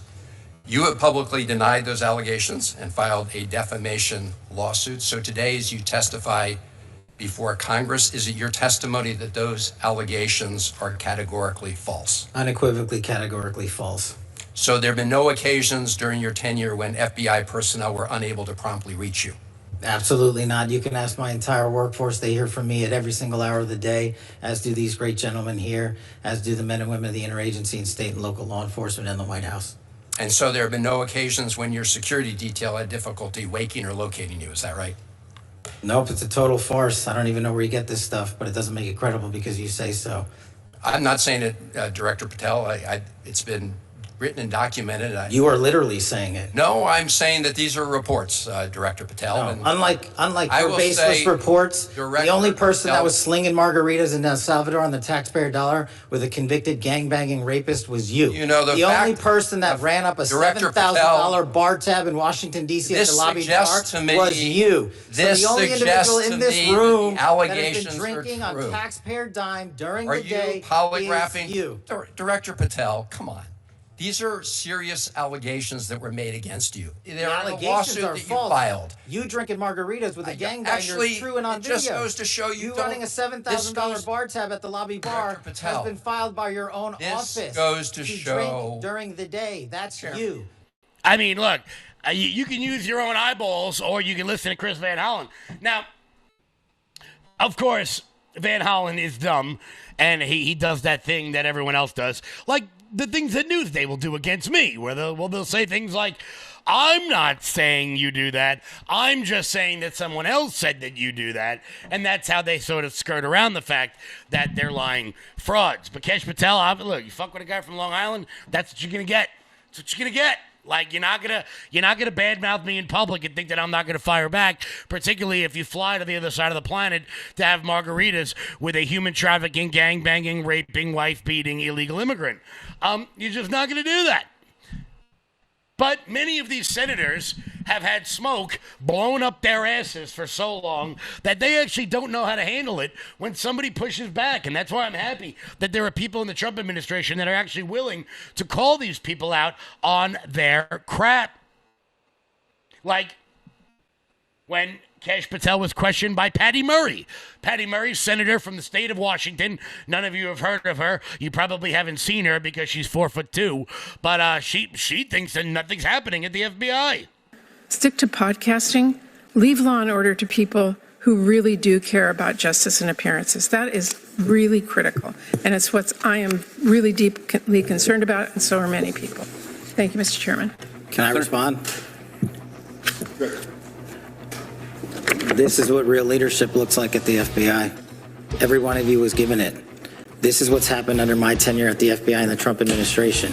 20-point drop in the homicide rate, 45,000 violent offenders arrested last year, twice as many as 2024, 2,450 criminal gangs disrupted, that's a 322% increase from 2024, 6,900 child victims have been located since I've been in the seat, that's a 144% increase, 2,900 child predators and human traffickers arrested, that's a 70% increase, and we've arrested 8 of the top 10 most wanted fugitives in the world in 14 months, that's twice as many in the 4 years combined. That is what the men and women of the FBI are doing, well-resourced. Everyone should take a look at this. If people want to continue the baseless, fraudulent, false personal attacks at me, that's great. Keep the target on me, as I've always said, but the mission has never been better. Sorry, I didn't mean to put Eye of the Tiger over that. I don't know. I hate when people do that. Just show the clip. You don't got to add Eye of the Tiger behind that. But look, you're not going to talk crap about the people in this administration and think you're going to get away with it. It's just not something that's going to happen, particularly when you're lying about it. And, of course, that's all Democrats have. They have no policies. They have no plans. All they want to do is tax and spend, tax and spend, tax and spend, which, of course, brings us to New York City. New York City, where our new motto is, if you can make it here, Zoran Mamdani will probably try to tax it in order to give it to illegal immigrants. Well, Kathy Eyebrows Hochul has decided to cave to Kami Mamdani and his radical demands. And I want to really hone in on this one particular fact, because the Zoran Mamdaniites on Twitter over the course of the last 24 hours have been working overtime to let everybody know that they, in fact, were required to take the short bus to school their entire lives. They've been claiming that Zoltan has balanced the New York City budget. He did it in 5.5 months. No, you retards, he didn't. No, he didn't. What he did was he went up to Buffalo and he convinced Governor Eyebrows to extort the people of the state of New York. That's right. If you live on Long Island and you live in Rochester or Buffalo or Syracuse or the Finger Lakes or the Midlands, you live anywhere over there, the North Country, all of your money is now going to fund illegal immigrants in New York City. It was happening before, but now it's even more official. But that wasn't all Zoltan did. It turns out, in addition, he also decided to just nickel and dime the hell out of regular people in his budget plan. That's right, Zoltan, on Tuesday said that he patted himself on the back for closing the so-called multi-billion-dollar gap with short-term fixes. But it also included a menu of hidden fees. That's right, fiscal watchdog groups showed that evidence of a new era of government in our city is here. as the administration touted numerous ways the city would hold on to $1.7 billion over the course of the next several years. But that's not really what happened. Well, it turns out, you ready for this one? Let's take a look, because just like Abigail Spanberger did in Virginia, he decided to tax the hell out of everybody, because it turns out communist math doesn't always math. It turns out there aren't enough billionaires who own second homes in New York City for your Pierre de Terre tax to work at all. So what has he decided to do? Well, he's decided to raise the fees on ambulances.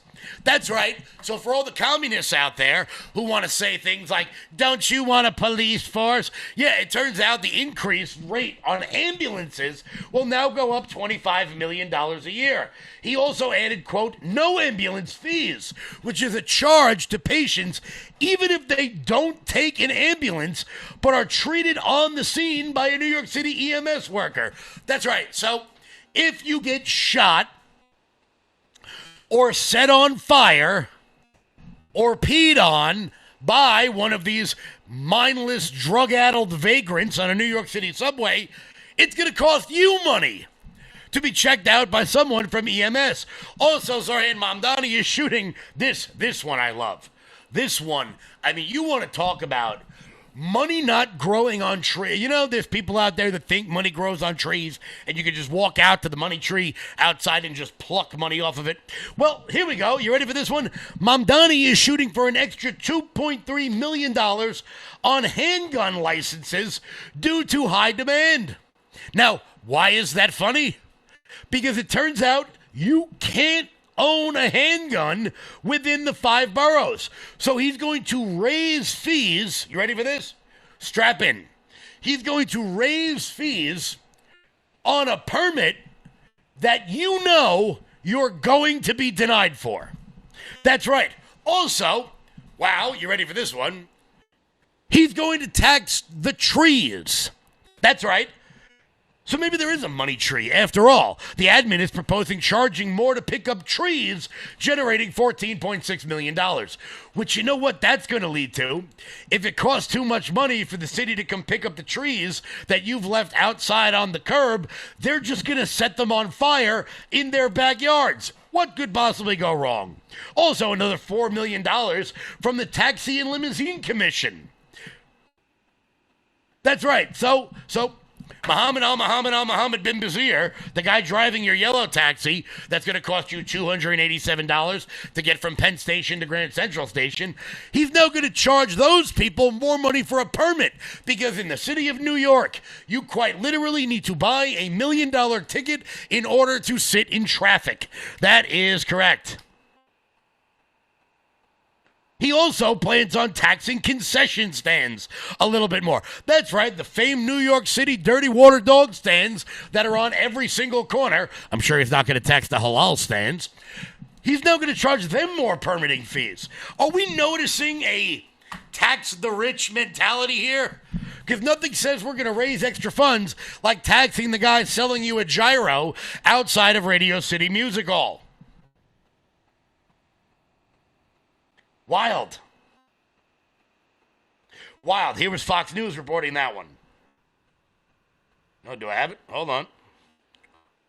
Do I have it? Where the hell did it go? Oh, here we go. Victory lap for doing it. Mamdani is touting his proposed budget that wipes away the city's $12 billion deficit over the next 2 fiscal years. The mayor says it's a victory for democratic socialism because he did it without burdening working people. Critics point out New York state taxpayers and Governor Kathy Hochul did most of the heavy lifting, covering $8 billion of the city's $12 billion budget hole. The other money comes from general improvements to the city's financial management, $500 million from taxing wealthy vacation homes, and $1.6 billion from pension restructuring. Watchdogs say kicks the costs down the road to future taxpayers. Now, according to the New York Post, Mamdani's budget proposal also includes hidden fees and fines like increases to ambulance transportation fees, charging people for EMS arriving at the scene, hiking tree replacement fees, and boosting profits from concessions in parks and taxi permits. The budget does not include Mamdani's main campaign promises to increase income taxes on the rich and corporations. Governor Kathy Hochul says that's a no-go. The mayor still says tax hikes are coming despite President Trump's warning. Yeah, you see, that's right, because what nobody decided to inform these limousine liberals is that like 80% of the things Zoran Zoltan decided to do during his campaign, he can't do. But let's look a little bit closer at that Fox News graphic, because Zoran is out there saying, we're going to get the rich and we're going to tax the people that don't really live here. Well, let's pause. Let me make this a little bit smaller so everybody can see it. Let's look at this little graphic again, shall we? Let's check this one out. Do you notice something here? Do you notice how the math, once again, isn't really mathing? It turns out taxing Ken Griffin and his second home is only going to net $500 million of what is needed in order to balance this budget. The other $9.5 billion will come from other people. Because, as the great Margaret Thatcher once said, Zoran Mamdani is running to the normal socialist disease. He's running out of other people's money. That's right. So, if you live throughout the rest of the state of New York, you need to get off your asses and get Bruce Blakeman elected so that he can tell Zoran Mamdani to take his $130 billion budget and stick it directly up his... Had to make sure I lowered the volume for that one. I'm sure you can all work out exactly what I said. But of course, that's not the only big city mayor out there with bananas proposals, left, right, and center. Let's check in on Karen Bass. How are things going in Los Angeles? That's right. If you're in LA, if you're in Malibu, if you're in Orange County, I don't know anywhere around if you're in LA proper, whatever the hell it might be, you know if you live in LA. Get out and go help Spencer Pratt. Go pick up some of the ballots that are out for Spencer Pratt. Why? Because now Karen Bass has got a new idea. Y'all ready for this? If it wasn't bad enough that she was giving out dog breeding licenses to meth-addled homeless people so that they could just spawn pit bulls out on the street all day long, now she's got a new idea that you're going to pay for. That's right. She is planning on taxpayer-funded teeth. What? What the hell do you think? Come on, Kev, what are you talking about? Taxpayer-funded teeth? That's right. It turns out,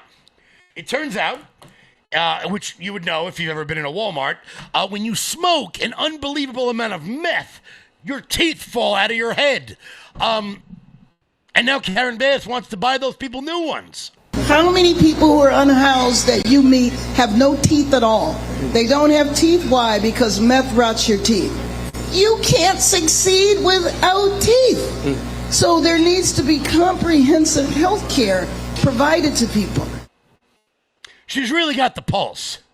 She's really got the pulse of Los Angelinos down to a science here. But she's worried. She's worried and she's terrified. You know how we know that? Well, over the course of the last week, I've been doing everything I possibly can to show you the level of hilarity that has been involved in some of the campaign ads by Spencer Pratt. Well, he's not stopping.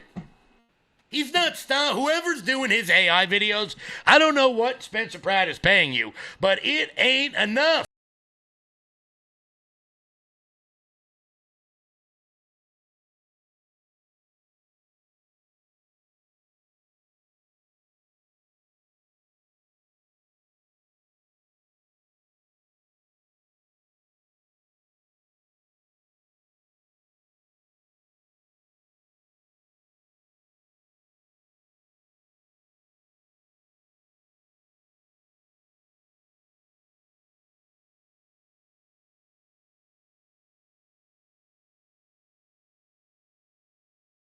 Absolutely spectacular. But don't worry, guys. Turns out Spencer Pratt might be a fraud. What do I mean by that? We'll get to that in 1 second. Before we do that, Mike Lindell. I'm excited to announce that we're having our first ever mega sale on overstock clearance and brand new products. For example, save over 50% on this season's flannel sheets. Queen size only $59.98. Kings only $69.98. They sell out fast every year, so order now. Save 20% on our brand new My Crosses. They're designed in the likeness of the one I've worn every day for over 20 years. They come in men's and women's, and they're made right here in the USA. Get our 2025 six-piece My Towel sets for only $29.98. Our initial quantities are extremely low, so get them now before they go. And our best-selling standard My Pillows, just $14.98. So go to MyPillow.com or call the number on your screen. Use this promo code to take advantage of our first ever mega sale. But wait, remember that $75 free shipping rule? Well, that ship is sailed because right now, every order ships absolutely free. Guys, head on over to MyPillow.com and use promo code LOUD. That's MyPillow.com. Promo code LOUD for up to 80% off everything on the website. That's MyPillow.com. Promo code LOUD. Well, it turns out TMZ, everybody, the company best known for getting, explicit photos of celebrities. Every time Miley Cyrus's nipple falls out, someone from TMZ is right on top of it, getting us the kind of information that we really need out there. Well, it turns out, or every time, there's a celebrity breakup out there, there's Harvey Levin and that guy with the dreads with their head up the lawyer's ass to get all the information, because I don't know what we would do if we didn't rely on Harvey Levin for 6 weeks letting us know that they couldn't find Savannah Guthrie's mother. Harvey Levin, a big deal. He's a big deal. Well, turns out they got a new story out about Spencer Pratt. They got a new story. It turns out old Spency here has been living in the Bel Air Hotel and not his Airstream trailer. Oh, could Spencer be a fraud? Well, it turns out that when you are a real person, you give real answers. To which Spencer Pratt decided to let them know, hey, dickheads, why don't you find out why he's living in a hotel in the first place? That's right, because Karen Bass let his house burn down. And it turns out trailers don't have running water.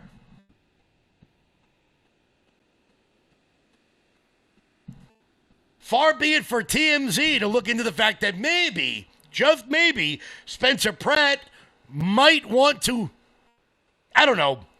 bathe. Oh, Lord. Can you imagine the travesty? But that's not the problem with Spencer Pratt's campaign. No, it's not the fact that he got a hotel in the Bel Air Hotel so that he could shower every once in a while. That's not the problem. The problem is his violent commercials. His violent commercials. That's right. That's what Karen Bass is worried about. But what's worrying me now is that his social media is now taking on a violent turn. And that worries me, because when you do that and when your messages are so hateful, or when you demonize people, then you do provoke people who are unstable, and you can jeopardize people's safety. You mean like the throwing of the tomatoes? Well, the throwing of the tomatoes, which look like blood, or drowning me and the governor in a reservoir. But there's also other violent scenes. And so I've noticed that it's taking on a violent trend. First off, I love the fact that CNN played a clip of Karen Bass dressed as the Joker being hit with a tomato while interviewing Karen Bass. Now, I want to be clear. Karen Bass worried about, violence in Los Angeles, the neighborhood that's very famous for not allowing you to wear certain colors on certain blocks, lest you, get lit up. This whole... He's getting kind of violent thing. He's getting violent. Yeah, well, you know what, Karen Bass? Maybe, just maybe, there's a reason why people are getting a bit frustrated with you. Maybe there's a reason why Spencer Pratt had to make a damn ad of you being hit in the face with a tomato. Now, I would never condone anyone hitting Karen Bass with a tomato. Ever. But of course, and here's the important point, it's not a real video, you moron. You dumbass. It isn't real. So I don't really care, Karen Bass, if this bothers you, just as another example. You know, I'm not saying that Spencer Pratt ads aren't getting violent. But if they do get violent, at least we know who is there to save the day. Somebody help me!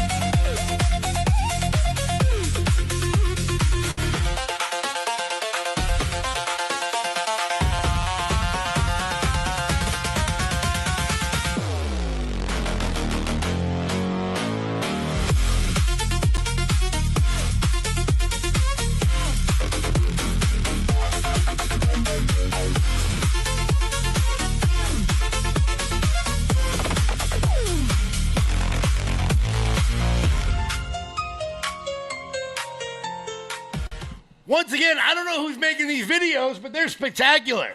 The virality of every single one of them to reach the masses is spectacular. And look, if Barbie can do it, you can do it. So if you're in the greater LA area, get out and get involved. It's an uphill battle for Spencer Pratt. It is. It just is. Democrats outnumber Republicans 4-1. It's going to come down to that independent vote. And if you're a mother out in Los Angeles and you don't want your kid to have to watch a guy wipe his ass with the curb of Rodeo Drive, then maybe you should get off your ass and go out and start helping. Get involved. Just something to think about. Just something to think about. Plus, you get to meet the guy from the hills. You know, if I wasn't 3,000 miles away, I'd be out helping him too. I mean, I'm 3 miles away from somebody. Maybe never mind. Never mind. Check that. We're going to keep going in just a second. We're going to make fun of Timu Obama, and we're going to pray that Anthony Fauci goes to jail. Before we get to that, here's Jeremy. Hey, everybody. If you're not familiar with, then let me introduce to you Armor Colostrum. Now, I didn't know what colostrum was up until a few years ago. I'd never even really heard of it. And then my wife turned me on to Armor Colostrum. And what colostrum does is it helps regrow your hair. Not going to lie, that's the reason that I started looking into it. But then I started noticing some other things that I could benefit from. I used to get acid reflux very badly. I used to bloat very badly. It felt like I was 10 or 15 pounds heavier than I was until I made Armor Colostrum a part of my everyday schedule. And now things have changed so very much. Let me introduce to you what Armor Colostrum actually does and what it looks like. In a study measuring immune cell response to toxin, Armor Colostrum performed 32% stronger and faster than other colostrum companies. 400 plus bionutrients activated in your life, in your body, to help regrow hair, strengthen your gut health, regrow your nails, toenails, and fingernails healthy, get rid of fungus, stop bloating, and more. And now you can get yours right now for up to $18 off each and every purchase at tryarmor.com. Promo code LFATV. Click the apply button once you've entered the code and watch your discount fall off. That is tryarmor.com/LFATV. Order now. Guys, head on over to tryarmor.com and use promo code LFATV. That's tryarmor.com and use promo code LFATV. So while Karen Bass is worried about the violent nature of Spencer Pratt's videos, And while TMZ, when they're taking a break from getting upskirt shots of the recent celebrity, when they're not going after Spencer Pratt, turns out Karen Bass doesn't care at all that it's possible that up to half, a full 50% of the hospice centers in Los Angeles are complete BS. Unfortunately, we have a reality that, again, we got to face. A third of all hospices, a third of all these programs in the entire country are in Los Angeles. Ask yourself, how is that possible? It's not. There are not that many people dying in Los Angeles. We're not talking about California, just Los Angeles. So Kim and the team, with Janina Ugo and a bunch of other great folks, went through the list of all the people, and we believe that at least half of the hospices in the entire area around Los Angeles are fraudulent. And today we announced 800 of those hospices have been suspended. That's getting us, close to where we think we should be. 800 hospices that last year charged the federal taxpayer $1.4 billion will no longer be paid. Now, Mr. Vice President, if your core business was shut down by the federal government, would you call? Yes. You would call. Crickets. We have less than 20 who have complained. We're not even sure those are legitimate. 800 hospices shut down, and we're not hearing much. It's crickets out there. So we believe we're on the right path here.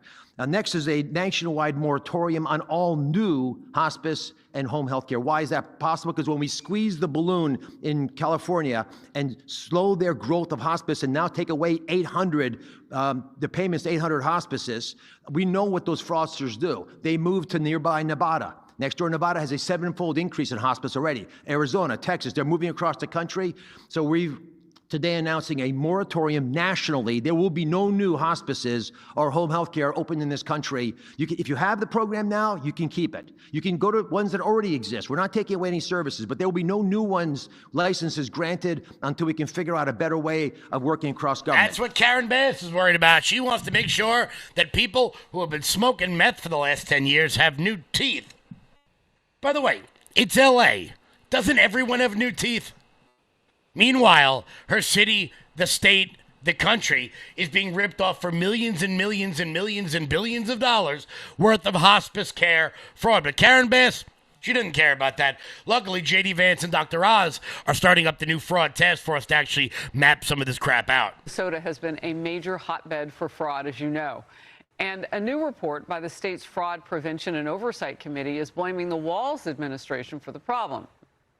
And it reads, "It is clear that the breadth and depth of fraud in Minnesota is much worse than anyone thought possible and stretches across multiple agencies in the Walz administration." The latest example from Minnesota, a massive food stamp fraud scheme. Prosecutors say a man used other people's EBT cards to purchase food items from chain stores and then turn around and sell them from his own store. Wow. The county attorney's office, who is prosecuting the case, wrote to Fox News, SNAP is a program meant to help low-income Minnesotans pay for their groceries. It literally puts food on the table. Mr. Muhammad's theft of these resources was deliberate and is absolutely unacceptable. We will hold him accountable and seek to recover funds. All of that a quote. Charles. Call me cynical, right? Here's my thing. I grew up in Army bases and my parents divorced. And so I came up to Harlem in the 1970s, early 70s, most violent. So at least somebody's beginning to look into it. And thank God they are. So much of America's budgetary problems. And look, I am a big advocate for cutting the military budget. I've said it before. I've said it again. We don't need $1.5 trillion a year. That's absolutely insane. That's absolutely insane. We do not need that. But another big problem is the fact that spending is out of control because of the amount of waste, fraud, and abuse that goes on in this government. So I'm happy that somebody's beginning to look into it because Karen Bass certainly doesn't care. Jacob Fry doesn't care. Tim Walz doesn't care. The only people that seem to care are Republicans. So hopefully we can get something done with that. Speaking of useless Democrats, let's check in on Timu Obama. That's right, Hakeem Jeffries of Brooklyn, New York is big mad. Big mad. As 2 more states have proposed redistricting ahead of the 2026 cycle. With the Missouri Supreme Court, who have already upheld new congressional maps likely to add another GOP seat. But that's not the only one. Alabama, roll tide. Or if you're an Auburn fan, the other thing. Whatever that is. They have also proposed new maps that would add another congressional seat. The South is beginning to look like what we know the South ought to look like. And Timu Obama is big mad. And so Susan Del Bene said earlier today, we're going to win back control of the House. And the big fight will be what happens in between 2026 and 2028. Because we know this unprecedented assault on black political representation, the likes of which we have not seen since the Jim Crow era, the ghosts of the Confederacy has afflicted the United States Supreme Court majority and is invading and haunting the nation right now, and we take that seriously. And we know it's going to continue, which is why Democrats are committed to launching a decisive and overwhelming response in advance of the 2028 election to ensure that it's the American people who are the ones who get to decide who's in the majority in the House, who's in the majority in the Senate, and ultimately in 2028, who gets elected as the next president. So Democrats are deciding to possibly think about having a response. Good, bro. Bring it on. I hope Governor Horseteeth decides to redistrict New York, because then I'll still win because I'm better than all of you. And any congressional candidate out there who's looking for any sort of campaign assistance and who has a set of balls, let me know, because it turns out I've only lost one race in my entire life because all I do is win, no matter what. You all can finish the song. He's bugging out. Freaking out. Hey, Hakeem, elections are decided by the states. It's right there in the Constitution. And I wouldn't want to call you an election denier, because I was told by you that if you deny an election, that is treasonous. That if you deny an election, you are not fit to serve in such an august chamber as the House of Representatives. That's what I was told by you. But now Democrats want to pretend that they don't like Donald Trump denying an election after the election happens. So what they've decided to do is now deny an election before it happens. And I'm just going to make sure that I keep using my hand in this sort of manner so that I can be taken as seriously as Hakeem Jeffries. That's not how New Yorkers talk with their hands, sweetheart. I mean, I will say this for Hakeem Jeffries. He's really bad at this. I mean, Nancy Pelosi was evil. She was an insider trader. Her husband may have been somebody's fluffer. But at least she, could manage her caucus, manage her conference. You suck. And you were handpicked. I got a feeling that Hakeem Jeffries wouldn't even get the gavel if Democrats did retake the House. But we're picking up wins left, right, and center. And it may be the only thing to save us in this election. It may be the only thing that saves us in the midterms. Unless we get something dramatic very, very soon, and I certainly hope that we do. Before we close out today, hey, guys, I don't know if you know this or not, but COVID was totally bullshit. Here's a CIA officer letting you know. Thank you for the complimentary introduction, and I appreciate the committee's dedication to transparency and accountability. I am a career CIA operations officer, and as you mentioned, I was on joint duty assignment at the Office of Director National Intelligence Directors Initiatives Group, or the DIG, between March 2025 and April 2026. I was responsible for leading the DIG's investigation into COVID origins, anomalous health incidents, and unidentified anomalous phenomena.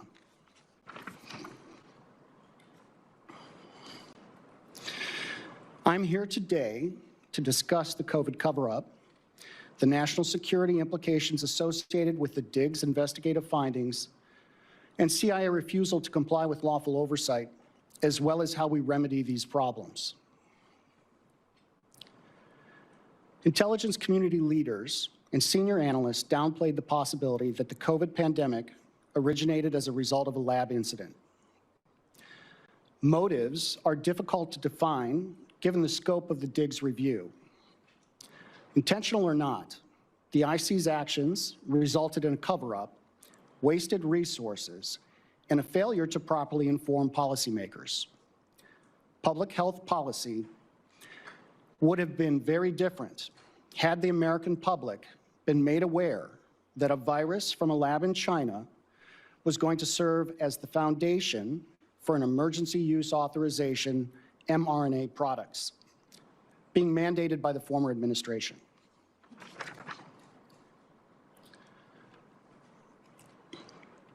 Dr. Fauci's role in the cover-up was intentional. Dr. Fauci influenced the analytical process and findings by leveraging his position to ensure the IC consulted with a conflicted list of curated subject matter experts, public health officials, and scientists. This included some of the authors of the paper, The Proximal Origin of SARS-CoV-2, and other public health experts who have been in his orbit for the last 20-plus years. Let's see if we do anything with that information. He lied, he committed perjury, he knew it, prosecute him. I don't care if he got a pardon. Put him through hell like he did to us. Guys, it's 4 p.m. I'll catch you all live tomorrow. Stay loud.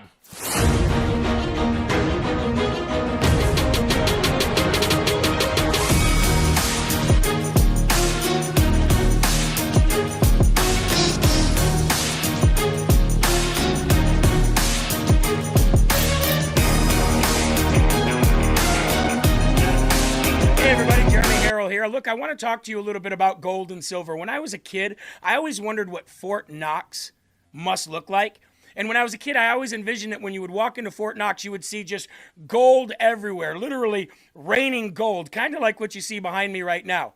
Unfortunately, as a grown-up, I don't have that kind of imagination anymore, and I don't even have that much trust that Fort Knox has the 5,000 tons of gold that we're supposed to have there. Meaning that decades ago, we went off the gold standard in this country, which took the value of our dollar down to just mere pennies. And since our federal government doesn't want to go back to a gold standard currency, then it's time to us to take matters into our own hands. Have you ever thought about buying gold and silver? Have you ever thought about taking portions of your IRA or your 401k or your nest egg or your savings and putting it into gold and silver, either all or a portion of it? Have you ever wanted to purchase silver like this in bullion or premium? I know I do.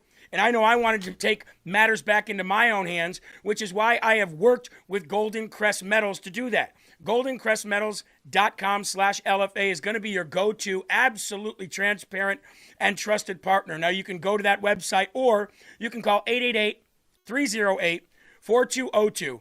And what the good thing about this is they're going to guide you. They're going to talk to you. They're going to guide you. They're going to give you all the answers to your questions. And there's going to be no hidden fees. It's completely transparent. No hidden fees, no pressure, no surprise markups whatsoever. Clients get to see everything before they purchase. They've even agreed to lower the minimum investment to the LFA audience in order to make sure that everybody has access to this. Free IRA storage, free insured shipping, and a full range of precious metals from gold, silver, palladium, and platinum. And if it's easier for you to just maybe click a QR code, well, guess what? We've got that available for you too. Right here, ladies and gentlemen. Click this QR code on your screen and it'll take you right there.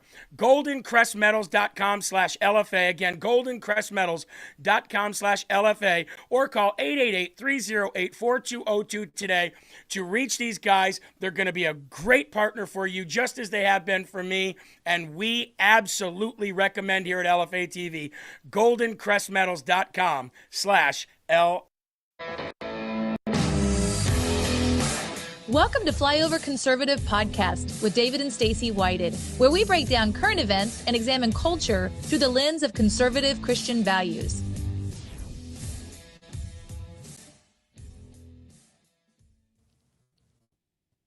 sometimes in life it's just the association with somebody that kind of gives them a lot more credibility. I know when Tim Tebow came out with his first book, everybody knew him as a football player, but he's kind of known in that circle. The foreword to his book was written by Chuck Norris. I know. Like, wow. Pretty amazing. It's your associations. You're like, well, if you didn't know much about Tim Tebow, you associate with Chuck Norris, he knows all the Chuck Norris jokes. Tied in with that, gave him credibility. Like sometimes when you know a little bit about somebody, who they're tied together with. Today's guest is tied in with the person I probably have the highest, most respect for of anyone we've learned and met over the last 5 years when it comes to education, when it comes to the school system, politics, everything that's happened. One of the greatest doers, that's Alex Newman. He's tied in with them. Today's guest is a member of the board of directors of Homeschool Now USA, member of the C12 group, that's the largest professional development network for Christian CEOs and executives. He is the CEO of Classical Conversations, Inc., and he's author, along with Alex Newman, of the book Woke and Weaponized, How Karl Marx Won the Battle for America, Education, and How We Can Win It Back. It's got a little hope there. Mr. Robert Bortons. Yay! Welcome. Hey, thanks for having me on the show. Excited to be here. And this is the most important topic, because if we lose this generation, then we're going to lose our country. Absolutely. Couldn't agree more. Over the last several years, I think COVID accelerated it because kids were home and working on projects, and parents were like, wait, time. What's that? Yeah. What did they say? It kind of became involved. And we've seen this for a long time, but it was kind of the joke for our generation, like colleges, like somebody sent their kid to college, or when you went to college, just try not to come out crazy. Because you knew going in, like, I'm gonna hear a lot of stuff, but it was kind of still more coastal colleges. If you went to, K-State, you went to University of Missouri, somewhere like that, you're probably a little more protected. There might be programs, and I would say it's grown now to where I almost look at, like, if you see our country, like as a body cancer scan, you could find colleges. These little Marxist strongholds. Even a town like Austin kind of becomes another thing, wherever the major university is. And then it kind of went down through all of the levels. And now, you see the papers kids bring home from a kindergarten or a first grade class, talking about, DEI and all these different topics. You're like, oh man, how did this get in our schools? And you guys not only identify and completely encapsulate this, you identify where it began, how it got here, but you have an entire network and system that's flourishing and thriving, like, the Alaskan forests during the summer. It's just booming and blooming. So I'm really excited to hear from you. But let's kind of maybe start at the end real quick. Colton has your website here so people can track this, and if you want to come back and hear the whole episode. But I want them to hear there's a solution to this before we start, and then we're going to go back in time to Horace Mann and figure out how we got here. Yeah, thank you so much. Yeah, Classical Conversations is a business my mom started in 1997 when I was going into high school. Not so many homeschoolers back then, maybe about 800,000 or less in the United States. And today there's nearly 5 million around the country, which is almost 10% of all school-age children, somewhere between 8 and 10% of all school-age children. So it's certainly taken off since COVID, as parents got to see firsthand what was going on. But my mom had a sense of it much earlier on. And so she started it's a full K through 12 program on how to homeschool your kids. And it's through the classical worldview, where we are basically looking at the great books, reading the Constitution, the Magna Carta, having kids memorize copious amounts of information, and teaching them how to think well, write well. And we do that by forming communities that meet once a week during the school year with a trained parent tutor. And so groups of 8 to 10 students are getting together, homeschooling, and doing it with this wonderful curriculum that my mom has overseen over the last almost 30 years now. And so we have helped millions of people homeschool successfully through high school. And we have hundreds of, over 135,000 or so, just wrapping up this academic year and expecting that to grow. And we're in 50 countries. So we're definitely going to have a community near you. We have about 2,000 communities here in the U.S. and another 800 international. Wow. So you're in all 50 states, right? As well as 30 countries? Yeah, we're actually, that data is a little old, so we're actually in 50 countries now and in all 50 states. So we've had a lot of international growth, especially the last couple years, as more and more families internationally have sought to educate their children because they see the same problems in their school systems that we have in ours. And it shouldn't be surprising to anyone because they're all designed by the same people with the same end in mind. Man, real quick before you go, can you go back to that picture with Sean Ryan 1 second, Colton?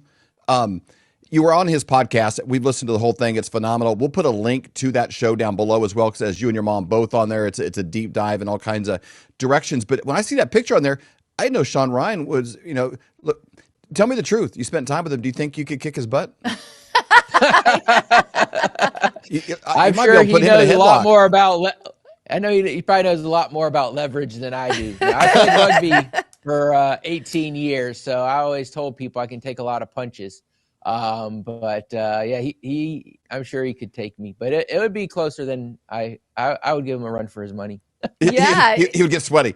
Anyway, taking you out.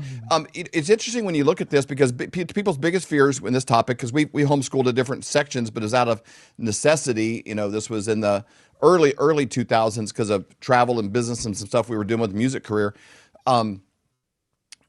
People's biggest fear is, am I competent enough to do this? And then number two, if I don't know anyone else doing it, how can I, it's kind of hard to go start your own CrossFit gym and do it by yourself, if you've never met anybody. Sure. So, that kind of a network. But I see these things, they'll do, interviews on college campuses and ask basic questions, at even like Harvard and Columbia and Ivy League schools. And it's amazing what, these kids don't know. So I'm like, if you homeschool, they're probably going to at least be as good as them. But then when you see guys like Andrew Wilson, who I don't know what his education level is. I don't even know if it's completely high school. And he's, they'll put him on these podcasts, and sometimes with like an Ivy League graduate that has a master's in a certain, category, and they just bumble, and Andrew Wilson will just tie him up with like basic logic and understanding a premise. So I think no matter what, they're going to end up as good as what the system, is producing as it is. Even the most decorated academics kind of flounder when it comes to actually knowing stuff. Oh, yeah, absolutely. I mean, the system is designed to give power unto itself. And so a lot of parents do feel inadequate or like, how could I teach calculus? But their kid's 5. Mm-hmm. And a couple of things. One is, why would you ever send them to a system that did not prepare you to teach the next generation what it taught you? I mean, that right there is a failure of the system itself. The second thing is, I'm not smart enough to teach my kid, but let's send them to the same system that taught me. Right. I get it. Yeah, exactly. And then the second thing is, like, you don't need to know calculus when they're 5. You just need to know basic math and reading. And the truth is, by the time most homeschool kids turn 12 or 13, I mean, the parents are basically a coach and accountability partner. The curriculum teaches them most of the things.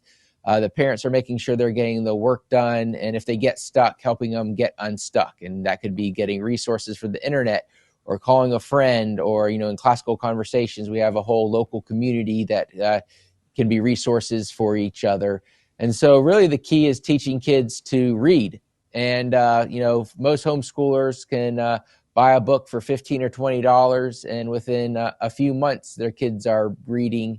And of course, it's a continual process to get better. But in the public school system, imagine this, we're almost spending $20,000 per year per kid. So that's $240,000, and less than half of Americans can read at a 6th grade level. Man. Less than half. And that's a high water mark, because currently only 36% of kids can read at grade level in the public school system. So that 50% mark is going to go down over the next decade into the high 30s or even lower than that. And so this is a disaster for our economy. This is a disaster for human flourishing. And it's a disaster for anyone who wants freedom and liberty in this country, because you have to be able to control your own appetite. You have to be able to think logically to be able to lead and govern yourself. And what our founding fathers had was a classical education, mostly home-based, and they wanted a populace that could think and govern themselves, because they knew that to have a small and limited government, which would be what their requisite government size is for a flourishing society. You need people that can govern themselves. And so our public school system is creating individuals that can't govern themselves. More than like 50 or 60% of our young people think that Democrat socialism is good, despite the fact that it's killed hundreds of millions of people over the last 150 years. And it's the most destructive ideology we've ever seen. And people like Mandami get elected governor of New York City and says things, we need to throw off our individual ruggedness and embrace the warmth of collectivism. Well, the warmth of collectivism has killed hundreds of millions of people. Our young people are embracing it because they don't know any better and they can't read and they're not taught how to think.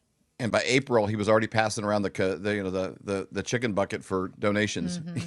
To take more money. The cover of your book, we don't have any money, right?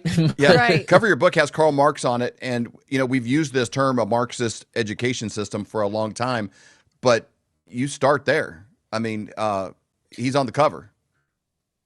Yeah, so Karl Marx, and he's kind of this idea, the 10th plank of the Communist Manifesto is free public education for everyone. And the thing to understand that people need to know is that Marxism doesn't build anything. They don't create anything. They just take things over and try to destroy it, right? It's a creed of envy.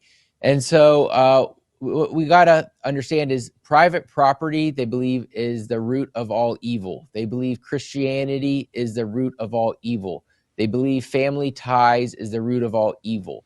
And so that is basically what our public school system was set to undermine. And so we have a guy named Robert Owen, who was alive the same time in 1826. He wanted to start the public school system in the United States to fight the trinity of the most monstrous evils that could be combined to inflict mental and physical evil upon this whole race. And that trinity of evil is private property, Christianity, and marriage.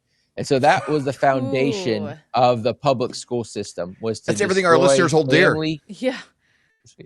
Right. And so he imported his ideas into Prussia. And most people may have heard, if you've paid any attention, that our school system was imported from Prussia. And most people don't know where Prussia is on a map because they went to the public school system, and it's a country that doesn't exist anymore.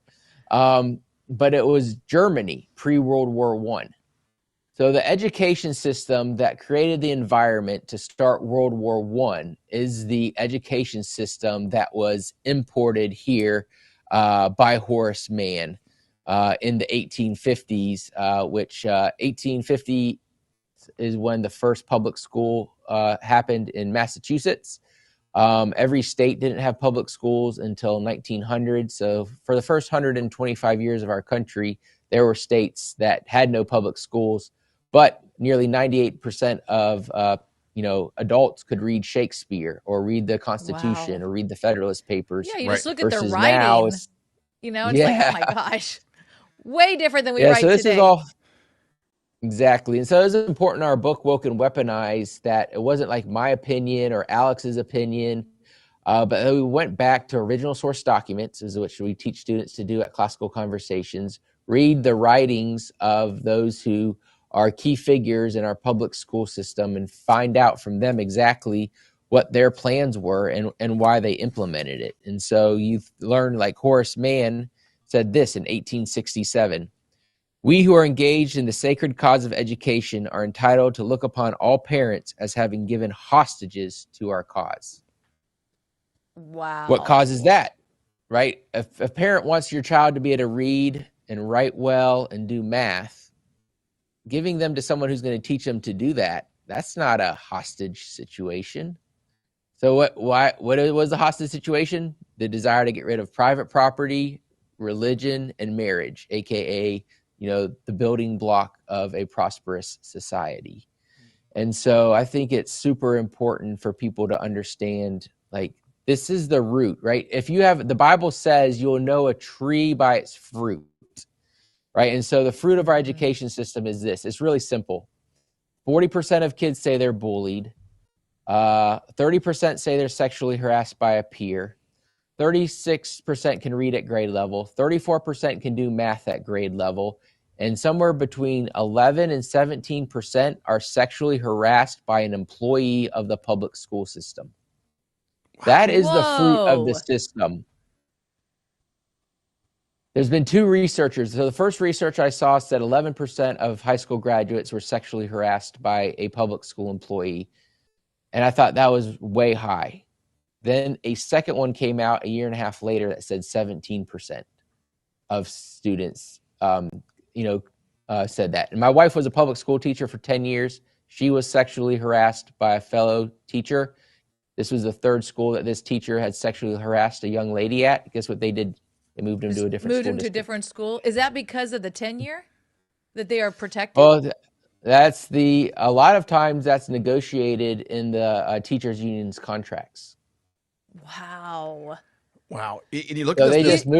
They just legally move around sexual predators from one school to another. You think your kids are safe. You send them to school. I can remember we interviewed Sam Sorbo. It was probably, 2021 on our show. And she said, if you love your kids, you will take them out of public school system. And we were like, man, that is really extreme. Maybe in LA or somewhere, but not everywhere. And what we have learned since 2021, because, my parents were school teachers, both of them. Aunts and uncles, school teachers. My great-grandfather was a school teacher. I mean, our daughter went to school to become a school teacher. Like, that was our, that was my history. And it is not the same. That is so accurate. That's what we've learned over and over and over again. That is one of the most dangerous places that you can send your kids is to a public school. We've actually tweaked the expression now. It's like, if you like your children, you will not put them in public institutions. Well, let's think about it this way. Let's frame it as you and your husband or you and your wife are about to go out on a date. Would you hire a babysitter that had somewhere between a 10 and 20% chance of sexually harassing your kid while you went out on that date? No way. No. Right, but way.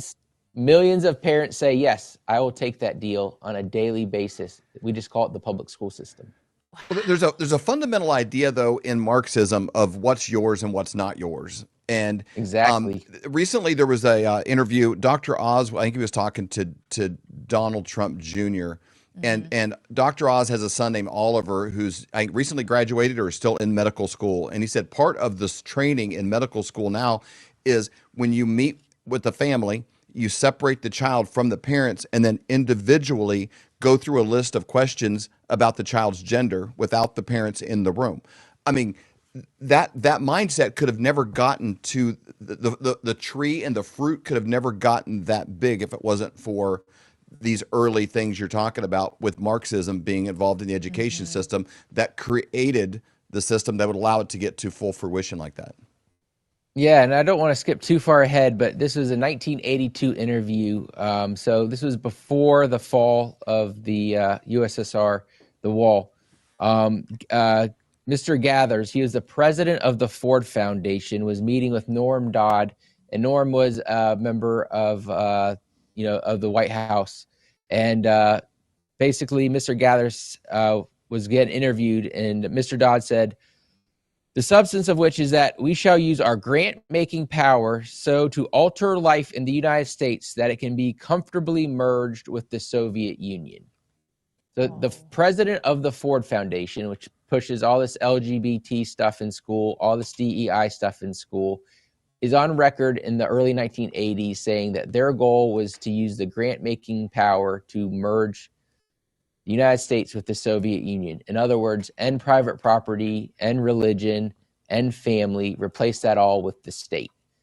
So this isn't like some veiled conspiracy. Nope. It is a documented proof. And this is what he said. The Rockefellers' General Education Board leader, Frederick Gates, said, in our dream, we have limitless resources and the people yield themselves with perfect docility to our molding hands. Now, earlier I told you we spend almost $20,000 a year per student in the United States. That's basically unlimited money to mold our docile kids with their hands, right? So their dreams have come true. Like they had a plan and they executed it, and now all of Americans are suffering. and you look at the quote, and I got it, here with Horace Mann. The roots go back to collectivism and socialism, socialist thinkers who want to break the parent-child bond, secularize education, undermine Christianity and individualism, and produce obedient citizens rather than free thinkers. We have a young man that works for us. He's about to graduate high school. I don't know, here in a few weeks. He's been homeschooled, I believe, every year. And I see it with our kids from the short experiences they had with it. Plus, we've been entrepreneurs, and they've always been in situations where they're solving problems and doing things. But when you present him with a problem, he does video editing and things like that. I'll throw a problem. Like, I kind of want this to do this. And he's like, yeah, I can do that. And I'm like, have you ever done that before? He's like, no, I don't know. But I know I can. I'll figure it out.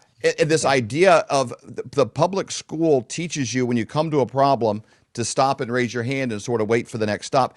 Everyone I've been exposed to, whether it's our kids or a video editor or anyone, when they come to that problem, they're like, I don't know how to do it, but I'm a free thinker. I can use my mind. I can resolve this outside of the mechanism of a classroom. Like I can. It's a speed bump in a parking lot doesn't cause me to turn my car off and get out. Well, yeah, and so that was all designed by this psychiatrist named B.F. Skinner, who viewed children as animals, and he has this thing called a Skinner box, which basically is a conditioning way. We call it classroom management today. So classroom management all comes from B.F. Skinner. I have a friend who just got her master's degree in education. They had a whole entire class on B.F. Skinner and what great ideas that he had for humanity and how you can implement those in your classroom. So this is in higher education. Basically, every single school teacher is taught that this guy is a god, and that he is, made humanity so much better. I don't know if he had a deathbed confession, but I'm 100% he's burning in hell.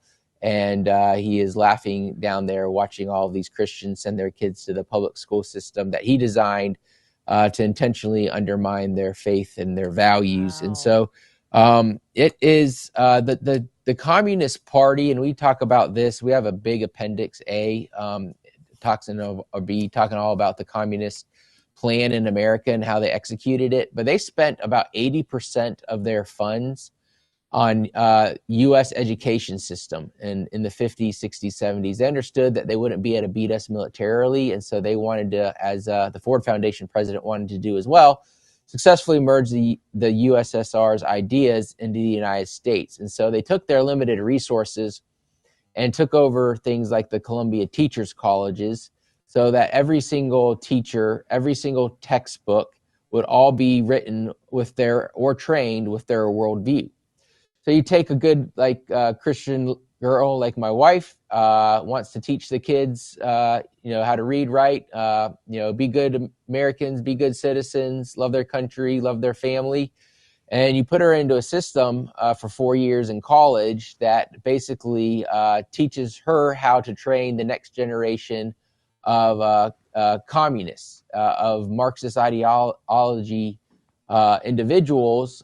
She has no idea that's what she's doing, but the whole classroom management, which is basically what they teach you, is reinforcing the idea that the state is your father and your mother and is going to take care of you. And so even if you have a good teacher who loves the Lord, going to heaven, wants to do all the right things, she's been trained through her college or him through her college experience that right is wrong.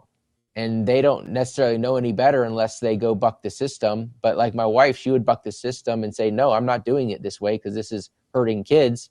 And then she'd get reprimanded by her principal because she wasn't following district guidelines. And so it doesn't matter how good your school teacher is if the curriculum she's using is written by a Marxist to make the next generation Marxist. Like it's just, it's an impossible situation. Where does Dewey fit into all of this? Obviously, we heard so much about Dewey growing up. You have the Dewey Decimal System and all of that. Where does he fall into this agenda in the schools today? Yeah, so in 1898, he said, change must come gradually. To force it unduly would compromise its final success by favoring a violent reaction. And so he was right there when the public schools were finally getting implemented across all 50 states. And even back then, it was just, 2-3 hours a day, maybe 3-4 months a year, not like the system that we have today. But he understood that, this long march through our institutions would require time, and that like one of the things he saw was we needed to separate children from their families as early as possible. So now we have like pre-K being celebrated, like, okay, that's just taking kids away from their parents earlier. That's exactly the ideology that they wanted to do, because again, in a lot of socialist countries, they actually take the kids away from their parents when they turn 2 or 3 and have them raised for a year and a half to break the bonds between children and their families. We celebrate that here in the United States by saying we've got more funding for pre-K and things of that nature, even though there's no academic outcomes that are shown to benefit from it. And we've got, but his ideas were the same, like what violent reaction? Well, no parent wants their kids to be separated from them. Like literally when the public schools were first getting started in the United States, police would come to doors and drag kids out of their parents' houses. Wow. And we still have, that was still happening in the United States in the 80s and 90s. A lot of people don't know that homeschooling didn't become legal in every state until 1993. And so growing up, that was part of the reason, like we were told, like, don't go outside before 3 p.m. because we didn't want CPS called on us, even though we were in a state where it was legal to homeschool. We had friends that had, in the 80s, threatened with jail time or their kids being removed from them just because they wanted to teach them how to read and write. And unfortunately, the state of Connecticut, the House and Senate's on the governor's door now to see if he'll sign it or not. But the state of Connecticut is trying to strip away parents' rights along party lines. Nearly 100% of Democrats voted for it, and only 3 crossed the line to vote with the Republicans to stop it. But basically, homeschool parents in Connecticut now have to go get the permission from the local public schools to homeschool in that state. If this law, is signed into law, it's going to be litigated. I'm pretty sure what they're trying to do is illegal because they're requiring medical information to be given to non-family members. These rights are precious, and they'll be easily stripped from us. Not easily stripped from us, but the forces of evil are always trying to strip them from us. Wow, that is crazy. That is so shocking. It's like a crazy time to be alive, and there's some negatives to it, but what a great time to be alive, because there's never been the resources and things available. And we're also projecting towards a very unknown future with AI, job change, the tectonic plates beneath our feet are shifting when it comes. If I was talking to a 17-year-old right now and they're like, hey, give me some advice, I'm thinking about going to college, what should I major in? I'd be like, phew, man, bro. With AI, yeah, who knows? You better train to start an HVAC company, or something where you're a doer and you can. But above all, forget the trade. I would want to impress upon them the ability to become a critical thinker, the ability to adapt to a changing world, not be jammed into a mental pipeline of conformity. Yeah, well, that's exactly what we do at Classical Conversations. Is we teach children how to think. We teach them logic. There's no high school in America that's public school that teaches kids logic, because they want a conformed society that will do whatever those in power tell them to do. And that's, again, goes back to B.F. Skinner's classroom management. But classical education has well prepared every single student for whatever job market is there, because they know how to think, they know how to research. They don't accept whatever answer is presented to them. They know how to tie ideas together. They know how language works. So those in Classical Conversations, like, we didn't know AI was going to be here like it is, when we started this 29 years ago. But anyone who's done Classical Conversations high school program is ready for it. They're career ready for whatever AI has for them. But like you said, the college system is inherently communist. It's paid for by student loans, so it's not paid for by work. It's paid for, by some future work. Students have no idea how they getting this free money or how they plan to get it back. 90% of professors are Marxist, and so don't send your kids there unless there's a very important reason. You have Johns Hopkins University, which is our pristine medical university teaching people that men can get pregnant. I mean, it's just like a totally crazy time to be alive. But the nice thing is like you said, we can see the fruit of it. There's no reason for anyone listening to this to be deceived anymore. The facts are clear and present. And, organizations like Classical Conversations, and there's plenty of other ones, are willing to help you get your kids out of it. Like, you don't need to reform it. You just need to pull your kids out any way you can, as fast as you can, make a plan, even if it takes a couple years, and execute it, because the system itself is destroying our country. And the nice thing about it is conservatives are having more children than the liberals right now. But if we continue to send our kids to the liberals to be educated, they'll continue to turn into good little collectivists. And you'll be sitting across the Thanksgiving table for some kid you don't recognize. Yeah, you're exactly and right. doesn't want to be engaged in family, which is why you have kids. You hold a newborn child. It's like, I love this child that can do nothing for me. I'm getting up in the night to change diapers and feed, and like, you care. You're serving this child, and the love is so strong. And you're I mean, my mind was always playing this long game of I'm raising my future peers, and I'm doing life with my kids. My youngest is going to turn 30, and like, I can't think of people I'd rather be with. If there was like an EMP tomorrow, I'd be like, man, we got a great team here, because they're thinkers and doers and hard workers, and they're problem solvers, and, having that's what you're wanting, to raise, but you kind of do have to take the ownership of it. Here's some of the pushback that I would assume that you get. People say, well, okay, you kind of covered you got curriculum, and then you got a network of people in their local community that they can find on your site. And we'll talk more about that as we go. But the third thing is like, finances, man. Okay, you got a guy, You talking about finding the time, like maybe they work 2 jobs? Yeah, the husband has a company building decks or fences or something, and the wife, she's works at a vet clinic at the desk, and does that so they can save some money for their kids' college or something in the future. And like, how would we make it if she stayed home? We kind of got our expenses a certain way here, and even to say they're not crazy, they don't have like 2 jet ski payments, and they're vacationing in Paris or something. They're regular people. How do people make this work financially?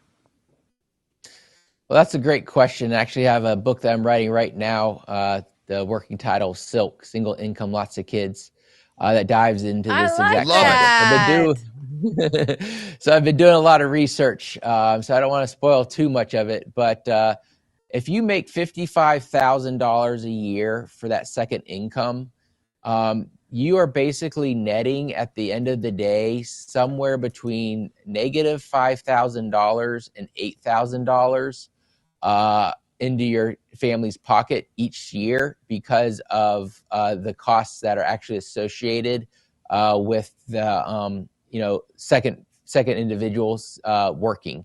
So you've got things like, first of all, that tax rate's going to be significantly higher. So a third of it, there you go, is gone to taxes. You've got things like, child care. I saw a memes going around, or a video from TikTok or Instagram. Some mom was talking about how her child care costs her $66,000 a year for 4 kids. Woo! So, I mean, right there, she would have to make almost, $100,000 a year just to justify paying that bill. I mean, you've got more expenses with, extra cars and commuting, and then you're hardly with your kids. So then you spend a bunch of money on a vacation because you feel guilty because you haven't seen them in 50 weeks.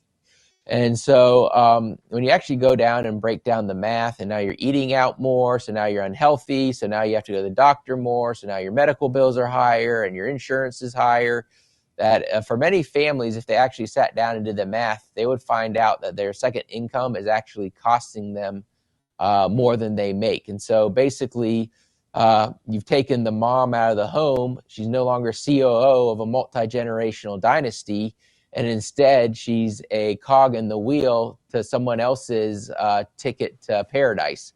And so why are we building other families' wealth instead of building our own? And so I believe the economic case, once people understand it, we'll see it. And surprisingly, I have an ally in Senator Elizabeth Warren. from when she was actually a college professor. She did a lot of research on this that showed that the two-income household was detrimental to the American way of life. And Wow. so she probably doesn't hold those views anymore. But it was really interesting as I've been perusing her research and seeing that, probably the only thing in the world I have in common with her is that research she did back when she was a college professor before she was a Democrat senator from one of the northern states. Maybe you have more Native American in you. Who knows? Or maybe you guys share that. I am 100% sure I have no Native American in me. So, well, we're not sure she all does European. we could spend a whole show playing clips. 1/64,000th of a percent. Exactly. We could spend a whole show playing clips of Democrats saying things that are the opposite of everything that they do today. Yeah. I wanted to point out, we actually have had the opportunity now twice to interview Emma Waters. She's an author. She worked with the Heritage Foundation. She's a mom of two and now going to have a third child. And her husband is going through seminary.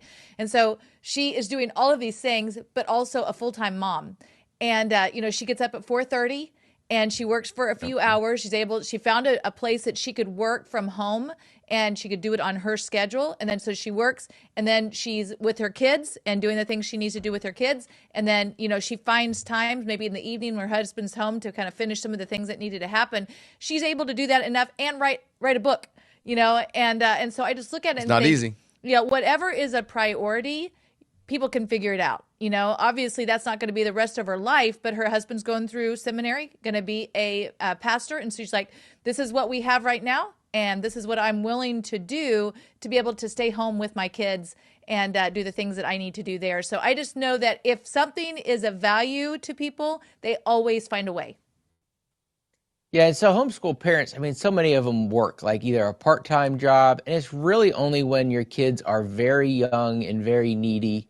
And so, of course, the work from home opportunities that are out there now are just all over the place. And homeschool moms, are so smart because they've done the research, they're studying, they're thinking, they're doing things that many adults haven't done in 20 or 30 years. And so, even here at Classical Conversations, it's not a lot of money, but we have about 10,000 moms in our system that are making somewhere between $700 and $10,000 a year, helping other people homeschool. And so, we've always found that, it's really going to work, right? And separating the family and being gone 40, 50 hours a week.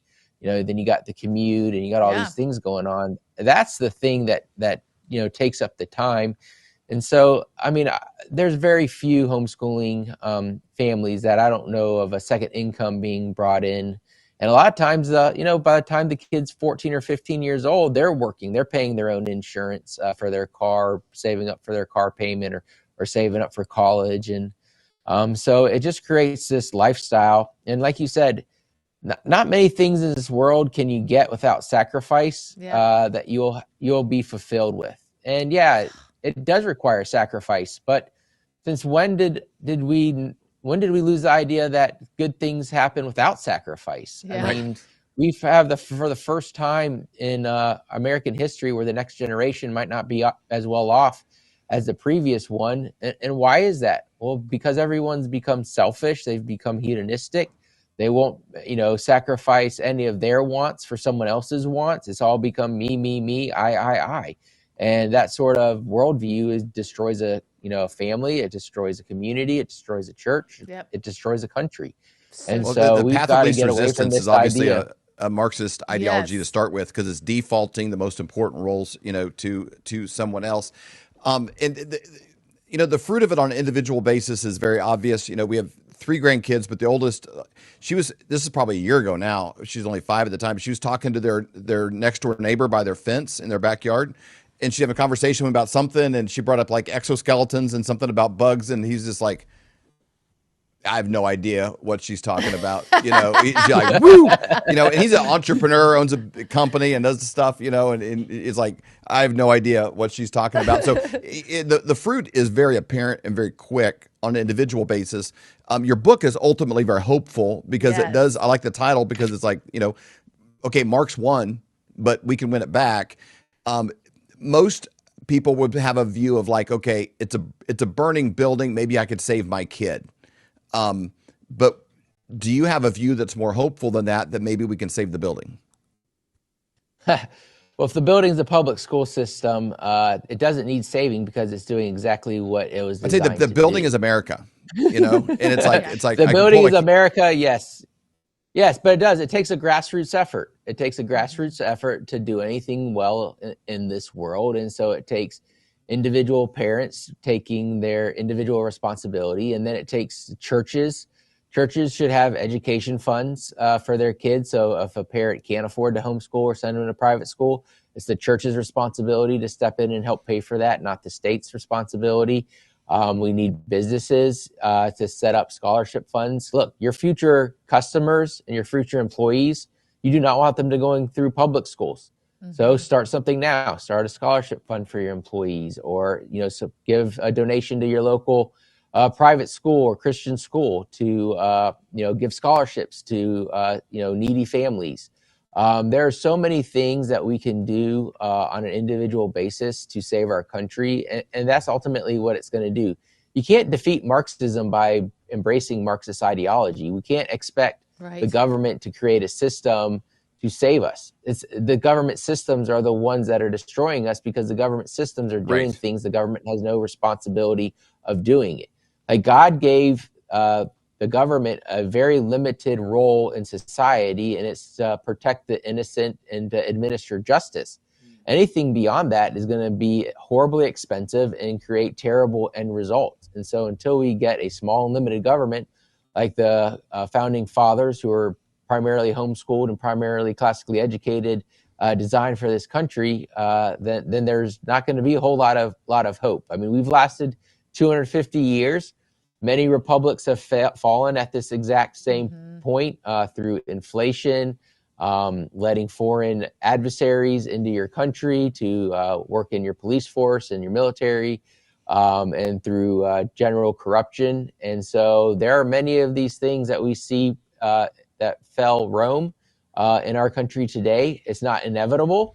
But the church has to wake up. I mean, the Bible says, if my people will turn their hearts to their kids, if my people will repent, I'll save their country, to save their nation. And so we don't have to expect the pagans to repent, or the Islam or the Muslims or the atheists to repent. It's Christians need to be Christians and start doing what the Bible says. And we need pastors who are more afraid of God and what he's going to tell them at the Bema seat than he is of the teachers' unions. And until we have pastors that are more afraid of God than the teachers' unions, then we're going to continue to have a country that burns. But as soon as we need our pastors to step up, plain and simple. It's exciting because President Trump just did that, read the Bible, and actually read that scripture right there, Chronicles 7:14, which is pretty exciting, right from the Oval Office. Let's go right now to classicalconversations.com. I'd love for you to walk us through this website. So let's say somebody's watching today. This is brand new information. They don't know anything about Classical Conversation, Inc. So it says start here, so I'm assuming they start there. What are they going to find when they get there, and where should they go from there? Yeah, so start here. If you want more information, it's going to tell you what is a classical education, what's a Christian education, how does that work inside Classical Conversations. So these are short, 1-2 minute videos to give you a good overview of what's going on. We have some articles there for you to learn more. But once you kind of have an understanding, and if you actually want to talk to a real human, a real probably homeschooling mom, there's a couple homeschooling dads that are in our system. You hit that find a community button on the top right, you put your zip code in. We have things like information meetings and open houses where they will answer your questions, or you can see a community live. We have homeschooling boot camps during the summer. They're 1 day, they're free. You do not have to be in Classical Conversations. You don't even have to homeschool your kids. We have public school teachers and private school teachers sometimes come to them because they are thirsty for actual knowledge of how to pass on information. So those are called parent practicums. So those will be going on this summer. We'll have about 600 of them across the nation.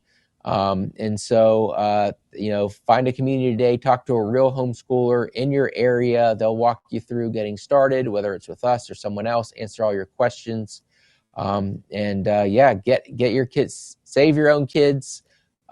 get them out and then help save other kids, because ultimately it's going to take a grassroots effort to make sure our country is saved. And just like Benjamin Franklin said, right, allegedly, a republic, if you can keep it.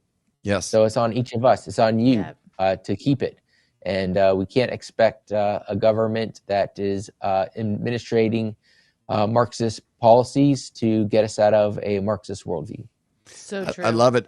These websites, every page has great videos and things on it. So Flyover family, go to classicalconversations.com. Full of resources, places to be. I want to do one more thing. When you click on the Start Here tab, it's got Start Here, but then right below that also drops down, Hey Dads. I like that. Can you address that real quick? Why did you make that such an early part of it? And what role do you see dads playing in what you already have going? What are you seeing them kind of awakening to this role as well?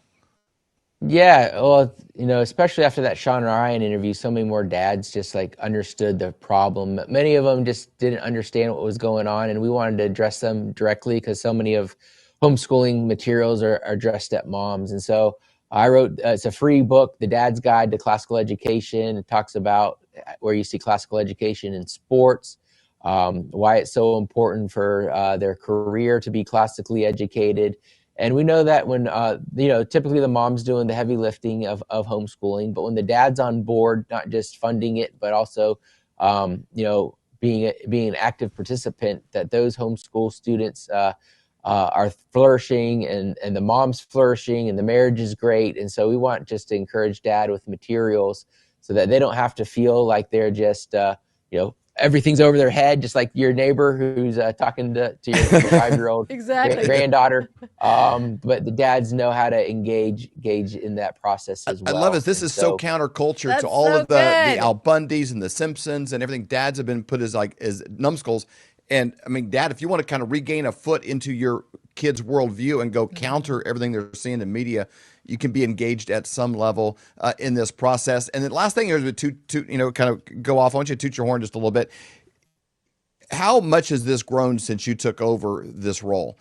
Because it's remarkable. If you look at the growth of your company, it's like this, and it is hockey sticking now. Yeah, so we had about 40,000 students when I took over, and now we're hopefully approaching 140,000 worldwide. So we were in about 40 states. And like I said, now we're in over 50 countries as of recently, and it's I toot my own horn, but really it's all about God and what He has done, and I just give Him all the glory for it. And if He takes it all away tomorrow, I still give Him all the glory for it because He has an ultimate plan for all of us, and we're all going to answer for that at the Bema seat. And so I want to do whatever God wants me to do, so that I can have a heart for the Lord like David. And I want that for all of your kids. And that's what we try to instill at Classical Conversations. So, ultimately, it's all the Lord's. And we're just, humbled that He chose our family to help steward it while we are here on earth. And but it's been really awesome. It's been a fun ride. And I don't want to give away too much. I wasn't planning to talk about this today, but we're going to have a solution for that college problem that we're going to be announcing live on my podcast on May 15th, Refining Rhetoric. So we are going to be taking on the college cartel and the student loan mafia here in short order. It is needed. Look out for that. How do they find your podcast? Yeah, Refining Rhetoric. We're on YouTube, or you can go to refiningrhetoric.com or my website, robertbortons.com. Links over to my podcast as well. And then, of course, we'll be announcing that at Classical Conversations shortly afterwards as well. I love it. We'll put all of that in the notes. It's a real problem. I saw a tweet from a dad that lives in North Carolina. Last Friday was like National Anti-Capitalism Day, and I don't know how many hundreds of school districts, across the country canceled school for teachers as well. There's 700,000 students in North Carolina participated in. Their school was out holding F the ice and signs like this. Nobody is sending your kids to school to learn how to be Marxist protesters. This is a real legitimate houses on fire issue, and you guys have real answers and a network to lock arms with people where they are. We just looked in our small town. There's like a lot of people right here in Lee Summit that are already participating and that can help people out in that. So wherever you are, go to the website and look and see, is there a network available? Can I watch some of these videos? Can I just stick my toe in the pool and kind of check the temperature and move forward? These guys have done the heavy, get the book. These guys have done the heavy lifting for you in advance. The link to the book will be down below, whatever platform you listen to this on. If it's Rumble or Apple, Spotify, wherever you're at, it'll be in the links below, as well as the link to the Sean Ryan episode you did, because I do think that is a very important kind of digital piece of media for people that are thinking about this and you're like, oh, I don't know, maybe send that link to your husband, send this to your husband, send this to your wife, send this to your kids or your cousins, people that you've had conversations with and they can't wrap their arms around it. Send this content to them starting with this episode and let them kind of begin this path. We just started May. This is the best time to be thinking about it when you got next year in mind. Robert, thank you so much for your time. We really appreciate it. If you had a time machine and you could go back to, say, 1930 and you had 1 ounce of gold or a $20 bill, both of those would buy you a complete men's suit, brand new, the shirt, the tie, the belt. Either one would buy you the whole thing. If you had a time machine and then you brought both of those resources into today, 1 ounce of gold could still buy you a full suit at pretty much any men's store in America. The $20 bill, why, it probably only gets you a handkerchief or a pair of socks. How do you get the gold and silver? Well, it's very simple. We have a friend that we've known for over 25 years. In fact, his dad was a mentor of ours, and his name is Dr. Kirk Elliott. And the way that you connect with him is you go to flyovergold.com. It's a website that we set up to make it very simple. All you do is go there, fill out your information, and someone from Dr. Kirk's team will get a hold of you to answer all of your questions. Whatever you have, they can help you out. Or you can simply call 720-605-3900. Again, 720-605-3900 to set up that free consultation. Do it today. You will be so glad that you did. All right, Flavor family. My name is Avery Whited. I'm the daughter of David and Stacy. I'm just moving in, so I had to get an order for my pillow and get the things that I needed. So let's look inside. I got some My Pillow towels, kitchen towels. I got some of their Giza sheets. Now, I've never actually been able to use them, but I've heard amazing things from my parents about them. And last but not least, something for Charlie. Hey, dog bed. All right, Charlie, let's go put this in the dryer and flip it up for you. Come on, buddy.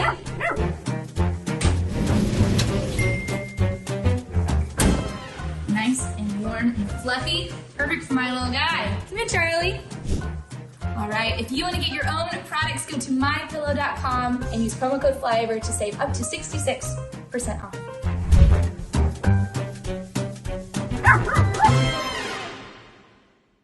I'm Linda Bamber Olson, the inventor of the Wave Watch, the world's first frequency therapy watch.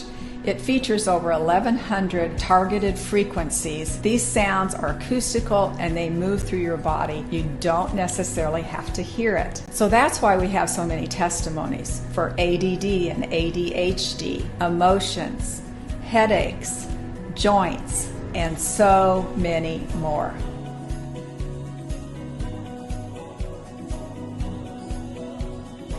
Everyone is talking about this. The one thing that's very important part of my portfolio all these years is gold. As gold hit all-time highs already this year. And get a free info kit on gold today. It's called silver. Gold coin. And though we are thrilled that everyone is talking about investing in precious metals, a lot of these 1-800 numbers will make you feel like just another transaction. That's why it's crucial to work with a person, not a faceless institution, when it comes to your finances. You deserve to be treated like family, not just another number. Dr. Kirk Elliott, whom we've known for over 25 years, he doesn't just sell gold and silver, he offers trust, care, and a personal touch that an impersonal institution could never match. So when it comes to securing your financial future, don't just call a company, call a person. Call Dr. Kirk Elliott at 720-605-3900 or visit flyovergold.com to learn more. Do your feet ache and throb in pain with every step you take every day of your life? Kiss those days goodbye with slippers from mypillow.com. How about that flimsy, flat little excuse for a pillow that's nothing but 8 hours of disappointment, causing you pain in your neck every single night? You can wake up with nothing but butterflies and rainbows around your head with a MyPillow pillow. Those hardwood floors hurting your old bones? No more with the MyPillow dog bed. Are your towels worn thin, flimsy, more patchy than Joe Biden's memory? There's nothing better than absorbent towels from MyPillow.com. For all of these products and more, go to MyPillow.com, use promo code FLYOVER for up to 66% off. We hope you've enjoyed this episode of the Flyover Conservatives podcast with David and Stacey Whited. Please subscribe, hit the notification bell, and leave us a comment below. Lastly, if you enjoyed today's podcast, share with those who came to mind. Be blessed and make it a great day.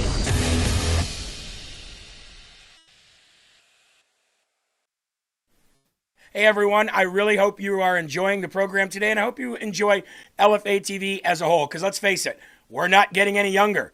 However, if there was a way to slow down our aging and live a little bit longer, would we do it? I think we would.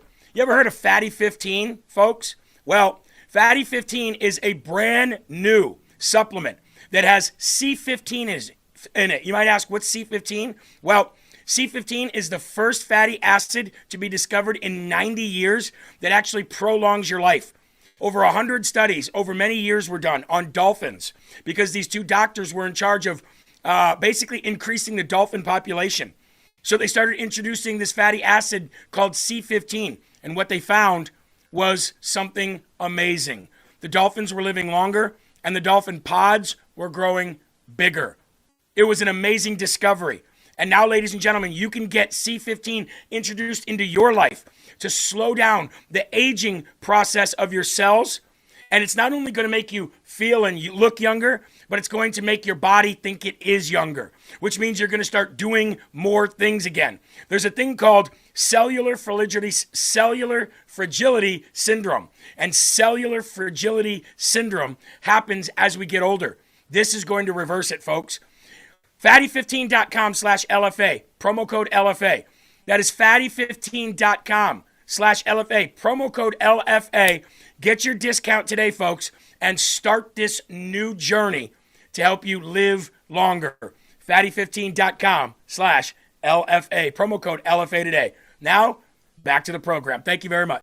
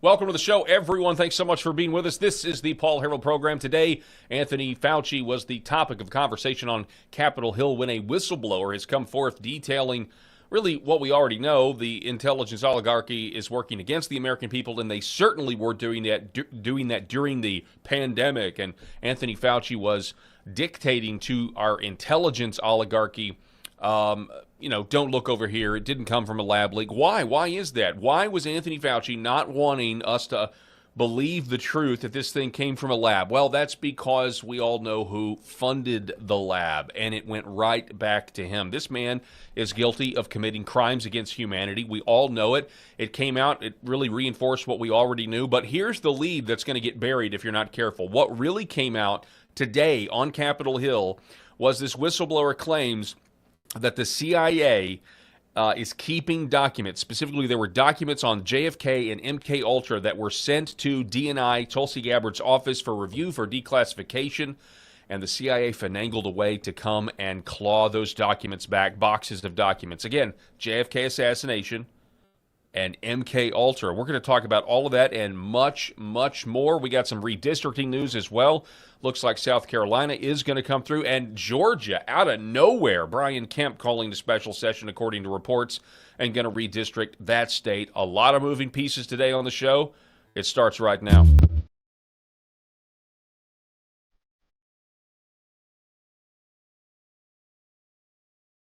The Paul Herrell Program.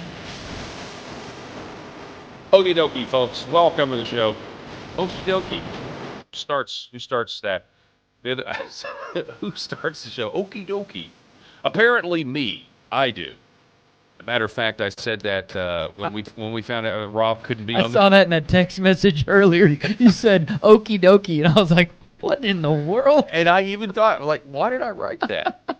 Why did I say that? So Rob couldn't be here at the last minute, and he says, hey, man, I can't make the show. Had something come up, and I wrote, okie dokie.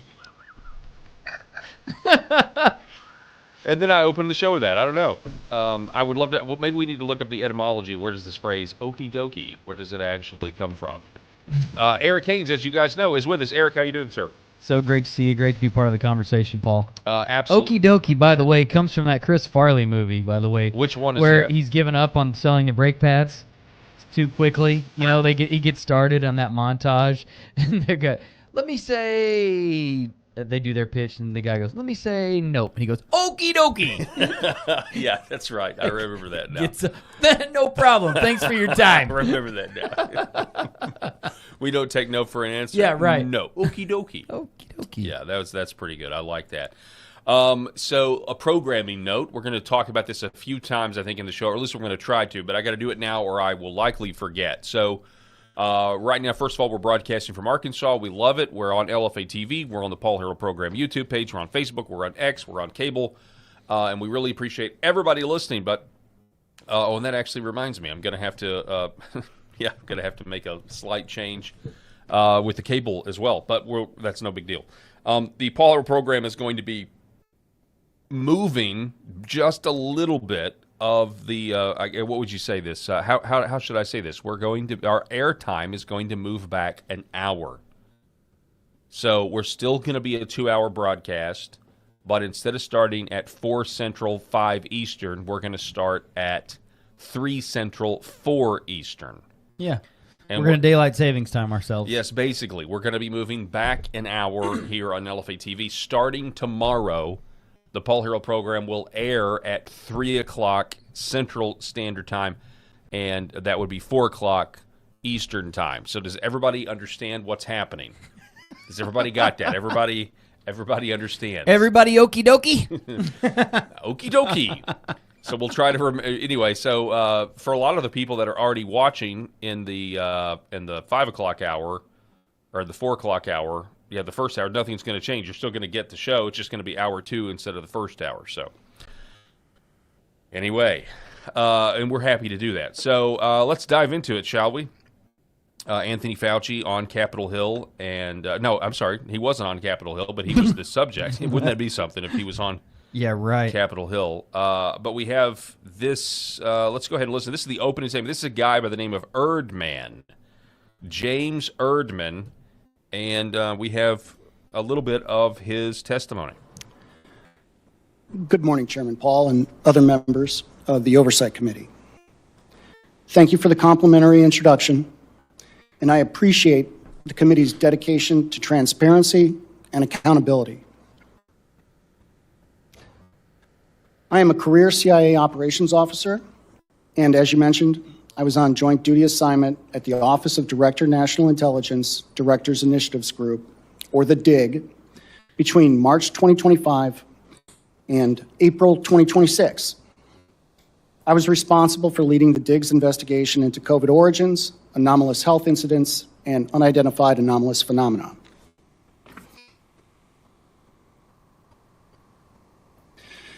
I'm here today to discuss the COVID cover-up, the national security implications associated with the DIGS investigative findings, and CIA refusal to comply with lawful oversight, as well as how we remedy these problems.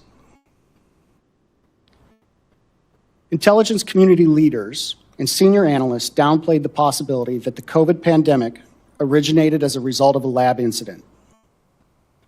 Motives are difficult to define given the scope of the DIGS review. Intentional or not, the IC's actions resulted in a cover-up, wasted resources, and a failure to properly inform policymakers. Public health policy would have been very different had the American public been made aware that a virus from a lab in China was going to serve as the foundation for an emergency use authorization mRNA products being mandated by the former administration.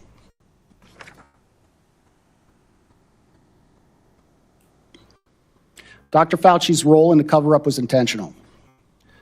Dr. Fauci influenced the analytical process and findings by leveraging his position to ensure the IC consulted with a conflicted list of curated subject matter experts, public health officials, and scientists. This included some of the authors of the paper, The Proximal Origin of SARS-CoV-2, and other public health experts who have been in his orbit for the last 20-plus years. Some of the scientists were part of the Biological Sciences Experts Group, or the BSEG, an office of Director National Intelligence Advisory Body, whose members often receive considerable funding from NIAID and public health agencies.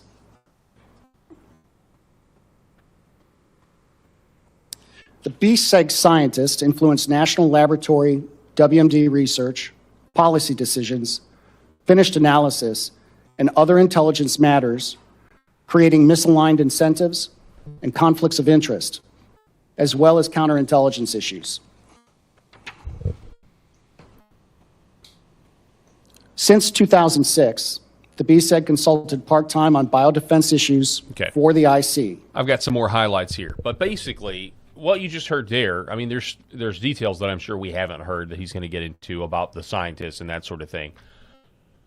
But there's really no groundbreaking information in that alone, other than, you know, it's one more official record that Anthony Fauci should, at a bare minimum, and I think this would be the conservative option, spend the rest of his life behind bars. I think that's the moderate position on where Anthony Fauci should be, that, you know, in terms of his fate. And I think a lot of the country would agree with me on that would be the moderate version of what should happen to him. But we do have a few more revelations that came out of this. And this is Rand Paul. This is a clip from earlier today. Take a listen. But how can Anthony Fauci objectively comment on a discussion of COVID origins when he approved the very funding that may have caused the pandemic virus? From the outset of the pandemic, Dr. Fauci shaped the conclusions. Dozens of times, he referred to the idea that the pandemic originating in the lab was a conspiracy, that it was a conspiracy theory. Dr. Fauci convened the now infamous February 1st, 2020 call. Some scientists on that call privately raised serious concerns about a laboratory origin. Yet, ironically, those same scientists later co-authored the Proximal Origin paper, which publicly dismissed the lab leak hypothesis. One author received a $9 million grant from Dr. Fauci's own agency after he changed his opinion from lab leak on the private phone call to natural origin in public. At the same time, Dr. Fauci coordinated with the national academies on coronavirus origins and public-facing messaging. These were not independent experts reaching a consensus. They were part of the same machine, designed to reach the same conclusion. The question is not whether the government may consult experts. The question is whether those experts were independent, whether conflicts were disclosed, whether dissenting views were preserved, whether the lab leak possibility was fairly evaluated, and whether Congress and the American people received the truth or a curated result. Great. So here's the deal about this. I mean, why is any of this relevant? The reason it's relevant, and you correct me and stop me if I'm wrong here, Eric, but the reason this is relevant is because your motivations for not wanting to admit such a basic idea that it came from a lab in a, quote, leak, which presumes that it's an accidental thing. You're not wanting to admit that and going to these great stakes and manipulations and telling the intelligence community and the intelligence enclave that their scientists are wrong. Listen to my scientists. It didn't leak from a lab. The only reason that I can think of that you would want to lie and say that it was a natural occurrence is not only that you are responsible for its gain-of-function development in the first place, but that it was intentionally distributed or dispersed against a civilian population. I think that's the next leap here, because we're already okay. Now it was a lab leak. There's no question that it came from a lab. Now the question is, well, who's responsible for that? We can go towards, well, who's responsible for the gain of function? Fauci is, EcoHealth Alliance, him funding it. A lot of the research happened here, then it was offshore to Wuhan. But then you get to an even more, and I think this is all designed, you lie to even avoid getting to this question. Because if it is a lab leak and you're Anthony Fauci and you allow that to be put out there and you don't try to lie and say it's a conspiracy theory, well, then some people might say, well, who leaked it? How did it leak? Was it an accident? And the answer, and all of our gut, if you have any kind of like perspective or hindsight about what we went through, the whole thing read like a movie. The whole thing read like some sort of spy espionage movie where there's a president who is on his way towards winning re-election at the beginning of 2020 before COVID. Things are going good. He's survived the Russia collusion hoax. He's exposed, all of that stuff. It didn't work.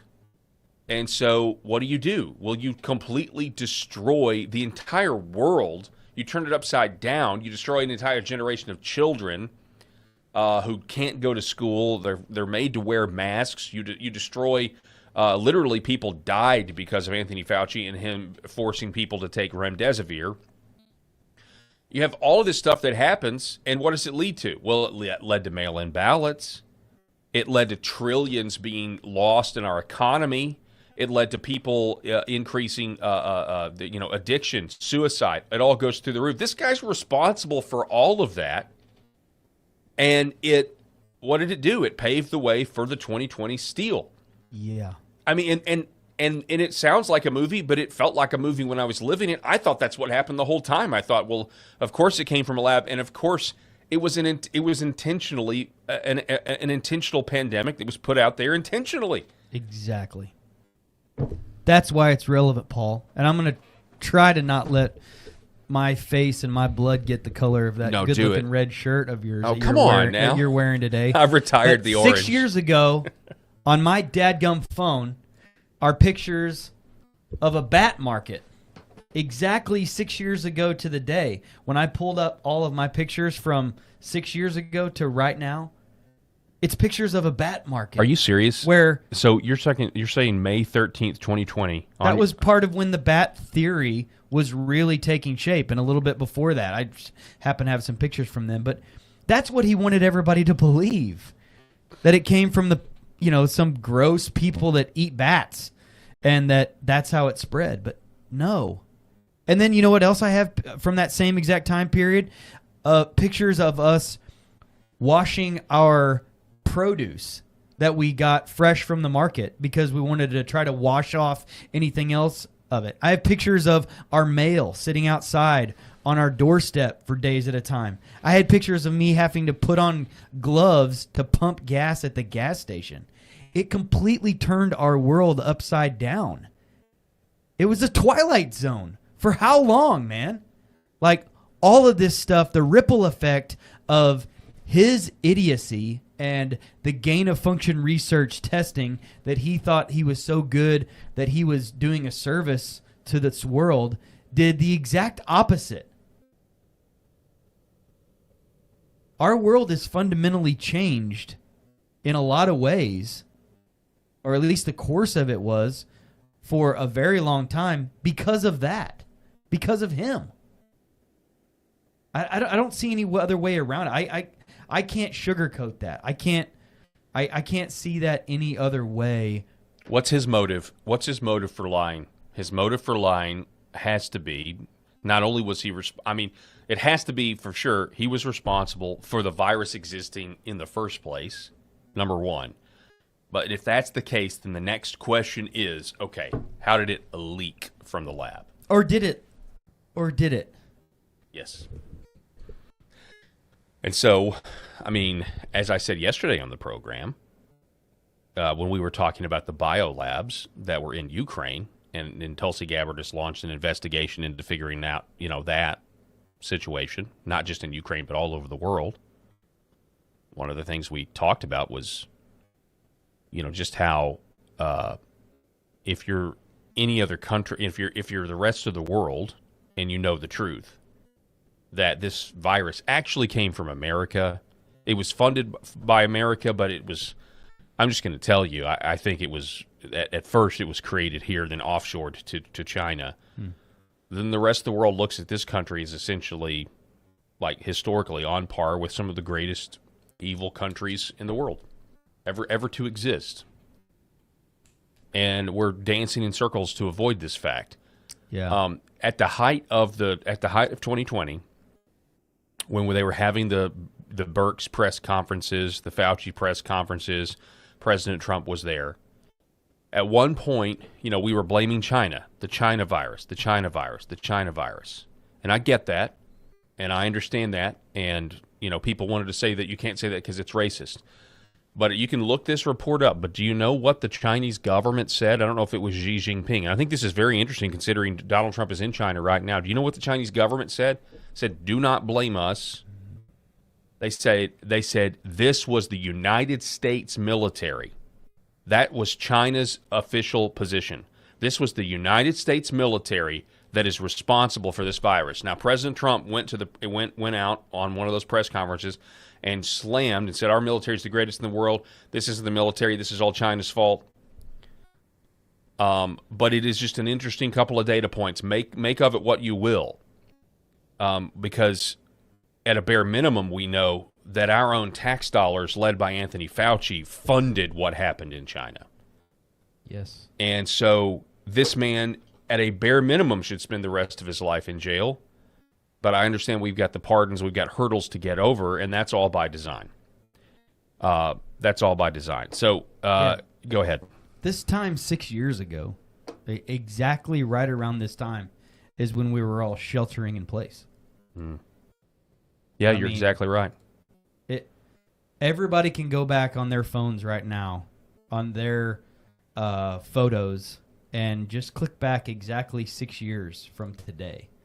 And remember, and just scroll through over the course of about a month's worth of pictures and remember what it was like back then. It's still a nightmare for me. We had twins in kindergarten trying to learn how to read. We had family members. I had a grandfather that was forced to basically sit in a recliner for months and months at a time and not see his family. We all have stories, horrible things that happened to all of us directly or indirectly because of those mistakes or intentional things that happened. But it's, you can look at this testimony today as a nothing burger, and a lot of people will. A lot of people will try to make that out to be a nothing burger on things that we already knew. But to me, it just brings back the Fauci cover-up aspect of things that this whistleblower brought up during his testimony today. That Dr. Fauci knew about this and intentionally covered it up. And late at night, they took data and they switched everything around to make it look like what they wanted to, and then put it out there. That data was then acted on by the Biden administration and others to cover up and blacklist a lot of really, really smart, intelligent, objective people. Yep. Let's listen to this clip, too. This may be a little redundant here, but bear with me. But your conclusion is that changing from the scientific consensus of it being from a lab to a neutral position by the CIA was significantly influenced by Anthony Fauci? It was significantly influenced by Anthony Fauci's injecting himself into the IC. And to go to the second part of your question about what happened, particularly during the 90-day study, we have documentation that shows that as of August 12th, the CIA was considering calling this a lab leak, August 12th of 2021. And then that changed on August 17th of 2021. Right. And unfortunately, because the CIA would not provide us documentation that we asked for, we have no idea why that changed. And that's... And they weren't alone, because we know the FBI was coming to the same conclusion that it was lab leak, as well as the FBI. So, yeah, the attorney for this guy, Mr. Erdman, was asked a question after the hearing, hey, are you worried about any reprisals against your client? And she said, oh, absolutely we are. Yeah. Because, this guy probably knows, let's just say he knows a lot more than what he said officially on the record today here, and he's telling everybody that'll listen about it, and he's probably working with Director of National Intelligence, Tulsi Gabbard, as much as he can. Here, as a matter of fact, is that press conference from Lindell TV, Allison Steinberg, and it sounded like this. This is pretty interesting. Listen. Senator Paul, can you give us an overview of what happened at the hearing today? What's your top line? The top line is that there was a scientific consensus at the CIA that the virus came out of the lab, that there was a lab leak. Anthony Fauci intervened in 2021, and at his behest, it seems like the CIA changed their conclusion. Internally, their scientists were concluding that it came from the lab. After Anthony Fauci came in, he influenced their higher-ups to overturn the idea that it came from the lab. Can I just stop here? This is where I do get frustrated. Why are we trying to hammer it down that it came from a lab? We're so far behind where the accountability meter needs to be. Obviously, he's not in jail, but in terms of like the public debate and consensus, like we all know it came from a lab, but because we can't get, like the people know that, but because we can't get Washington and this, and obviously the media doesn't want to admit it because they want to treat Fauci like some innocent scientist that was out for our goodwill when the complete opposite was true. He was actively working against the American people, and people are dead because of it. Again, once you establish that it did come from a lab, then you can ask the question, how? Did it leak, or was it a leak? Was it intentional? And we're not there yet. We're not even, I appreciate Senator Rand Paul and what he's doing, but we're so far behind the eight ball just talking about this versus where we need to be. Anyway, listen to this. I think that's a pretty serious, breach of protocol, and shows that there was a conflict of interest from early on. Chairman Paul, where does this go from here? Obviously, the testimony that we heard about the extent of the cover-up within the CIA and Dr. Anthony Fauci's role in all of this, what is your next move? We're continuing to interview people. We're continuing to look at documents. There's more news to come. We're going to have something next week that also has to do with these conflicts of interest. Is there anything that can be done regarding Anthony Fauci, given the fact that the DOJ has now not, pursued that 5-year statute of limitations? The 5-year statute of limitations would also apply to a July testimony, so there are a few more months on him lying to Congress. There's also the question of, destroying records, destroying emails, encouraging others to destroy emails, which is against the law. There's also the question, conspiracy charges have been filed against David Morenz, who was a longtime lieutenant of Anthony Fauci. But there's always the overhanging question of the pardon. We've never had a pardon challenged before that I know of being successful, but we've also never had a pardon that was given for 10 years for unspecified crimes. So that really is, something that I think is and should be questioned. The other question is whether or not you can pardon somebody if the president really never was conscious of the person he was pardoning and it was done by an auto pen. So there are a lot of questions, and I've sent several criminal referrals, on Anthony Fauci, and I hope they will be pursued. I appreciate him laying that out there. I mean, just in terms of the amount of hurdles that you have. Anthony Fauci lied to Congress multiple times. So much so that there's now multiple statute of limitations because, maybe the first time he lied to Congress, that's up. But he testified so many times and he's lied so many times that we still have a few more months. And then the destruction of records because, yes, Morenz was charged. We covered that on the show. Blatantly, almost bragging about how he's getting around the Freedom of Information Act requests, and he's doing it in emails, which is very ironic. I guess you could just say, well, sometimes the technology struggle with the older generation is going to wind up getting them in trouble. But then you come to the question, like you said, of the pardon. And we've never been able to successfully prosecute somebody after a presidential pardon for good reason. That's the whole point of the pardon. But nobody's ever been pardoned for 10 years of a period of time of 10 years where no specified crime was actually given. So I don't know. I don't know what happens. But it's things like this that are left undone that make the people so mad and bring you one step closer to some sort of revolution. And that's kind of where we're at. Yeah, because, do you have any faith that Dr. Fauci is going to spend one day in jail? No, I do think that Morenz guy is. I think the Moritz guy is because I feel like they have him dead to rights. He's literally written his confession in an email about, black and white FOIA laws. But I don't think Fauci will. No, because of the pardon. But then you get into the auto pen, right? Biden was doing it with auto pen, allegedly, not even understanding what he was doing. But the DOJ, last I heard, has dropped the investigation into the auto pen and the staffers that allegedly were taking bribes to use the auto pen on behalf of Joe Biden. So, corruption really, it's so corrupt, and where are the good men to stand up and actually do something about it? And again, now you have to rely on the system. Yeah. I think we're far enough removed from it now that, unfortunately, a lot of this stuff will just get swept under the rug. Mm-hmm. And we're smart enough now, I think, not to fall for it, anything like this again. It was funny the other day, I saw some Hanta viruses. Some folks were like, here it comes again. Get ready. Yep. And I don't think so, but at least people are talking about it to say, not this time. Yeah.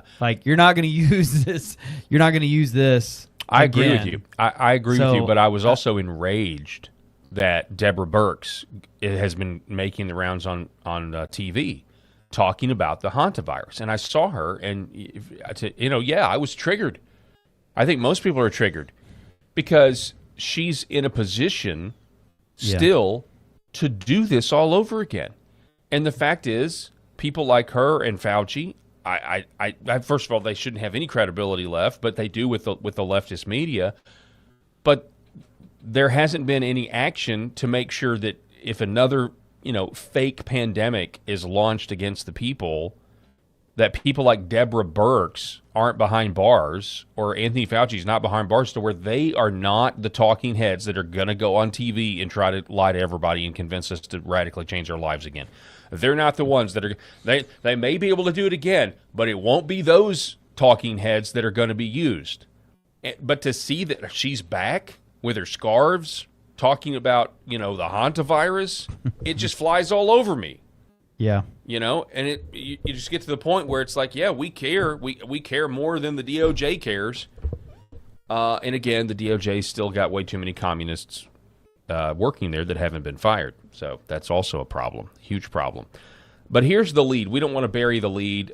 Senator Paul gets out of this interview and sends it over to the whistleblower Erdman's attorney. At this time, I was going to introduce our whistleblower's attorney. Yes. Introduce yourself. Thank you, Senator. Hi, Carol Thompson, representing Mr. Erdman. So one thing that I will say is his testimony, I think, clarified a lot of suspicions and information that was already in the public sphere about COVID origin. One thing that he did touch upon today, though, was individuals from the intelligence community who were assigned to Director Gabbard's Directors Initiative group to investigate various issues with the intelligence agencies. There has been obstruction by those intelligence agencies, precluding those individuals from being able to conduct their investigation. So I hope that my client's testimony today encourages more whistleblowers to come forward. And thank you for. Is your client worried about retaliation? So unfortunately, yes, and unfortunately, that's the only comment that I have. So thank. The Directors Initiative group, this group that was tasked by Director Tulsi Gabbard to, do the research, investigate COVID origins, and I think a lot of other conspiracies that are true. And so what came out in the hearings today was this post here. Let's take a listen to this. You got to listen to the whole thing because we get the lead that's going to be buried here is towards the end of this clip. Watch. The CIA refused to provide information necessary to understand why analytical standards at the CIA were violated. The CIA illegally monitored the computer and phone usage of DIG personnel, their investigations, and contact with whistleblowers. Let's stop right there. The CIA, while the Director of National Intelligence is trying to investigate this, again, the Directors Initiative group, this whistleblower is saying the CIA was spying on the people working for Tulsi Gabbard. Now, again, we kind of have to do at least one segment a week on this where we talk about how Tulsi Gabbard's a bright spot, and the people that are out there, she may be fired, they're only saying that because Tulsi Gabbard is the biggest threat to the deep state that's embedded in the Donald Trump administration right now. Whether it's exposing that Obama ordered the owned fake intelligence assessment, whether it's exposing that Eric's CIA Ramella was actually, they ignored whistleblower laws. The Inspector General has now been referred, Michael Atkins has been referred to the Department of Justice for prosecution because it was a fake sham impeachment where they were coordinating with Adam Schiff. It was a giant political hit job based on no actual credible information, and the Inspector General knew it, Adam Schiff knew it, Eric CIA Morella knew it. They basically lied, just like they lied to. And by the way, CIA Ramella was responsible for executing Obama's request to create a fake intelligence assessment, and the same guy also comes and him and Vindman and the Ukraine phone call. It was all a giant hoax. Right after Trump survived the first Russia hoax and had survived Mueller's nursing home testimony, they come back. That's what Tulsi Gabbard does. That's what she's been doing. Yeah. And she's doing a lot more behind the scenes. She's been crushing it. And so all these people out there that that want her to go, that want her to get fired, that think that she's undermining the president, Tulsi Gabbard is the tip of the spear when it comes to exposing the deep state. Now it's going to be up to Todd Blanche if they're actually going to pull the trigger, but she's doing the criminal referrals and exposing what's going on. As a matter of fact, we're supposed to be, we'll be talking, this is going to be exciting. I forgot to tell you this. Hang on one second. I've got to do this right now. I've been so busy today. Yes. I just want to text back. President Trump's coming by the studio? No. On his way back from China? Congressman Rick Crawford. Oh, awesome. Congressman Rick Crawford, our congressman, will be in studio, I'm told. I'm not going to give the exact date, but at the end of this month, we should have Congressman Rick Crawford a great second interview with him. And we'll talk, because he's been he's the head of the HIPSI, the Intel Committee on the House. He's our congressman. And he's the one that's been coordinating a lot of this with Tulsi Gabbard as the head of the Intel Committee. And so we'll be talking to him again, I guess, in a couple weeks. So we're excited about that.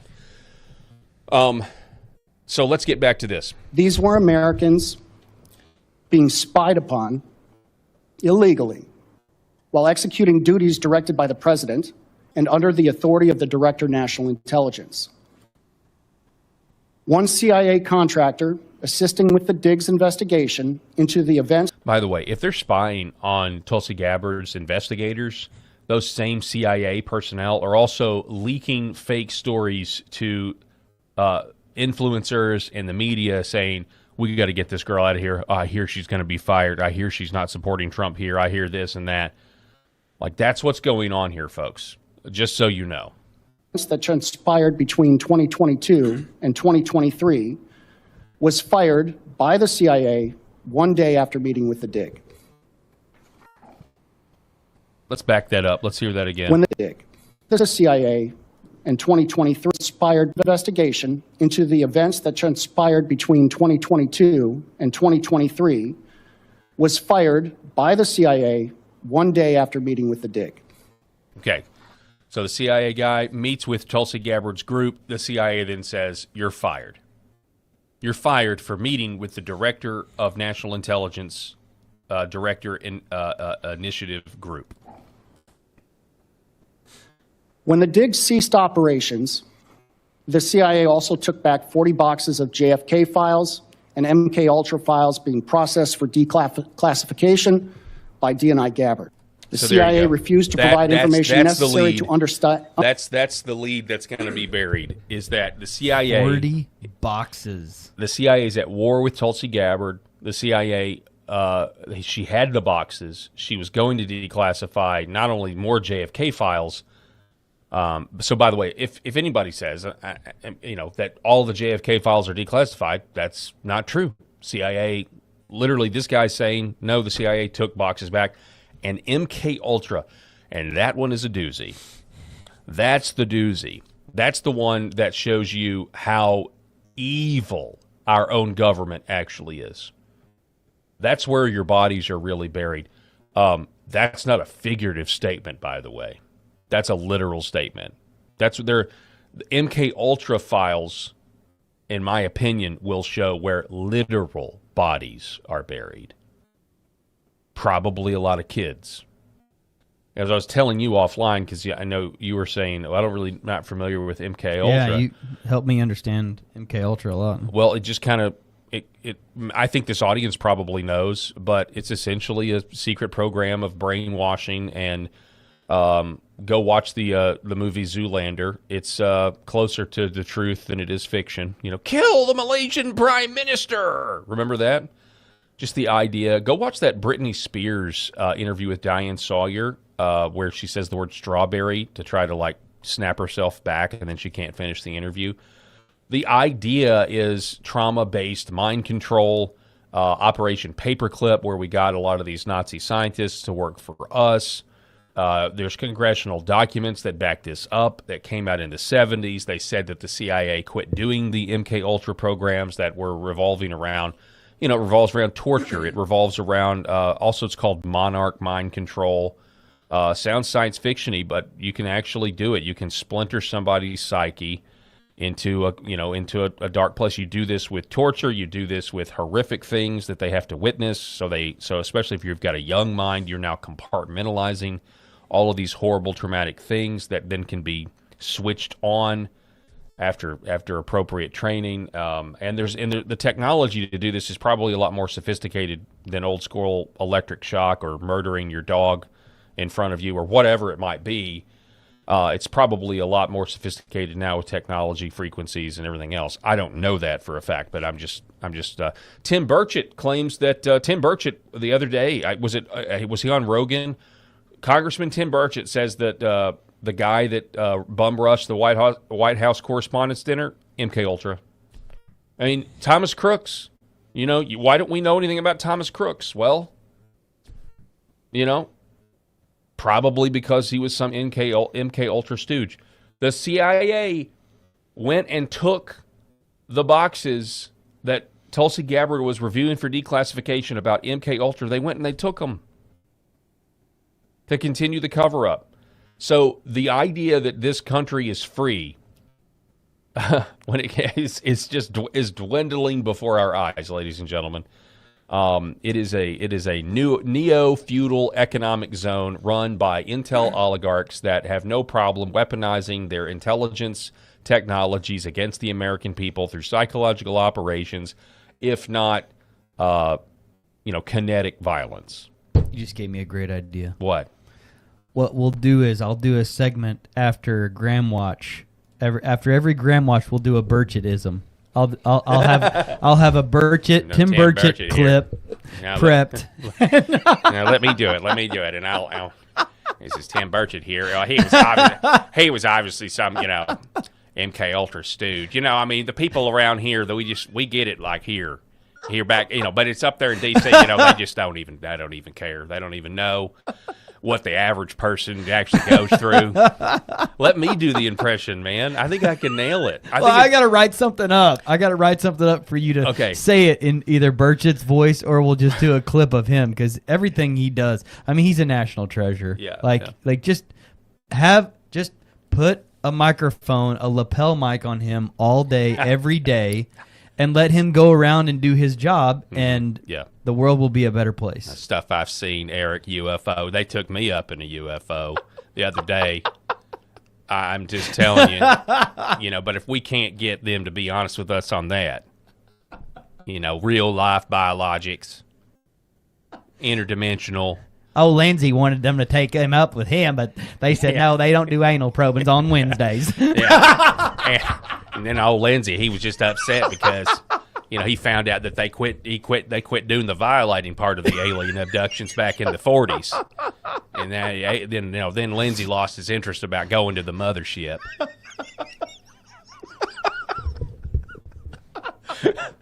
I was so depressed for the first few minutes of this show talking about this COVID stuff and all these memories back of trying to raise little kids and not seeing my grandparents and all the shelter in place, which we made it into a great time, but I was so ticked off for the first few minutes of this show. Thank you for helping bring us back to some quality laughter. Here is Rob. Thanks to our good friend, Mr. Burchett. Rob Spencer has texted the show. He's listening.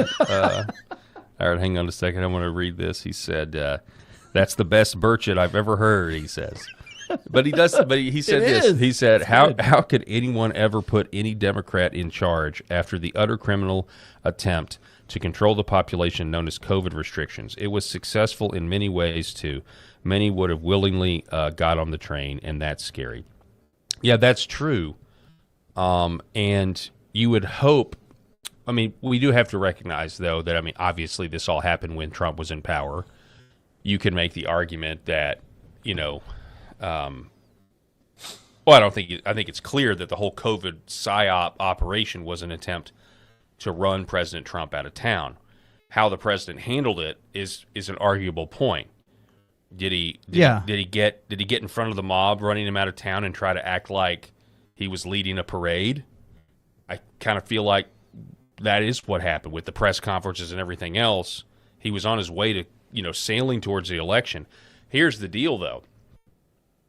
I think you can also make the point, because the 2020 election was stolen, like there really wasn't. We can talk about the vaccine, but that came in 2021, right? That was all Biden and the vaccine mandates and everything else. I know Donald Trump takes credit for the Operation Warp Speed, and he does. He owns that. It is what it is. But just in terms of the politics of 2020, if you really think about it, Eric, the country was happy with President Trump's leadership in 2020 because there's no way Joe Biden got 81 million votes. There's no way at all. So think about it in terms of this. Like if there was no if there wasn't the voter fraud, the mail-in ballot fraud, the drop box fraud, and then the machines, and they let us actually have an election, Trump would have won in 2020. And it would have been the Mueller investigation, it would have been another, the media fail. The media's attempts to brainwash society would have failed again. We would have rejected that. Just like in 2016, we rejected what we were told.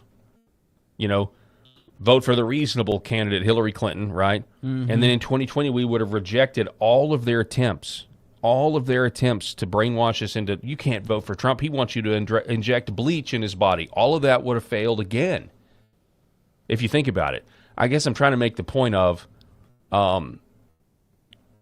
President Trump tried to walk a line, a tight rope in 2020 by not just completely dismissing the pandemic.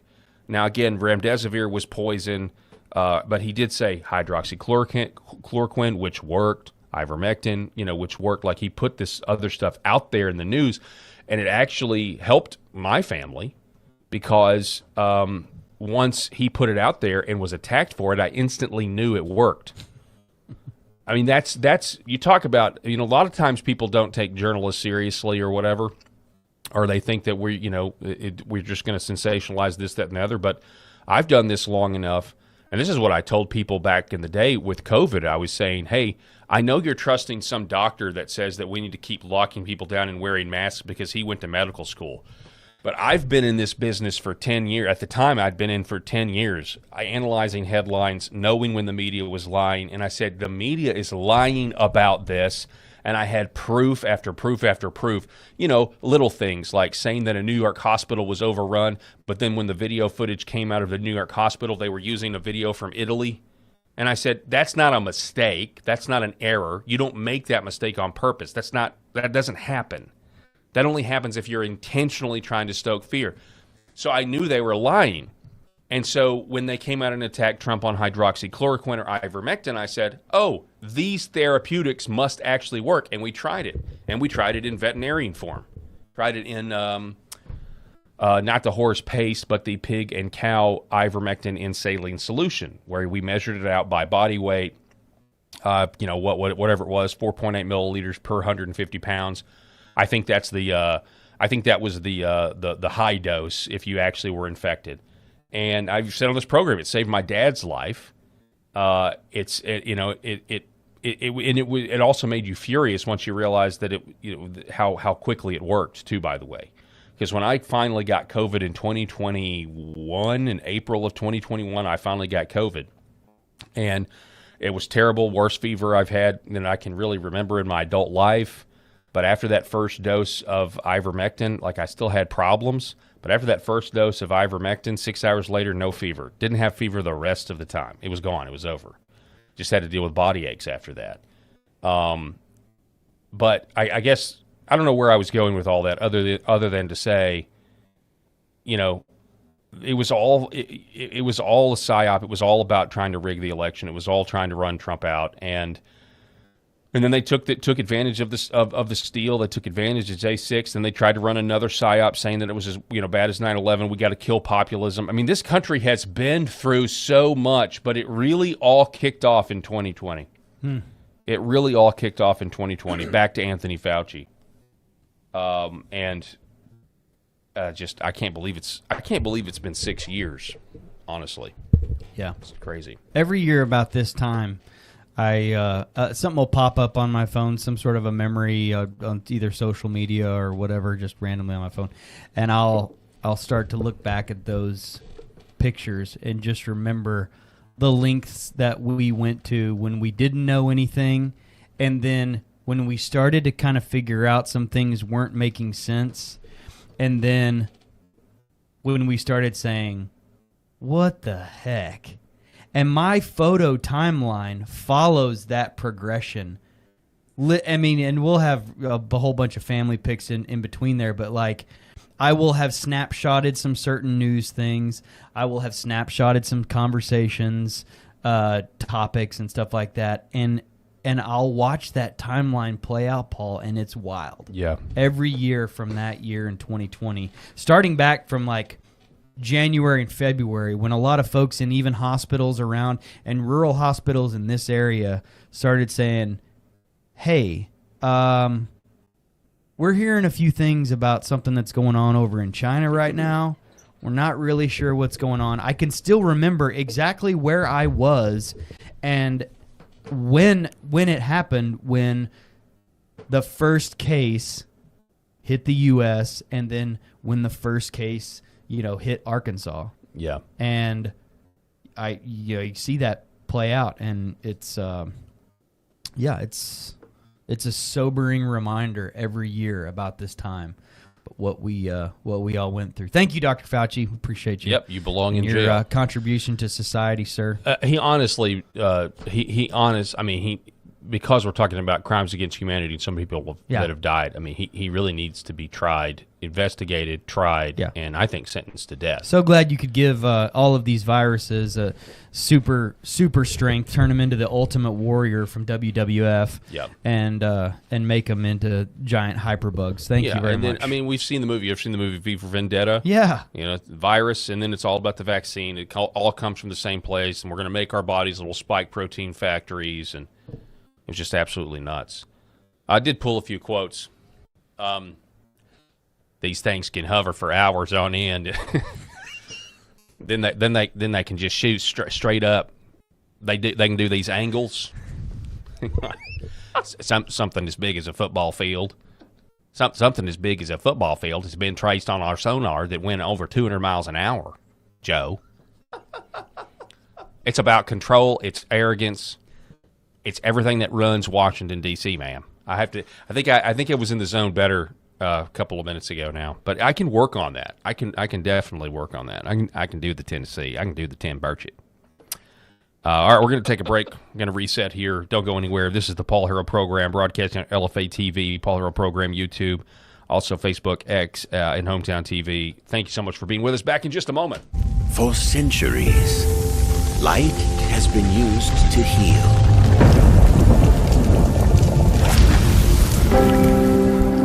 Awaken the body with Red 5.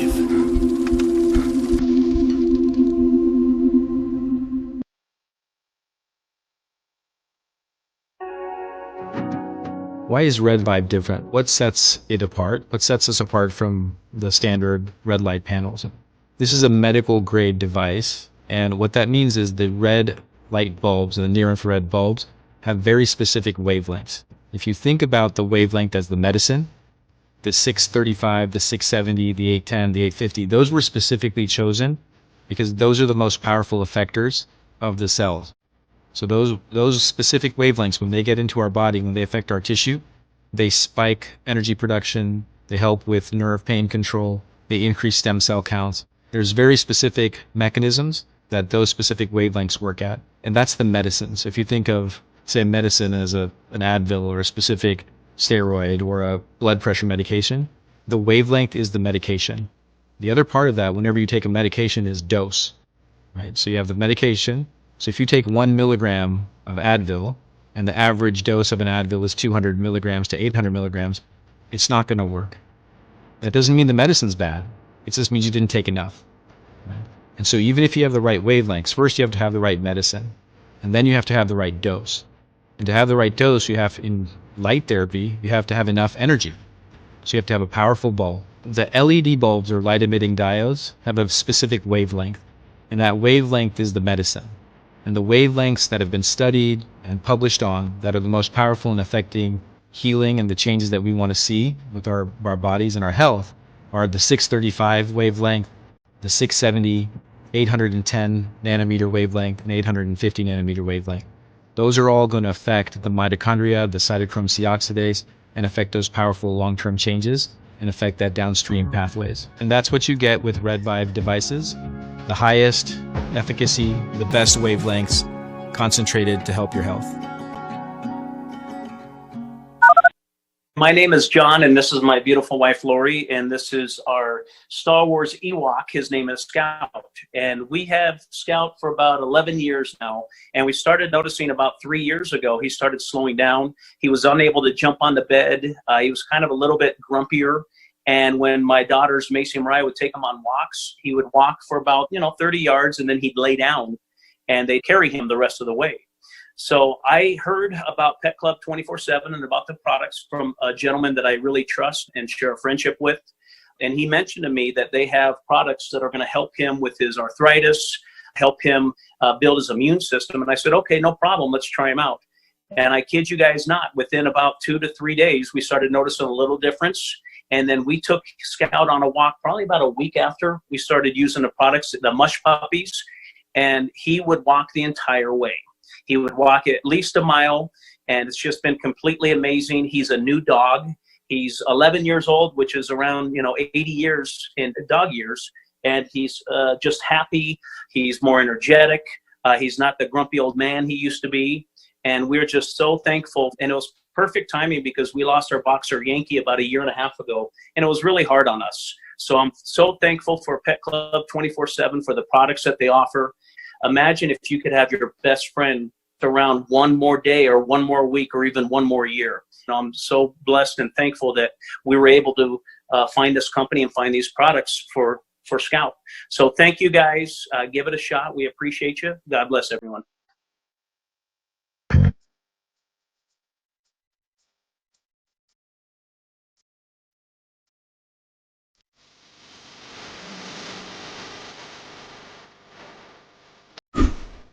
The Paul Herrell Program.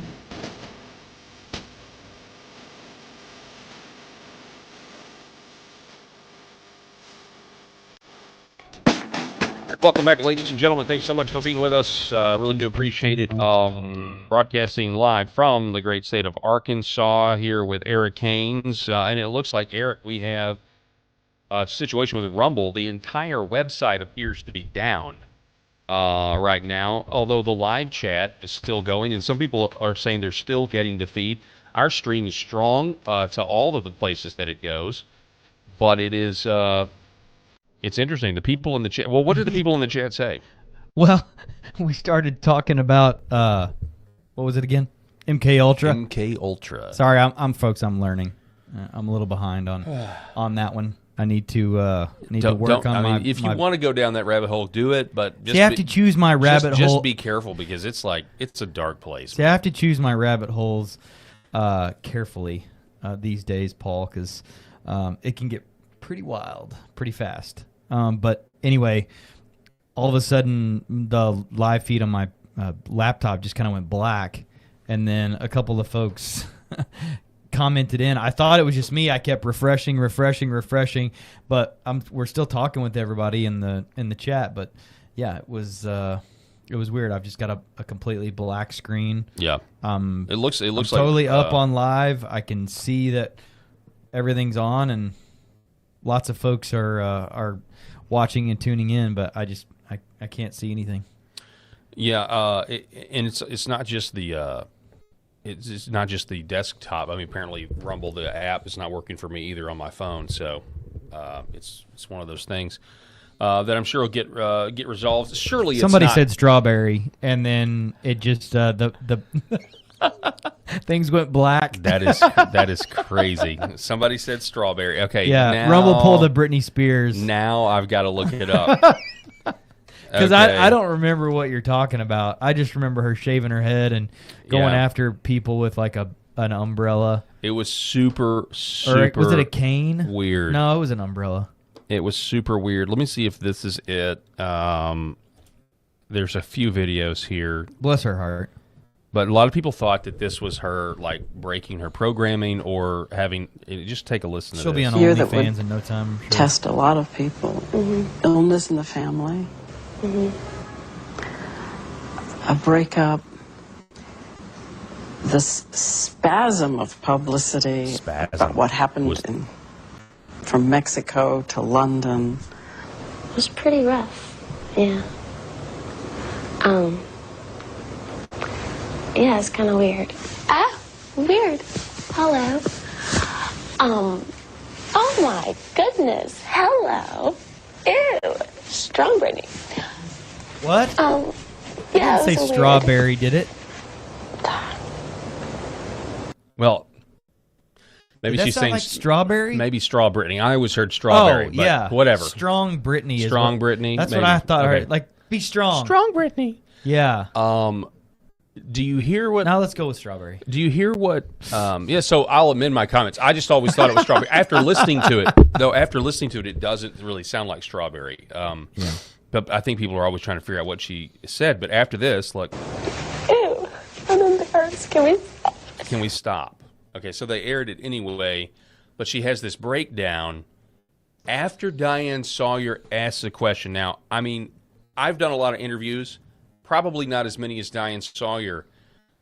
And I, you know, I can use weird words sometimes, but the phrase that triggered Brittany seemed to be spasm. She says a, quote, spasm of publicity. Right.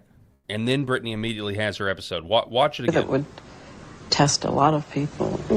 Illness in the family. A breakup. Regardless, her reaction is This spasm of publicity about what happened from Mexico to London. It was pretty rough. Yeah. Yeah, it's kind of weird. Ah, weird. Hello. Oh my goodness. Hello. Ew. Strong Brittany. Strong Brittany. Yeah, it was a weird. Ew. I'm embarrassed. Can we stop? As a broken girl even back then. That's tough to watch. As a broken and abused soul. Yeah. Yeah. And welcome to what Hollywood and fame right. and pop culture does to you. Now, do I know that that's some sort of MK Ultra reaction? I don't know that that's true, but I can definitely tell you something's wrong. And it did seem a very odd choice of words, spasm of publicity. It's kind of a weird phrase, isn't it? Hit me, baby, one more time. And Diane Sawyer, go look up Diane Sawyer's history and her history with in the Nixon administration, I believe. And of course, Richard Nixon was, set up by the intel communities. Yeah. Right before she said spasm, she said breakup too, and you could tell she looked down. Yeah. My initial thought was, I was like, oh well, she just thought about Timberlake, and it just triggered her. That's true. I mean, but still, weird. Apparently that dude put her through some stuff. Yeah.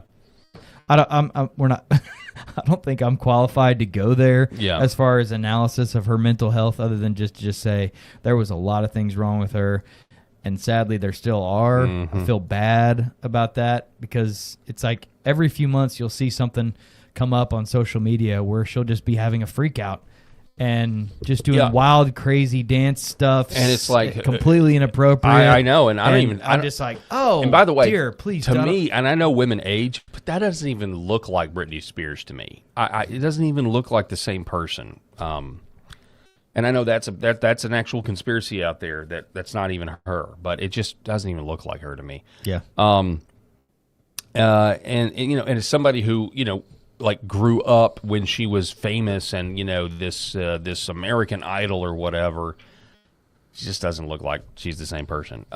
Anyway, more on this story. CIA whistleblower claims the agency took back 40 boxes of JFK and MK Ultra files that Tulsi Gabbard was reviewing for declassification. So we've already known this, but this is just a confirmation. The intel oligarchy is at war with Tulsi Gabbard, and they've got their claws out. And if you're going to pray for anybody, pray for President Trump, obviously, as he's overseas in China. Pray for Tulsi Gabbard to be given wisdom to continue to expose the truth and give it to the American people. Congresswoman Anna Paulina Luna says the CIA has 24 hours to return the documents to Tulsi Gabbard's office, or else I will make a motion to issue a subpoena. These documents have been requested by Congress. So we'll see what happens with that. But it was a good day on Capitol Hill for transparency. Not enough transparency, but at least they're talking about it. I know there's just still so much more accountability that needs to happen. The chat likes your shirt today too, by the way. What's wrong with this time? It's red. It's nothing. That's the thing. Your prison jumpsuit yesterday. I'm not going to wear it again. You've upgraded. All right, the prison jumpsuit shirt will only be around the house. How many license plates did you make last night during your shift? Well,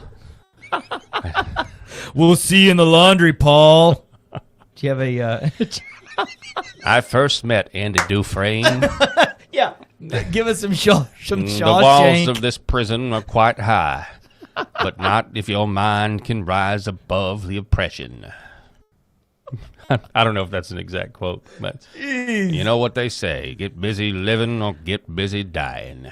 Man, And Morgan Freeman, folks. Everybody give it up for Morgan Freeman. Yeah. When I first met Andy Dufresne, who is this man? All right, so here is okay. So speaking of this, I pulled this particular segment for Rob.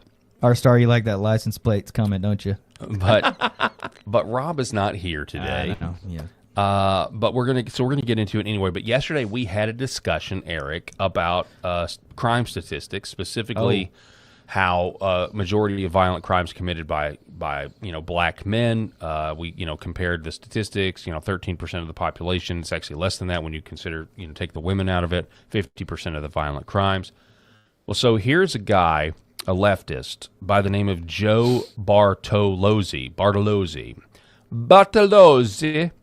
and he apparently goes off on people who say black people are more likely to commit crimes than white people. And this is what he said about that. Take a listen. Do not commit more crimes than white people on a personality basis. If you're going to say... First of all, so he says black people do not commit more crimes than white people on a personality basis. Now, I don't know what a personality basis is, but I'm intrigued to be educated by this guy. Do not commit more crimes than white people on a personality basis. If you're going to say statistically they do, that is only because of impoverished areas in the lives that they've been given because of the implications that have been put on them through, what is it called? Systemic racism. They've been given a shit hand and therefore live in that shit hand and are more likely to commit crimes if they're impoverished, living in areas where they have to survive. If you were to take a group of people and put them in an impoverished area, they're likely to commit more crimes because they have not been helped in the way that they need to be. But if you meet a black guy on the street and you say to his face, he's more likely to commit a crime than you're fucking racist. Yes, whatever statistical fact you're going to throw is clouded by the idiocy of yourself to not recognize why that fact is in existence. Okay, so he's obviously, I knew I wasn't actually going to be enlightened by this guy, but so he's ignoring statistics because of the, what does he call it? Do not commit more crimes than white people on a personality basis. On a personality basis, and so I guess a personality basis, the definition of that is socioeconomic status. So because of poverty, you can't say that black people are more likely to commit a violent crime than white people because of poverty. So, and it's the systemic racism that puts them into poverty, that then puts them in a position to where not by personality, but by just life circumstances, they're going to commit those crimes because they don't have anything else to do. Right, and by the way, going how offensive and racist of a statement is that? I got a lot of people that would like to have a really, really frank conversation with you, Mr. Beater with the doofus lava lamp in the background. Bartolozzi. Whatever. But really, if you take his point, and this is the leftist point that I identified this a long time ago. So, okay, let's assume that he's correct. It's not. But what's their solution? Well, their solution, if you really logically play it all out, is that white people have to go away. And how do they go away? Well, there's different ways that you can get rid of people, but put them in camps, you can just get rid of them altogether. But this has been, this is the logical, this is why the whole replacement thing is real. If you listen to what he's saying here, the practical solution is, well, it's institutional racism. Well, how do you get rid of it? Well, you got to get rid of the white people, or you got to make it illegal for white people to be in office, or you got to make it, that's the only way. You have to destroy the system, and the only way to destroy the system is to go after white people, right? And take away their rights, like they do in South Africa to the Boer farmers. Right? You know what I'm saying? That. This is the logical conclusion of the solution that they already have come to, and if not, they will come to. But this gave us an idea. If we're going to go down this path, we're going to just look at this. Okay, so. Do you think black people commit a violent crime? Not commit more crimes than white people on a personality basis. If you're going to so it's a personality thing. It's on a personality basis. it doesn't take much. You can go scroll through your X feed on any given day, depending on how the algorithm is feeling, and you can find videos like this. Here's a black guy reportedly punching an autistic kid out of nowhere for, I don't know, I guess just for fun. One more time, bro. Let's go. I've had 2 times today. I'm good. Man. See, that's what you get because you don't want to fight. That's what you get because you don't want to fight. So apparently this autistic kid had refused to fight and then got sucker punched when nobody was looking in the first place. Or we can go to this latest story. A Cambridge gunman ID'd Tyler Brown. In 2020, he fired upon police officers, but Judge Janet Sanders gave him 5 years of prison. 5. He has a 20-year criminal record, and this is the guy that got out and decided to shoot up the freeway the other day. And so there's that. Then we have this story. Security footage has now just dropped out of Gastonia, North Carolina, after the district attorney there announced no charges for 2 white officers who shot and killed a black man at a convenience store back in January. Liberals are furious because it turned out the gun the suspect pulled was completely fake. The suspect walked into the store, pulled what looked like a real handgun, and asked another customer, quote, "You trying to lose your life tonight?" 3 separate times. An undercover detective inside the store fired, and then a second officer outside fired as the suspect ran out, with the gun still raised. The officers had no way of knowing the gun was a prop. Neither did the man he was threatening. Now, so you tell me, is this, obviously we know this liberal is a crazy person, but, I mean, this is nuts to say, oh, this is just poverty. This is, and even if it is poverty, say because it's poverty that's making people more violent. Okay, well, that doesn't mean that we can't put people in prison and enforce the law. Let's not enforce the law because of poverty is making people violent. Well, we're still going to enforce the law. Maybe we try to eliminate poverty, but how do you eliminate poverty? Not with just government handouts. We know that. Anyway, watch this. This is the footage the DA just released. He pulls a gun from his waistband. First time, yeah, this will be the last time. I promise you I ain't the motherfucking one, nigga. Facts. I promise you. Oh. Hey, go outside. Grab my daughter outside. Drop back. Get on the ground. Grab my daughter outside, man. Hell no.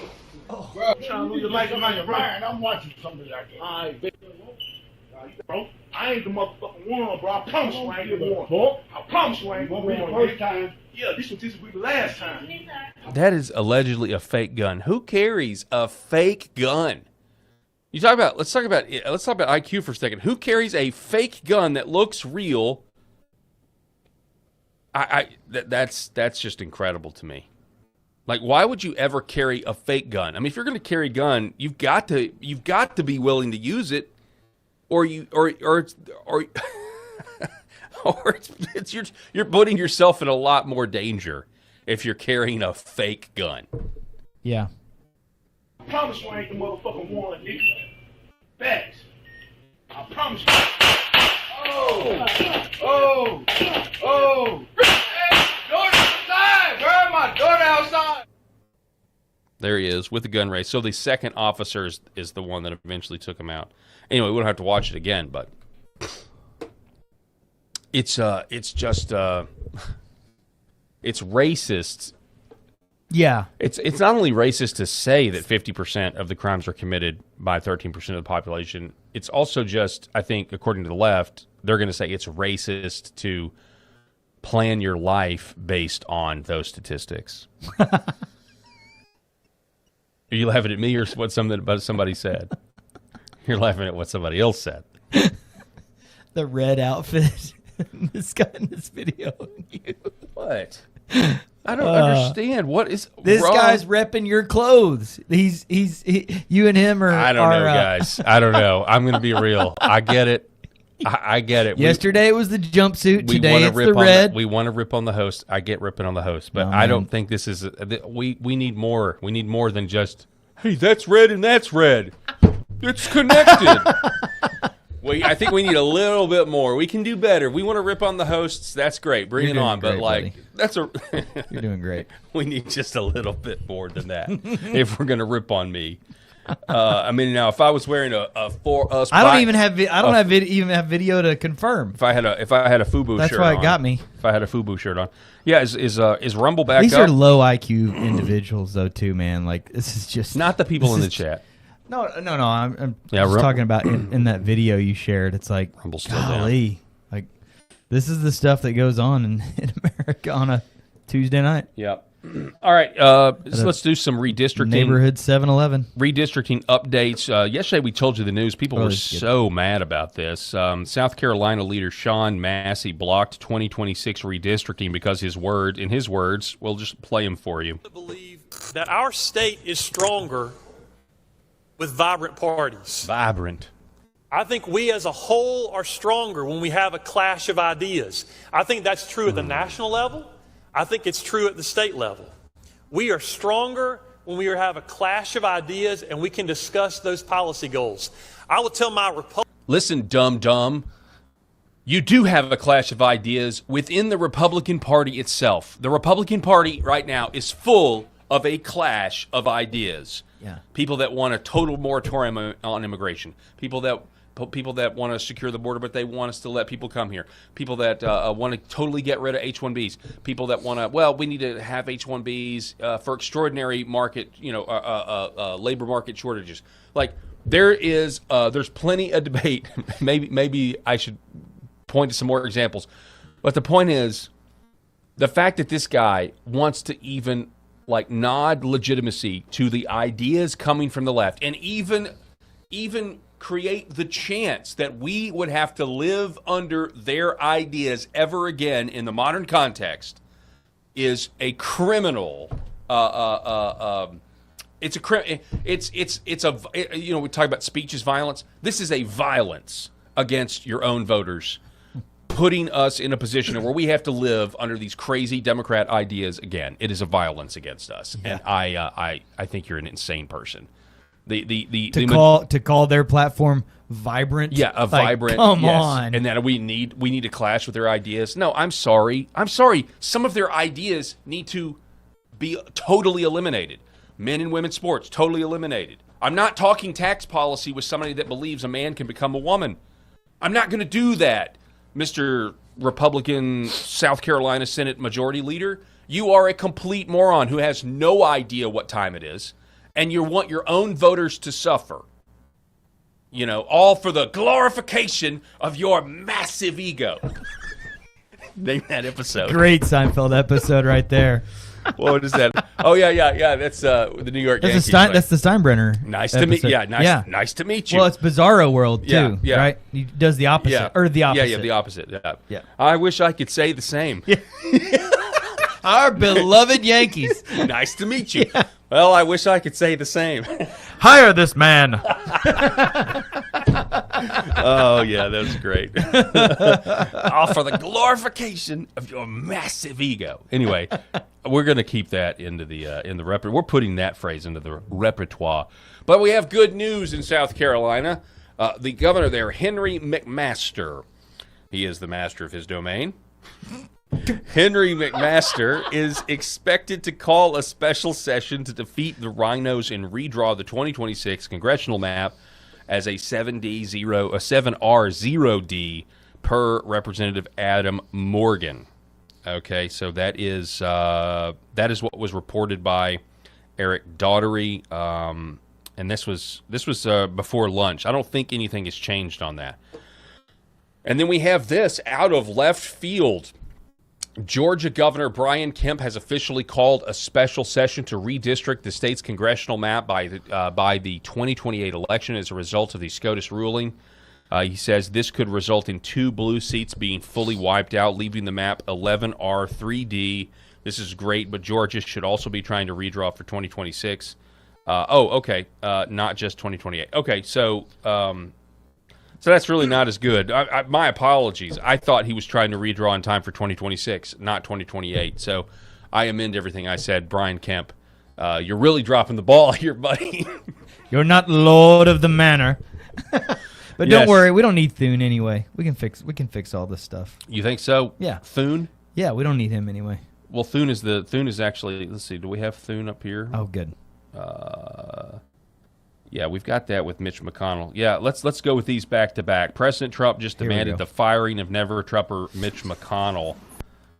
He said this guy came up to Mitch. Okay, this was nuts, by the way. He posts this video. Trump posts this video. Watch this. Being here. Baldwin, Shaheen, and Kennedy. Baldwin, Shaheen, and Kennedy still have questions. Wrap up after. Let me see what I'm being told here.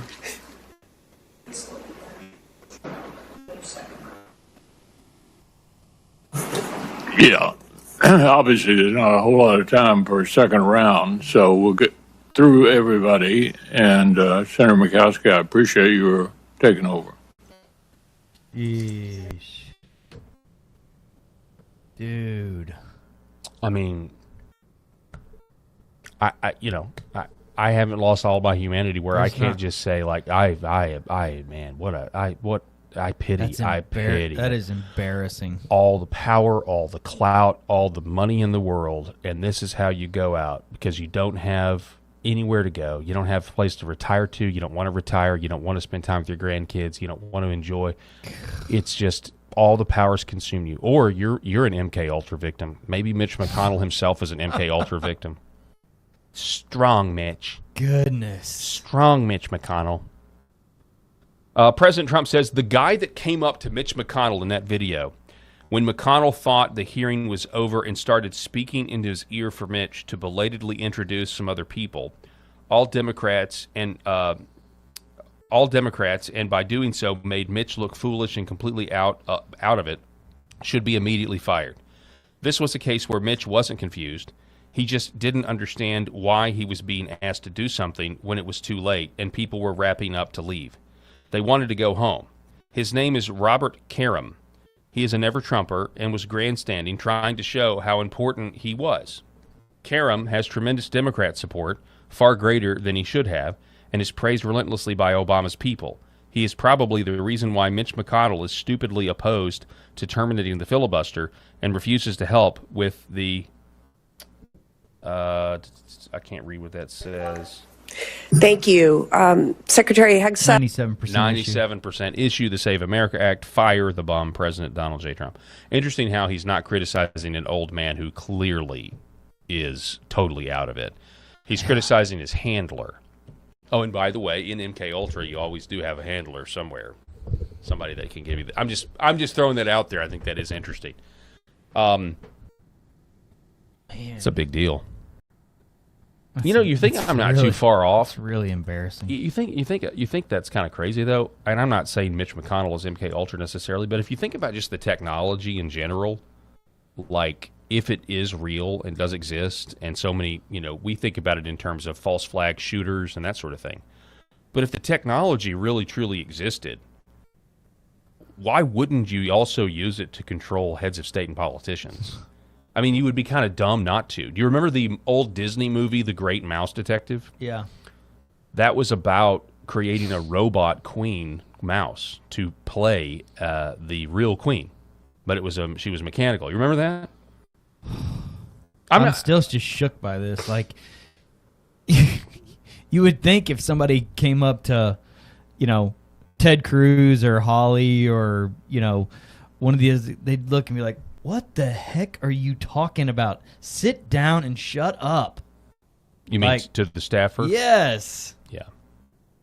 But I don't know. I don't know that McConnell had the wherewithal, and it just short circuited him. Yeah. I mean, it's like he had like a little stroke moment there where he was just like, an old man, a very, very old man.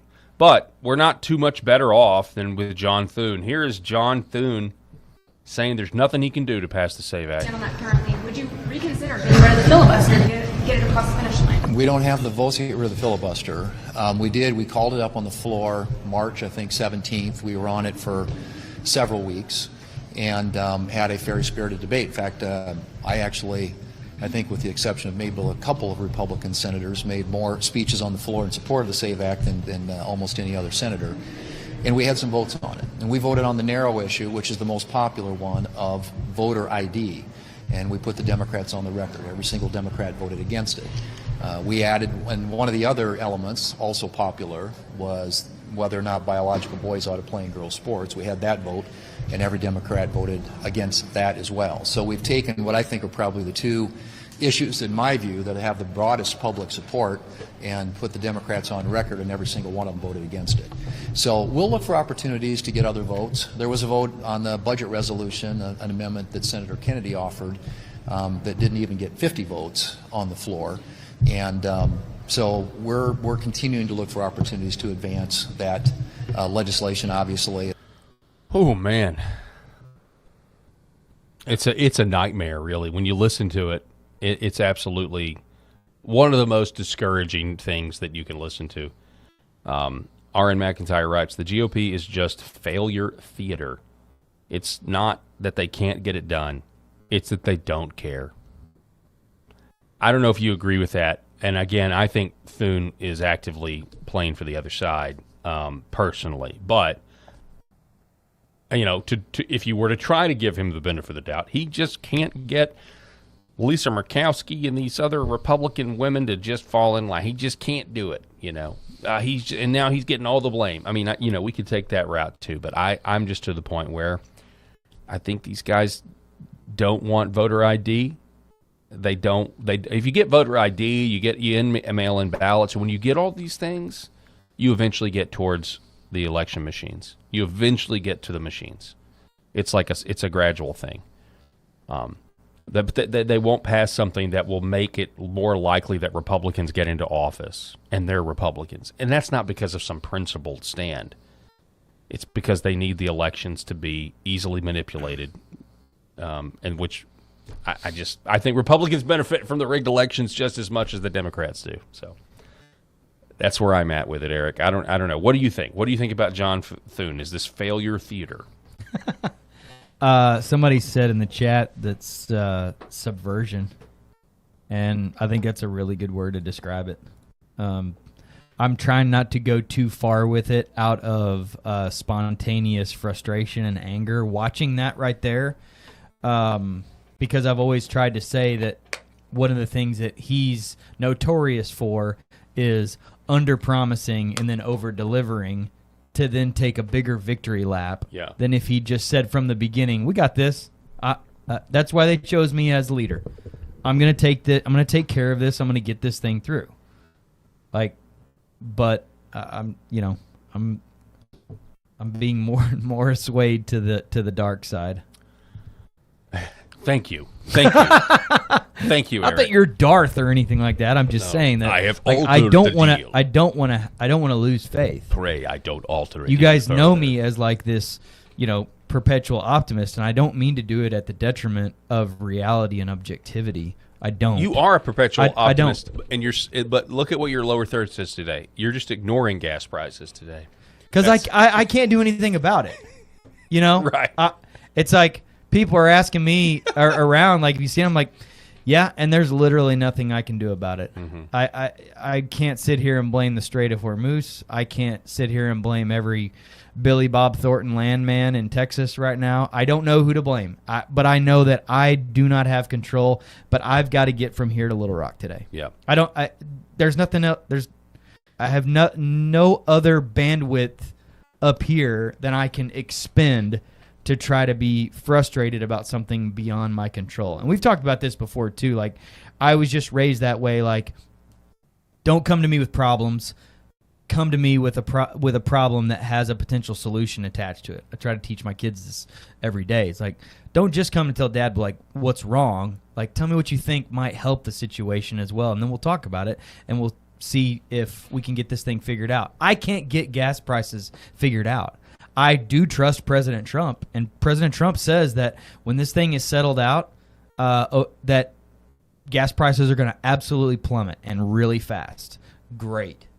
I'd love to see that, but I cannot expend one more ounce of energy being mad about it as I sit there holding that pump, in my gas tank, watching that thing tick, I mean, it is rough. It's rough. No, I've got trips planned. The Paul Herrell program operates on a shoestring budget, folks. So go to get your red light panels and get your Pet Club 24/7 supplies for your dogs and stuff. But we got a trip planned, coming up, and I'm looking at those gas prices honestly, and I've got an option of taking 2 different cars. One of them a little bit more spacious, a little bit more room to relax. The other one, not so much, but we'll get much better gas mileage. And just, think, okay, we'll just cram in for a 9-hour drive, and it'll be a little more uncomfortable. But, this is what's going on, all because of the Straits of Thermopylae, the Straits of the Hot Gates, where the Persian ancestors are literally using Leonidas's strategy against the West. I mean, I don't have any other choice. I looked today at a round trip flight and this was I pushed it out on the website I was looking at for like cheap flights. Like I pushed it out to January of next year and put like a space of time about a week. January, February. I think I checked January, February, March. The same flight that a couple of years ago I could have taken for $300 is now $848. So, well, I'm not gonna fly. Have you tried? Real quick, have you tried putting like a VPN on it and act like you're from like the poorest neighborhood in America? I haven't. I would love for you to try that just to see. You'll get a lower price. Isn't that sick? Mm-hmm. Against communism, baby. 2 each. What is it? Two each? This was just me sitting in a hospital, like on my laptop, just checking on a couple of things while I was hooked up to their Wi-Fi. So it's not like I was on my own VPN at home in my office. Yeah. But it's just like, it just is. God, it's that. Bill O'Reilly had this big problem with this statement that it is what it is. Yeah. It was like one of his pet peeves. Like, I hate saying it because I know Bill O'Reilly hated it. Just talked about but it just is what it is. We'll just go control what you can control. Go subdue what you can subdue. Go influence what you can influence. And, go hug your wife and your kids and, do the best that you can. So, yeah, it is what it is. And I, by the way, I got a message from a buddy of mine yesterday that was just like, hey, how's things going out there? And he's like, yeah, I don't want to hear you belly aching about gas prices anymore. And he sent me a picture of a gas station out there in Southern California, and it was $6.48 a gallon. So he's like, I don't want to hear you belly aching anymore. My wife asked me if we could go out of town this weekend, and I said, heck to the no. And this is the picture that I sent her. Yeah. It's just like, okay. I mean, people are making tough. How much was it? $6.48. Good grief. And it's not like that was in L.A. or so something. what we're up to in Arkansas? What, basically $4? I paid $3.90 last week. I don't know what it is now. $3.99 as I was passing most of the Love's gas stations. $3.99 on the interstate, huh? Mm-hmm. Yeah. Wow. Yeah. It's insane.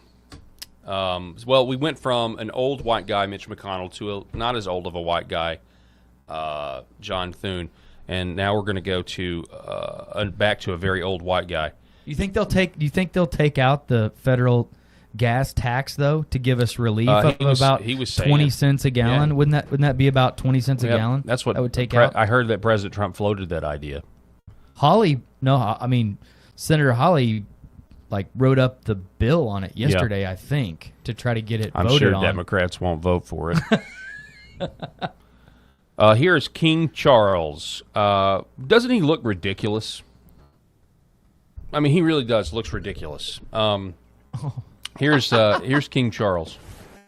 My ministers will also proceed with the introduction of digital ID that will modernize how citizens interact with public services. There you have it, ladies and gentlemen.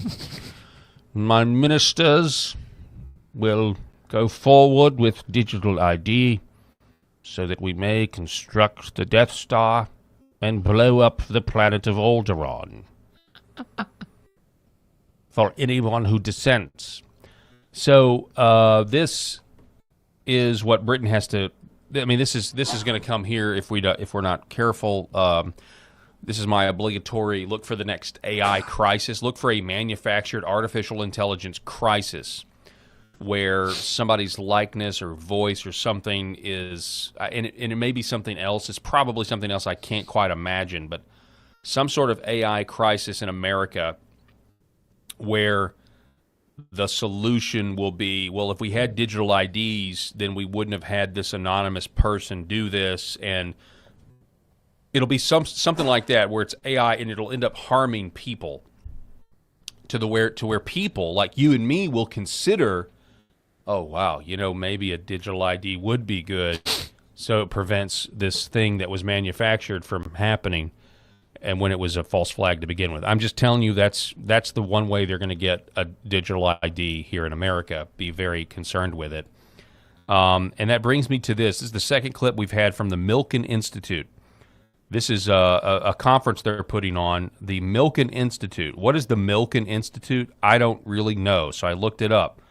And listen to this gobbledygook message. The Milken Institute is a nonprofit, nonpartisan think tank focused on accelerating measurable progress on the path to a meaningful life.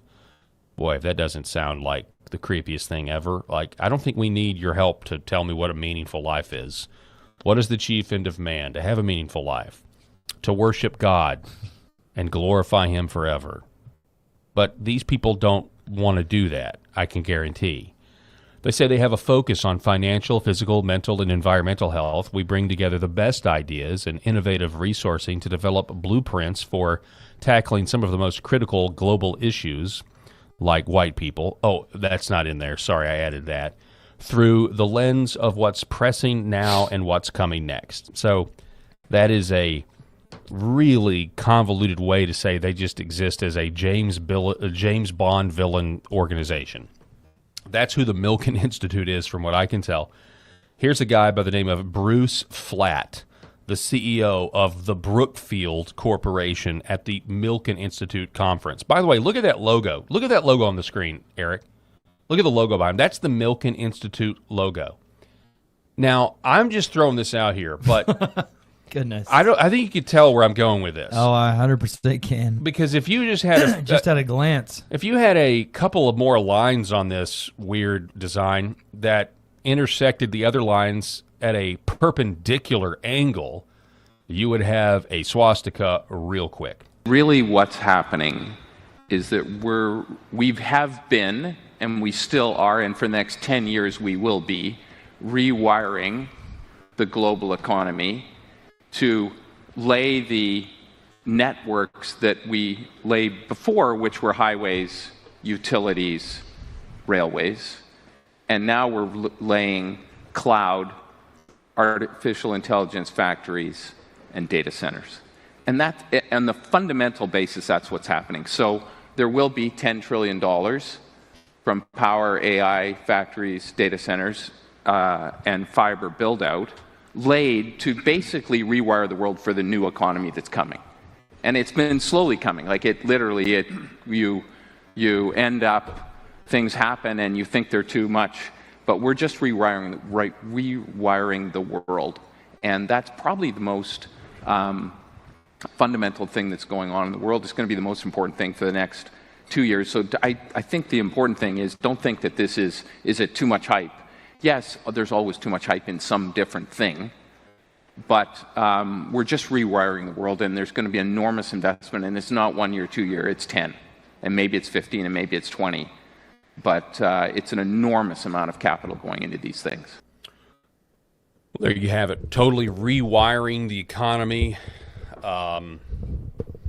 It's again going to make the Industrial Revolution look like Mickey Mouse. It'll look like, I don't know, like the invention of the wheel, I guess.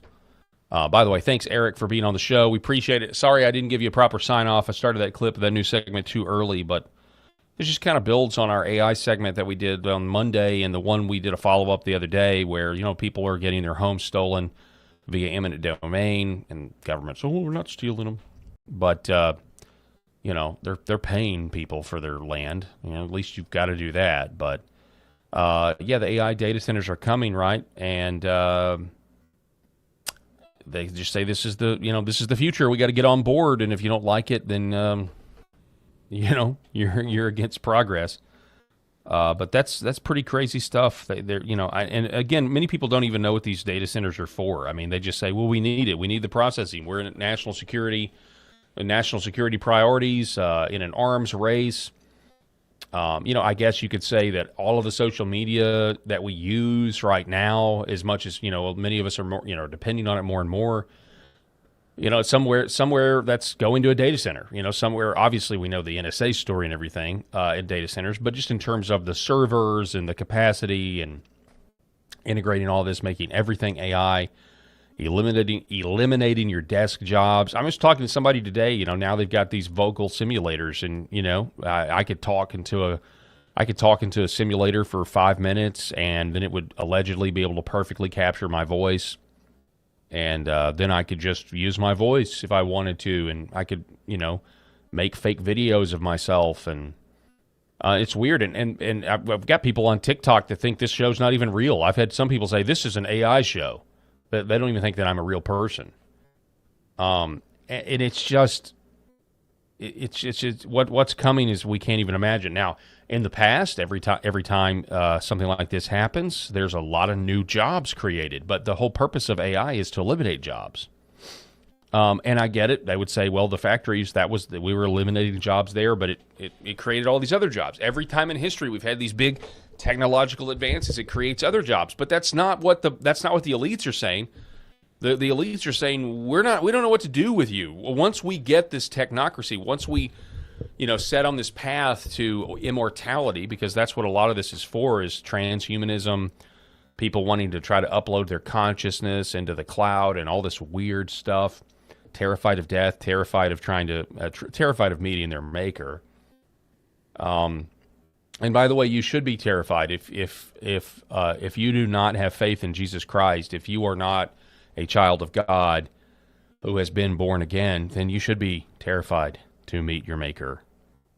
And many of these people are not, and many of them not only are just lost, they're actively choosing, they're actively devil worshipers in a lot of cases. So I'm not really sure what's happening. I do know it's going to be okay, though. I do know that in the future, I mean, I actually see, and I know a lot of people are pessimistic, and they want to get, they look at this and they want to get into like eschatology and like, hey, the end is near. I'm not really so sure that it is. I actually see with something like universal basic income, which I'm not a proponent of. Right, in my little right-wing box over here, oh, that's a no-no. We're not supposed to be for that. And I get why, right? Because it's dependency on the government. You're going to lose your freedom. You're going to lose your autonomy. You're going to lose your motivation. We saw what happened with COVID when people got all that money and the addiction when they were confined to their homes and everything else. And the whole idea that for thousands of years, what you do does have a really big influence on what defines you, right? But I see what, and I also see the horizon of being able to argue against a universal basic income. It's going to be very difficult to argue against a universal basic income from the old framework if there literally are no jobs. And now, again, that could be, maybe there's some new jobs that spring up and it's this massive boom because of AI. I don't know. I don't think so. I don't think that's going to happen. But I do see a lot of hope for Christians in particular, as people wake up. The human trafficking and the evil that's been exposed in this world has woken a lot of people up. What they've done to kids, the trans surgeries, people are like, wow, that's evil, and they start to think, well, if that's really evil, then there also must be an objective good. If I can objectively say this is evil, then there's got to be a good, and that's true. There is a good. God is good. And it is his character. It is the good attributes of his character that we see reflected in Scripture that gives us morality, moral code, like the fundamental building blocks of that, which would be the Ten Commandments. But that fundamentally, the evil woke people up. But you know what else will wake people up? They're going to understand that we're not just some sort of chemical reaction. AI and the reliance on AI and the robotics of it all, and the soullessness of it is going to wake people up, in my opinion, is going to wake people up to the fact that they are different and they have a soul, and they're going to crave community, to be around other people. And the Christians, the true biblical Christians, will have the answer, because it's the same answer. Repent. She progresses as it expands. There's going to be people, by the power of the Lord, that are going to realize just how special your life really is, as we see the difference between machine and man, even in the wake. And as a matter of fact, the people that are going to try to merge machine into man or man into machine, it's going to reveal some. I wouldn't say. I would just say it's gonna reveal a lot of truth, but like eternal truth, which isn't that what all truth is? If it's truly truth, it would be eternal truth, unchanging, never changing. But that sounds like somebody. It sounds like the God of the Bible. So, take heart. Don't be discouraged. It's going to be okay. It really is going to be okay. Real quick, I'm going to take a quick break, reset here, and we're going to go to break and hear from our sponsors one more time. Again, this program operates on a shoestring budget, so I want to encourage you to buy red light panels, not just red light, but it's near infrared light, 2 different wavelengths in the same panel. Go to redvivehealth.org/Paul. Read the research for yourself, and you'll find out why these red light panels are superior to the other ones on the market.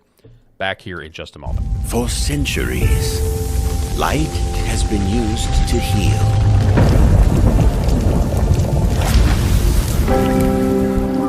Awaken the body with Red Vive.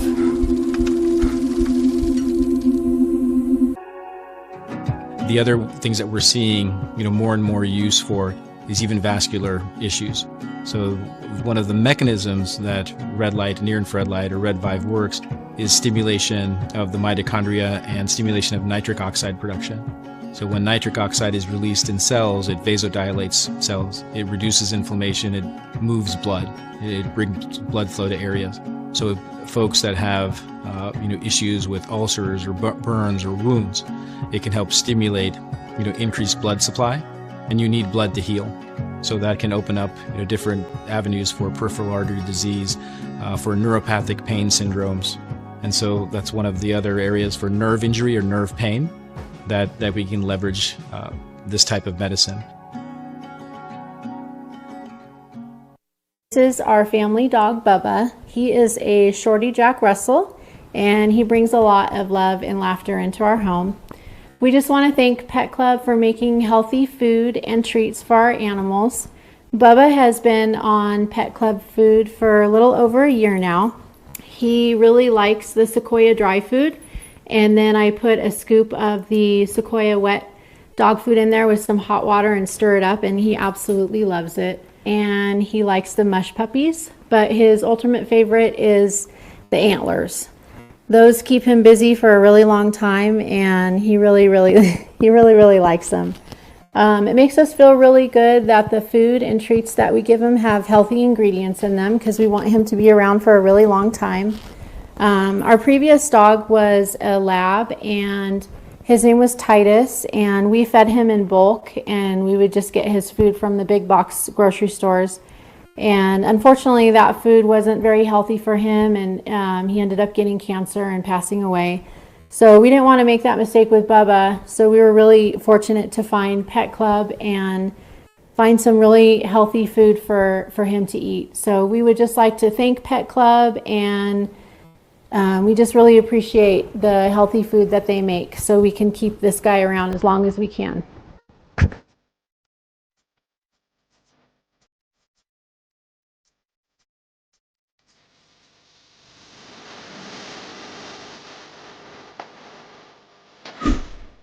The Paul Herrell Program.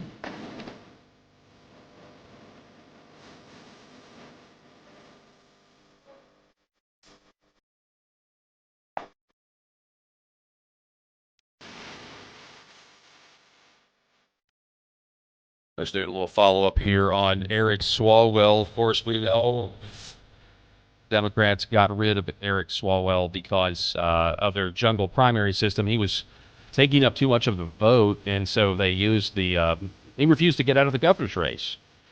And so it was a rare instance where it was just patently obvious and transparent that they were going to open up the long-kept blackmail folder that they had on Eric Swalwell and finally, make an issue of it. His sexual proclivities that he was. This is the way Washington works now. We know Eric Swalwell and others like him feel free to, to operate and pursue their individual lusts, kind of blatantly in the open, because when you do that, you're, the agreement is, well, yeah, I know you've got blackmail on me, but other people or me, I've got blackmail on you. And because power is the ultimate commodity and the currency, we'll both stay in power. And so we can be that way. Well, he went too far, and the decision was made by the Democrats that we're going to take Eric Swalwell out. Well, in a very interesting development, we found out that he was, staying, shacking up with some billionaire. Shacking up might be, that has other implications, but who knows? It's the Democrat Party after all. But he was staying at a billionaire's house in Los Angeles, a guy by the name of Stephen Klubeck. And Klubeck himself used to be a Democrat gubernatorial candidate. Now he claims that he's a libertarian, but unfortunately for him, he was just arrested. Here's the Los Angeles Times with the story. Real estate developer and former gubernatorial candidate Stephen Klubeck, who exited the race in November, was arrested in Los Angeles County on Tuesday. Jail records show Klubeck, 64, was arrested before 11 a.m. and booked at the West Hollywood station on $300,000 bail, according to the Los Angeles Sheriff's Department. He was freed at 1:17 p.m. that afternoon. He was arrested on suspicion of attempting to prevent or dissuade a witness from testifying. For a short time, Klubeck was among the the crowded field for state governor. Of course, he made the news recently because of Eric Swalwell. He was letting Swalwell stay at his mansion. They were in the same place together. This mansion was allegedly, the same place that a lot of these hookups or maybe, or abuse happened. And so Klubeck, when Eric Swalwell, so I think it's interesting. He's been arrested. He's trying to, according to this, he's trying to tell a witness, hey, don't testify. Maybe he's trying to bribe him. Who knows? And I just got to say, this is one of those examples of who could have possibly known? Who could have possibly known that Klubeck and Swalwell were kind of, guilty of the same thing, or that he had done some questionable things himself? I mean, who could have guessed it? Well, when the news broke that Eric Swalwell was in a lot of trouble, there was this viral moment. I am no longer a Democrat. I'm now a libertarian Republican, because that's what a blue dog Democrat used to be. Said, pal, you busted the trust. I'm disappointed and disgusted. Get the out of here. You don't sleep with those you work with. You don't do it. How's your relationship with Eric? Are you guys still friends? Eric who? Is that clear?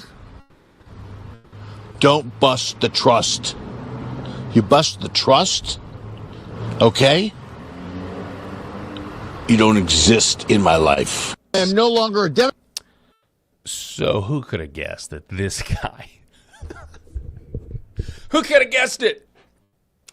I don't know. I first watched that video, and I was like, when we watched that video, 4 weeks ago, or whenever the Swalwell story was like, man, this guy seems like he may have something to hide. I don't know about you guys. This guy may be hiding something. Eric who? You bust the trust? You don't exist in my life. And again, I got to revisit this clip because it was hilarious, and it reminded me of those unhinged Facebook posts that you'll see sometimes. You guys know the Facebook posts I'm talking about, like some random guy, maybe he's a newly divorced dad or a single guy that's never been married, doesn't have a girlfriend or whatever, and they get on Facebook and they're just like, people underestimate me, and I always show my quality. But for those people that constantly don't believe in me and what I can do and what I'm capable of, they'll regret it someday. And you read a comment, you read a post like that, and you're like, what is going on with this person? That's who Klubeck reminds me of with this statement. It's like an unhinged. You were letting the guy. You were one of his fundraiser. You were one of his funders. You were letting the guy hang out at your mansion or live at your mansion, and we're just supposed to believe, nah. This guy's totally innocent. And notice how drunk he is. He seems intoxicated. He seems intoxicated. I'm a libertarian Republican. I am no longer a Democrat. I'm now a libertarian Republican. It's like a perfect line delivery in like a Judd Apatow comedy or something. I'm no longer a Democrat. I'm a libertarian Republican. It's hilarious, folks. It truly is funny. Following up on a segment we did yesterday, Donald Trump does say the Ukraine war is very close to ending. Epoch Times reporting that, quote, the end of the war in Ukraine, I really think is getting very close, Trump told reporters yesterday. This was right before he left for his trip to China. The remarks came after Trump said Russia and Ukraine would each release 1,000 prisoners of war and observe a 3-day ceasefire. Talks are continuing on ending this major conflict, the biggest since World War II, and we are getting closer and closer every day, he wrote in a May 8th post. So it'll be interesting to see what happens with that. It'll be interesting to see what happens with the Strait of Hormuz. Because, there's some reports that President Trump is going to somehow leverage China. There's talks that Taiwan may be involved, that China puts pressure on Iran, and in exchange, maybe China finally gets Taiwan, or, at some point in the near future. I don't know. I'm just saying there's reporting out there that's suggesting that. So we're going to be back here tomorrow. I'm told Rob Spencer is scheduled to be here. I'm not sure about Eric's schedule, but we're going to have a great show tomorrow. Make sure to like, share, and subscribe to this video if you're watching on the Paul Herrell Program YouTube account. If you're watching on LFA TV, we would love for you to do that as well. And we will see you guys tomorrow. God bless everybody out there watching the show.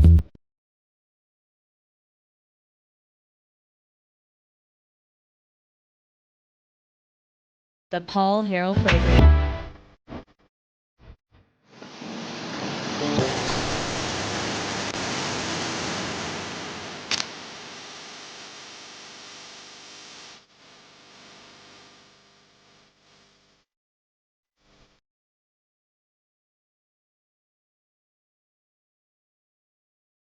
This is Secret America.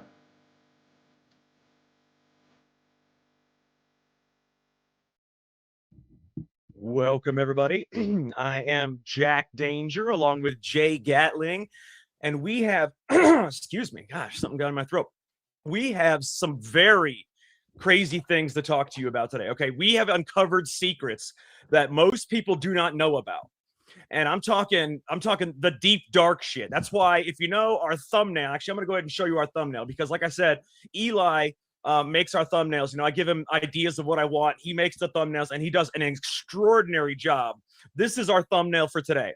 Okay, it says, Jack and Jay uncover dark secrets. You see me and Jay are dressed as men in black. You got a CIA agent there. He represents the CIA as a whole. And he says, you'll never get anything out of me. But I'm holding a needle, and you can't see it because you got to zoom in. But I'm holding a needle that says truth serum on it. Okay? And the reason that's our thumbnail is because we are going to give some truth serum here. We are going to inject some truth serum into the CIA. We're going to inject some truth serum into some other things too. But first, before we do that, Jay, I just want to mention our sponsor real quick, maxassociates.etsy.com. Com. They are the #1 place for USA Pride gifts and patriotic apparel. Like Jay always says, if Father's Day is right around the corner, if you want that stuff in time for Father's Day, I would order it as soon as possible. I mean, you're talking literally the best patriotic apparel and pride gifts that you can get in the country, but then you also get 20% off your order and free shipping anywhere in the United States. It does not get better than that. I mean, I don't see why you would want to go anywhere else, especially if you're going to look, if you want any kind of patriotic apparel or pride gifts, you ought to go here first just for the deal alone, just for the deal. I mean, you can't get any better than this. So make sure you guys go check out maxassociates.etsy.com and you definitely will not regret it. It is an excellent, excellent place to get all your patriotic apparel. Okay, Jay. All right. The first thing that I want to talk about. First of all, tell me how you're doing. How you doing? Are you doing all right? Doing great. Yeah. Well, you're not gonna be. You're not gonna be. You gonna ruin my day? Oh yeah. We're gonna ruin the hell right out of it. Oh, so I'm gonna go ahead and drop a nuclear bomb on everybody right now. As a matter of fact. Oh God. So the first bomb I'm going to drop on you guys, and Jay knows about these things already because, we speak about things throughout the day, and this is something that you don't want to keep secret from anybody. All right, so the first thing that we're going to drop on you guys is this right here. All right, this is documents. There are documents right now that prove the Democrats have conspired to jail Trump in 2029. They actually prove this, that they are conspiring to jail Trump in 2029. I want to read this to you real quick. I want you guys to listen to this, okay? Biden's FBI just got caught conspiring to imprison Trump the moment he leaves office. In recently released Arctic Frost memos, they closed the Trump 2020 election case without prejudice, which means it can be reopened without prejudice on February 5th, 2025.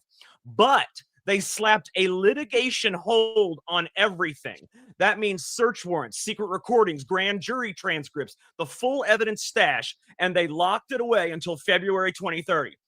That means they have until February 2030 is what the hold is on it for. That's 14 months after Trump's second term ends. Jack Smith's own team bragged that the case was rock solid. Okay, they've loaded this weapon for the next Democrat regime to fire the second Trump leaves office. John Solomon and the Senate Judiciary Committee documents prove this. And I'm going to tell you one thing, Jay. They will never, ever stop until he is dead or in prison. I agree. They won't stop. These people made up things out of thin air. A lot of the stuff, when you look at Arctic Frost, the whole thing, Russia, it was just completely fabricated. Yes, and the fact that nobody is in prison for that is mind-blowing to me. Well, that's why they're doing what they're doing, because they know there's no consequences. Well, that's it. They used that whole thing. We talk about it all the time, the Steele dossier, all of it, to basically undermine and hamper President Trump's entire first term. To overthrow the United States government, which is the definition of treason. Bogged down, millions of dollars spent of our money, stolen from us to investigate something that was fake from jump, manufactured by the deep state, manufactured by the FBI, the CIA, the NSA, name it.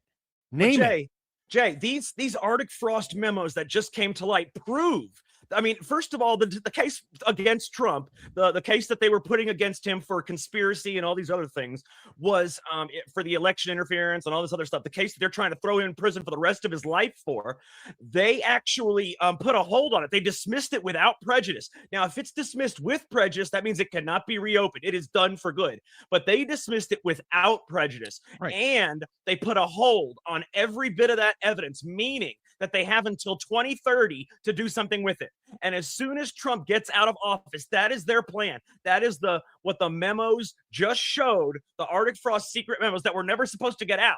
They got out, and they prove that they are conspiring to jail Trump the second he leaves office. Kash Patel has got to do something. It's the FBI's stuff.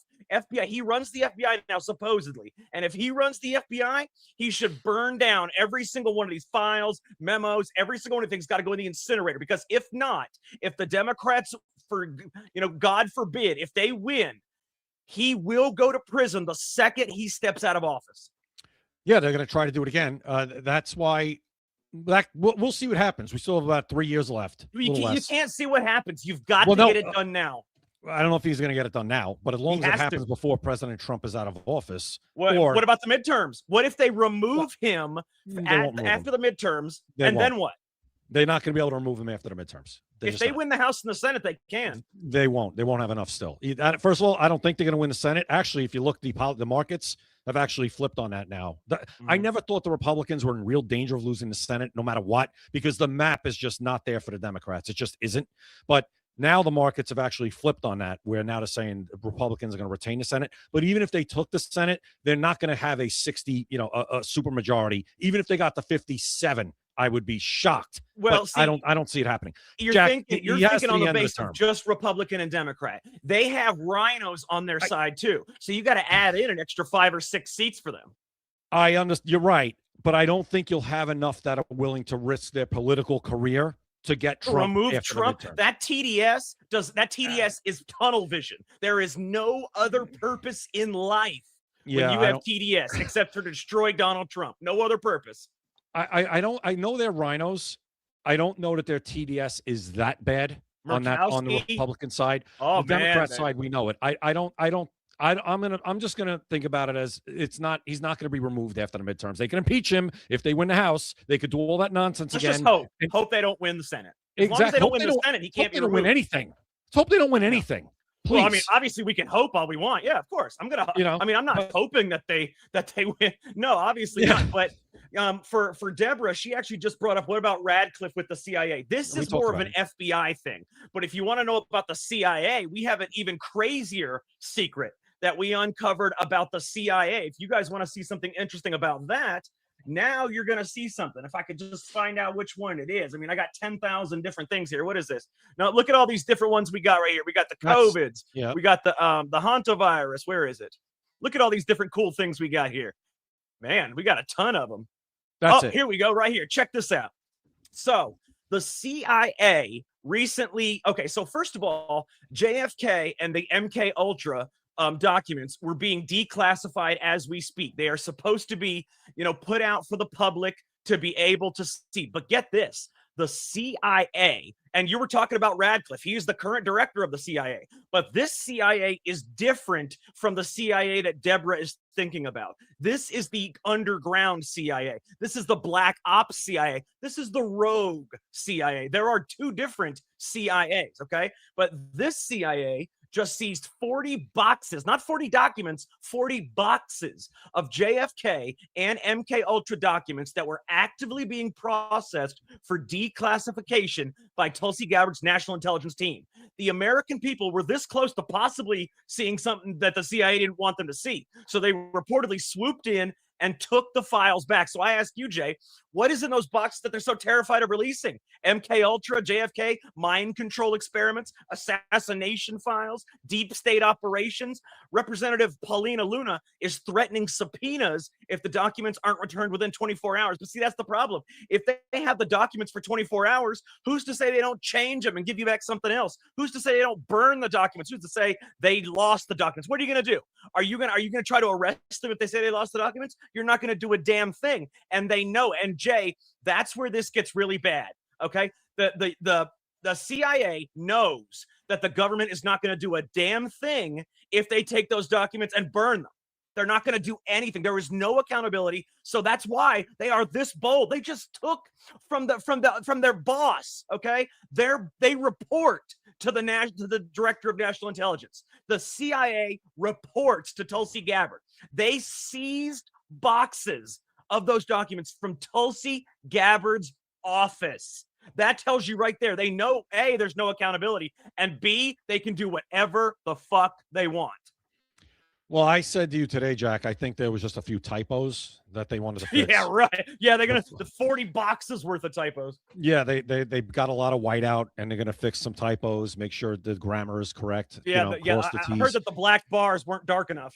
Yeah, dot the I's. Listen, I don't know, man. It's insane. That's their boss. Would you be able to do this in the corporate world? Not No. from my boss. I mean, they went in the boss's office. You're talking about the director of national intelligence here. The CIA, that is their boss. And they seized. My goodness. Yeah, I don't know. Like I said, I mean, listen, were they literally in Tulsi Gabbard's office? Well, we're saying, right? Right. We're just saying, yeah, they're in Tulsi Gabbard's possession, her agency, right? Now, could they have been in her office? Maybe. I honestly don't know where they were. Who knows? But all we know now is apparently that they're not where they were before. And They seized 40 boxes, not documents, boxes.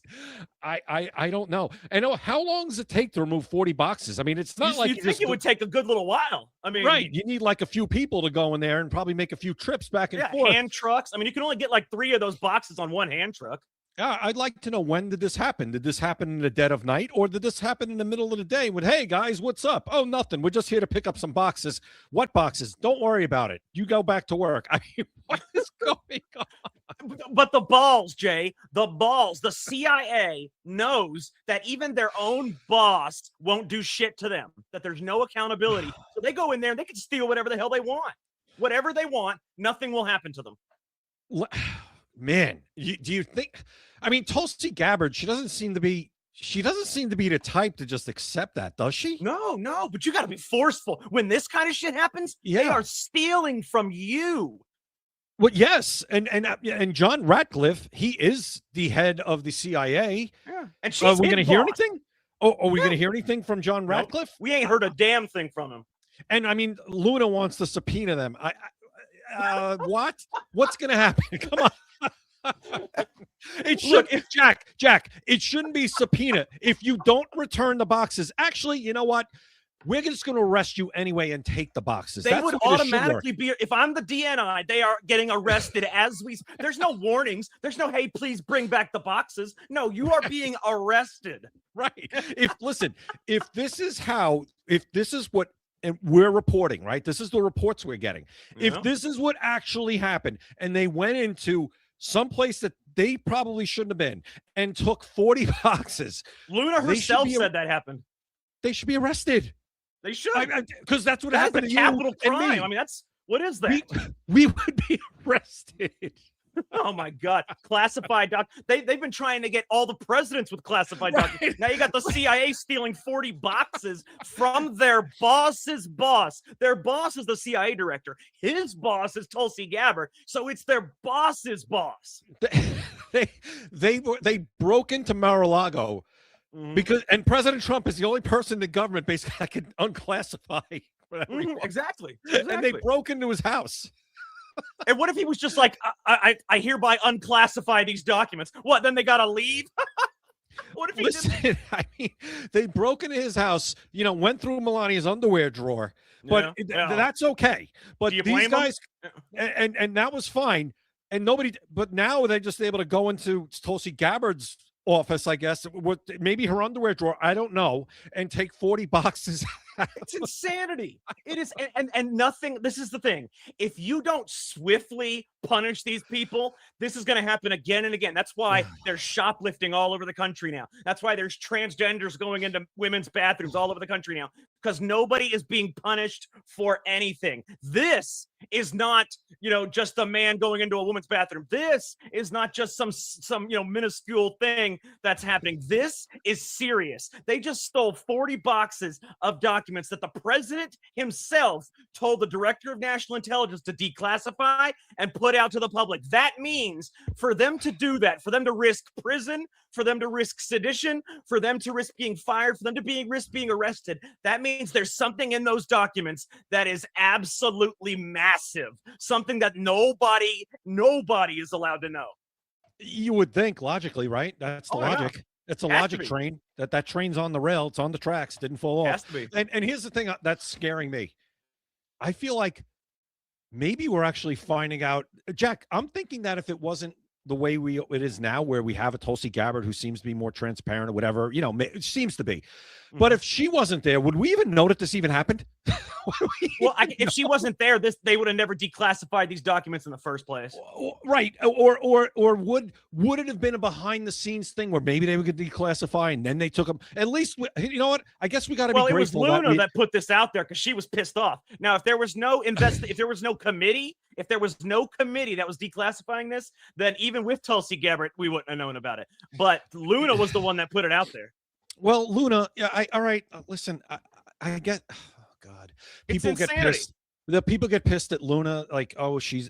Listen, I guess we just got to be grateful for the information we get at this point. Yeah, we know that. At least she told us about this, right? At least we found out that 40 boxes were taken. I mean, insanity, man. I don't know. We're not there. We wish we were there, right? We all wish we were there and in some sort of position to actually do something about this. We all do. It's not 40 boxes, man.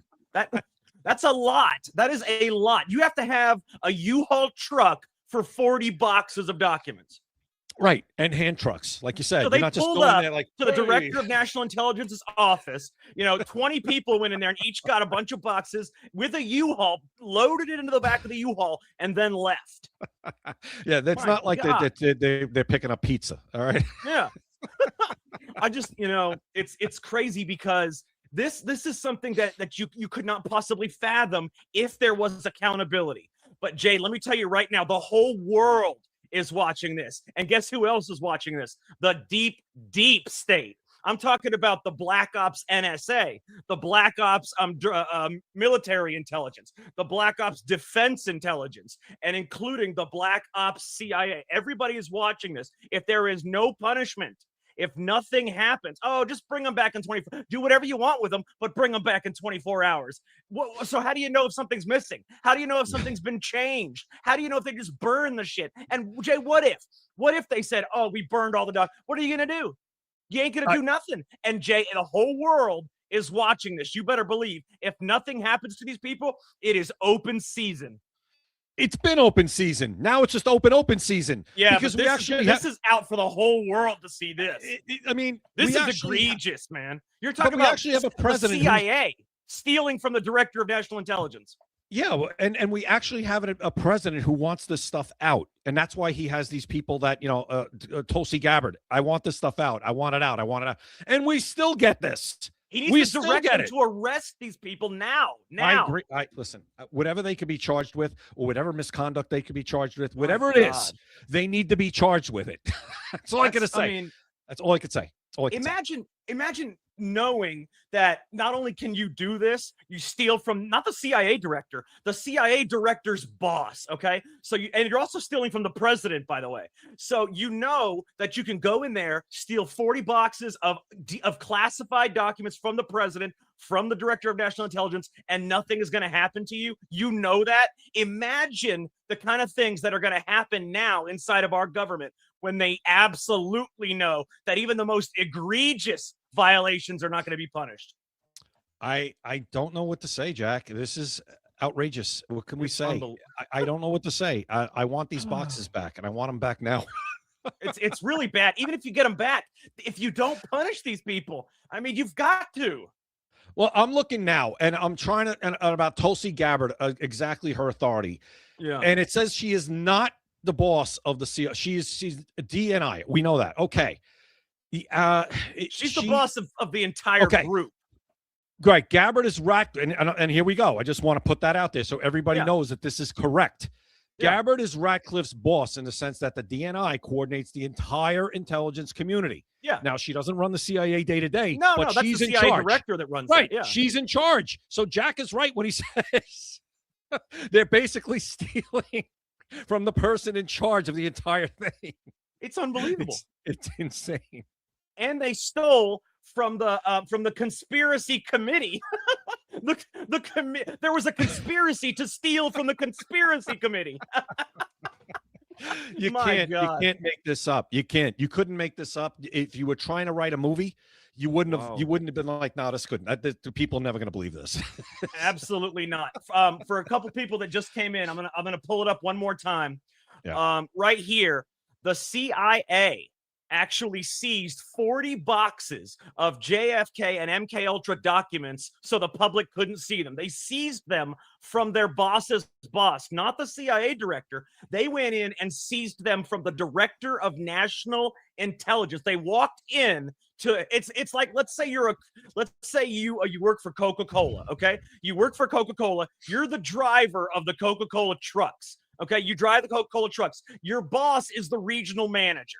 Okay, you go in, you don't go to the regional manager, you go and steal from the CEO of Coca-Cola. That's what they just did right here. They stole from the CEO, not the regional manager, which is the CIA director. They stole from the CIA 40 boxes, not documents, boxes of classified documents. So the only reason you would steal from your boss's boss and risk, a lifetime in prison is right, because there are things in those documents you don't want anybody to ever know.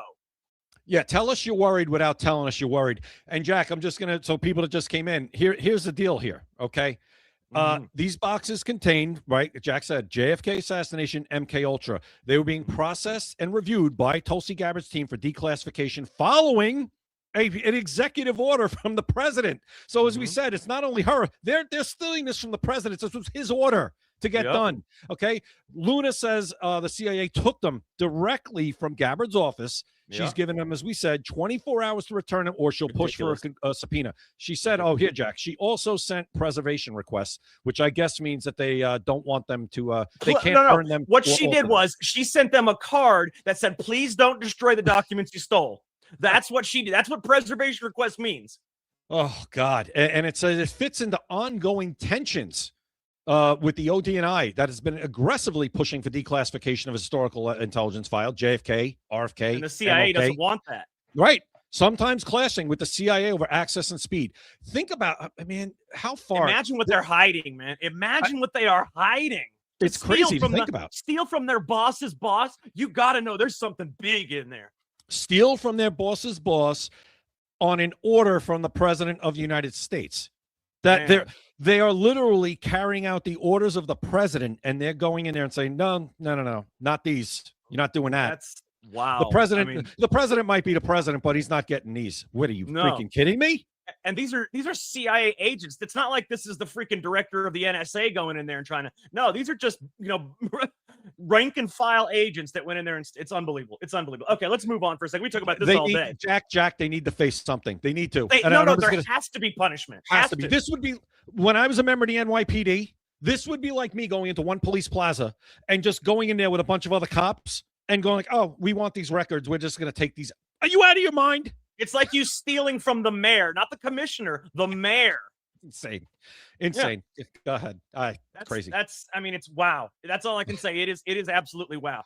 Okay, guys, I want to bring this up, Jay. This one got a lot out there. People really seem to respond to this. So BlackRock, as you know, is the company that owns the world, basically. Okay, they have over 11 trillion dollars in assets. So they own possibly everything that you could think of. Larry Fink is the CEO of BlackRock, and he called citizens domestic terrorists for being concerned that BlackRock is basically going to own every data center in America. Speaking at the Milken Institute, the BlackRock chairman openly declared that his firm and its institutional partners will effectively control the vast majority of America's new AI data centers because, and he said this, because the federal government burdened by debt, quote, can't afford to build the infrastructure powering this technological revolution. The sprawling facilities consuming irreplaceable farmland, billions of gallons of water, entire grid sectors, all while ordinary citizens face soaring electricity costs and degraded communities. And he said, we have to relook at all forms of security. Could it be domestic terrorism? Many things will have to be gone underground. This is a man who helped pioneer the financialization of every American asset, now frames resistance to this resource grab by citizens rightfully alarmed by blackouts, rate hikes, and the enclosure of their landscapes as potential domestic terrorism. Okay, they form the physical backbone of an emerging surveillance and control infrastructure subsidized by the public, yet owned by private titans, insulated from accountability. This is new stuff, right? This is new. Everything going on with AI, these data centers, this is all new. And it seems like it's getting ahead of any kind of regulation that could be put in place to make sure it doesn't spiral out of control or go in the wrong direction. That's what's There's a happening. reason for that. The AI is growing so fast, and it's a race that obviously we need to win as a country. We need to. But at the same time, hey, Congress, can you guys maybe do something and stop taking vacations and, pass the Save America Act, but also get on top of this and get to work on actually making sure that stuff like this doesn't spiral out of control? And Jack, I don't want the government building these things because the government will screw it up. And the data centers are destroying America, man. That's the thing, though. There needs to be some kind of regulation. There needs to be some type of rules that obviously I don't think are caught up yet. They haven't caught up. They're probably 50 years behind. Well, they shouldn't be allowed to build these things until the rules and regulations are in place. Are there laws to stop it? That's the thing. Probably not.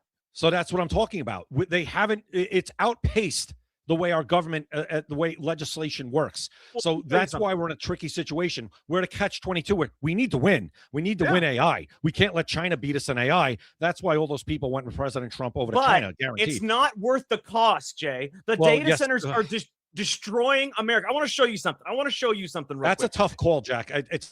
That's a slippery slope. Take a look at this. This is what is happening in America right now, okay? I want you to hear this. This is exactly what's happening in America, okay? At least 49,000 residents, mostly on the California side, are losing 75% of their electricity starting May 2027. Nevada Energy is cutting the cord with Liberty Utilities so it can funnel power to massive data centers for Google, Microsoft, and Apple. These AI server farms already devour 22% of the entire state's electricity supply. Let me say that again. 22% of the entire state's electricity supply. That was in 2024. Now it's more like 45% of the entire state's supply. Now families, ski resorts, casinos, the 28 million tourists who visit every year get screwed. The bills, Jay, the bills for these surrounding people in these lands have spiked 77%. Blackouts, rollouts, chaos, it is all coming. Just because people want to win the AI race, who gives a fuck about AI? This right here is not worth it, Jay. It's not worth it. It's not. I'm not going to have the whole country turned into some metal box just so we can have, just so we can date our AI. No, thank you. Well, we can't have China outpace us in the AI race. What does it matter? Who cares? It matters a lot. No. It's just like the space race. It does not matter. No, I don't want to compare this to the space race because, first of all, a lot of people don't believe the space race was even real. It may not have been, but it's the same thing. They're racing for superiority in something that does not matter. This also control. This is control over information. This is control over a lot of things. Well, we already have the infrastructure for that type of stuff. We don't need more and more and more. I gotta disagree. Does it ever end? No, I listen. This isn't my expertise or my lane, but I do think that we need to beat China when it comes to controlling who's going to be. We just do, because we can't have China control. Look at. I'm going to say they're not going to control anything. We're each going to have our own infrastructure. What about TikTok? Remember how when China, what they did with just TikTok when they controlled it? But that's got nothing to do with the server farms. I'm talking about server farms here. I know, but I'm just making a point as to when China controls something or they beat us in something this important, the damage they could do to our country and the world. I think AI is the next. Is it? I mean, AI is what the world is going to run on. We talk about it all the time. What we're doing right now, China. First of all, China's already way ahead of us in everything. But because we've had shitty leadership for the last God knows how long. But look, what the thing is now, the data server farms are eating up in New York. They are going to start putting them in New York. And guess what? Your electricity bills are going to go up 3, 4, 500%. Okay. There's going to be blackouts in your state, in your city, because they have to power the data centers. It's going to be literal metal boxes all over the country, taking up farmland, destroying cities, rolling blackouts, causing electricity spikes. We don't need that stuff. We have the infrastructure now to do what we need to do. We don't need more. Where does it end? Eventually, you're telling me the whole country is going to be metal boxes? We can't have it, Jay. Have you ever been near a data center? Have you been near one? The sound, okay? The sound alone will drive you insane. These things are not meant for this kind of thing. You want data centers? There is plenty of land that is unused in states that are sparsely populated. Put your data centers there, but don't put them in populated areas where it sucks 45% of Nevada's entire state electricity supply goes to data centers. 45%. That's insane. Well, I don't know enough about the data. I know I've heard all the stories. I've heard all of it. It's terrible. I got There's it. no good that can come of it. But a couple things about the AI race. All right, it's basically going to be, and I'm looking it up here. Why specific reasons? It's economy, productivity, new industries, jobs, GDP, national security, just overall global Why power. can't we And have they do the bring up infrastructure we have now, though? We What's have that? plenty of infrastructure. Do we have enough? We do. The thing is, they want more and more. And that's the thing. When you have something and you have enough of something, it's never enough. You want more. So eventually, this country is going to be a big metal box that hums very loudly. That's why we got to find the sweet spot, and that's why I think it's like it's kind of like trying to find that happy median where you have, yes, we're going to win the AI race, and at the same time we're not going to have all these other problems. Where I just think right now we're just in this state of flux where it's I have an actual solution, Jay, a real one. Go ahead. What is it? I saw where Microsoft put together data centers and put them at the bottom of the ocean. Okay? Oh yeah, I've seen that. The water keeps them cool. Yeah. Okay. The ocean water keeps them cool, so they don't need that. There's no noise because they're underwater, and that's perfect. You can use them if you want to put them underwater. We have basically infinite space in the ocean. If you want to put them at the bottom of the ocean, don't mess up the land.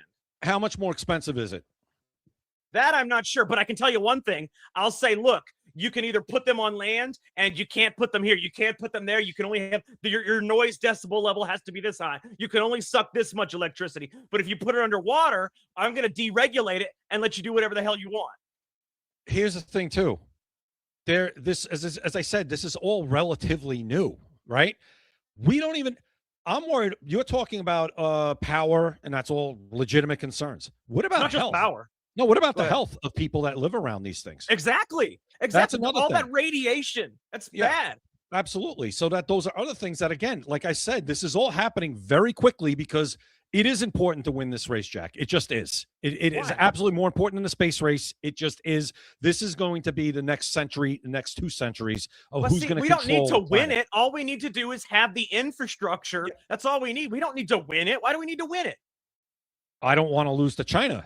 It's not really about winning or losing. There's no race going on. China's way ahead of us. You might as well forget about that. They are way ahead of us. I don't think they are as far as the technology and the chips. They're not. Jay, they got robots out there running marathons right now. They are way ahead of us. I'm going to look as far as chips right now. What are we leading China as far as what are we?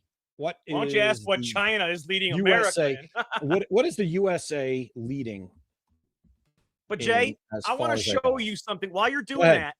While you're doing that, I want to show you another thing that's horrible about data centers that people may not know about.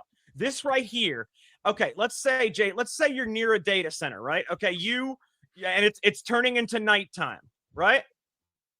You're at a data center, it's turning into nighttime, but for some reason, even though you're not near a city and it's nighttime, you can't see the stars.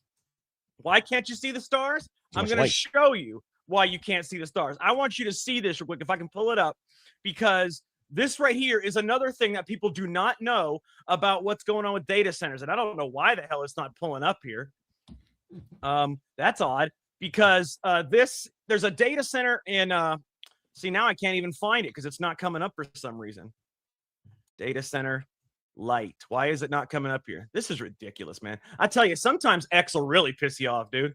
Oh, all technology will piss you off. Jack, while you're trying to look at that real quick. So I said, U.S. is leading China in AI in what regards? Said, but it says the gap is shrinking. So simple breakdown, money, private investment is 286 billion and China is 12 billion. Top models, U.S. has more leading models, 50 versus China's 30. Performance edge, U.S. top models lead by 2.7%, was much bigger before. Chips and hardware, U.S., especially NVIDIA, and Jensen Huang, who's the head of NVIDIA, is in China with President Trump on this trip. NVIDIA dominates. So is Larry Fink, the BlackRock CEO, by the way. They all are. They all are. Data centers, U.S. has 5,400, 10 times more than China.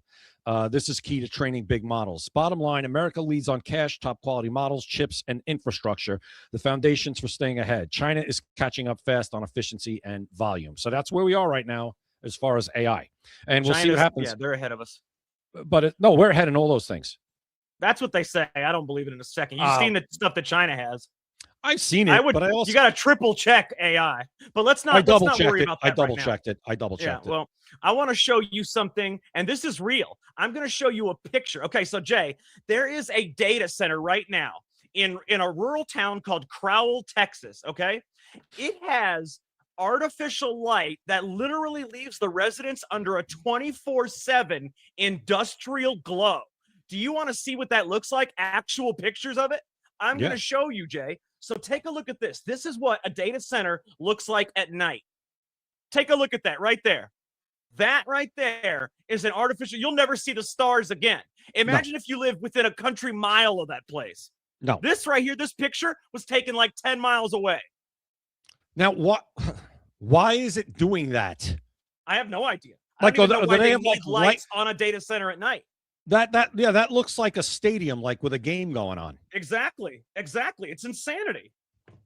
But I'm saying there are so many bad things that outweigh any good a data center does for you. If you want data centers, you either need to put them underwater or you take them to a non-populated state. You know, go to Iowa, go to Montana, go to Idaho, and find a place where there is not a person within 100 miles. Run your data centers there. Is that feasible? It is, because they can put them underwater. If they can run them from underwater, I think running them from Montana would be okay. All right.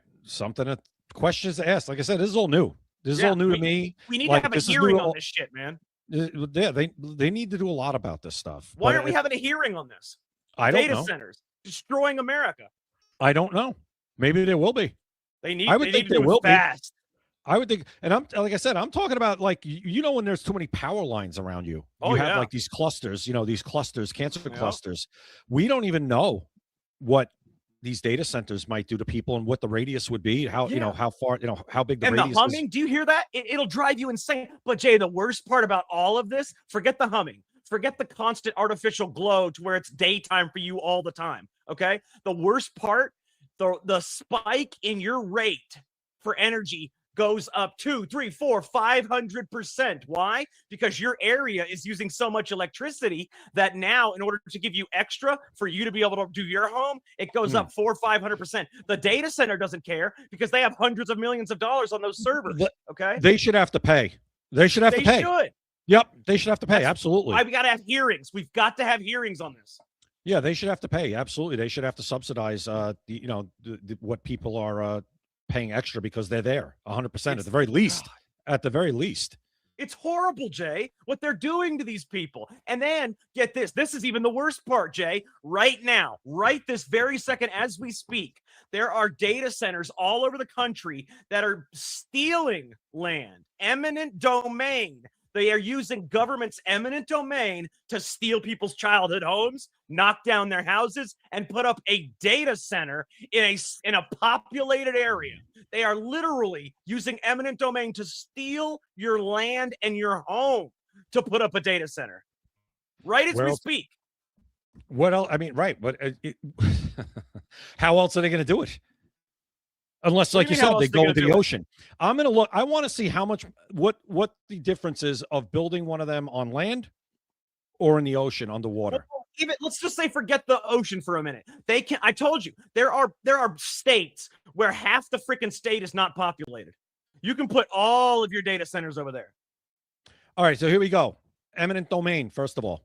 And in Georgia, Georgia Power using eminent domain for a 35-mile transmission line to serve the data centers could force 21 homes to be torn down.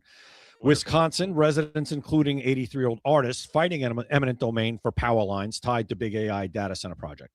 Maryland, Virginia, West Virginia, and others over transmission projects for data center power.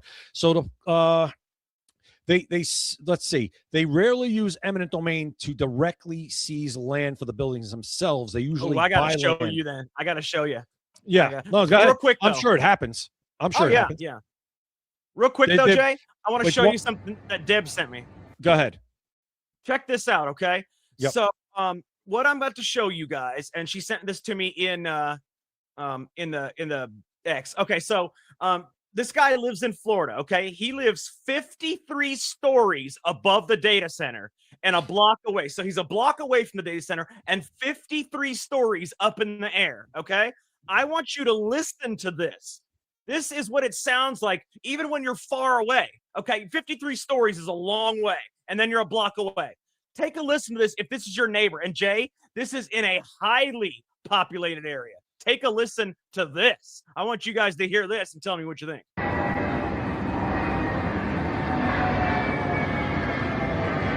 After the plane, listen. I was going to say, it sounds like a plane. All right. This is not a plane.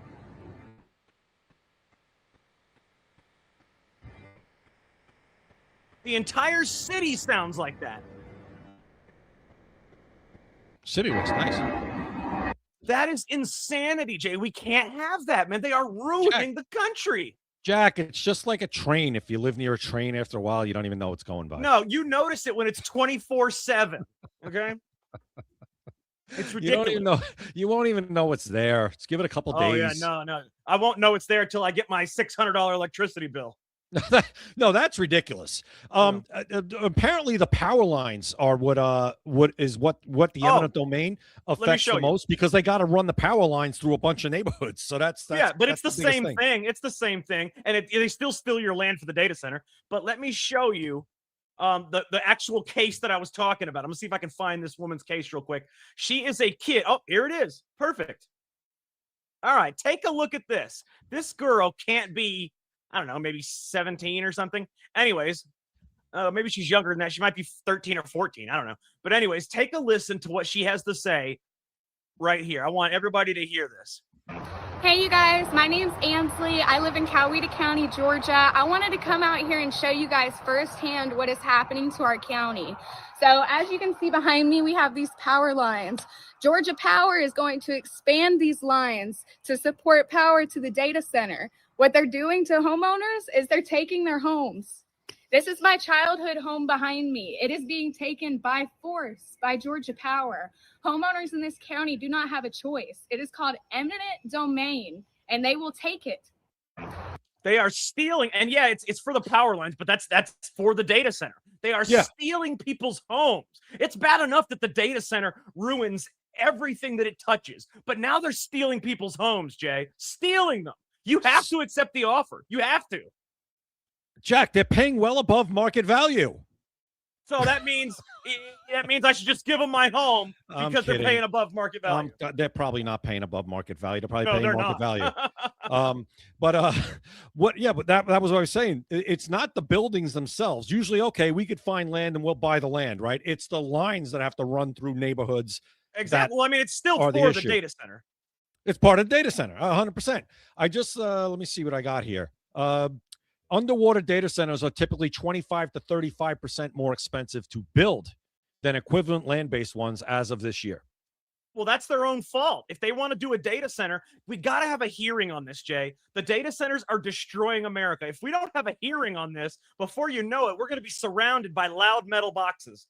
Yeah, but here you go, Jack. And you're right. Here's the good news. Okay, it'll cost them more up front. But as you said, the cooling, that's 30 to 40% of the land data. The land data, that's like the energy use, 40%. But underwater, you're saving all that money.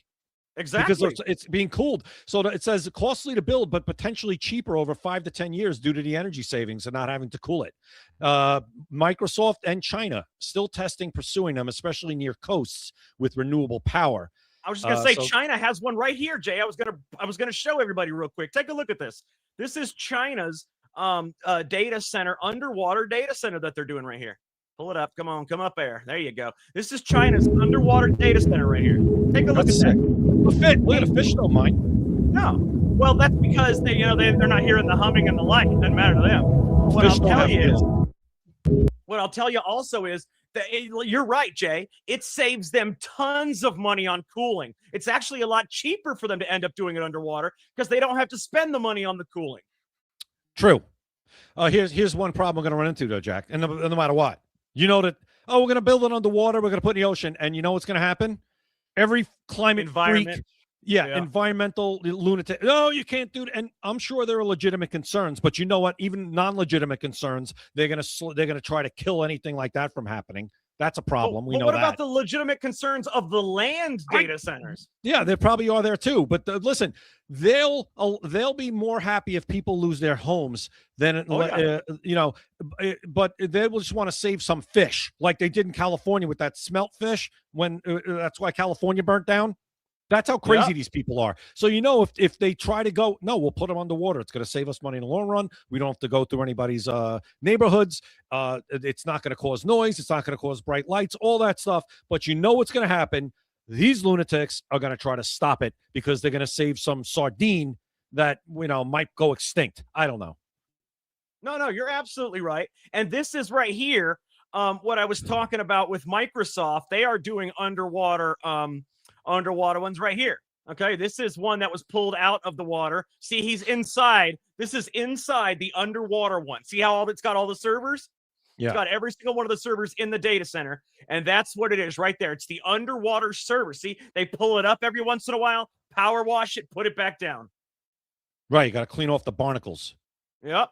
But see, right there, Jay, that will not only save you a ton of money, but it will save American citizens. Here's what I think, Jack. We always find a way. I think we do. So I think there's eventually... There's a finite amount of land, man. There's a finite amount of land. I think eventually we'll find a way, and, we could walk and chew gum at the same time. As long as we have smart people. As long as we have smart people, running things. What's that? Or space. Maybe. Data center in space. You can put... If you can like put... a satellite. If you can put satellites up there, put you a data center.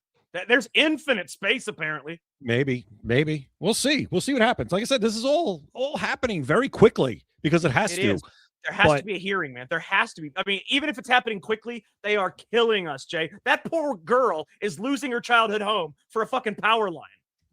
I'm going to ask right now, are any congressional hearings scheduled regarding this? Regarding data centers? Yeah.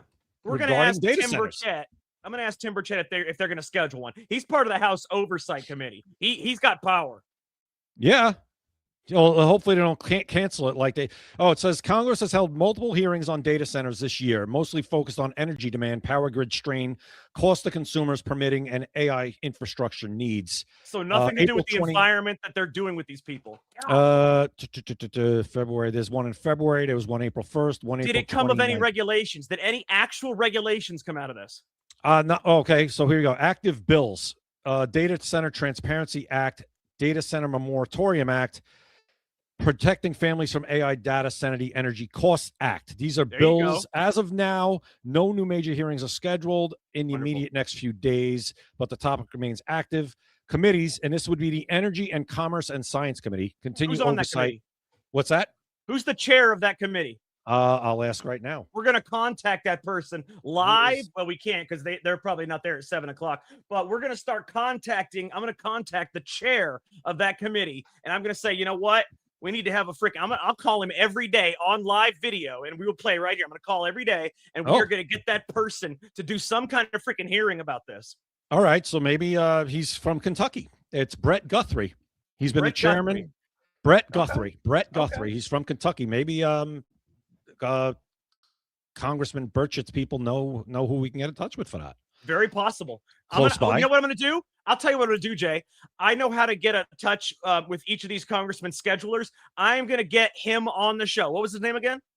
Brett Guthrie. It's Brett with Guthrie. 2 T's, Guthrie. He's from Kentucky. We are going to have him on this show as soon as I can get him on, because I know how to get a hold of the schedulers. So we are going to schedule him on the show, and we are going to ask him about data centers and everything. Jay, we only got a couple minutes left. So let's go ahead. There's a couple more things that I wanted to bring up. Let's see. I don't want to bring that up. I want something. Let's see something good. Something really. How about this? This is going to affect the whole world. Okay. King Charles, Jay, he said that my ministers will proceed with the introduction of digital ID. Digital ID is the beginning of the end of freedom. Okay. King Charles is ending freedom in the UK. And if freedom ends in the UK, it will make its way over to the United States. Now, does King Charles, he's a king. Does King Charles actually have the power to do this? He has some powers. I don't know which powers they are, but if you say this and you can't do it, it would be pointless. So he says, my ministers will proceed, right, with the introduction of digital ID. Yep. It's not voluntary modernization, right? You're saying royal decree. I mean, what? Not voluntary. So, okay. Here's the thing. Any of this stuff has to stay completely voluntary. It's bad enough that it's even voluntary. I mean, this stuff can't be allowed to be considered in the United States. Are you crazy? No. But it will. Did you know, Jay? Did you know most states already have digital ID? I bet you didn't know that. I bet you didn't know that North Carolina has digital ID. The only thing is, it's still voluntary at the moment. But they do have digital ID on the phones that you can use for anything. So there is digital ID already implemented in many states in America. I bet most people didn't know that. Well, it's got to stay voluntary. The minute it's not, it's no. But what are you going to do? They say you have to have an ID to drive and for this and that. What if they say, all right, you know what, we're doing away with, still got to have the ID. So if they move it to digital, you have to do it. We'd have to push back on that. Say no. Well, we'd have to push back. You have to push back. We would, but I mean, is there any accountability for anything? This is why it's so important to make sure who represents you. That's why it's so important. Not just the president. Not all right. It's the people. Local is more important than anything. Right. Local, county, state, city, all important. More important to your daily life than the national election. Of course, the national election is important, especially now. But the people who are in your area, your jurisdiction, your district, those are the people that have the most effect on your daily life day to day. And people, what they don't realize is the local is the most important, because these individual states, they implemented the digital ID on their own. It wasn't a federal thing. North Carolina, the state I live in, has digital ID because the governor and the General Assembly put it in years ago. So if they decide to make it not voluntary, that's a North Carolina thing. The president has nothing to do with that, and the president can't needlessly usurp states' powers. So if they want to make it a non-voluntary thing where you have to have digital ID, they can do that. That's why you want to make sure you vote your local elections also, because they are just as important, if not more so. Yeah, and what party do you feel like right now would be more apt to go after you to have control of every bit of your life? It's very easy. It's the Democrats. They would want to know, how many steaks did you buy this week? How far did you drive this week? Oh, I'm glad you brought that up. Keep talking for a second. What was your carbon footprint this week? Keep talking for a second. Yeah, it's not even close. The Democrat Party. Democrat Party are the ones that want control like that, digital ID. Are there probably some rhinos that will be like, oh, maybe. No, there probably are. But Democrat Party is the party that wants to control you cradle to grave, and they want you to thank them for it. Okay, they want like they're doing you a favor. Okay, that's what they want. So that's why you got to vote in every election you can. Dog catcher on up. You got to get out there and make your voice heard and vote. What are we looking for? No, you're absolutely right. I want you to filibuster just for a second. I want to find this video. I want to show people, and this is a UK video, by the way. I want to show people exactly what it will be like in the UK once digital ID is implemented, and it'll be even worse in America once it's implemented. So go ahead, filibuster. We only got a couple minutes left. I got to try to find this real quick. All right, I'll filibuster. One great story I love today, that some woman in Florida who wanted to, was telling people to shoot Trump supporters. She got 13 months in prison. I love it. Excellent. For making a video talking about how Trump supporters should be, with firearms. So Excellent. I found it. All right. Well, We got that was a good little story I had 41 there. That made seconds my long. day. I want, Go ahead. okay. So, Jay, they're calling the digital ID, they're calling it the Brit card. Okay. That's what Oh, they're calling it. So, I want everybody to see this because this shows you exactly what it will be like in the UK if you have if they get to digital ID, and in America if they get digital ID. So, I want everybody to take a listen. Can I see your Brit card, please? I don't have one. I don't have a smartphone. Can I get another pint, please? Sorry, sir. Your Brit card says you've exceeded your alcohol quota for this week. Sorry, sir. Your Brit card says you've already flown twice this year. We're having to restrict passengers with higher than average emissions profiles. That's it. Sorry, I'm afraid your funds have been temporarily frozen. Your recent social media post did not align with the government's narrative. Sorry, I'm afraid your Brit card says you cannot purchase any more meat this week as part of our commitment to achieving net zero. I've just logged in using my Brit card and it's saying I've already had 3 hours of internet today and it's locked me out. That right there is digital ID's future. That and like I said, what party wants that type of control? It's not That is total control over your life. Not even debatable who wants to do that. It's the Democrat Party. And that right there, what you just saw, you know what? That's so important. I'm going to show it one more time. Everybody needs to see this one more time. This right here, the digital ID has more consequences than the freaking data centers. Listen one more time. Can I see your Brit card, please? I don't have one. I don't have a smartphone. Can I get another pint, please? Sorry, sir. Your Brit card says you've exceeded your alcohol quota for this week. Sorry, sir. Your Brit card says you've already flown twice this year. We're having to restrict passengers with higher than average emissions profiles. Sorry, I'm afraid your funds have been temporarily frozen. Your recent social media post did not align with the government's narrative. Sorry, I'm afraid your Brit card says you cannot purchase any more meat this week as part of our commitment to achieving net zero. I've just logged in using my Brit card and it's saying I've already had 3 hours of internet today and it's locked me out. That right there. I had to play it twice because that is unbelievably important, guys. You have to realize what the digital ID will do to your life. Absolutely bloody awful. All right, we got 60 seconds left, Jay. So I want to say real quick, make sure, guys, that you go to maxassociates.etsy.com. They are the #1 place for USA Pride gifts and patriotic apparel. Look, Father's Day is coming up. You've got the 250th anniversary of the United States. You're going to want to get patriotic stuff. Why go anywhere else? If you go here, you can get the same stuff you would get somewhere else. And you get better stuff also, but you also get 20% off and free shipping anywhere in the United States. maxassociates.etsy.com. Also, make sure you follow us on X, YouTube, Rumble, Kick, Instagram, all Secret America TV. You can follow Jay on TikTok at @APenionsVary with an A. We are Secret America TV on every single one of those. Same screen name, all of them. We are live Monday through Friday, every weekday, 7 p.m. Eastern. You want to make sure you come, watch the show, give us a support, like and subscribe. We try to do this show for you guys. We don't do it for us. We already know the things that we're going to talk about. We do it for you so that way you guys know the secrets that are out there. That's why we're Secret America. We reveal the things that the government and the media don't want you to know. And that's why your support is really valued and it really helps us a lot. So thank you very much. For Jay Gatling, I am Jack Danger. Thank you for watching Secret America. You've been listening to Secret America.